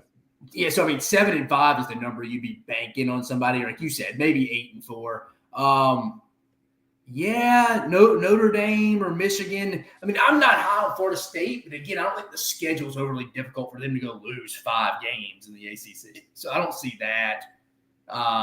It's definitely 7 through 10. Like, if you maybe put a gun to my head, give me Notre Dame. I could see Notre Dame. I'm going Notre Dame or Michigan. One of those two. Most likely. Not predicting they will be. Most likely. So, but that is an interesting stat, though. I mean, I don't think that's just going to be the same top 10 all year. I don't see that. There's no way. Somebody's not going to finish in the top 10. Let's see. Some other fun facts. Longest active streaks ranked in the preseason top 25. Ohio State, 36 straight years. That's crazy, dude. Oklahoma, 25 straight. Georgia, 23. Alabama, 17. And Clemson at 13. Longest active streaks. That is wild for Ohio State. That is a crazy 36. I mean, dude, think about like being a fan. Like you haven't had like just a bad team in your entire life. If you're right. If you're around our age, no. Right. You're right. You had majority of Bill. You had Jim Tressel. Then you had 1 year of between 2010 or something. I think maybe with Luke Fickell was like the interim head coach or something. And they weren't very good, but they were still 7-5. Then Urban, and then you had Ryan Day. It's like you said, Ohio State hadn't been like just a bad football team in quite a while. I mean, think about this, Dave. So on top of that, longest streaks ranked in the top 10 in the preseason, AP top 25. There are 2 that are active. Alabama and Ohio State are active. Bama's been ranked in the top 10 in the preseason for 16 straight years. Ohio State, 12 straight years. The other longest streaks of being ranked in the preseason top 10, again, the ones that aren't active, USC, Southern Cal, 19 straight years. Florida State, 16. Nebraska, 13. How about the Nebraska Cornhuskers, 13. Oklahoma, 12. And Florida, 12. So that's wild. And by the way, this is the 19th preseason AP top 25 with an SEC team being number 1 most of all time for any conference. Georgia's the 6th team all time to be preseason number 1 in the AP top 25 in consecutive seasons. 3rd time for Georgia. So it says 2011 was the last time they had a losing season. Maybe they finished 6-7, but I remember they made a bowl game. Ohio State. I was thinking, it's like, when's the last time they had a losing record? Yeah, 6-7. So it's I mean, I'll say this: the AP poll. Here you go, Chris. Here's a good one. What do you think is the last year they had a losing regular season record? Like they had a losing record in the regular season. I mean, it had to be like the early 90s or late 80s. I mean, it had to be. Yeah, that's a good call by John Cooper in 1988. The Buckeyes went 4-6. That was the last losing regular season they had. That's crazy when you think about it. That's great. Like they just haven't had a down year. Like, they don't have down years. It's been just a straight up bad team. Yeah. Right. Yeah. Yeah. Hair of the Doll, by the way, says, here comes Penn State again, 8-4 and can't win the big game. Same shit every year with that clown show. Hair of the dog feels some type of way. He feels some type of way. Hair Dog's a big James Franklin guy. No, I mean he's not wrong. I mean, if there was ever if there's a team who benefited the most from a 12-team playoff expansion, it is Penn State. I mean, James Franklin has to be counted as lucky stars. I mean, is there a team that literally, hey, just go beat who you're supposed to beat every year, go 9-3, 10-2, you'll be in the playoffs. They'd have been in the playoffs last year. Their only 2 losses were to Michigan and Ohio State, and then to Ole Miss in the Peach Bowl. That's if you told me what team in the country benefited the most from the 12-team playoff expansion, I would say I was like probably Penn State sitting there would have made a lot of playoffs under James Franklin just by going 9-3, 10-2. Yeah, all of a sudden James Franklin goes from the bridesmaid to kind of being the bride. He's finally he's getting in. Who would you say in the SEC benefits? If you did name one team that you're like is probably the most happy. I mean, everybody's happy, but you're like year to year where they'll probably get in a decent. But SEC's a little bit of a different conversation. Yeah, who benefits the most? That's a good question. You could say a couple. Put it on one team, and it's even my question. It's kind of like, a group of guys. Teams like Auburn and LSU come to mind. Well, I was going to say LSU because it felt like to me there were so many years where it was Georgia, Bama, and LSU was the third best team in the SEC, and they were just left out in the cold. I mean, I think that's also too. I think LSU benefits greatly from there not being divisions. I mean, because again, so does Tennessee. So does Tennessee because there were so many years where it's like, well, I mean, to get to the SEC title game, you've got to beat the West was like the big bad bully. You know what I'm saying? Now it's just the 2 best. So, I think it's LSU because I wouldn't. I mean, I don't know. Let me ask you this, Dave. It's actually a good question.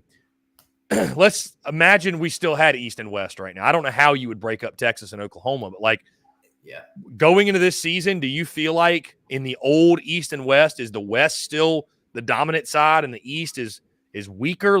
Because now all of a sudden, what if they were throwing in Oklahoma to the east, Florida, Texas to the west? Well, I was going to say because now Mizzou is a preseason top 15 team. Tennessee is right there in that category. So you got Georgia. The East is much more bolstered. I think the West is probably still deeper, but the East is better than it had been. Yeah, I mean, if we had the West right now, you'd have a bunch of preseason predictions. If that's how, I mean, I'm assuming if you split them up, I could be. I mean, they're both no more West than the other. I mean, Bama, LSU, Ole Miss off the rip. If Texas were in there, off the rip. West. Yeah, you got, like you said, Auburn kind of sitting there at 7-8. Arkansas. But so it'd be. Think of how difficult it would be for an LSU to go to the SEC title. If the West was still in there. I mean, it'd be damn near impossible. I mean, straight up. I'm not saying it's any easier this year, but it kind of is because you get rid of divisions. You don't have to play all the same teams you had to play. I know you got to play Bama. You got to play Ole Miss. Them not playing Auburn is that's a weird one to lose off the schedule. That's just like every year we always count. Always count. Yeah. Always. It's weird too. The non-LSU Auburn game. That was always. That's what I was going to say. Yeah, LSU Auburn not being on the schedule. That's a strange occurrence. And then Alabama not playing any of the Mississippi schools. That is weird. Yeah, I think it's the first time Alabama would not have played Mississippi State since World War II. Wow. Well, I know Mississippi State's probably not shedding a tear over that. I mean, let's be honest. Let's be honest. They're not. Dave, let's touch on this really quickly. It's been a really tough, and I say this with empathy because it sucks. It's been a really tough week for running backs in the state of Texas. Reuben Owens, Texas A&M, the latest, out for the year. We found out, and this is always the worst news to get. I mean, does this change the way you look at A&M at all? I mean, I know they've got other guys, Le'Veon Moss and some others, but I mean, Reuben Owens was an impact kind of guy, but I mean, I don't know if it's enough to we drastically think. It's not like they lost Connor Wegman, and knock on wood, they obviously don't. But thoughts on Reuben Owens out for the year in College Station? I mean, you never want to lose. I mean, obviously Reuben's got a ceiling through the roof. You never want to lose any running back, especially RB1, without ever getting any miles on him during a regular season game. So that sucks. You're automatically down a running back. But it's like you said, I mean, they got Le'Veon Moss, Maury Daniels. I mean, Emmitt Smith Jr.'s kid, if he could do it. I mean, they still have some guys, but they don't have a guy like Reuben. Just like Texas don't have a guy like C.J. Baxter on that in that backfield anymore as well. I mean, good thing for Texas, Blue came. Jaden Blue decided to come back. They'd be really thin with the true freshman. But for A&M, I think I feel worse about Texas losing C.J. Baxter than I do A&M losing Ruben Owens, but it's not too far off. I just think there's a little bit better proven depth. Not saying that there couldn't be at some point with Texas, but I don't know. You hate, because again, as you know, Chris, you can lose running backs. I mean, when I was at Auburn in 2016, we had Kerryon Johnson, Cam Petway, both go down in 2 weeks. And like we were playing a true freshman, Malik Miller, like in the Iron Bowl. Like you can get decimated just very quickly. But Texas, again, I think they could be fine in the running back. I mean, Jaden Blue, but they're going to need something out of the Jarrett Gibson kid, the true freshman, 5-star kid. But no, you don't feel great about either situation. You hate it. You wish injuries didn't happen like that. But I think we see big injuries every year in fall camp for somebody. But I'd probably say Texas probably took – you didn't really ask me that directly, but I'd say it probably impacts Texas more just because I thought C.J. Baxter was a guy. I'm not saying he was going to win the Heisman. I'm saying if you made me pick some guys potentially, not even put him on my video initially, but regret not doing that. But he's a guy that could have been in that conversation in Steve Sarkisian's offense of like a non-quarterback from the SEC winning the Heisman sitting there in New York come mid-December. So hopefully he rehabs and we see him in 2025. Sucks though. And it sucks for Ruben Owens as well. But yeah, I don't know. I think A&M's got a little bit more proven depth. This time of year, Dave, no news is the best news. Hey, fun little nugget before we get out of here, Dave. I think this just dropped on social media. Hugh Freeze. You know Hugh Freeze. You're very well aware of Hugh Freeze. Very familiar. Now. Very familiar with Hugh. So Hugh joined Marty and McGee. Oh, yeah. And Hugh Freeze had this to say about Nick Saban. Quote, Nick is incredible, but I should have 4 wins against him. We beat them twice, and we had them 24-3 the third year, and I wasn't smart enough to slow it down.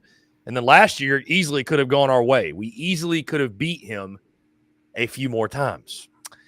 Hugh Freeze continued. He said, quote, not winning the game sucked. It stunk. It was disappointing, hard, talking about last year. But at the same time, I didn't think our roster was as good as theirs. And it gave me even more confidence that Auburn can return to one of the top programs in the country pretty fast because we went toe-to-toe with them and should have won the game truthfully. So it was a mixed bag of this is awful, but man, we can play with them. Thoughts on Hugh Freeze saying he should have beaten Nick Saban 4 times? Yeah, he's not wrong. Hell, I tweeted about it. What was the question in the contact? What got let me see. It's just kind of random. Hold on. I'm listening to it. Let me see. How did 4th and 31 impact your life? That was the question. What an interesting question. Impact your life. So I think he probably went on to expand of like, I should have beat Nick Saban 4 times. That was another one that got away. Dude, I mean, I've said it on the show. We've been before. A lot of people don't know this. I don't know how many people are even listening to it here. But it was Hugh Freeze who decided not to. Ron Roberts gets crapped on for whatever reason. He's being a good soldier. He's a better soldier than me. Got to have a fall guy. I couldn't take the media backlashing like he got not shut. Remember, he got crucified for not bracketing Brock Bowers in the Georgia game too. He took a beating. But Hugh Freeze was the one who wanted to rush 2 with a spy because he didn't want Jalen Milroe. I don't know how this would have happened. Picked up a 4th and 31 from 4th and goal from the 31. I mean, it had to be a Disney Channel original movie / bad tackling for him to go score that. I mean, that'd been unbelievable. He'd been hurdling people. So I don't know how you think that, but you give him 20 seconds to sit back there. And honestly, to give him credit, he threw the best pass of the season he had. I mean, it had to be still right there. They got open. Somehow they got behind the defense when they had a million dudes. They should have just rushed 4. But that's on cue, but that doesn't get out. But, yeah, he is right. That 16 game in Ole Miss, they were up 24-3, and he just kept throwing it with Chad Kelly. If they had slowed down, they may have won. He's not wrong. He probably should have 4 percentage-wise, probability-wise. But, again, dude, I mean, some of that's you. You're the head coach. It's just kind of a weird thing. It's almost like Saban didn't call him back this summer or something, and he just kind of got on his soapbox. I don't know. He's not wrong, but it just kind of seemed like he answered Marty or McGee, whoever answered that question, by his tone and how he went into it. You could tell it's really affected his life. It's still hard to fathom 4th and 31 happened. I mean, I'm sure you were as well. I was watching that live, and I mean, that's one of those. It's just beyond comprehension. I mean, really, you could put them in the same situation and run that thing 1,000 times, and you wouldn't duplicate it. You wouldn't. You would not duplicate it. So I don't know, man. I doubt there's many Auburn fan tuned in, if any, but I know they don't want to talk about it. So Dave Shoemate, always a pleasure, Dave. Always a good time, man. We do this. We chop it up. Guys, the hour just flew by the way. So great start of the week. Again, we appreciate each and every single one of you. Make sure you stay tuned to Texas Sports Unfiltered, also SEC Unfiltered. You can find both of us in the same places. X, Twitter, X, Instagram, Facebook, YouTube, podcast, everywhere you get your content, you can find us all over the place. So, guys, again, appreciate each and every single one of you tuning in. Have a great rest of your Monday. For Dave Shoemate, I'm Chris Phillips. Appreciate each and every single one of you. We will talk to you all tomorrow.